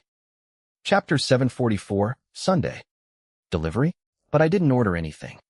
Shenluo turned to the living room door. Then, he realized something. Earlier, he purposely left the door unlocked because he was afraid of ghosts. The people outside could easily open the door. Shenluo broke out in cold sweat. He grabbed the nearest chair and looked at the door that was slowly opening. The door opened, but there was no one outside. The voice appeared to be part of his imagination too. Shenluo held the chair and slowly moved to the door. He looked down, and there was a heavy delivery box outside. Someone was here and left this for me. With anxiety and curiosity, Shenluo opened the lid of the delivery box. Butterflies and moths flew out. There were some young worms, animal meats, and cocoons inside. What is this? Shenluo was angry and afraid. He had no idea why he had been targeted. There was an invisible web around him, trapping him inside. These crazy people are watching me. Shenluo was under great pressure since he crawled out of the gaming hub. At this moment, he finally exploded. Prank me, is it? He walked to the kitchen, grabbed the lighter, and burned the box. Die, disgusting bugs.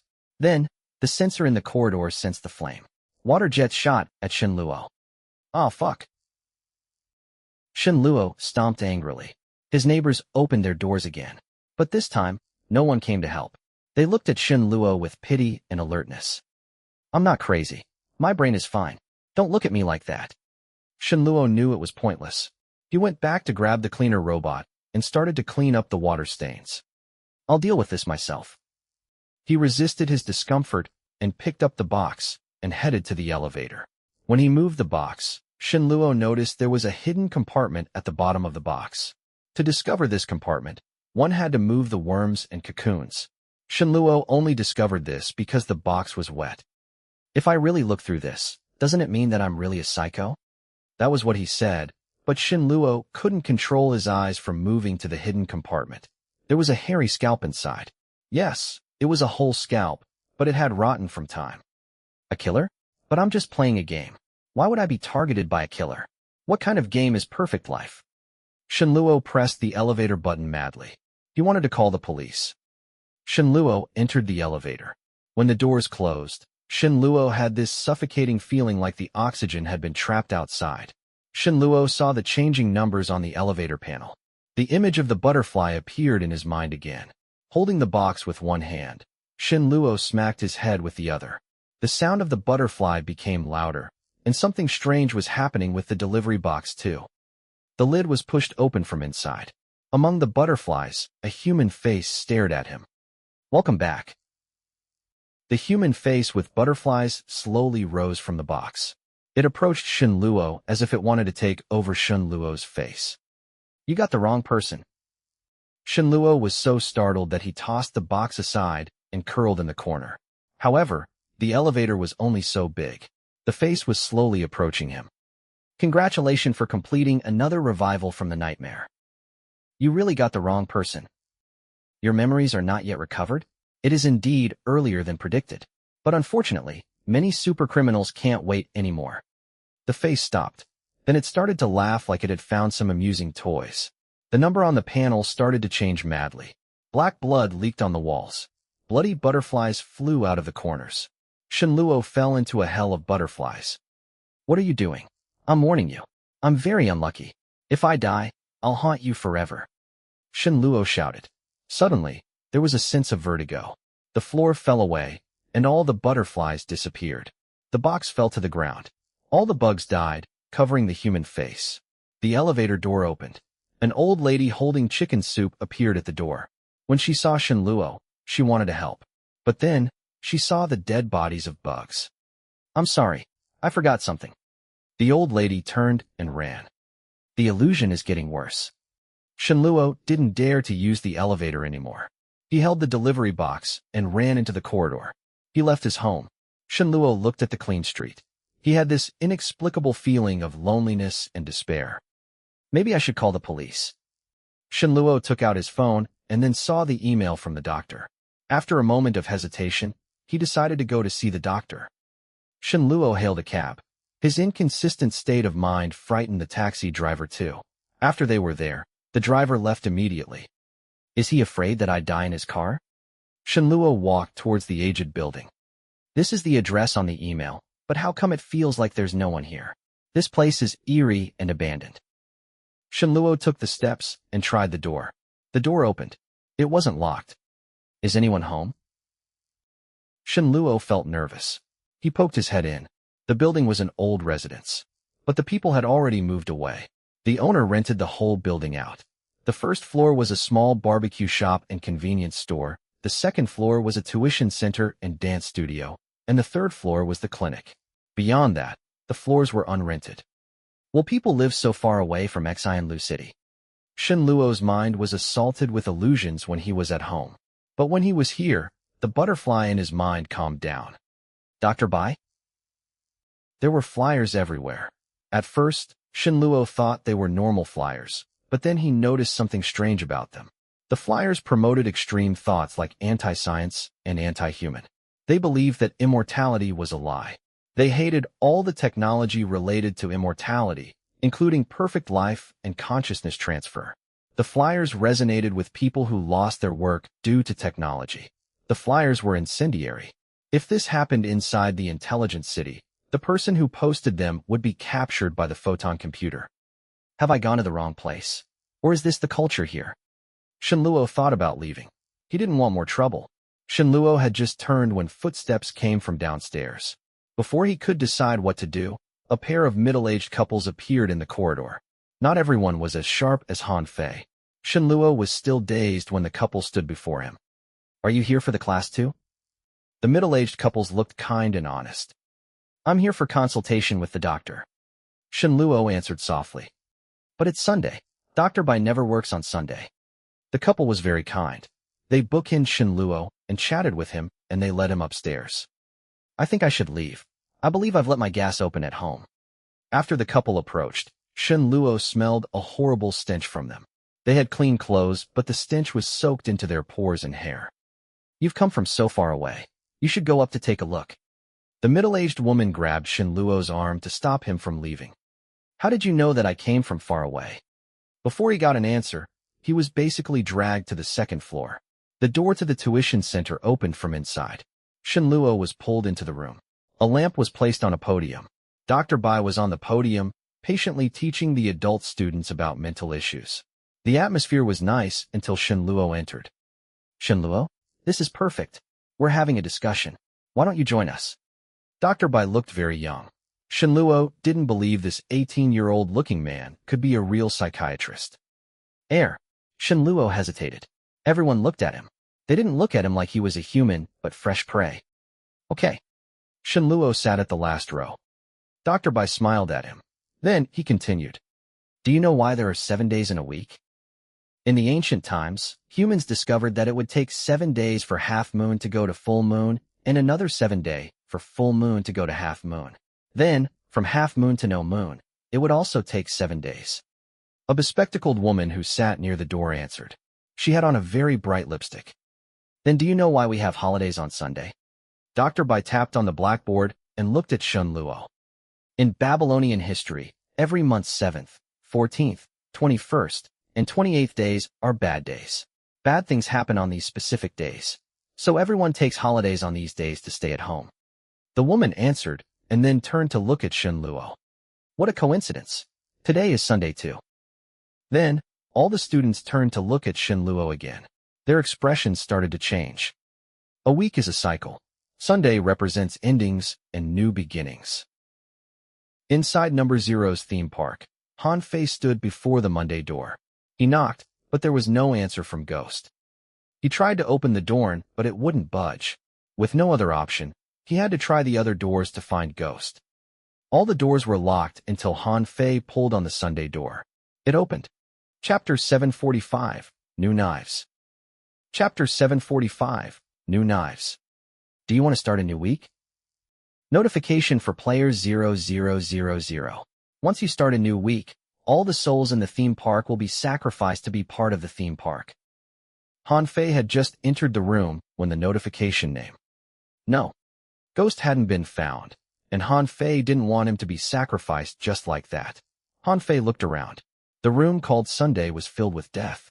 They were represented in various ways like unfinished paintings, noose, specimens, and various letters. The room was like an art gallery with the theme of death. It didn't matter what happened on the other days because, in the end, there would always be death. Han Fei was only intrigued at first, but he slowly noticed something was wrong. There was a corridor inside the room. Han Fei walked down the corridor and reached a place that was decorated like an orphanage. The calendar showed that it was Sunday. The diary left by the workers stated that all the children had been sent away to someplace where they wouldn't return from. The orphanage was filled with signs of life, like children's clothing, used toys, and games. But there was no one around. Han Fei believed that all the orphans had been killed. A very normal day, at least from my perspective. Sunday was very common. It was Han Fei's life before he acquired the black box. It was ordinary with silence and decay. If I have chosen yes, would the room change? Han Fei looked at the empty orphanage and a strange feeling kept bugging him. Number Zero's theme park. The number 0 should represent mad laughter and me. However, I have no impression of this place. Therefore, these 7 rooms should be made using Mad Laughter's 7 memories. Han Fei wanted to explore further when he heard the sound of ramming from outside the door. He immediately retraced his steps. He had just come out of Sunday when he saw the door of Monday trembled. He rushed over and pulled. Working with the force inside, Han Fei managed to open the door for Monday. Ghost crawled out with disheveled clothing. After he escaped, the door closed. Are you all right? Han Fei wanted to help Ghost, but when he touched the man, a piercing chill shot at his heart. I'm fine. Iyashikei lifted his head. He looked at Han Fei differently. The eyes were filled with pity and suspicion. Notification for player 0000. Grade C Broken Soul. Iyashikei has cleared the first room. You've gained 5 points of friendliness level and gained a unique status, compassion with him. He has seen many things, but he can't explain any of them. The system prompted Han Fei to ask Ghost. How come it feels like you're different? What did you see inside the room? I saw your past. Ghost smiled sadly. He didn't continue this topic. It's our fault that you became a monster. Someone has to bear this sin, and someone has to correct this mistake. I'm thankful, but I don't think I'm a monster. Han Fei pointed at his face. Am I a monster? A mental patient will never see themselves as crazy. The things Ghost saw really triggered him. He really believed Han Fei was crazy. Let's talk about something more concrete. The theme park is in a very difficult spot now. Your own friend, Dream, has become an unmentionable. It plans to kill everyone here and slowly corrupt the real world. I've been trying to stop it, but I'm too weak. Therefore, I hope you can join me. Han Fei hoped that Ghost would stay to help him. I'm still too heavily injured. It's okay. Han Fei opened his menu. He hadn't used his reward from clearing Fu Shang's altar world. I can cure the wounds of any ghost under pure hatred. It won't work on me. Ghost shook his head. He looked at his broken arm. I'm different from normal ghosts. I walk a special path, a path chosen by all ghosts of the theme park. A special path? Han Fei didn't think Ghost was lying because there was no need for him to lie. Ghosts can strengthen ourselves by defeating evil in others. The more ghosts we defeat, the more powerful we become. Ghost glanced at Han Fei's ghost tattoo. It's not that dissimilar from how your tattoo works. Actually, I'm curious whether you've inherited Ghost's power. The butcher's knife and ghost tattoos are normally used by ghosts. They should be Fu Shang's presents to me. The ghost tattoo was painted by his neighbor, and the butcher's knife was made by Spider. They were both related to Fu Shang. Fu Shang, what a familiar name.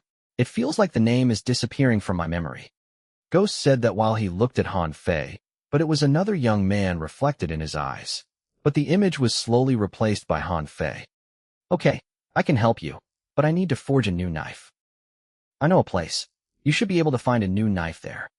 Han Fei called a few citizens, and they hurried to Cattle Alley. This was Spider's former lair. It was filled with dirt and gore. Humans who lost their souls hunted and were hunted. Han Fei looked at the alleys where he had met many near deaths. He had grown so much. My butcher's knife is made here. Look carefully. There should be good knives here. Ghost was very familiar with butcher's knife. Han Fei wanted to use this opportunity to collect all the knives at Cattle Alley and share them among the citizens so they could protect themselves. Most ghosts fought with instinct, but the souls Han Fei got from Fu Shang were unique. They still had clear minds. With Ghost's leadership, they could become stronger and guardians of rules. Ghost's eyes glowed once they entered Cattle Alley. His nose twitched like he smelled something amazing. Ghost pulled out many old knives. He could converse with the spirits trapped inside the blades and read their thoughts. The knives here are old and used, but if you train them patiently, they can be turned into sharp knives. Ghost used one arm to inspect all the knives. All the knives he touched would glow with spirit. The knife itself is not good or bad.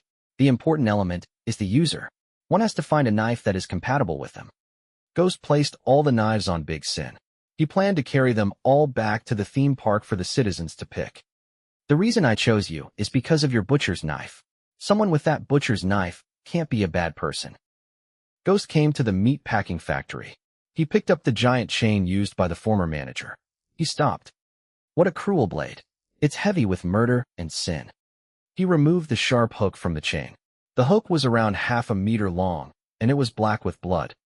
Is this a butcher's knife too? Han Fei was confused. He was almost impaled by this thing. Yes. Ghost smiled. This was the first time Han Fei saw him smile. I'm surprised that we'd find a new knife so soon. It's still weak now, but I'll make it into the sharpest knife. Ghost was still not satisfied. He continued to wander around the factor. When he came to the dry blood pool, his eyes lit up again. This is a suitable knife for me too. Ghost jumped into the pool and picked out a long boning knife. Different from the other knives, this knife was undamaged. Even though it was submerged in the blood pool, the blade was clean. Strange. This blade is not corrupted and is very lucky. This was Ghost's first time seeing such a blade too. Han Fei was confused. The blade was hidden in the deepest part of the blood pool. It was close to where Spider's heart once was. He didn't notice it before, because he was too focused on the heart. The whole cattle alley is built to forge this blade. When Ghost waved the knife, the bloody air in the factory appeared to be sliced through. Spider's nemesis is Butterfly. He has been meaning to create a blade of humanity. This should be a blade he prepared for himself, but he still got it wrong. A blade of humanity couldn't be forged. Hanfei guessed. Can I look at the two knives? The knives examined by Ghost had all changed. One of Ghost's talents appeared to be triggering the properties of murder weapons. Notification for player 0000. You've discovered an upgradable grade F butcher's knife, Demon Fiend. Demon Fiend. This knife can trap souls and absorb pain and sin. The more you kill, the faster this knife grows. Notification for player 0000. You've discovered an upgradable grade F butcher's knife, Lucky Charm. Lucky Charm. This knife will only be used by those it approves. Ghost was really an expert in this field. If not for him, Hanfei wouldn't have found these two knives. Hanfei didn't think about taking them. He already had rest and peace. He would leave these two knives with Ghost. With Ghost's help, they found around 500 butcher's knives in Cattle Alley.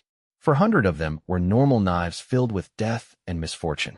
Around 50 of them became grade G butcher's knives after Ghost communicated with them. Other than Demon Fiend and Lucky Charm, Ghost found 2 more grade F butcher's knife. Hanfei planned to bring them back to the theme park. He wanted Ghost to pick suitable people from the souls and teach them how to use and know knives. There was no rule in the cryptic world. Everyone could kill. Everyone could be the judge.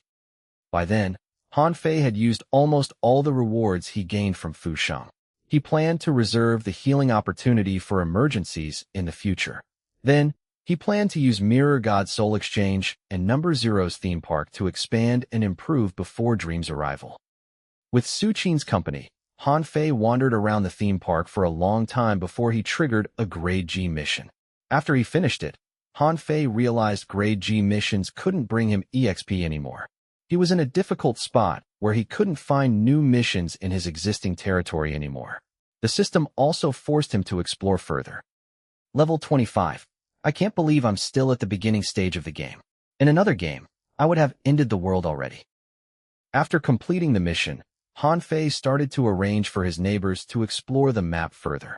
He found the painter and went to the hospital to find the White Shoes. White Shoes hated Hanfei, but after his kindness appeared, the White Shoes hated him less. It was still too early for him to help Hanfei, but at least he didn't try to kill Hanfei anymore. After everything was done, Hanfei logged off. Due to the path in the maze, it was chaotic in real life, and Hanfei didn't dare to stay in the game for too long. Hanfei removed the gaming helmet and walked to the window. He sneaked a look outside. Even though it was already late night, there were still many reporters outside his home. They sure are professional. Hanfei cooked himself a meal. While he ate, he looked through the news. Huang Yin was first on trending. He was hailed as a hero. The mysterious man in the beast mask was second. With Deep Space Tech and Immortal Pharma's help, he became the leader of some hacker group that was exploiting the game bug, and the reason why so many players lost their accounts. It's like what I expected, but they still haven't provided an actual solution. That is surprising. Do they plan to let the bug continue to exist? Hanfei was still in the eye of the storm. The two big companies were still watching him.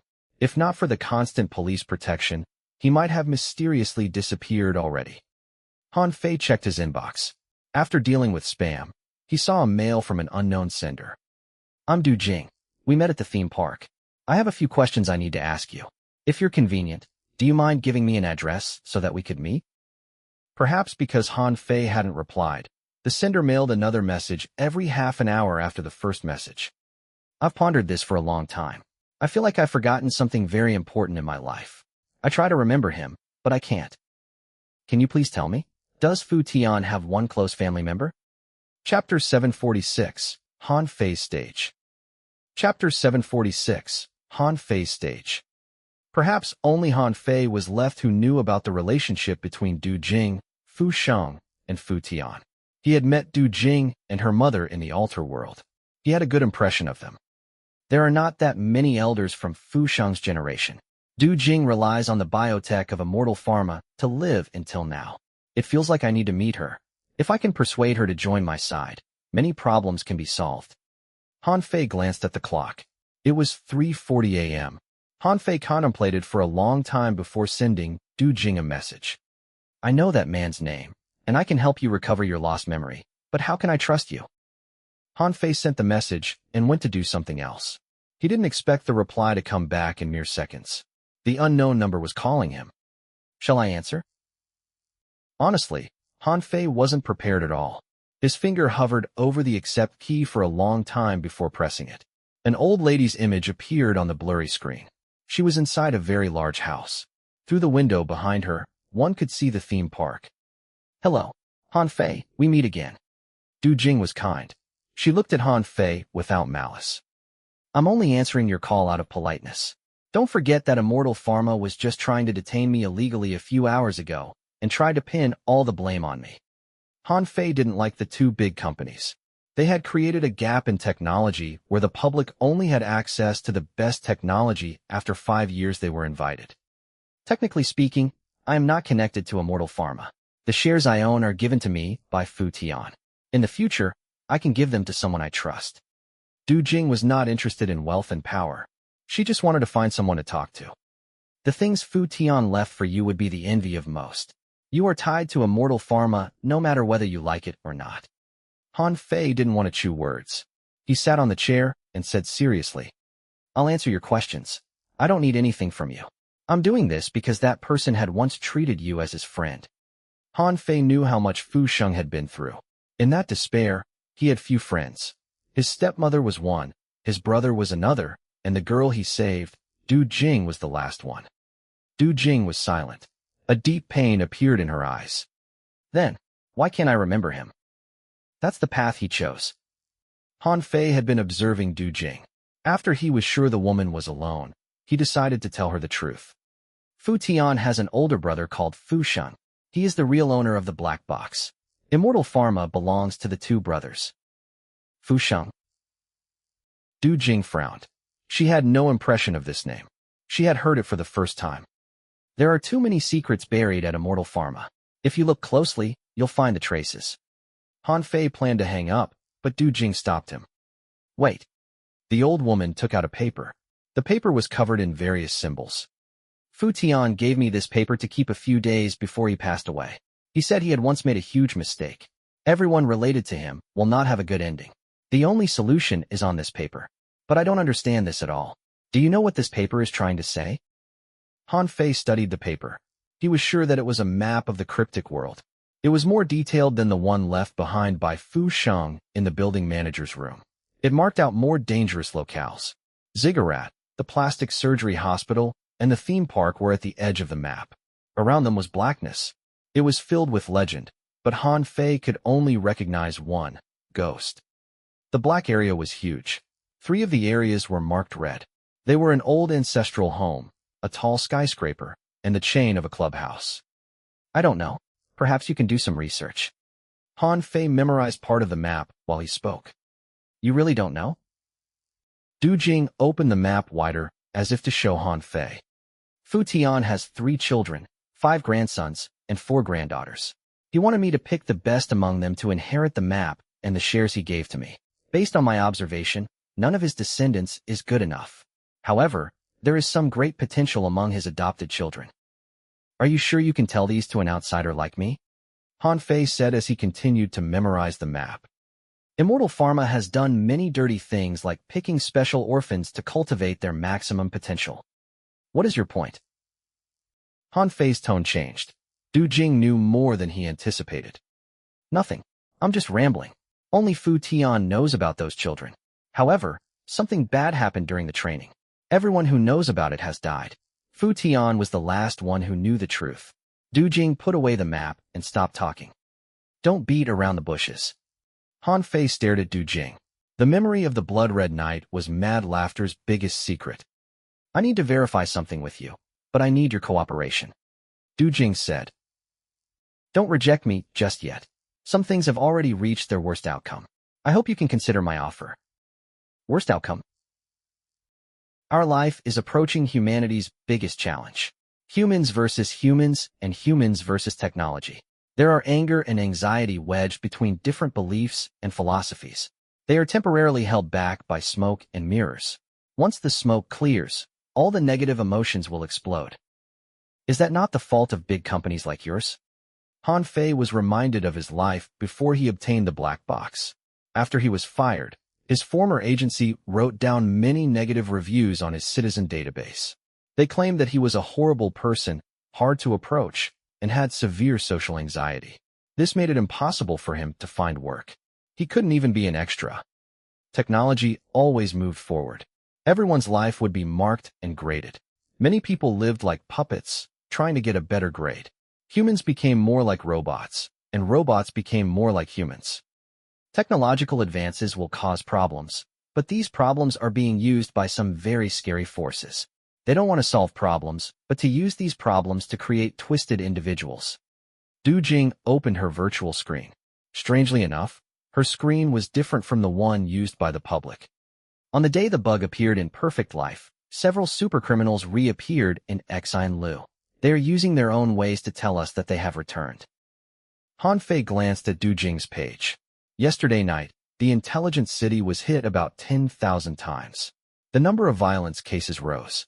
The citizens' happiness value dropped. The chaos was cultivating. The photon computer will categorize everyone's citizen database. How can these people be outside of the law? Han Fei had been helping the police with cold cases. Back then, technology was not that advanced. Many people detest technology. Some even dug out their chips and stayed away from technology. They live among the abandoned buildings in the countryside. These people are the supercriminals' favorite targets. Du Jing picked out a few random pieces of news. Murder Club, Sunday Night School, Black Cocoon Guide, Death Chat Group. Many supercriminals are surviving in places normal citizens can't see. They are fast approaching the city. I've heard of most of those for the first time. History will replay itself. Our city will change. Du Jing thought back to the past. When the chaos came last time, Fu Tian and his group came forth. I wonder who would take the stage this time. Isn't the stage normally reserved for actors? Han Fei didn't have Du Jing's right of access. He couldn't find so many things, but his friend, Huang Yin, should be able to help him. I anticipate that. Du Jing smiled, and she became the kind old lady again. This is my private number. If you change your mind, you can find me anytime. Du Jing hung up. Han Fei sat on the chair. After giving it some thought, he contacted Huang Yin. He planned to visit one of those murder clubs. Inside the tuition class, Shen Luo, in the last row, sneezed. He looked at his classmates, and his legs shook. He felt like he was still inside the game. After all, who would encounter a whole room of crazy people on his way to find a doctor? Chapter 747, Welcoming Ceremony. Chapter 747, Welcoming Ceremony. Don't worry, and don't misunderstand us. The Sunday Night School is a place for everyone to communicate and learn. Dr. Bai walked down the podium and stood in the middle of the classroom. The majority of the citizens in this city will run into different problems. Some can be solved easily, but some will never have an answer. That's why this place came into being. We can come together to discuss and solve problems. Dr. Bai meant that Sunday Night School was a place where everyone could benefit. I think so too. Shen Luo didn't dare to say anything otherwise. He nodded.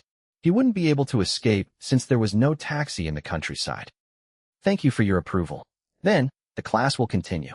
After the class is over, we'll have a welcoming ceremony for you. When Dr. Bai said that, all the students in the class smiled meaningfully. There's no need to go through all that trouble. Shen Luo stammered, but Dr. Bai and the other students ignored him. They started to talk about other things again. Their mental state aside, the students there were all professional. They were good at psychoanalyzing. However, they didn't use their knowledge to aid the victims, but used their professionalism to make the victims suffer even more. Shen Luo sat in the last row. He was shaking. The butterfly in his brain became a lot quieter. Are these people from the same gang as the butterfly? It senses its kin, so it stops struggling. Shen Luo's expression was sad. He really didn't know why he was so unlucky. His Iyashikei game turned into a horror game, and now his real life was also a horror game. Dr. Bai finally finished his class at 2 a.m. It's my happiest moment every week to exchange knowledge with everyone. This week's class is over. Dr. Bai stood on the podium and patiently wiped away all the lessons written on the board. Teacher Bai, you haven't given us the homework for next week. A young man in the first row stood up and said, There's homework. Shen Luo, who was trying to sneak away, turned back to look. What is wrong with these people? The homework for next week is simple. I need every student to hypnotize a person using the methods I taught you. Try to imprison and control them mentally. Can we target children? There's no limitation. It's up to your preference. Dr. Bai wiped away the last bit of the lesson plan. He clapped his hands. All right, it's time for the welcoming ceremony. The students gathered around Shen Luo. The class was very passionate. No one wanted to leave even if the class was over. Don't worry, it's just a simple ritual. Dr. Bai placed a white pillbox on Shen Luo's table. If you don't feel well, you can take this. It's very effective. I have no complaints before. Come, Xiao Shun. Welcome the new student. Don't be shy. I was very reserved when I first came here too. But then, I slowly liked this place when I realized everyone is like me. I'll go get the car. You bring the tools. The couple from the barbecue stall left. Then, a car horn came from downstairs. Come on. The group surrounded Shen Luo and Dr. Bai as they moved to the building's back door. The boss had parked the car. He had changed into black clothes too. There's really no. Before Shen Luo could say anything, he was shoved into the car by two strong young men. It was late midnight. There was no one on the street. The buildings nearby were abandoned too. Those big companies have controlled the media and filled it with the lies about new homes. They compelled the original citizens here to move to the crowded city. The countryside became abandoned. After the older generation passed away, there's no one left. Dr. Bai looked at the emptiness outside the car. He suddenly turned to ask Shen Luo, Whose fault do you think it is that this place is shrouded in darkness? I don't know. Shen Luo was too afraid to contemplate that question. He wanted to call the police, but he was afraid he'd be killed. The city center is rapidly advancing. Human lives are twisted by technology. The countryside is being returned to flora and fauna. They became the owners here. Dr. Bai stopped because a modified car was turning around from the corner. The driver appeared to be drunk because he was speeding too. If the barbecue stall boss didn't react fast, there would be an accident already. Watch the road. Fuck. The music from the radio was deafening. Before the boss even said anything, the driver rolled down the window to curse at them. The passenger in the back seat also gave Shen Luo's group the middle finger. No one in Shen Luo's car reacted. They only stared at the passengers in the other car. The driver assumed this was cowardice, so he spat at the boss car. The welcoming present has arrived. The boss suddenly laughed. He turned to ask for Dr. Bai's opinion. Dr. Bai turned to Shen Luo. What do you think?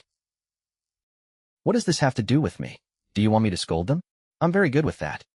Shen Luo had just said that when the boss picked up the speed. He purposely approached the other car to force them to stop.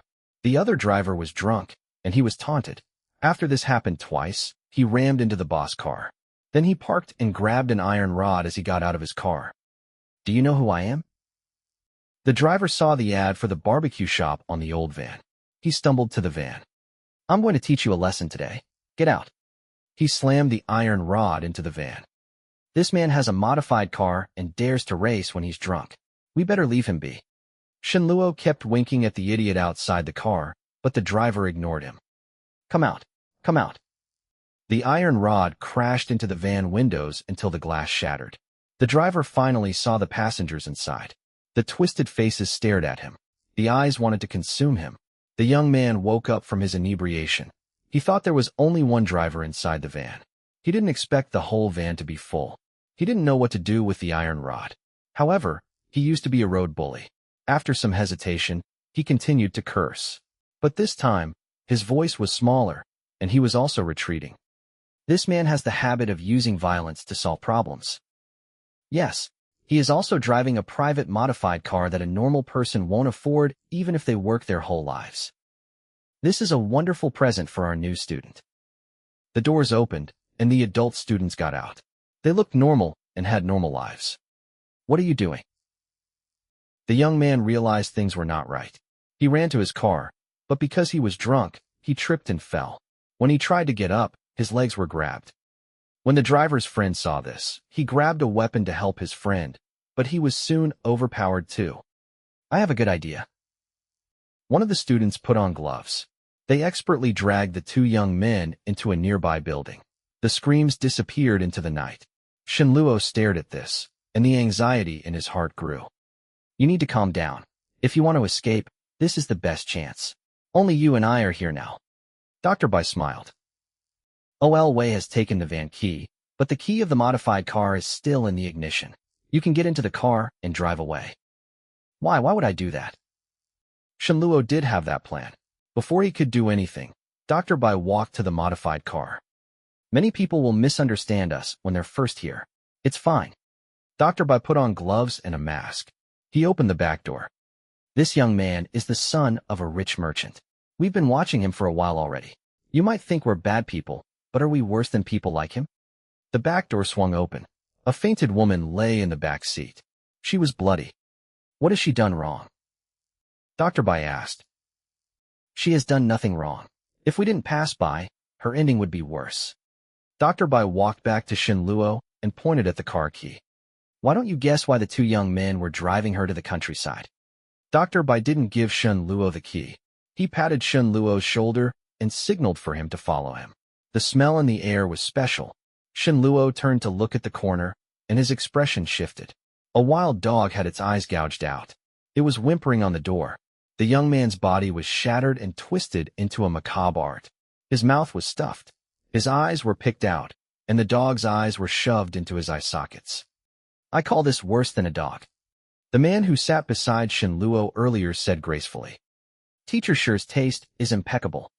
Dr. Bai clapped. Then, he handed something covered in white cloth to the man. Let us begin the welcoming ceremony. Teacher Shi pulled off the white cloth. It was a dull knife underneath. He walked to his art and delivered the first stab before handing the knife to the next student. None of them delivered the fatal blow. In the end, the bloody knife was handed to Shenluo. It's your turn. Dr. Bai's eyes moved to the butterfly wound on Shenluo's arm. Many people have been waiting for you. This is not so good. Shenluo hadn't even killed a chicken before. Why? He's a pure evil person. If you let him go, more people will be tortured and killed. Dr. Bai and the others surrounded Shenluo, applying him a lot of pressure. This is a slippery slope. If I kill this man now, will I have less resistance to killing someone who made small mistakes in the future?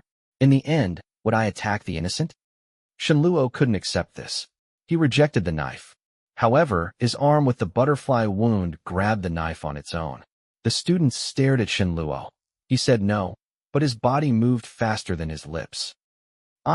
Shenluo didn't wear any gloves, so his fingerprints were all over the knife. He quickly tried to let go, but at that moment, the butterfly in his brain enlarged and flapped its wings. The butterfly is feasting on my malice. It's growing. Shenluo couldn't take the pain. Just as he was about to break, a car horn came out the road outside. A taxi stopped beside the two cars. The taxi driver urged his passenger to get back into the car, but the passenger didn't seem to hear him. Chapter 748, Professionals. Chapter 748, Professionals. Han Fei used the virtual ID provided by Huang Yin to enter the darknet. He got to figure out the few places the crazy people like to visit. With the idea of checking the places out, he rented a taxi with a high price and headed to Xianlu northern countryside. After leaving the intelligent city for half an hour, they spotted two cars on the empty road. An expensive modified car collided with the van of a barbecue shop. But strangely enough, there were no police robots or patrol officers. All the passengers were gone too. Stop the car. Han Fei signaled for the driver to slow down. It's better for us to mind our business. I'll drive you to your destination. Stopping halfway is against our rules. The driver moved far away from the two cars. They might run into trouble. If we ignore them today, in the future, we might be in trouble and no one will come to help us. That's not a world I like to live in. Han Fei stressed. You're a night driver. You should understand that better than I do. But no one is asking for help. I'm just going to take a look. After much persuasion, the driver finally stopped. Han Fei got down. The driver said, Don't go too far. Come back quickly. Okay. Han Fei walked to the two vehicles. He saw the crushed windows. This is not from an accident. Someone purposely smashed this in. Han Fei frowned as his nose twitched. This barbecue vent smells funny. It's oily, disgusting, and sticky. It looks like it's covered in pig's brain. Hey, it's time to go. The taxi driver knocked on the window. Earlier, he just received a red alert from his company. No one was supposed to accept passengers to and from the countryside from midnight onward. Apparently, it was to protect the driver's safety. Han Fei didn't walk back. He opened the van door and glanced around before finding something. He entered the van and lifted the cloth on the back seat. There were many tools hidden there. There were surgical knives, saws, ropes, and medicines. What kind of barbecue store is this? Han Fei walked to the modified car next. You are from the city, so you don't know this, but it's very chaotic in the countryside now. Come back. The driver shouted. He was very anxious. He regretted taking this job. There's an injured person in the modified car. Get back. Don't mind other people's business. The taxi driver waved. We night drivers normally won't even come here. If not for the price you gave, I won't take you too. Her injury is serious. Han Fei carried the woman out directly. He ran to the taxi. She is dying. The driver was spooked when he saw the bloody woman. He immediately unlocked the doors. After putting the woman in the back seat, Han Fei handed money to the driver. Please drive her to the nearest hospital. What about you? The driver asked. There should be other victims. I am very familiar with these mad people. They should be enjoying the process now. Han Fei closed the door. He called the police and the hospital. Are you with the police? Why do you know these things? The driver was shocked. Han Fei knew it was dangerous, but he wanted to stay. I merely have watched a lot of TVs and read a lot of books. My name is Han Fei. You can. Han Fei. The driver gasped. I get it now. What do you get? Han Fei was startled. Get the victim to the hospital. You can call me to get more money if it's not enough. I finally understand it's not all a promo stunt. I'm sorry. I don't know how to describe it. The driver put on his seatbelt. I'll drive her safely to the hospital. You have to be careful. Then, the driver drove away. It looks like I have quite a large fan base. Even the driver knows about me. Han Fei didn't know that his name had become a symbol. Standing between the two cars, Han Fei carefully examined the ground. There was no sign of fighting, so it should be a one-sided battle. If I want to destroy the evidence, where would I haul the victim? Han Fei walked to the bushes and saw the first footprint. He looked around and targeted the old abandoned building. Perhaps it was the game. Han Fei's senses were sharper than most. He could enter a hunting mode easily. His attention was focused on hunting the killers. The driver was kind to call me to get back into the car, but he had exposed our location. If I didn't deal with the killers, they might target the taxi driver next. Thanks to the cryptic world, Han Fei was good at seeing the worst possible outcome. Such was human nature. Han Fei held the nunchucks hidden in his sleeves as he slowly approached the building. He didn't make any noise as he stared at the building's windows and doors. There was more than one person on the van. Most murderers work alone. This kind of cooperative murder is rare, but they are normally horrendous. Before Han Fei entered the building, he had come up with more than 10 scenarios. He was different from how he was several months ago. Han Fei found a blind spot near the entrance. If the suspects were all inside the building, they wouldn't be able to see Han Fei. Han Fei didn't use the front door, but silently moved to the window on the side. With his great physique, he climbed through the second-floor window. He didn't make any sound at all. He looked around. The building was dark, but there was a faint screaming sound and a scent of blood. These are professionals. A normal person would be anxious in an unfamiliar darkroom. However, the darkness didn't affect Han Fei. He was used to moving in the dark. Han Fei leaped into the room and stared at the shadows in the living room. 1-2. The students of Sunday Night Shoal guarded all the entrances. A few of them hid near the first-floor entrance. If Han Fei entered through there, he would be greeted with several stabs. Han Fei slowly moved through the building. He was not nervous at all. He knew he was in great danger, but his heart was calm. Han Fei very easily walked to the second-floor bedroom like he was visiting his friend's house. He had already appeared beside one of the students, but he didn't even notice Han Fei. They stood side to side. Han Fei raised his hands, grabbed the man by his neck, and covered his mouth. The bones were dislocated. It felt very natural. The black box appeared to open something in Han Fei's mind. After that, Han Fei easily took over for the man. He walked openly into the darkness. Half a minute passed.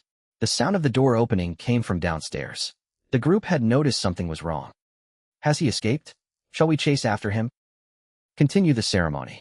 I'll go look. Dr. Bai, is it safe for you to go alone? It's fine. Watch over the new member. Make sure he holds that dull knife tight. Dr. Bai took the key to the modified car and left on his own. Where is Dr. Bai going that he needs the car? I heard Dr. Bai was once a student too, but he later became the youngest teacher. He's actually very old. I heard he used to work for Immortal Pharma and retained his looks because he participated in some experiment. Let's ignore him and continue the ceremony. The students came out of the corners. They grabbed Shen Luo and headed to the second floor. Come out now. We need to finish the ceremony and clean up. The person at the front suddenly stopped. He noticed the second floor was empty and no one answered him. Where is him? There were 5 people hiding on the first floor. But after Dr. Bai left, there were still 5 people on the first floor.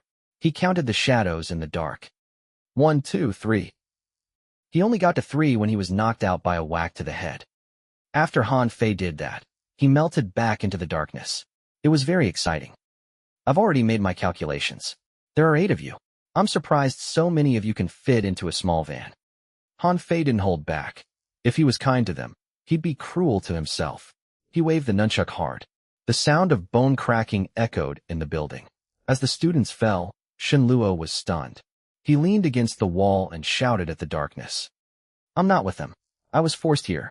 I haven't done anything. Han Fei shivered when he heard that familiar voice. He was sure he had heard this voice in the cryptic world before. When he said Han Fei had 11 wives, Han Fei almost died. Shen Luo? Yes, it's me. So, you're a serial killer too? I'm not. The nunchuck fell on the shoulder of the man beside Shen Luo. The man's scapula shattered. He collapsed to the ground. Shen Luo raised his arms in surrender.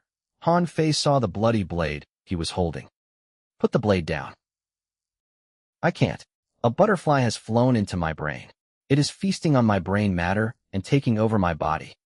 The more scared Shen Luo was, the more severe the hallucinations. Then, I'll have to break your arm. Strangely enough, once Han Fei said that Shen Luo gained a burst of power.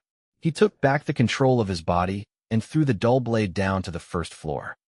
I'm now suspicious because you're suddenly so cooperative. Han Fei switched on the flashlight on his phone. He wanted to examine Shen Luo. He was not expecting to run into the man here. I'm really a victim. I'm here for a psychiatric consultation.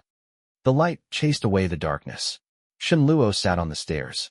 His eyes were teary, and his expression was hard to describe. Consultation?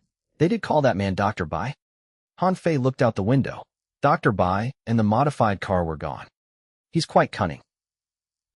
I don't know the actual details. They are from a group called Sunday Night School. I was going to the doctor, but they dragged me to class. I thought it was some kind of MLM meeting, but I was dragged here instead. Shen Luo's tears fell. Ever since I left the game, my brain doesn't feel well. I'm so tired. They are the Sunday Night School. Han Fei believed Shen Luo wasn't lying. He grabbed a conscious student and placed him beside the dead young man. Tell me everything you know. Are you dreaming? The man was very stubborn. He didn't surrender even when his bones broke. They have all been brainwashed. They are all crazy. Shen Luo reminded softly. If they're so stubborn, I'll have to rely on other methods. Han Fei whacked the man on his head and moved on to another student. Chapter 749, X-Rated Performance. Chapter 749, X-Rated Performance. Before the police arrived, Han Fei used the skills he learned in the cryptic world to pry open the mouth of one of the students. Sunday Night School was a very special organization. The teacher here was once a student. Their base was in the countryside. At first, they only communicated through correspondence. However, as the teaching lessons became more in-depth, they started to work on small animals and finally, living humans. Just like Shen Luo's welcoming ceremony, they started with bad people. When the emotions in their hearts were unleashed, they had slipped down the abyss. They walked into Dr. Bai's trap and slowly became monsters. The students all had valid identities in the morning. Only on Sunday nights would they reveal their true nature. Sunday night school provided a reason for them to kill. They were not even forced. After they attended the practice lesson, they couldn't stop. Every week they waited for Sunday to come. Every teacher was responsible for a few students. These normal students were monsters cultivated by the night school. To know the school's real secrets, Han Fei had to capture one of the teachers. Han Fei sat in the middle of the group of murderers. Most of the students hadn't completed their solo hunts before. They still needed guidance from their teacher. No matter what, they have participated in murders. They will spend the rest of their lives in prison. Han Fei looked through the students' clothes and phones. Some of them were new fathers, well-respected model citizens, and so on. They were completely different from the pictures of themselves on their phones. Han Fei was only looking around for fun. However, when he looked through the barbecue stall boss phone, his eyes narrowed. He found something. What is this? Han Fei showed a message that consisted of meaningless numbers to the boss. The background was a clubhouse. A cracked head was placed in the middle of the club. I don't know. The boss was lying on the ground. Han Fei didn't hold back. Only his mouth and neck could move now. Why doesn't your wife have this message? Have you joined other activities without telling her? Han Fei checked the others' phones. He noticed similar messages on the artist's phone. Compared to the barbecue shop boss, the artist had sunken even further.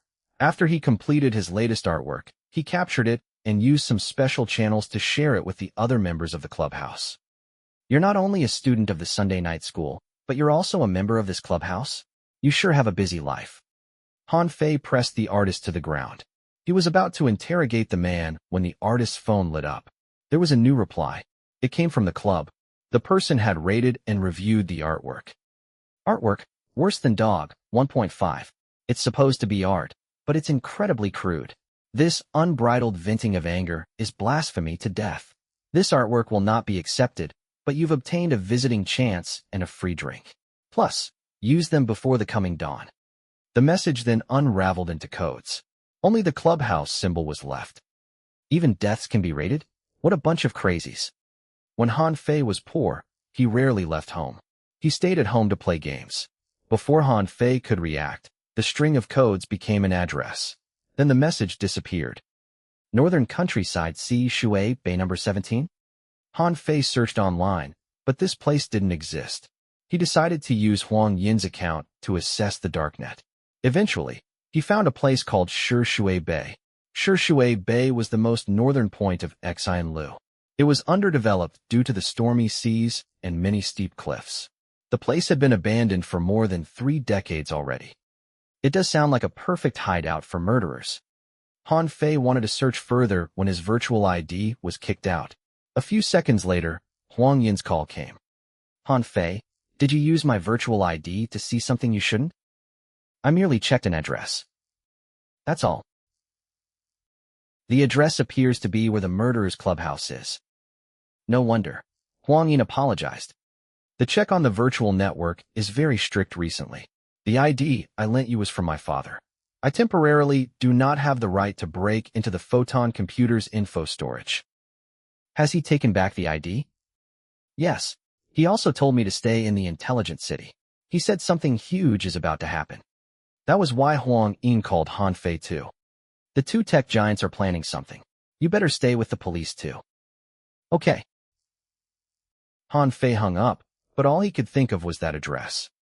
The artist sent the other party his artwork, and he got a visitation chance for it. He needed to use it before dawn. Han Fei had called the police. Dr. Bai had escaped. The people at Sunday night school and murderer's clubhouse might be scared off. The address might only be valid for that one night. There's also a clubhouse on the map Du Jing showed me, but that was a map of the cryptic world. Han Fei contemplated and finally decided to travel to Iyashikei Bay. After he tied the students up, Han Fei shoved the barbecue store boss and the artist's phones into his pocket. Where are you going? Shen Luo hurried after him. Do I need to report to you? You better ponder how you are going to explain yourself to the police, or they'll see you as their accomplice. I'm really innocent. I didn't mean to aim the knife at you either. Shen Luo showed Han Fei the butterfly wound on his arm. Ever since I got this wound, I felt like there is a monster trying to get out of my body. It's a giant butterfly covered in malice. It feeds on my fear. The more I resist, the happier it is. Butterfly wound. When Han Fei sent Shen Luo out of the cryptic world, he was mentally fine. However, that was clearly not the case now. Why would you have the butterfly imprint? I really don't know. When I logged out of the game, I received hundreds of crazy people. Someone even sent me a bug-filled package. All my neighbors think I'm crazy. Shen Luo really didn't know what to say. Han Fei stared at Shen Luo. How come the other players didn't face this problem? Then again, perhaps this was Shen Luo's fate. When Dream's consciousness shattered, it tried to possess someone, and it chose Shen Luo. There's a butterfly flying in my brain. Sometimes, mad laughter echoes in my ears.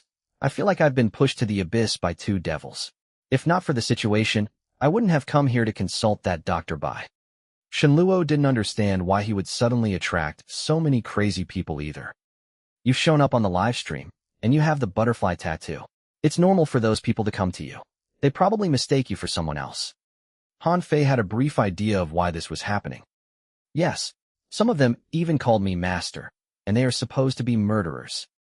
Han Fei was quite sorry seeing Shen Luo like this. He had no idea what mad laughter did to Shen Luo, and he didn't know Shen Luo was with mad laughter at Fuxing's theme park. Han Fei thought this was an after effect of his persona surgery. Since you have the butterfly wound, it's not safe for you to stay here alone. Dr. Bai might still be around too. Han Fei didn't dare to leave Shen Luo there. After thinking about it, he asked, "You've been under a lot of pressure lately. Do you want to go unwind with me? Where are we going?" Shen Luo blinked at Han Fei. "Actually, I want to go home, but my home is haunted. Perhaps I should turn myself in with the police. I'll bring you to a clubhouse. Not many people know about it. We'll have so much fun." Han Fei grabbed the van key and led Shen Luo downstairs. Really? Shen Luo was dubious. Is it really a good idea to go clubbing now? There has just been a murder here. Aren't the police going to worry? It's fine. I'm familiar with the police. Han Fei patted Shen Luo's shoulder. He took out his phone to call Li Shui. He updated her about the situation and told her the modified car's model and plate number. Then, he hopped into the van and called Shen Luo to take the passenger seat. Are we really going? Shen Luo was still uncertain, but he really needed to unwind. He had been so tense. Of course. The engine started. Based on the GPS, Han Fei drove even further into the countryside. Half an hour later, when all the streetlights were gone, Shen Luo finally couldn't hold the questions in anymore. Han Fei, are you sure we're going to a club to relax? Yes, we'll be there soon. The club is a normal club, right? Shen Luo held the seatbelt nervously. I have no idea, but they have some intense and X-rated performances there. Han Fei smiled. I'm surprised you're this kind of person. I have no money, and I've lost my phone. Can you lend me some money when we're there? Shen Luo asked softly. Han Fei didn't answer as he drove the van into a small path. The scent of blood floated in the air. They were close to the sea. The GPS frizzed after 10 minutes. Han Fei passed several junctions. He pondered things from the perspective of a killer, and they eventually arrived at an abandoned holiday villa near the bay. This place had been abandoned for a long time. All the formerly luxurious houses were abandoned. We're here. Han Fei handed the boss phone to Shen Luo. Cover the butterfly wound. You're now a barbecue shop boss and a crazed murderer. What do you mean? Do we have to roleplay here? When Shen Luo lifted his eyes, he noticed Han Fei had changed into a different person. There was a perverse glint in his eyes. Don't be like that. I'm scared. Keep close to me. Han Fei didn't waste time and led Shen Luo into the bay. They passed many buildings before stopping before a hotel. Even though the place was abandoned, it was once very high-end. Only the truly rich could stay here. Is this number 17? They entered the hotel. The dim light shone on Han Fei and Shen Luo. There were many masks hanging on the left wall. The right wall had all sorts of protective gears. Why are there two of you? Shouldn't there be just one? A shrill voice came. A man in a black outfit walked out. He was wearing a parrot mask. Never mind. Pick your masks and come with me. If you are afraid that your clothes might get dirty, you can wear protective gear. Are you going to use your own tools, or do you need us to provide them? What can you provide? Anything. The parrot man cackled. He kicked the shelf beside him, and a lot of torture devices fell out. When you've done your pick, come along. You're lucky because this is going to be the last show before dawn. The parrot man led the way. Han Fei found a good dagger. Shen Luo was frozen. He grabbed Han Fei's clothes. What is this place? What's wrong? Han Fei tried the dagger. Don't you want to see some X-rated performances? Chapter 750, Dawn Butcher. Chapter 750, Dawn Butcher. Since they were already there, what could Shen Luo do? Han Fei started selecting his mask and tool. Shen Luo was abandoned and helpless. When we're here, it's best to put on a mask to hide your twisted expression. Han Fei handed a clown rhino mask to Shen Luo. He picked one with discerning features so that if he was forced to resort to violence, he wouldn't accidentally injure Shen Luo. Thank you then. Shen Luo had jumped from the frying pan into the fire. Shen Luo accepted the mask and grabbed a protective suit. If you continue to delay, you'll miss the performance. The parrot man urged impatiently. His tone spoke of disdain for Shen Luo and Han Fei. He was like the connoisseur acting high and mighty before two amateurs. We're almost ready. Shen Luo rummaged through the tools before he picked a long saw. You do know your stuff. The parrot man glanced at the saw. He then signaled them to show him their phones. After seeing their messages, he pushed open the door behind the counter and led them down into the basement. Different from the dilapidation on the surface, the basement was luxurious. It was like an arena for the rich. The walls were clean. There was no blood, not even dust. This was different from what Han Fei imagined. There was no smell of blood, but a heavy hint of wine. The three walked down the stairs. They moved down the long corridor and entered the first hall. You're still in the observation period and not official club members, so you can only sit in the last 3 rows. However, I'll give you an exception today because we don't have that many people in attendance. Pick any seat you want. The parrot man waved, and a waitress moved away with a tray. This was no bunny lady. The waitress' face was covered by a black mask. Her clothes seemed sewn to her skin. Is this an AI butler? Shen Luo sensed that the waitress was like his butler. They looked human, but they were not. No, she is human, just like you and me. The parrot man was satisfied with Shen Luo's reaction. When you're an official member, you can do anything you want with her. But a reminder, for everything that you do here, there is a price to pay. The parrot man stared at the waitress openly. She once wanted to join the club, but she failed the test. Then, she made the wrong choice. That's why she's like this now. So she is killed too? Shen Luo originally pitied the waitress, but now he was just afraid. She has probably killed more men than the number of girls you've held hands with. The parrot man chuckled. So she's not that good of a killer. Shen Luo said honestly, interrupting the parrot guy. The waitress was unaffected. She placed the tray before Han Fei. There was a glass of wine on it. Your art is crude. It radiates anger. There is no sense of artistry. It is only worth this glass of wine. The parrot man wanted to talk more with Han Fei, but the metallic bangle on his wrist lit up. Why would high-class members suddenly arrive? He abandoned Han Fei and Shen Luo and ran out. After the parrot man and the waitress moved away, Shen Luo asked Han Fei nervously, Have you lost your mind? Why are we here? You were the one who wanted to come here. When I said there were going to be X-rated performances, you were so excited. Han Fei chose a seat next to the path and sat down. Why are you sitting down? Are you really going to stay for the performance? Shen Luo was shocked.